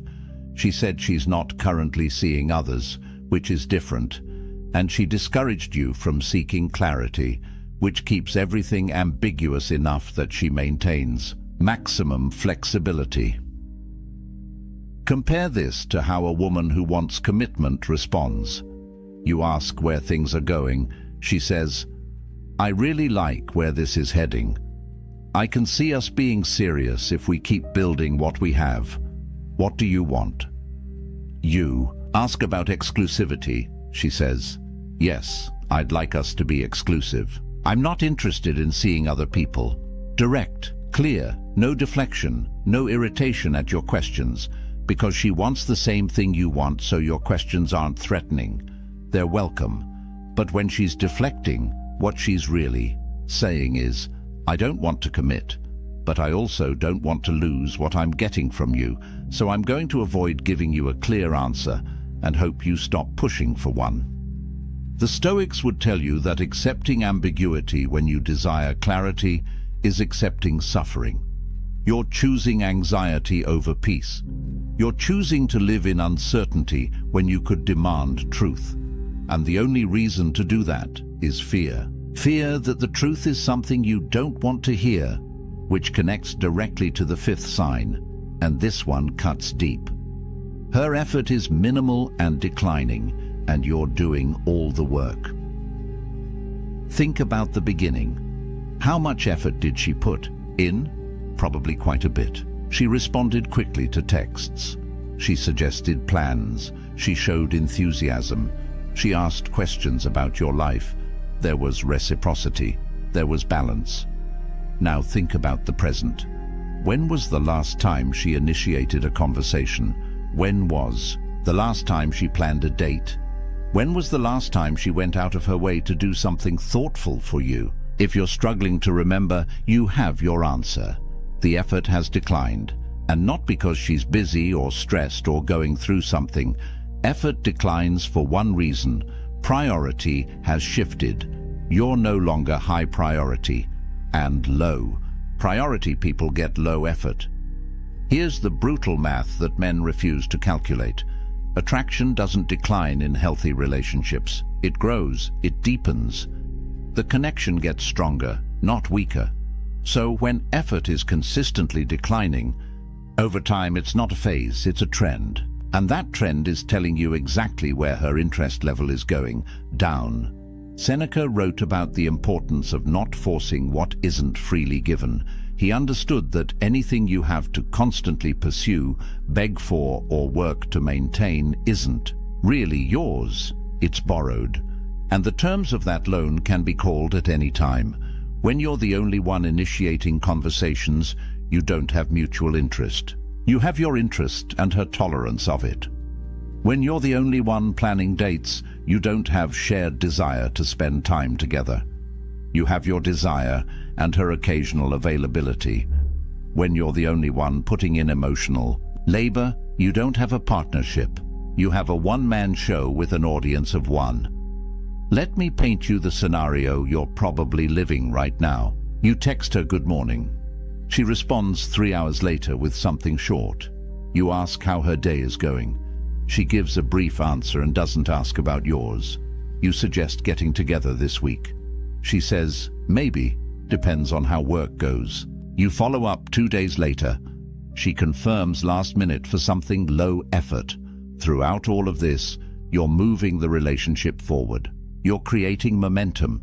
You're generating energy. And she's just responding, minimally, when it's convenient, with the least amount of effort required to keep you engaged.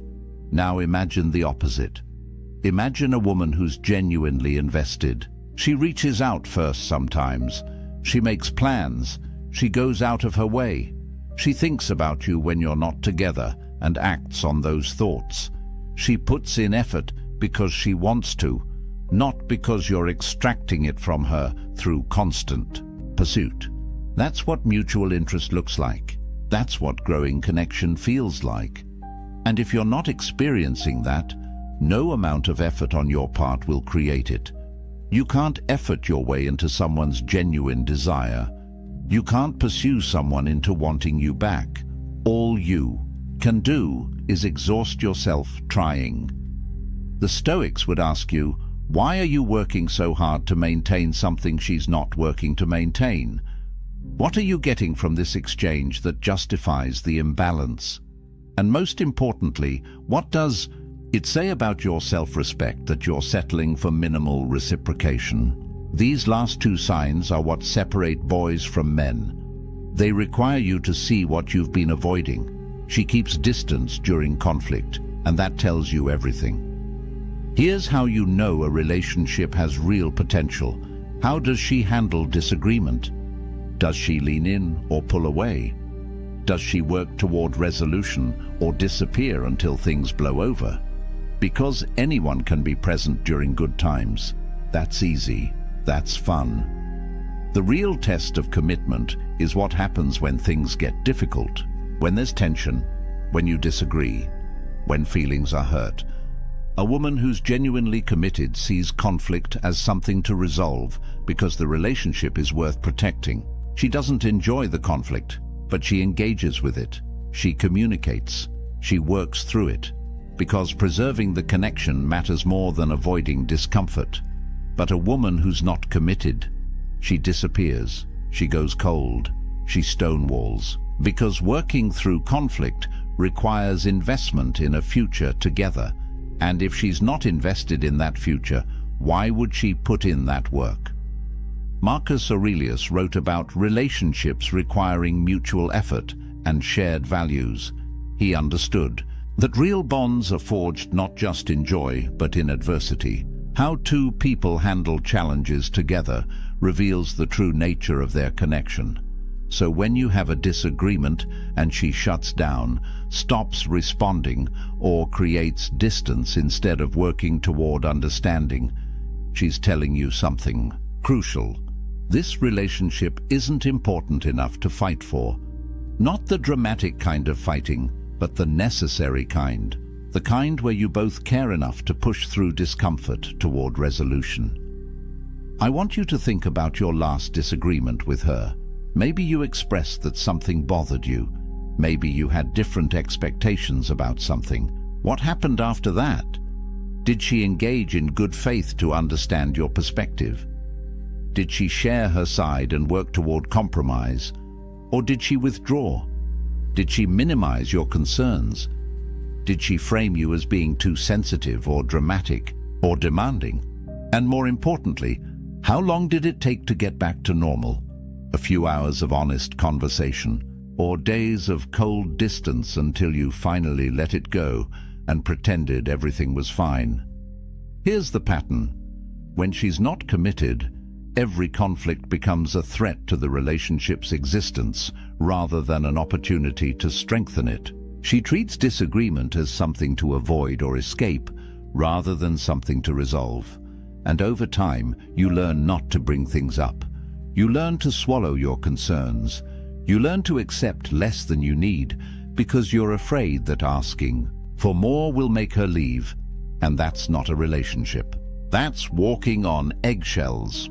Epictetus taught about maintaining dignity even in difficult circumstances, but there's no dignity in suppressing your legitimate needs because someone can't handle basic relationship communication. There's no virtue in staying small to make someone else comfortable. A partner who can't or won't work through conflict with you isn't capable of long-term commitment, because long-term anything includes challenges, includes disagreements, includes moments where you both have to choose the relationship over your individual comfort. And if she's choosing distance over resolution now, she'll choose distance over commitment later. Actually, she already has, which brings us to the final sign, the one that encompasses all the others. She tells you, she's been telling you all along, just not with words. Here's what you need to understand. Everything we've covered, the sporadic availability, the vague future talk, the social isolation, the deflection, the declining effort, the conflict avoidance, these aren't separate issues. They're not individual problems to solve. They're coordinated messages forming one clear communication. I'm not committing to you. Her body language tells you. The way she creates physical distance, the way her energy shifts when you talk about the future, the way she's less affectionate than she was in the beginning. Her enthusiasm tells you, or rather, the lack of it, the absence of excitement when you make plans, the muted response when you share good news, the sense that she's going through motions rather than genuinely engaging. Epictetus taught that people show you who they are through their actions, and your only job is to believe them, not who you hope they'll become, not who they could be if circumstances were different, who they're showing you they are right now, and right now, through every sign we've discussed, she's showing you that she's not choosing commitment with you. She might be choosing convenience. She might be choosing companionship until something better comes along. She might be choosing the ego boost of being desired, but she's not choosing permanent partnership. She's not choosing future building. She's not choosing you. This is the hardest truth to accept because it requires you to stop telling yourself stories, stop rationalizing, stop hoping, stop waiting for her to suddenly transform into someone ready to commit. She's not going to, not to you, not in this dynamic. Because the pattern is established and people don't break established patterns, they follow them. Marcus Aurelius wrote about accepting reality as it is, not as we wish it to be. And the reality is this: if a woman wants to commit to you, she makes it obvious. She removes doubt. She creates security. She builds toward a future. There's no confusion. There's no mixed signals. There's no wondering where you stand. If you're confused, you have your answer. Confusion exists when someone is deliberately keeping things unclear, and people keep things unclear when clarity would force them to admit something they don't want, to admit that they're not all in. So what's the lesson here? What did the Stoics know that modern men have forgotten? They knew that self-respect requires seeing truth, even when truth is painful. They knew that dignity means not accepting scraps of attention and calling it love. They knew that wisdom is being able to walk away from what doesn't serve you, even when walking away is hard. You can't negotiate desire. You can't logic someone into commitment. You can't earn your way into being chosen. Either she chooses you or she doesn't. And if she hasn't by now, if these signs are present in your relationship, she's already made her choice. You're just refusing to accept it. But here's where this gets powerful. The moment you accept reality, the moment you stop fighting against what is and start dealing with what is, you reclaim your power. You stop being a victim of hope. You stop being trapped by potential. You start making decisions based on reality. And reality-based decisions always lead to better outcomes than fantasy-based ones.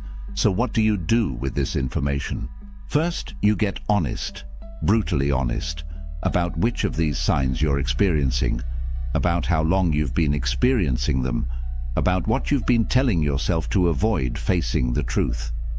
Second, you make a choice, not about her, because you can't control her, but about yourself, about your standards, about what you're willing to accept and what you're not, about whether you're going to continue investing time and emotion into someone who's not investing back.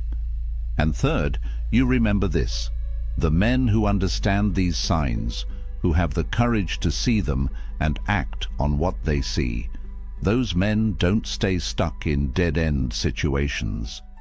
They don't waste years hoping for change that never comes. They move forward. They find women who are excited to commit to them, women who make them a priority, women who integrate them into their lives without hesitation. Because here's what happens when you raise your standards and stop accepting non-commitment. You become the kind of man that committed women seek out. You stop settling, you stop chasing, you start attracting. And that shift changes everything. Now, if this resonated with you, if you're ready to stop missing the signs and start seeing relationships clearly, you need to stay connected to content. That keeps you sharp. Most men watch one video, feel motivated for a day, then slip back into the same patterns. The men who actually transform their relationships, they consistently expose themselves to truth. They don't let comfort pull them back into delusion. Next week, we're breaking down exactly how to walk away with dignity when you've recognized these signs, how to reclaim your power, how to detach without bitterness, how to use Stoic principles to turn this pain into growth. Because seeing the truth is step one. Acting on it with wisdom is step two. And most men never make it to step two. So here's what I need you to remember. A woman who wants to commit to you makes it obvious. She doesn't make you guess. She doesn't keep you uncertain. She doesn't give you mixed signals to decode. If you're analyzing, questioning, seeking clarity from a video like this, you already have your answer. You just needed permission to accept it. The Stoics taught that freedom comes from accepting what you cannot control and acting decisively on what you can. You can't control whether she commits, but you can control whether you continue accepting non-commitment. You can control your standards. You can control your next move. That's your power. That's your freedom. Use it. There was a man who lost the woman he loved because of one sentence. Just one. They'd been dating for 2 months. Everything was perfect. The chemistry was undeniable. She laughed at his jokes. Her eyes lit up when she saw him, and he felt like he'd finally found something real. Then, one night over dinner, he said something. 5 words. And everything changed in that moment. Her smile faded. Her energy shifted. Within 2 weeks, she was gone. He spent months replaying that night, trying to understand what happened. The truth: he violated a fundamental law of attraction that the ancient Stoics understood thousands of years ago. Now, I'm going to share something with you that might sting a little. This isn't about being fake. This isn't about playing games or manipulating women. This is about understanding ancient masculine wisdom that modern men have completely forgotten. Marcus Aurelius, the most powerful man in Rome, never begged for anyone's approval. Epictetus, who started life as a slave, never chased validation. These men understood something profound about human nature, about power, about attraction. Today, I'm revealing 5 specific phrases that destroy attraction instantly. Not slowly, not over time, instantly. Each one breaks a fundamental principle of Stoic masculinity. Each one broadcasts weakness directly to her subconscious mind. And by the end of this video, you're going to understand exactly why these words repel women at a primal biological level. If you've ever wondered why she pulled away, why the spark died, why she suddenly seemed less interested, there's a very good chance you said one of these 5 phrases. Stay with me until the end, because the 5th one is what most men say when they're desperate, and it's the most damaging of all. But first, before I reveal what that man said at dinner that night, you need to understand something the Stoics knew about female psychology that modern dating advice completely misses. Something that will change how you see every interaction with women from this moment forward. Let's talk about control. Epictetus, one of the greatest Stoic philosophers, taught something radical. He said, there are things within your control and things outside your control. That's it. That's the line. Your thoughts, your actions, your character, within your control. Other people's opinions, their feelings, whether they choose you, completely outside your control. He called this the dichotomy of control, and it's the foundation of everything I'm about to tell you. Here's where it gets interesting. You cannot control whether she likes you. You cannot control whether she finds you attractive. You cannot force chemistry, manufacture desire, or negotiate attraction.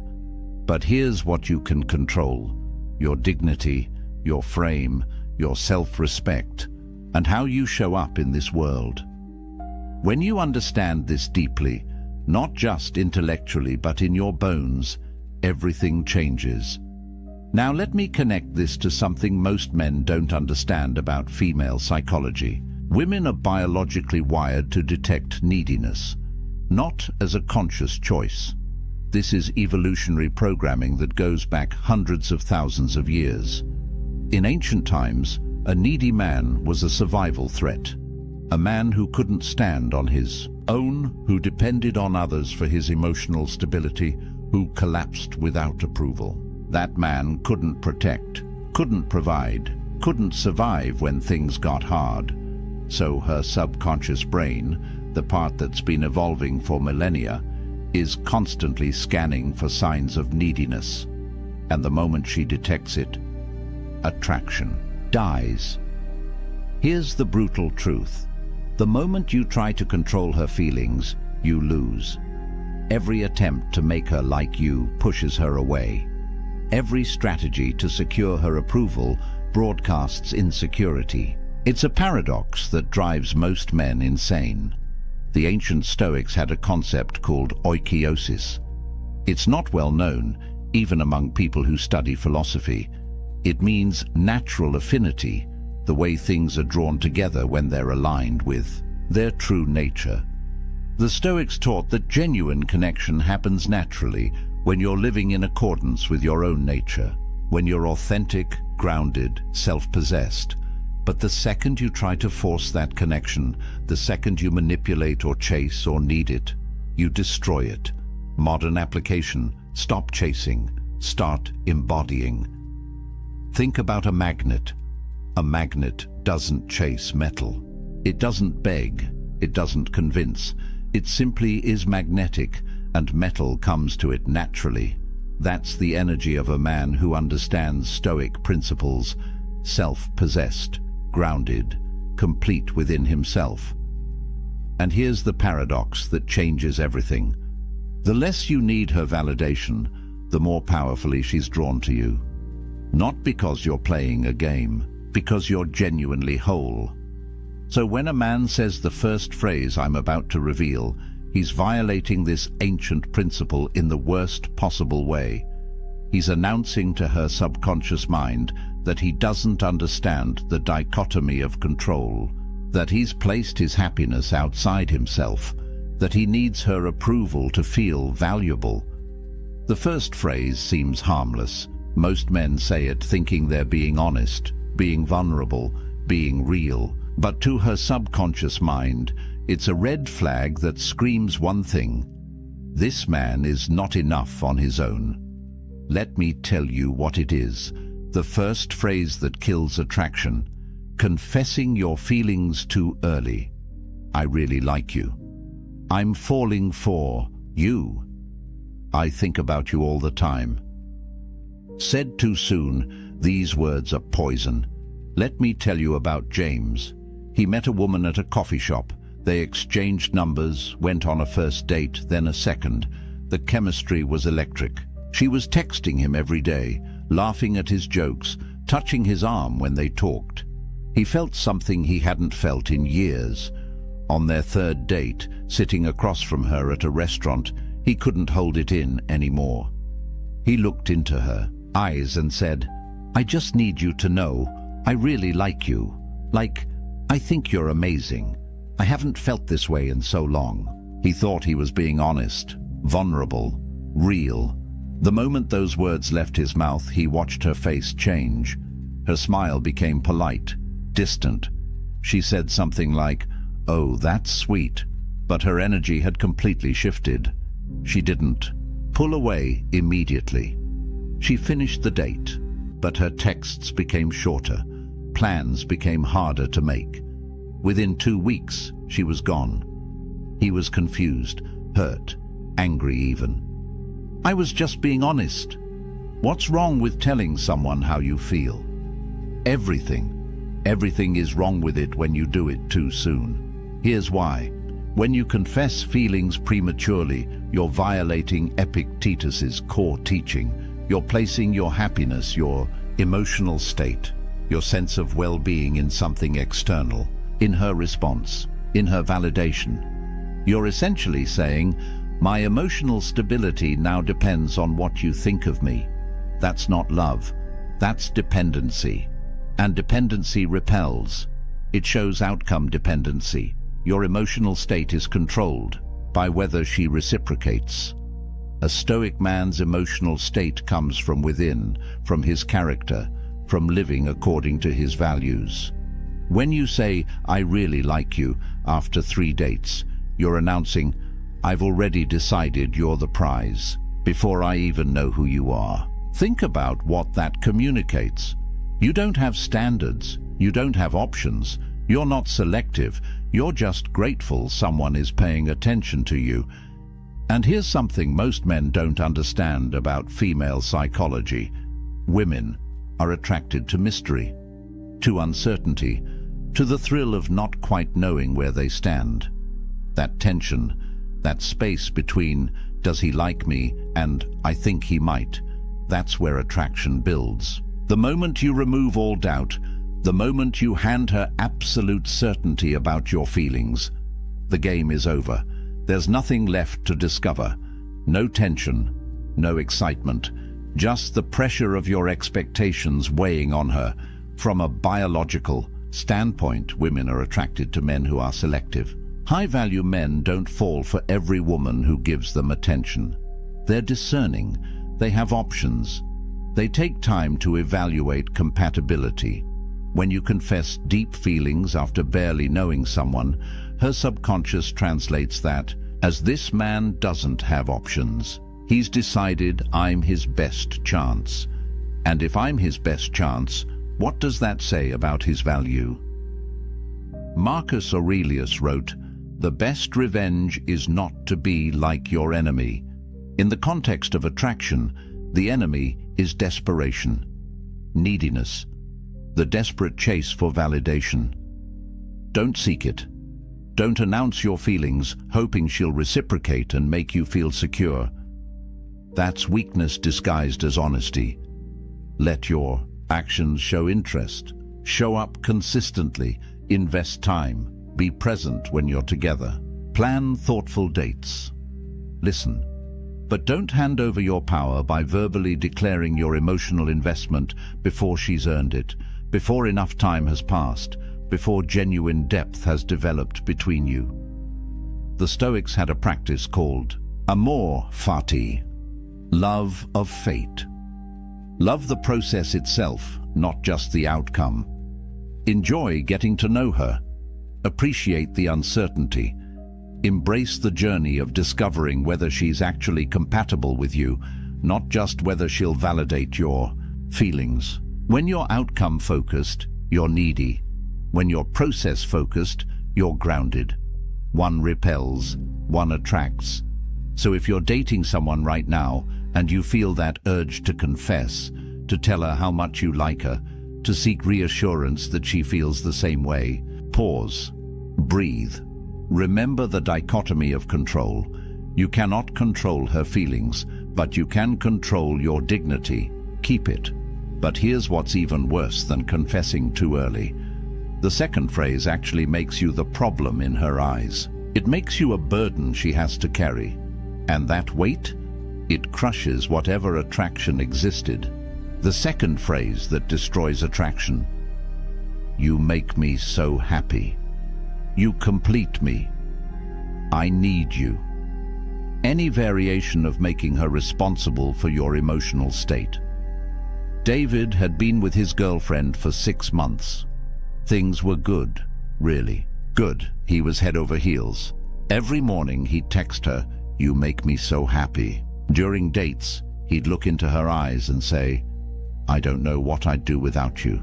You're everything to me." He thought he was being romantic, thought he was showing her how much she meant to him. He'd seen it in movies, heard it in love songs. This is what you're supposed to say when you love someone, right? Wrong.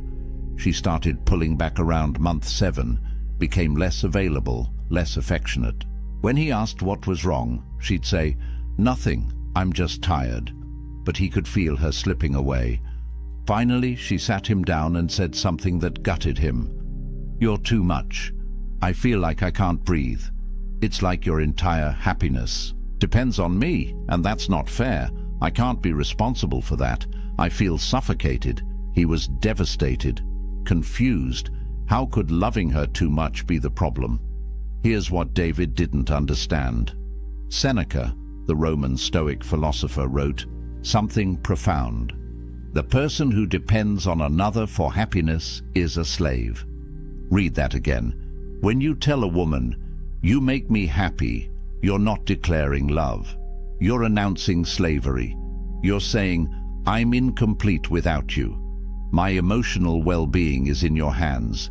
If you leave, I collapse." That's not masculine energy. That's not strength. That's dependency. And dependency is the opposite of what creates attraction.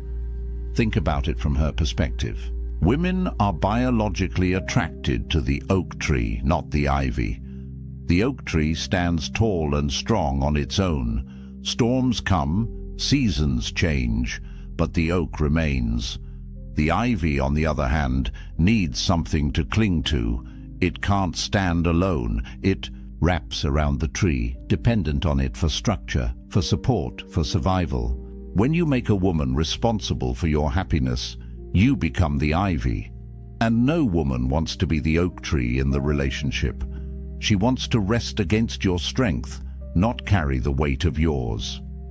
Here's the psychology that most men miss. Being someone's everything is exhausting. It's not flattering. It's not romantic. It's a burden. When your happiness depends on her, every interaction becomes high stakes. If she's tired and wants space, she's not just taking care of herself anymore. She's now responsible for your emotional collapse. If she's having a bad day and isn't warm and affectionate, She's not just dealing with her own stuff. She's also managing your need for reassurance. That pressure kills desire faster than almost anything else. She doesn't want to be your life. She wants to add to your life. She wants to enhance an already fulfilling existence, not be the only source of your joy. When you're complete within yourself, when your happiness comes from your purpose, your growth, your values, your friendships, your passions, then her presence becomes a beautiful addition, not a desperate necessity. The Stoics called this apatheia. It doesn't mean being emotionless or cold. It means freedom from destructive passions. It means emotional self-sufficiency. You create your own happiness through living virtuously, through contributing to the world, through pursuing excellence in what matters to you. She doesn't create your happiness. She shares in it. Epictetus taught, "Don't seek to have events happen as you want them to, but instead want them to happen as they do happen, and your life will go well." Apply that to relationships. Don't need her to be a certain way for you to be happy. Don't need her to stay for you to be whole. Your happiness is your responsibility, always. When you're emotionally self-sufficient, something interesting happens. She feels free. Free to be herself. Free to have bad days without managing your emotions. Free to be imperfect without you falling apart. And in that freedom, attraction thrives. She's drawn to your strength, to your groundedness, to the fact that you'd be fine without her, but you choose her anyway. That's love from a position of power, not neediness. Now, the third phrase is sneaky. Most men don't even realize they're saying it. They think they're being considerate, being a gentleman. But she hears something completely different. She hears manipulation disguised as niceness, and it repels her at a deep level. The third phrase, whatever you want. I don't care, you decide. It's up to you. Constant agreeableness. Having no opinions of your own. Meet Ryan. Nice guy. Really nice. Maybe too nice. He'd been seeing Sarah for about 2 months, and everything seemed fine on the surface. But there was a pattern. Every single time they made plans, the conversation went the same way. Where should we go for dinner? I don't know. Wherever you want. What movie should we see? You pick. I'm good with anything. Should we go to the beach or stay in the city this weekend? Whatever makes you happy. Ryan thought he was being considerate, accommodating, the perfect boyfriend who never causes conflict. 3 months in, she ended it. Her exact words. I don't even know who you are. You're like a ghost. You have no preferences, no opinions, no spine. I feel like I'm dating a mirror. Ryan was shocked, hurt. He'd done everything to make her happy. How could that be the problem? Here's what he missed. Marcus Aurelius wrote, "Waste no more time arguing what a good man should be. Be one." A man without opinions is a man without character. A man who constantly defers isn't showing respect. He's committing self-erasure. He's disappearing right in front of her. Think about attraction. Real, visceral, sexual attraction. It requires polarity. Masculine and feminine energies create spark through contrast, through difference, through tension. When you agree with everything, when you have no preferences, when you're just a mirror reflecting whatever she wants, there's no contrast, no friction, no electricity, just boring sameness. Women test for backbone, not consciously, but instinctively. When she asks, "Where should we eat?" that's not really about food. It's a test. Can you lead? Do you have conviction? Are you capable of making a decision and standing by it? Every time you say, "I don't care, you choose," you fail that test. Every single time. Here's the covert contract that nice guys operate under. They think, if I agree with everything she wants, if I never challenge her, if I'm always accommodating, she'll like me more. She'll see how easy I am to be with. But the opposite happens. She loses respect with every whatever you want, because deep down, she knows what you're doing. You're not being agreeable because you genuinely don't have preferences. You're being agreeable because you're afraid. Afraid of conflict, afraid she'll disagree, afraid she'll leave if you're not perfect. That fear, she can smell it. The Stoics practiced something called premeditatio malorum, negative visualization. They'd imagine the worst outcomes to prepare themselves mentally. Apply that here. Imagine what happens if you please everyone. The answer, you please no one, especially not yourself. When you have no opinions, no preferences, no boundaries, you become invisible, forgettable, replaceable. Epictetus taught, if you wish to be good, first believe that you are bad. In this context, it means acknowledge the people-pleasing tendency. Recognize that your constant agreeableness isn't kindness, it's avoidance. It's fear-based behavior disguised as consideration. Here's what women actually want. They want to feel your presence, your direction, your masculine certainty, not arrogance, not domination, just the simple confidence to say, I'd prefer Italian tonight, or I'm not really into action movies, let's do the thriller instead, or I want to go to the mountains this weekend. Simple preferences, stated calmly. That's it. That's all it takes to show you're a real person with real opinions. And here's the secret. She doesn't even need to agree with your preferences. She just needs to know they exist. Disagreement is fine, healthy even. What kills attraction is the void where your personality should be. Be willing to have opinions. State them without apology. And be equally willing to hear hers and find compromise when it matters. That's partnership. That's polarity. That's attractive. The fourth phrase is what men say when they're losing her. And instead of slowing the decline, it accelerates it. If you've said this next one, you know exactly how she responded, and it wasn't good. The fourth phrase that kills attraction, seeking constant reassurance. Are we okay? Do you still like me? Are you mad at me? Did I do something wrong? Michael couldn't handle silence, couldn't handle space, couldn't handle uncertainty. He'd been dating Lisa for about 4 months when the pattern started. Anytime she seemed quiet, anytime she didn't respond to a text within an hour, anytime her tone seemed even slightly different, he'd panic. Hey, are we good? You seem distant. Is everything okay? I feel like something's off. Did I do something? At first, Lisa would reassure him. No, babe, we're fine. I'm just tired. Everything's good, I promise. You didn't do anything wrong. I'm just busy at work. But the questions kept coming. Every week. Sometimes multiple times a week. Eventually, her reassurances became shorter, less convincing. Until finally she stopped responding to his "Are we okay?" text altogether. 2 days later, she sent him a long message. I can't be your therapist. This constant need for reassurance is exhausting. I feel like I'm managing your anxiety instead of being in a relationship. I'm done. Michael was crushed. He thought he was just communicating, being open about his feelings, addressing issues.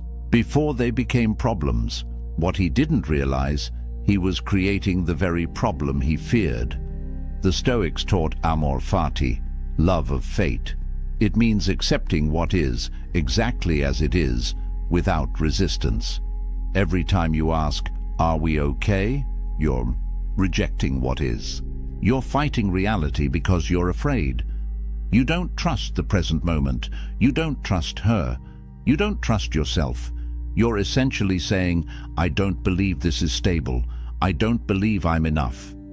Please convince me otherwise. And here's the brutal psychology. Every time you seek reassurance, you plant a seed of doubt in her mind. She might have been completely fine before you asked, but now she's thinking, why is he asking? What does he see that I don't? Is there a problem I haven't noticed?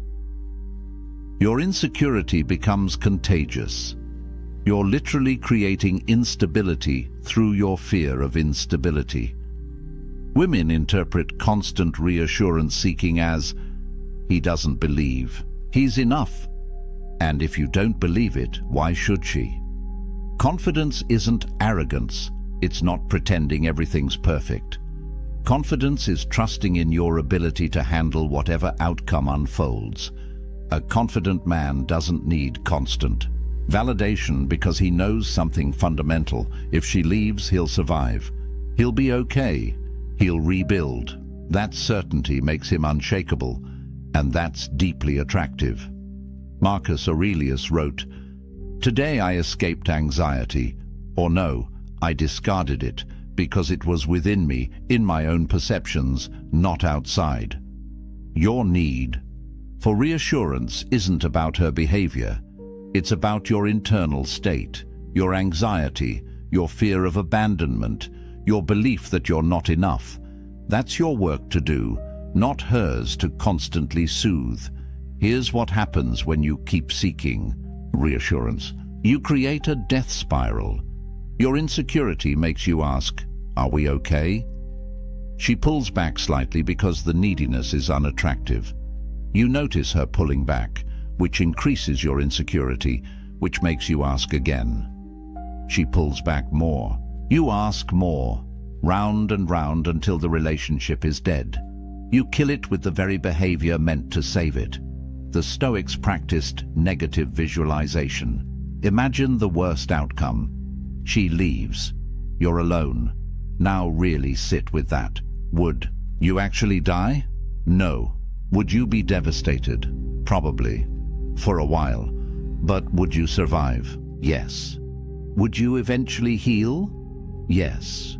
Would you find someone else? Very likely. When you deeply internalize that you'd be okay, even in the worst-case scenario, you stop operating from fear. You stop needing constant reassurance. And that shift in energy changes everything. Stop asking if you're okay. Just be okay. With uncertainty, with silence, with not knowing exactly where you stand every single moment. That's confidence. That's strength. That's attractive. But nothing, and I mean nothing, kills attraction faster than the fifth phrase. This is the phrase of total desperation, the nuclear option that obliterates any remaining respect she had for you. If you're watching this because you're going through a breakup or she's pulling away, you've probably said this, or you're thinking about it. Don't. The fifth phrase. The one that destroys not just attraction, but your self-respect. Any form of begging. Please don't leave. Give me another chance. I'll change, I promise. I can't live without you. Just tell me what to do and I'll do it. This is the story of Tom. He'd been with Rachel for 8 months. Things had been rocky for a while. She'd been pulling away, becoming distant, less affectionate. He could feel her slipping through his fingers. One night, she sat him down and said the words he'd been dreading. "I don't think this is working anymore. I think we should break up." Tom's world collapsed in that moment. Panic flooded his system. He couldn't let this happen. He couldn't lose her. So he begged. He grabbed her hands and pleaded, "Please, don't do this. I love you. I'll change. Whatever you need me to do, I'll do it. Just give me one more chance. Please." Tears streaming down his face, voice breaking, completely falling apart. She looked uncomfortable, sad even. But her mind was made up. She left that night. Tom spent the next 3 days blowing up her phone. Long text messages about how much he loved her. Voicemails apologizing for everything. He showed up at her apartment with flowers, wrote her a letter promising he'd be different. He thought if he just showed her how much he cared, she'd come back. Instead, she blocked him on everything. Phone, social media, email, everything. And here's the truly painful part. He didn't just lose her, he lost himself. Every time he replayed those moments in his mind, begging, pleading, falling apart, he felt a deep sense of shame. He'd betrayed himself in the worst possible way. Epictetus taught, "No person is free who is not master of himself." When you beg, you become a slave to the outcome, a slave to her decision, a slave to your fear of being alone. You hand over every ounce of power you have, your dignity, your self-respect, your very identity, and you give it all to someone who's already decided they don't want it. Here's the brutal truth about begging. It confirms every single doubt she had about you. She left because she saw weakness. Maybe you were too needy. Maybe you lacked purpose. Maybe you'd become too comfortable, too dependent. Whatever the reason, something about you made her lose attraction. And when you beg, you prove she was right. You validate every concern she had. You show her in the most dramatic way possible that you are exactly the person she thought you were. Weak, desperate, unable to handle adversity with grace. Attraction requires respect. You cannot respect someone who doesn't respect themselves. The moment you fall to pieces, the moment you plead for her to stay, the moment you promise to change everything about yourself just to keep her, she cannot respect you. And without respect, there is no attraction. There never will be again. Here's what men don't understand about second chances. If you have to beg for her to stay, she's already gone. Mentally, emotionally, she's checked out. Her body might still be there, but her heart left weeks ago. Begging doesn't change her mind. It doesn't make her suddenly see your value. It cements her decision. It makes her even more certain she needs to leave. Marcus Aurelius wrote about loss. Loss is nothing else but change, and change is nature's delight. Everything in life is temporary. Relationships end. People leave. That's not a tragedy, that's nature. When you beg someone to stay, you're fighting against the natural flow of life. You're clinging to something that's already gone, and that clinging destroys you. Here's the most counterintuitive truth about breakups. The only possibility, and I mean the only possibility, that she might ever come back is if you walk away with dignity. Not as a strategy, not as reverse psychology, but as genuine self-respect. When you accept her decision with grace, when you say something like, "I'm sad, but I understand. I wish you the best," and then you actually leave her alone, something shifts. You become a man who respects boundaries, who handles rejection with maturity, who has enough self-worth to let go of someone who doesn't want to be there. That's attractive. That's powerful. That's the man she might, maybe, possibly reconsider weeks or months down the line. But begging kills any microscopic chance of reconciliation forever. The Stoics had a practice called Pre-Socratic, mindfulness, attention to your values in every moment, especially difficult ones. When you're facing loss, when she's walking away, when everything in you wants to collapse and beg, that's when your character is tested. Stay present to your values. Your dignity matters more than any relationship. Your self-respect is not negotiable, not for her, not for anyone. If you've already begged, if you've already fallen apart, stop right now. Stop texting, stop calling, stop showing up. Reclaim whatever dignity you have left through silence. Begin the hard work of rebuilding yourself, not for her, for you. Seneca wrote, "A gem cannot be polished without friction, nor a man perfected without trials." This pain you're feeling, it's the friction. It's polishing you into someone stronger, someone who will never beg again, someone who understands that his value doesn't come from her staying, it comes from within. So what happens when you stop saying these 5 phrases? What does life look like on the other side? Let's bring this together. 5 phrases that kill attraction. Confessing feelings too early. Making her responsible for your happiness. Having no opinions or preferences. Constantly seeking reassurance and begging when she pulls away. 5 phrases. One common thread running through all of them. They all violate Stoic self-possession. Every single one places your power outside yourself.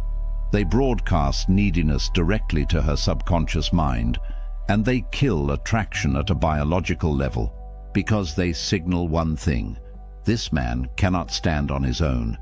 But here's what gives me hope about all of this. These aren't personality flaws. They're not permanent character defects. They're learned behaviors, and anything learned can be unlearned. You can change this, starting today. Let me tell you about Marcus. Not Marcus Aurelius, just Marcus, a regular guy who made every mistake in this video.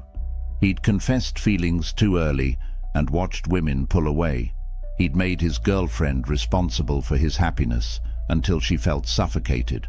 He had no opinions because he was terrified of conflict. He sought constant reassurance until she called him exhausting. And yes, when she finally left, he begged. He fell apart completely, hit rock bottom, felt like he'd never recover. But then, something shifted. He started reading Stoic philosophy, started understanding the dichotomy of control, started building a life that didn't revolve around female validation. He focused on his purpose, his career, his friendships, his physical health, his personal growth. He stopped chasing, stopped trying to convince anyone of his value, started simply being valuable, living according to his principles, building genuine self-respect. 6 months later, he barely recognized himself. He'd become selective with who he spent time with. He had strong opinions and wasn't afraid to express them.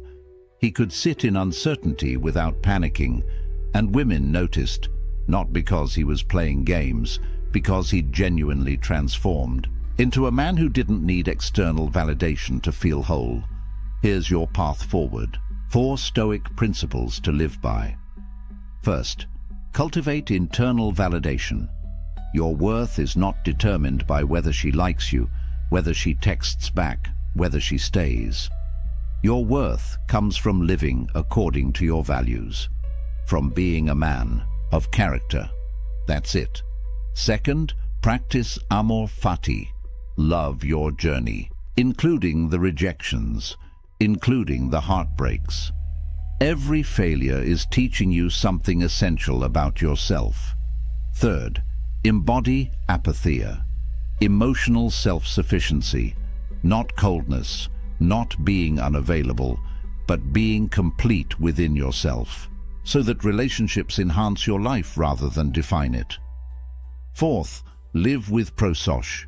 Stay mindful of your principles in every interaction, especially when you're triggered, when you want to seek reassurance, when you feel the urge to confess feelings prematurely. Pause. Return to your values. Marcus Aurelius said it perfectly. Very little is needed to make a happy life. It is all within yourself, in your way of thinking. Build a life so fulfilling that a woman's presence is a bonus, not a necessity. Pursue work that matters. Cultivate deep friendships. Develop your body. Feed your mind. Contribute to something larger than yourself. When you do this, when you become genuinely whole, attraction happens naturally. Not because you're using techniques, because you've become the kind of man who doesn't need validation to feel valuable. The promise is this: when you stop saying these 5 phrases, when you stop operating from neediness, everything changes. You become selective instead of desperate, grounded instead of anxious, present instead of outcome-focused. And that version of you, that's the man women are drawn to. If this video resonated with you, if you've made these mistakes and you're ready to change, you're not alone. Subscribe for more Stoic wisdom on relationships and masculine development. Drop a comment and tell me which phrase hit the hardest. Which one have you been guilty of? Let's build a community of men who choose dignity over desperation. Next video, we're diving deep into the Stoic art of walking away. How to leave any situation with your power intact. You won't want to miss it. Remember this, the Stoics didn't chase. They attracted through self-mastery. Stop saying these 5 phrases. Start becoming the man who doesn't need to. That's where real power lives. That's where freedom is. That's where you become unshakable. Now go build that life. Welcome back. Tonight we step into the hidden playbook of true power, a guide not written in titles or wealth, but in the discipline of the mind. If you've ever wondered why some people remain unshaken while the world around them burns, you're in the right place. The hall trembles with noise. Shouts rise like thunder. Accusations pierce the air, and the crowd waits for an eruption. At the center sits a single figure, a leader, motionless, unflinching. Their hands rest calmly on the table, their gaze steady, their breath even. Around them, chaos rages. Advisors demand action, rivals whisper insults. The room seethes with tension. Yet this leader does not rise, does not argue, does not take the bait. They remain silent. This moment is more than stillness. It is dominance. Because what unsettles the crowd is not what the leader says or does, but what they choose not to say, what they choose not to do. We are conditioned to think of power as loud, forceful, overwhelming. But what if true power is something else entirely? What if real strength lies not in striking back, but in refusing to be moved at all? So I ask you, what makes someone truly powerful? It's not the battles they win, it's the battles they refuse to fight. The greatest strength does not always come from the sword or the shout. It comes from the discipline to withhold reaction when every fiber of the world demands you explode. Tonight, we're going to explore 6 things powerful people never react to. Not sometimes, not occasionally, never. 6 moments that would make the average person boil with anger, break down in despair, or lose themselves in temptation, yet the powerful stay calm, grounded, and unshaken.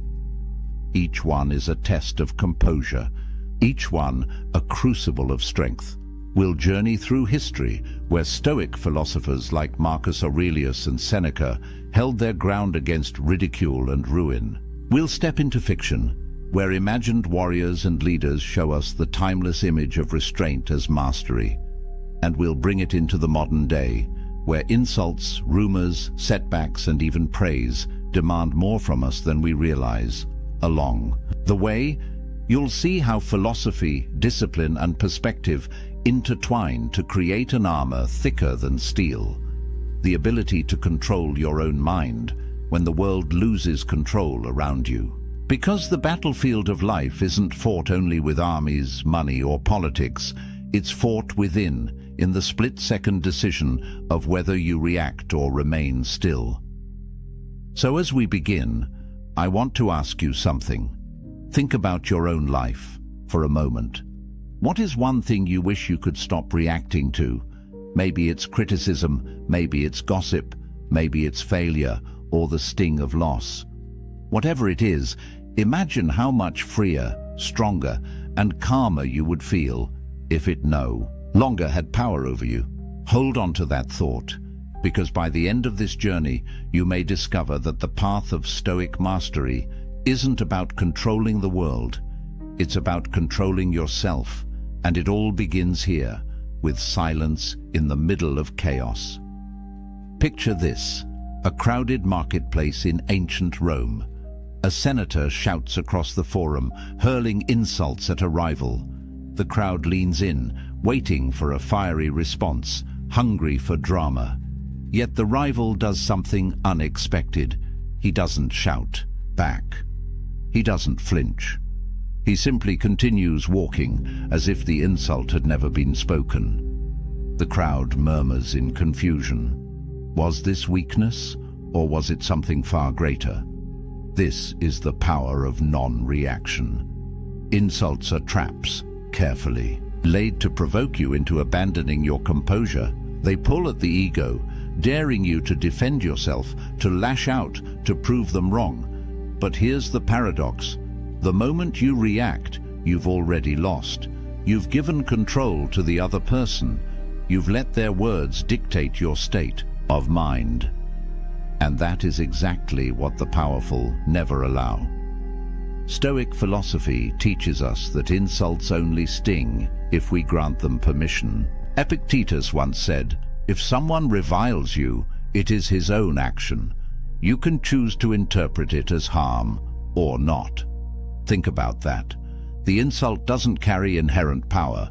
It's our reaction that breathes life into it. Without your consent, the insult withers, hollow and harmless. Consider Marcus Aurelius, Emperor of Rome. He faced endless criticism from politicians, generals, even his own people. Yet in his private writings, the Meditations, he constantly reminded himself not to be disturbed by words. He wrote, "If an insult from another stirs you, it is your own opinion that has provoked you." He knew the truth. The insult itself is powerless. It's our attachment to reputation that causes the pain. Now imagine a modern version of this scenario. You post something online and suddenly the comments flood in. Someone mocks you. Someone twists your words. You feel the heat rise in your chest, your fingers itching to strike back. But what happens if you don't? What if you simply carry on, as though their words were smoke drifting in the air? The effect is immediate.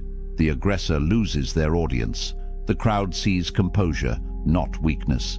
The power shifts back to you. Fiction often mirrors this lesson. Picture a warrior in a tavern, insulted by a drunken patron eager to pick a fight. The warrior could crush him easily, but instead he turns back to his drink. The room falls silent. Everyone realizes who holds the true power. It isn't the one shouting, it's the one in control of himself. The truth is, insults say more about the giver than the receiver.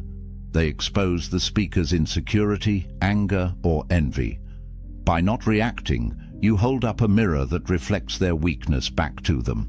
Your silence becomes louder than any retort. So the question is, how do you master this art? The next time someone tries to provoke you, pause. Ask yourself, does this insult truly harm me, or is it just air? Remember, powerful people don't waste energy swatting at words. They save their strength for battles that matter. Now I'll turn it to you. Think of the last time someone insulted you. What if you had met it with silence instead of reaction? Wouldn't that have felt like victory? The story begins in whispers. A single voice in a crowded room suggests something unflattering. Another person repeats it. Soon, the whisper multiplies until it becomes a rumor spreading like wildfire. No one knows if it's true. No one even stops to ask. But suddenly, your reputation, your name, your very identity feels under siege. This is the world of rumors and lies, an invisible battlefield where words, not weapons, can destroy legacies. Most people panic in this moment. They scramble to explain themselves, to fight back, to stamp out every falsehood before it takes root. But here's where powerful people stand apart. They don't chase lies. They don't waste their energy wrestling with shadows. They let the truth reveal itself in time. History gives us countless examples. Consider Marcus Aurelius, the philosopher emperor. During his reign, enemies accused him of weakness, of being too contemplative to lead Rome's armies. Yet Marcus did not call for trials or proclamations to defend himself. Instead, he focused on what he could control, leading with virtue, acting with integrity, and ensuring his deeds spoke louder than gossip. Centuries later, he's remembered as one of the greatest emperors in history, not because he silenced lies, but because he outlived them with action. Seneca, too, knew this battle well. As a tutor to the young Emperor Nero, he was accused of greed, corruption, and treachery. Some of the accusations may have been exaggerated, others entirely fabricated, but Seneca's writings show us his response. He refused to let slander dictate his peace of mind. He reminded himself, and us, that reputation is not within our control. Our character, however, always is. Fiction helps us see the same truth in sharper relief. Imagine a wise ruler in a kingdom, accused of betrayal by jealous courtiers. The people murmur, the nobles circle. The ruler knows he could denounce his enemies, demand loyalty oaths, or punish the liars. But instead, he chooses restraint. He continues ruling with fairness, justice, and clarity. Weeks later, the rumors die, and the liars reveal themselves by their desperation. The ruler emerges untarnished, not because he fought every rumor, but because he made the lies irrelevant. Now let's fast forward to today. In the digital age, rumors move faster than ever. A single tweet, a manipulated video, or a half-truth can reach millions before the truth even laces up its boots. And the natural impulse is to react, to clarify, to defend yourself in front of the crowd.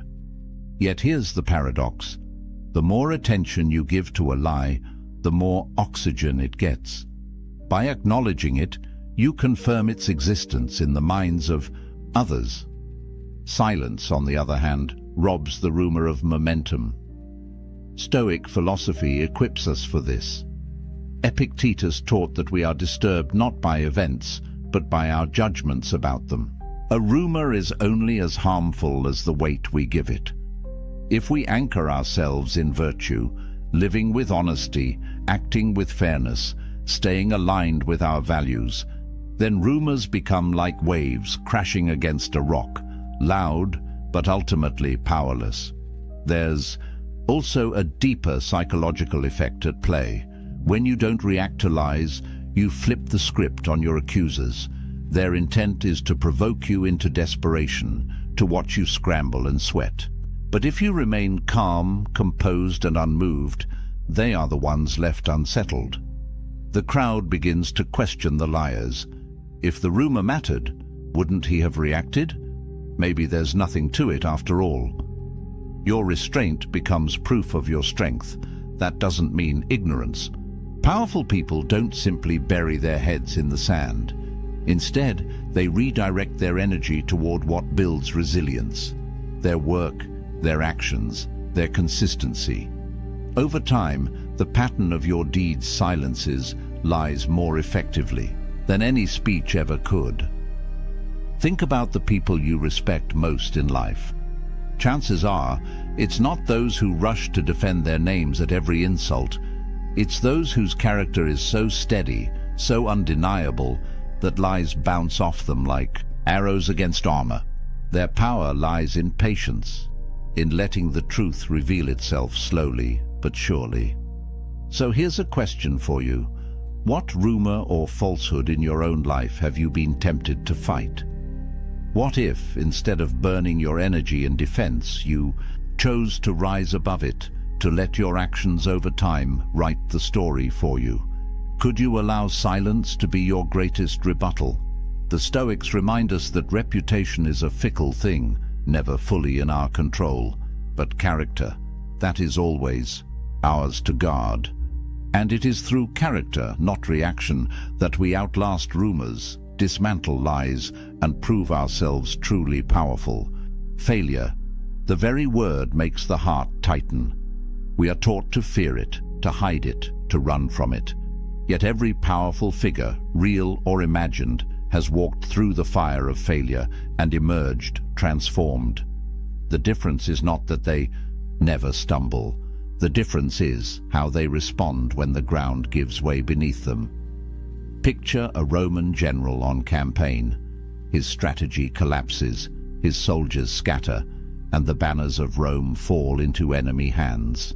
The camp is heavy with shame, the whispers of defeat crawling through the night air. Most leaders would rage, panic, or break down in despair. But imagine instead a general who sits quietly by the fire, studying the maps again, adjusting, recalculating. To his men, his calm is unsettling. To his enemies, it is terrifying. They see not a broken man, but someone already planning the next victory. This is the Stoic way. Failure is not the end, it is information. Marcus Aurelius captured this beautifully when he wrote, "The impediment to action advances action. What stands in the way becomes the way." In other words, the setback is not a barrier, it's the path itself. For the Stoic, failure isn't shameful, it's raw material for growth. Take Seneca, advisor to emperors and one of the richest men in Rome. Despite his wealth and influence, he endured exile, political disgrace, and ultimately an order to take his own life. Yet through all this, he kept writing, turning his misfortunes into teachings that still inspire us today. Seneca understood that external circumstances, loss, disgrace, even death, could not rob him of the inner power to choose his response. His failures became his legacy. Epictetus went even further. Born a slave, crippled from abuse, he might have seemed destined for a life defined by failure. Yet he transformed his suffering into wisdom, teaching that setbacks are not punishment, but training. He compared life to a wrestling school, where every hardship is a sparring partner, shaping you into something stronger. Fiction often illustrates this vividly. Picture a warrior in a story who loses a great battle. He returns home in shame, mocked, and diminished. Yet instead of retreating into bitterness, he trains harder, studies his mistakes, and grows into a leader greater than before.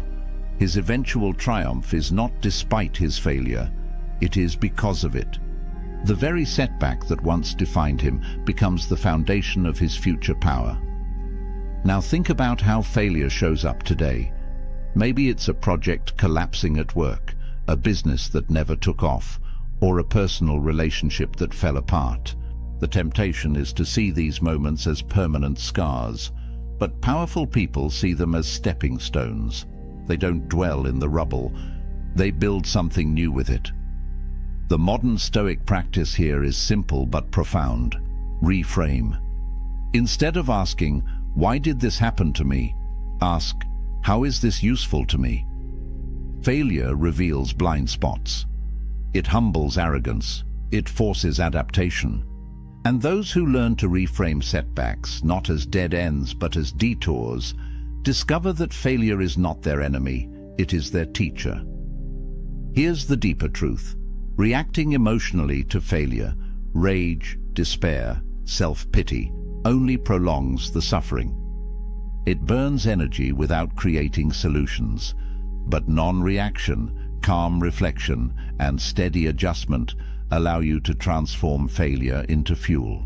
The Stoics remind us that fortune can take away everything except one thing: your ability to decide how you respond. There is also a subtle power in the way others perceive your handling of failure. People expect collapse. They expect excuses. When you respond instead with composure, with a clear head and quiet resilience, you inspire trust. You become the unshakable center others can rely on. Failure, in this way, becomes not just personal growth, but leadership itself. So here is your challenge. Think of your last failure. Maybe it still stings. Maybe it still feels unresolved. What if you could go back and reframe it, not as an end, but as preparation? What skills did it force you to learn? What strength did it secretly build? What future success might still be hidden inside that apparent defeat? The Stoics would tell you, stop fearing failure. Fear never learning from it, because every setback is a forge, and you are the iron, heated, hammered, shaped, not broken. And that is why powerful people never react to failure with despair. They transform it into the very source of their strength. The crowd roars. In the theater, in the Senate, in the stadium, voices rise not in praise but in scorn. Boos, hisses, jeers, criticism delivered not by one voice but by thousands. Imagine yourself standing there, every eye fixed on you, the tide of disapproval pressing in like a storm.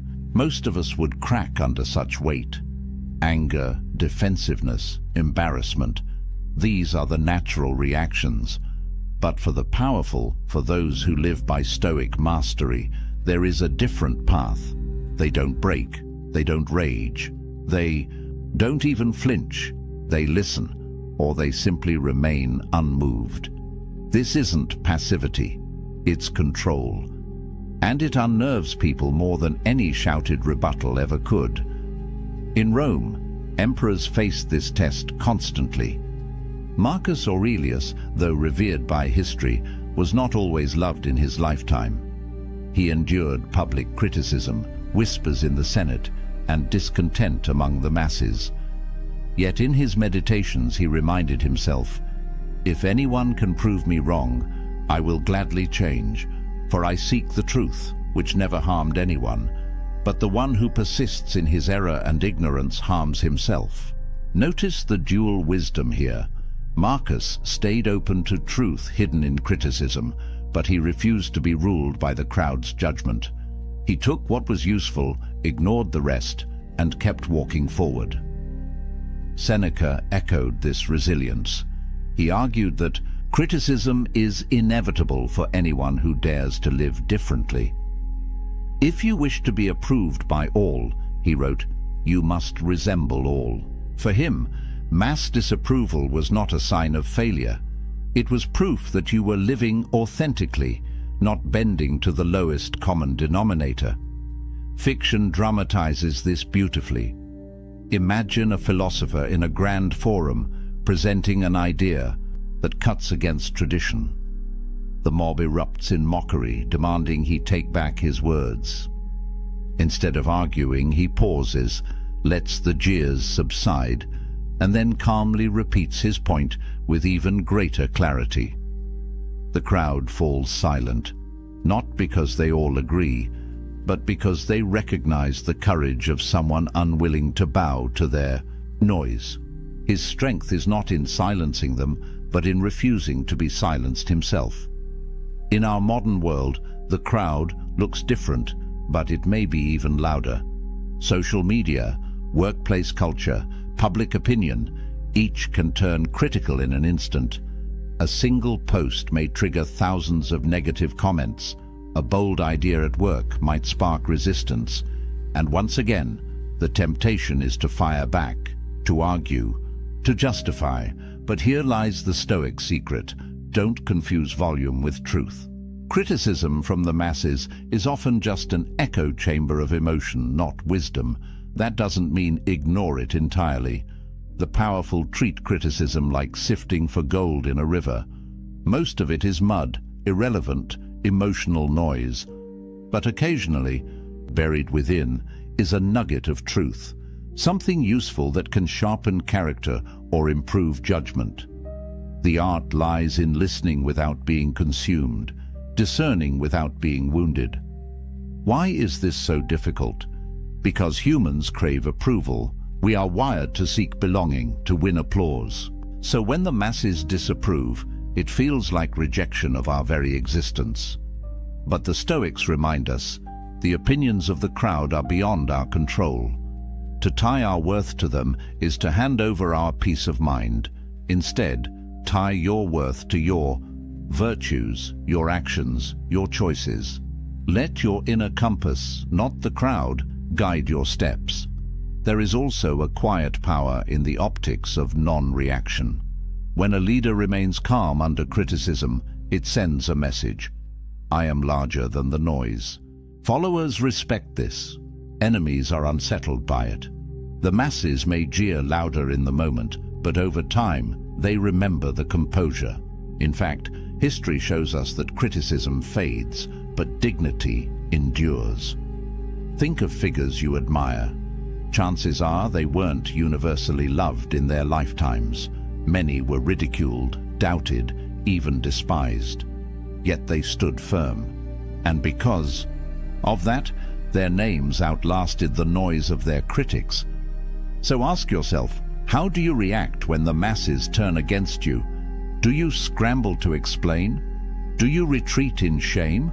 Or could you practice the Stoic way, taking what is useful, discarding the rest, and walking forward with calm purpose?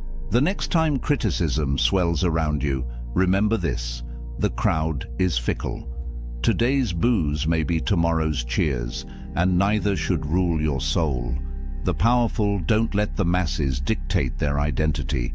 They let truth, reason, and inner strength decide who they are. That is why criticism from the masses is something powerful people never react to. Not because it doesn't exist, but because it doesn't define them. The fire spreads through the palace, devouring marble halls, priceless art, and treasures collected over a lifetime. Courtiers scream, servants scramble with buckets of water, their efforts useless against the roaring blaze. In the middle of it all, the king stands motionless, watching the flames consume what once defined his power. His voice is calm, almost chilling. "You can take my walls, but not my will." This image may sound like legend, but it illustrates a truth the Stoics held above all. Loss is inevitable. Misfortune is certain. To live is to risk having everything you love stripped away. But how you meet that loss, whether with despair or with calm acceptance, determines whether you remain powerful or become broken. For most people, loss feels unbearable. We react with panic when wealth disappears, with bitterness when fortune turns, with devastation when loved ones are taken from us. Misfortune presses against our deepest fears, reminding us how little we control.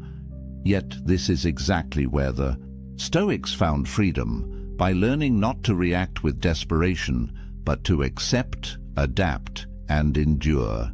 Take Epictetus, for example, born into slavery, crippled by his master, stripped of dignity and freedom. If anyone had the right to despair, it was him. Yet he refused to let misfortune define him. Instead, he taught that our possessions, our status, even our health, are not truly ours. They can vanish at any moment.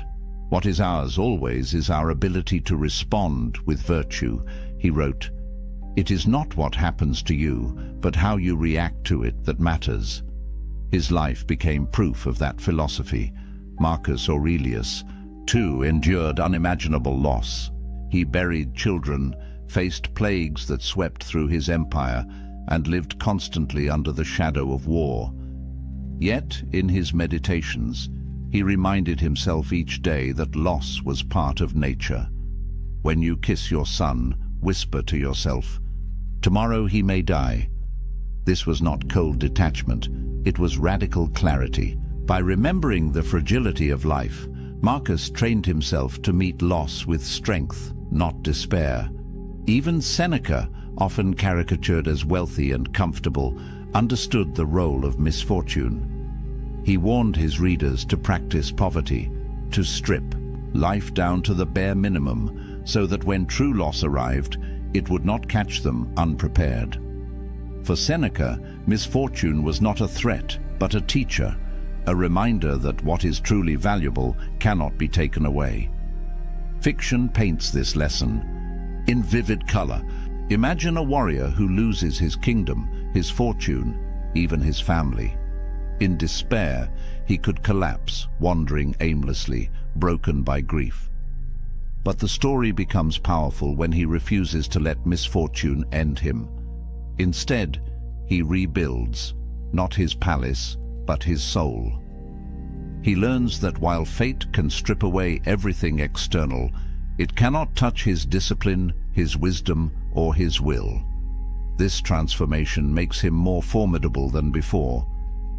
Today, we face misfortune in different forms: the sudden loss of a job, the betrayal of a friend, a diagnosis that shatters the life we imagined. These moments shake us, revealing how fragile our comforts really are. But here lies the Stoic choice. Do we react with despair, or do we see loss as part of the natural order? Powerful people choose the latter. They grieve, but they do not collapse. They adapt, but they do not surrender. There is also a hidden strength in how misfortune tests those around us. When you lose everything and yet remain calm, people notice. They draw courage from your composure. They see in you an anchor they can cling to. This is why loss, when met with dignity, becomes a form of leadership. It turns pain into power, not just for yourself, but for others who are watching. The Stoics remind us that all external things, wealth, health, relationships, status, are on loan from the universe. They were never truly ours to keep. When they are taken back, we may feel pain, but we should not feel surprise. True wealth lies in what cannot be stolen: integrity, wisdom, discipline. So here is the challenge for you. Think of something you fear losing most.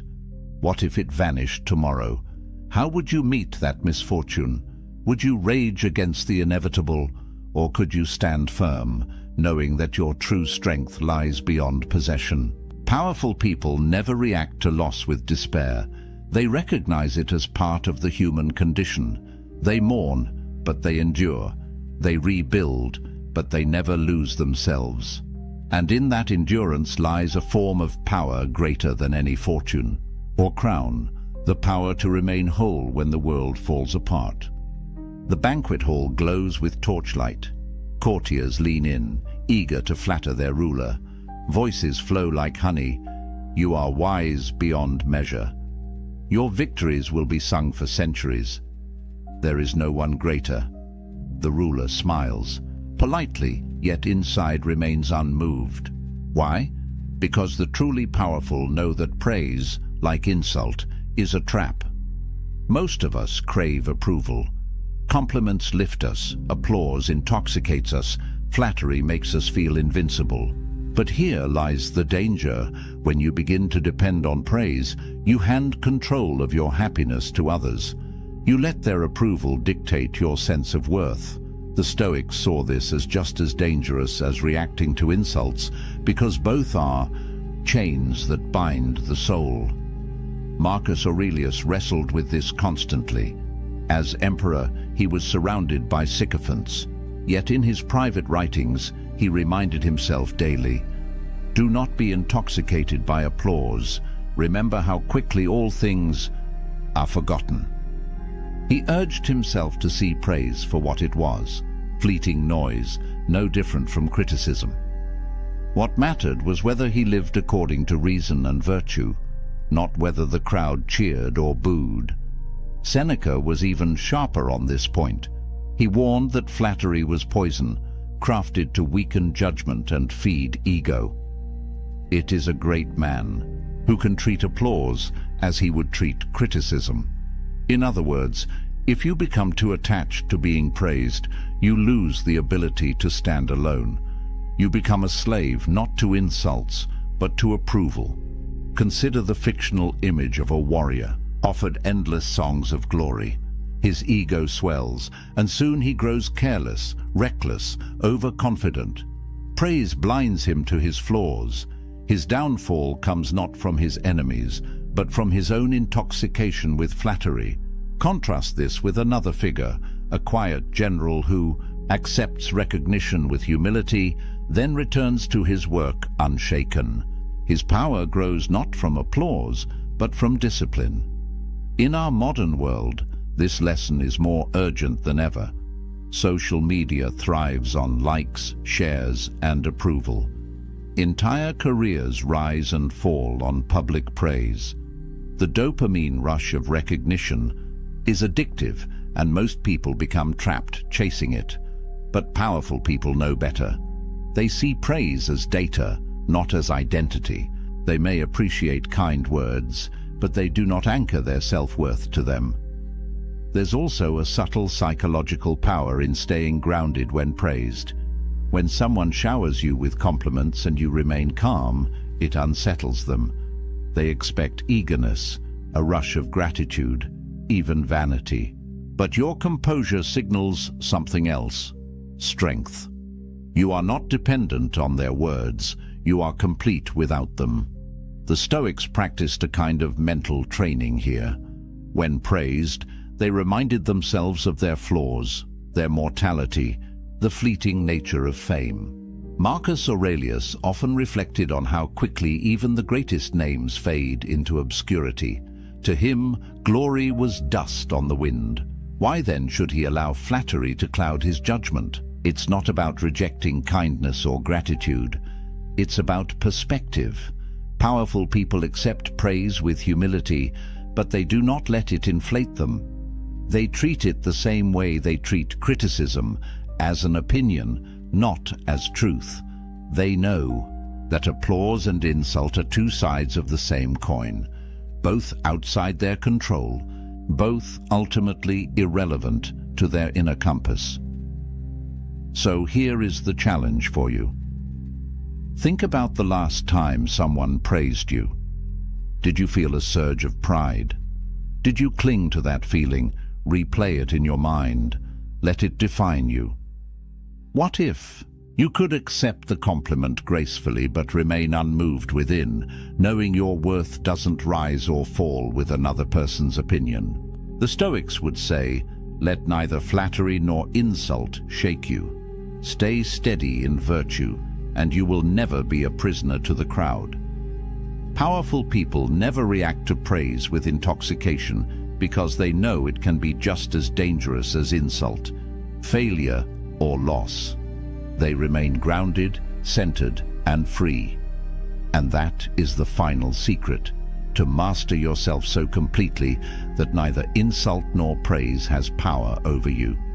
To be unshaken in criticism and uncorrupted in applause. That is Stoic mastery. That is true power. The battlefield is quiet after the storm. Insults have been hurled, lies whispered, failures endured, criticism shouted, losses suffered, praises sung. And yet the powerful figure remains, still, calm, unshaken. This is the paradox of non-reaction. It looks like weakness from the outside, but in truth, it is the ultimate expression of strength. To remain unmoved in the face of attack, temptation, or loss is to wield a power greater than any army or crown. It is the power to control oneself when the world loses control. Think of it this way: when you react, you hand over your energy. Every outburst, every desperate defense, every emotional collapse feeds the forces against you. But when you choose not to react, you conserve your strength. You make your enemies look small, your critics irrelevant, your flatterers impotent. You show the world that you cannot be controlled from the outside. You only move by your own inner compass. History proves this. Marcus Aurelius ruled through plague and war, yet never allowed panic or praise to alter his steady hand. Epictetus was enslaved, abused, and maimed, yet remained freer in spirit than his masters. Seneca faced disgrace and death with the calm of a man who knew that fortune could take everything but his will. Their legacies endure not because they conquered others, but because they mastered themselves. Fiction tells us the same story in another language. Heroes who ignore the baited insult. Leaders who refuse to fight rumors with anger. Warriors who stand in silence as their enemies shout, only to win not with words, but with patience. Their strength lies not in what they do, but in what they refuse to do. So why does it matter today? Because our lives are filled with provocations. Social media demands reaction. Work pressures test our composure. Relationships tug at our emotions. The world constantly dares us to lose ourselves in the noise. But the Stoic lesson is timeless. The person who can remain calm when others panic becomes unshakable. They inspire trust. They command respect. They walk through chaos as though untouchable. This is the fallout of non-reaction, power. Not the noisy kind, not the flashy kind, but the quiet, enduring power that bends the world around it. Return now to the image we began with. A leader sitting in silence while chaos erupts around them. At first, the crowd mistakes it for weakness, but slowly they realize the truth. The silence is not emptiness, it is control. The refusal to react is not surrender, it is mastery. And so I ask you again, what would your life look like if you mastered this art? If insults rolled off you like rain, if lies lost their grip, if failure became fuel, if criticism sharpened you, if loss could not break you, if praise could not corrupt you. This is the promise of Stoic philosophy. Not a life free from pain or misfortune, that is impossible, but a life where no external force can dictate your inner state. A life where you remain steady, resilient, and powerful, no matter what storms surround you. Now, I want to turn this question toward you. What's one thing you wish you could stop reacting to? Is it the sting of someone's words, the fear of failure, the hunger for approval? Share it in the comments. Your answer might inspire someone else. She's staring at her phone right now, scrolling through old messages, looking at your name in her contacts. Her thumb hovers over the call button, but she doesn't press it. Because you haven't reached out, you haven't texted, you haven't liked her posts, you haven't done any of the things she expected you to do, and that silence is driving her absolutely crazy. Here's what most people don't understand about walking away. They think it's about punishing someone. They think it's about playing games or trying to manipulate a situation. But that's not what this is about at all. What you're about to learn in the next 20 minutes will fundamentally change how you see power dynamics in relationships and, more importantly, how you see yourself. Because the moment someone loses you and you stay silent, something shifts. Not just in them, but in the entire universe around that situation. The ancient Stoics understood this.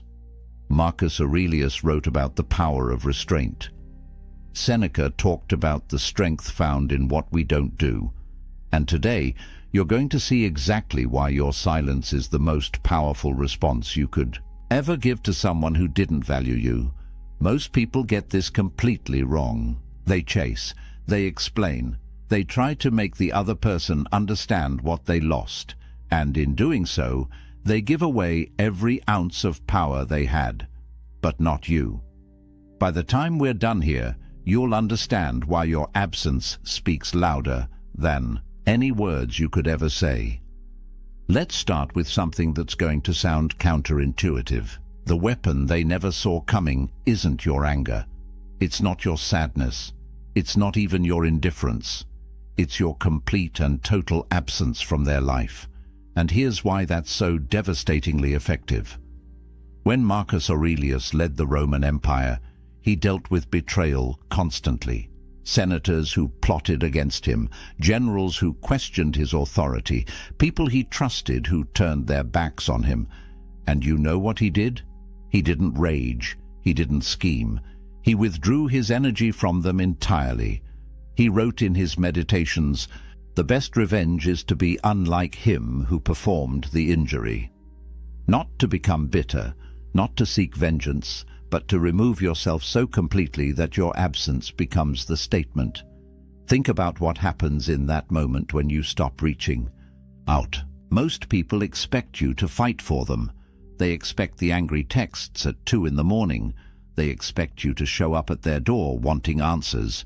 They expect you to post cryptic messages on social media clearly aimed at them. They've written the script in their head for how this is supposed to go. And then you do something they never anticipated. Nothing. That nothing is everything. Because here's what nobody tells you about walking away in silence. Every single day that you don't reach out, you're not just absent from their life, you're absent from their ability to control the narrative. They can't point to your desperate messages and feel justified in their decision. They can't screenshot your emotional outbursts and show their friends. They can't paint you as the crazy one who couldn't let go. You've taken away their ammunition by simply refusing to engage. But there's something even deeper happening here. Something psychological that most people miss entirely. When you remove your energy from someone's life, you create a void. And nature, as they say, abhors a vacuum. That void starts to get filled with something unexpected. Doubt. They start questioning everything. Not because you're making them question it, but because your silence forces them to sit alone with their decision. The Stoics called this the power of negative space. Epictetus taught his students that what we don't say is often more powerful than what we do say. Think about art for a second. A painting isn't just about what's on the canvas. It's about the empty space that makes the painted elements stand out. Your silence is that empty space. And against that backdrop, their decision to lose you starts to look very different than it did when they made it. Here's what they don't know. Every day of your silence isn't passive. It's active. You're not doing nothing. You're doing the hardest thing a person can do. You're exercising complete self-control. You're choosing restraint when every emotion in your body wants to reach out. You're building something they can't see yet, but will feel the impact of soon enough. You're building yourself. Now let me tell you what's happening in their head right now, and I mean right now as you're listening to this. Because if you've walked away and stayed silent, there's a battle taking place in their mind that you'll never see. But understanding it will change everything. In the first few days after you disappear, they convince themselves they don't care. They tell their friends they're relieved. They might even celebrate their freedom. This is the easy part for them, because they're riding high on the decision they made. They're in control, or so they think. But then something starts to happen. Around days 7 to 10, the silence starts to feel different. They check their phone expecting to see your name. Nothing. They post something on social media, something they know you'd normally comment on. You don't. They go to places you used to go together, half expecting to run into you. You're not there. And slowly, confusion creeps in. They start asking themselves questions they didn't expect to ask. Where are you? What are you doing? Are you thinking about them? Have you already moved on?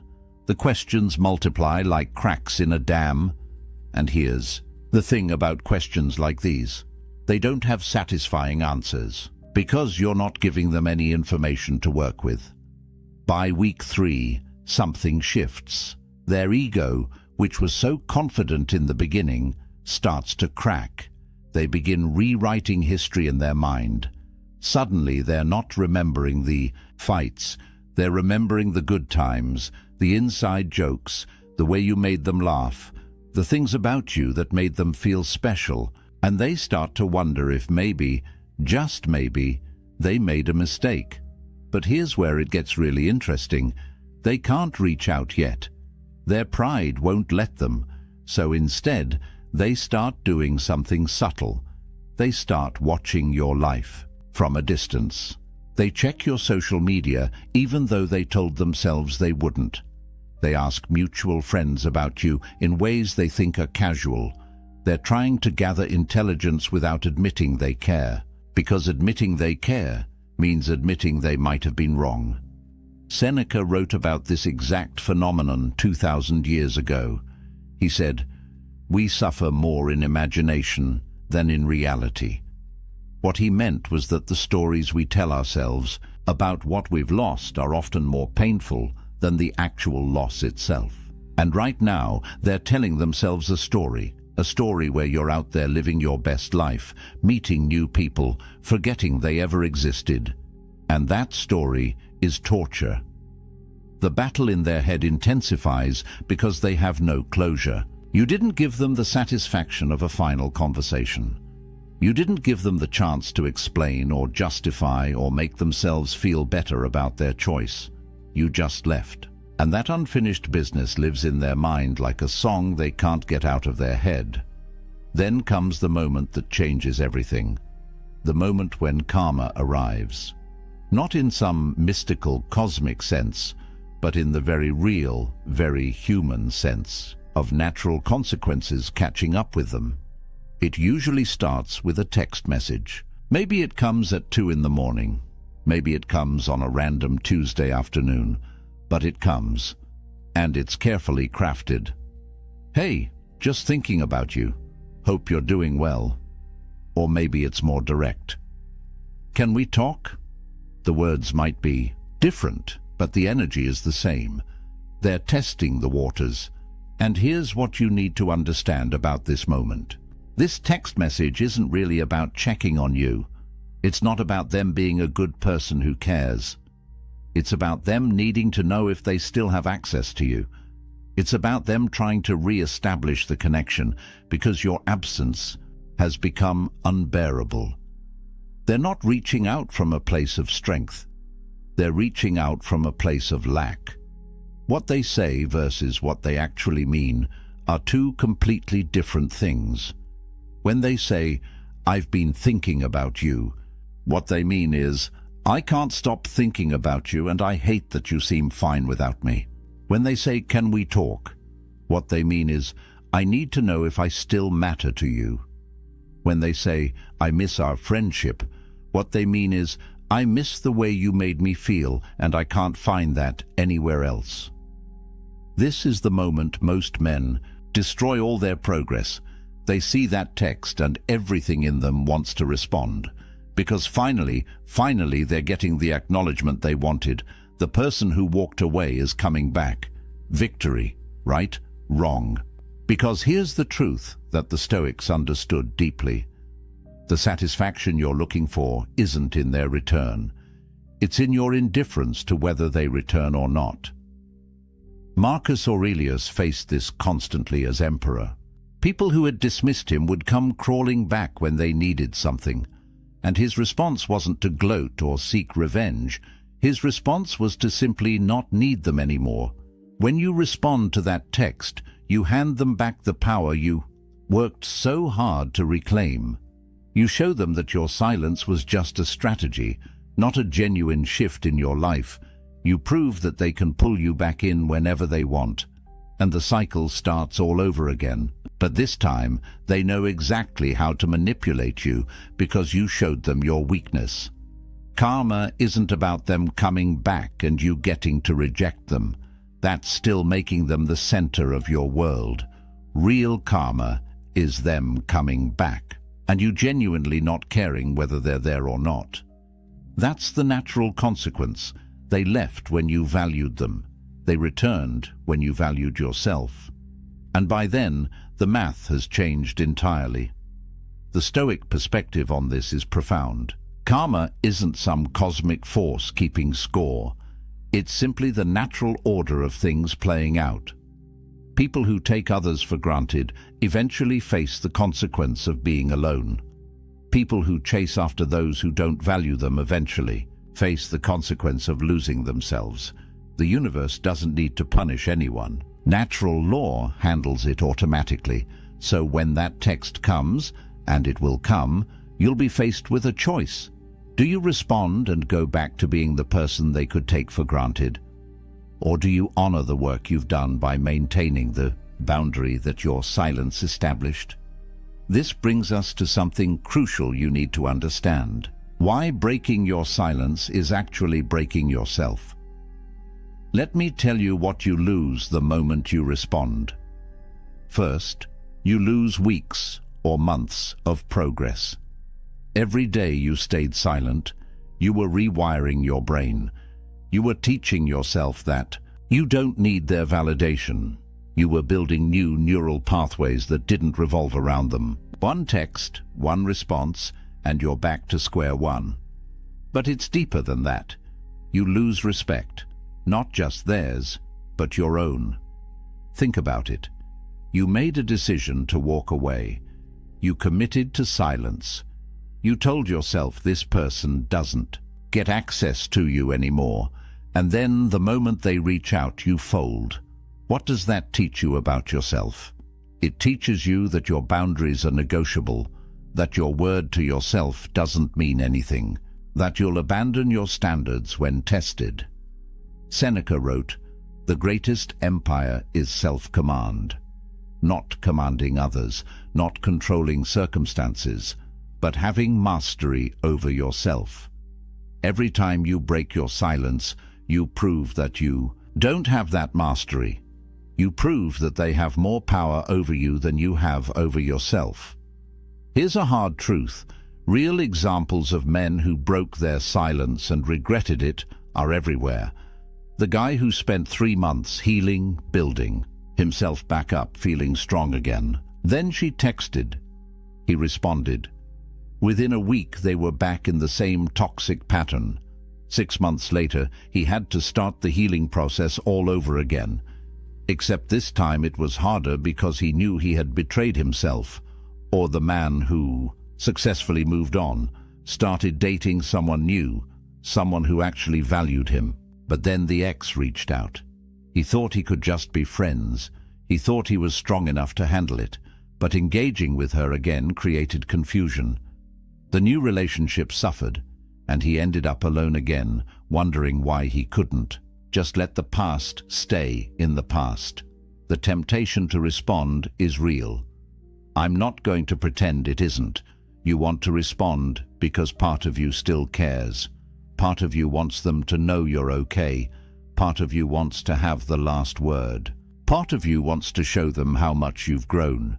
These are all understandable feelings, but they're also traps, because the moment you respond, the power dynamic shifts instantly. You're no longer the one who walked away with dignity. You're the one who couldn't maintain your boundaries. You're no longer the mystery they couldn't crack. You're the solved puzzle. You're no longer the lesson they needed to learn. You're the backup option they know will always be there. So how do you transmute that urge to respond into something useful? You use it as fuel. Every time you want to text them back, you go to the gym instead. You write in your journal. You call a friend who actually values you. You work on the business you've been building. You take that energy and redirect it into something that actually serves your growth. The Stoics practiced this constantly. They called it turning the obstacle into the way. Every challenge, every temptation, every difficulty became an opportunity to practice virtue. Your urge to respond isn't a weakness. It's an opportunity to practice self-discipline. It's a chance to prove to yourself that you're stronger than your impulses. And here's what's beautiful about this. Every time you don't respond, you're not just resisting them, you're building yourself. You're becoming the kind of man who doesn't need external validation, the kind of man who can sit with discomfort and not react, the kind of man who makes decisions based on his values, not his emotions. That's the man you're becoming in the silence.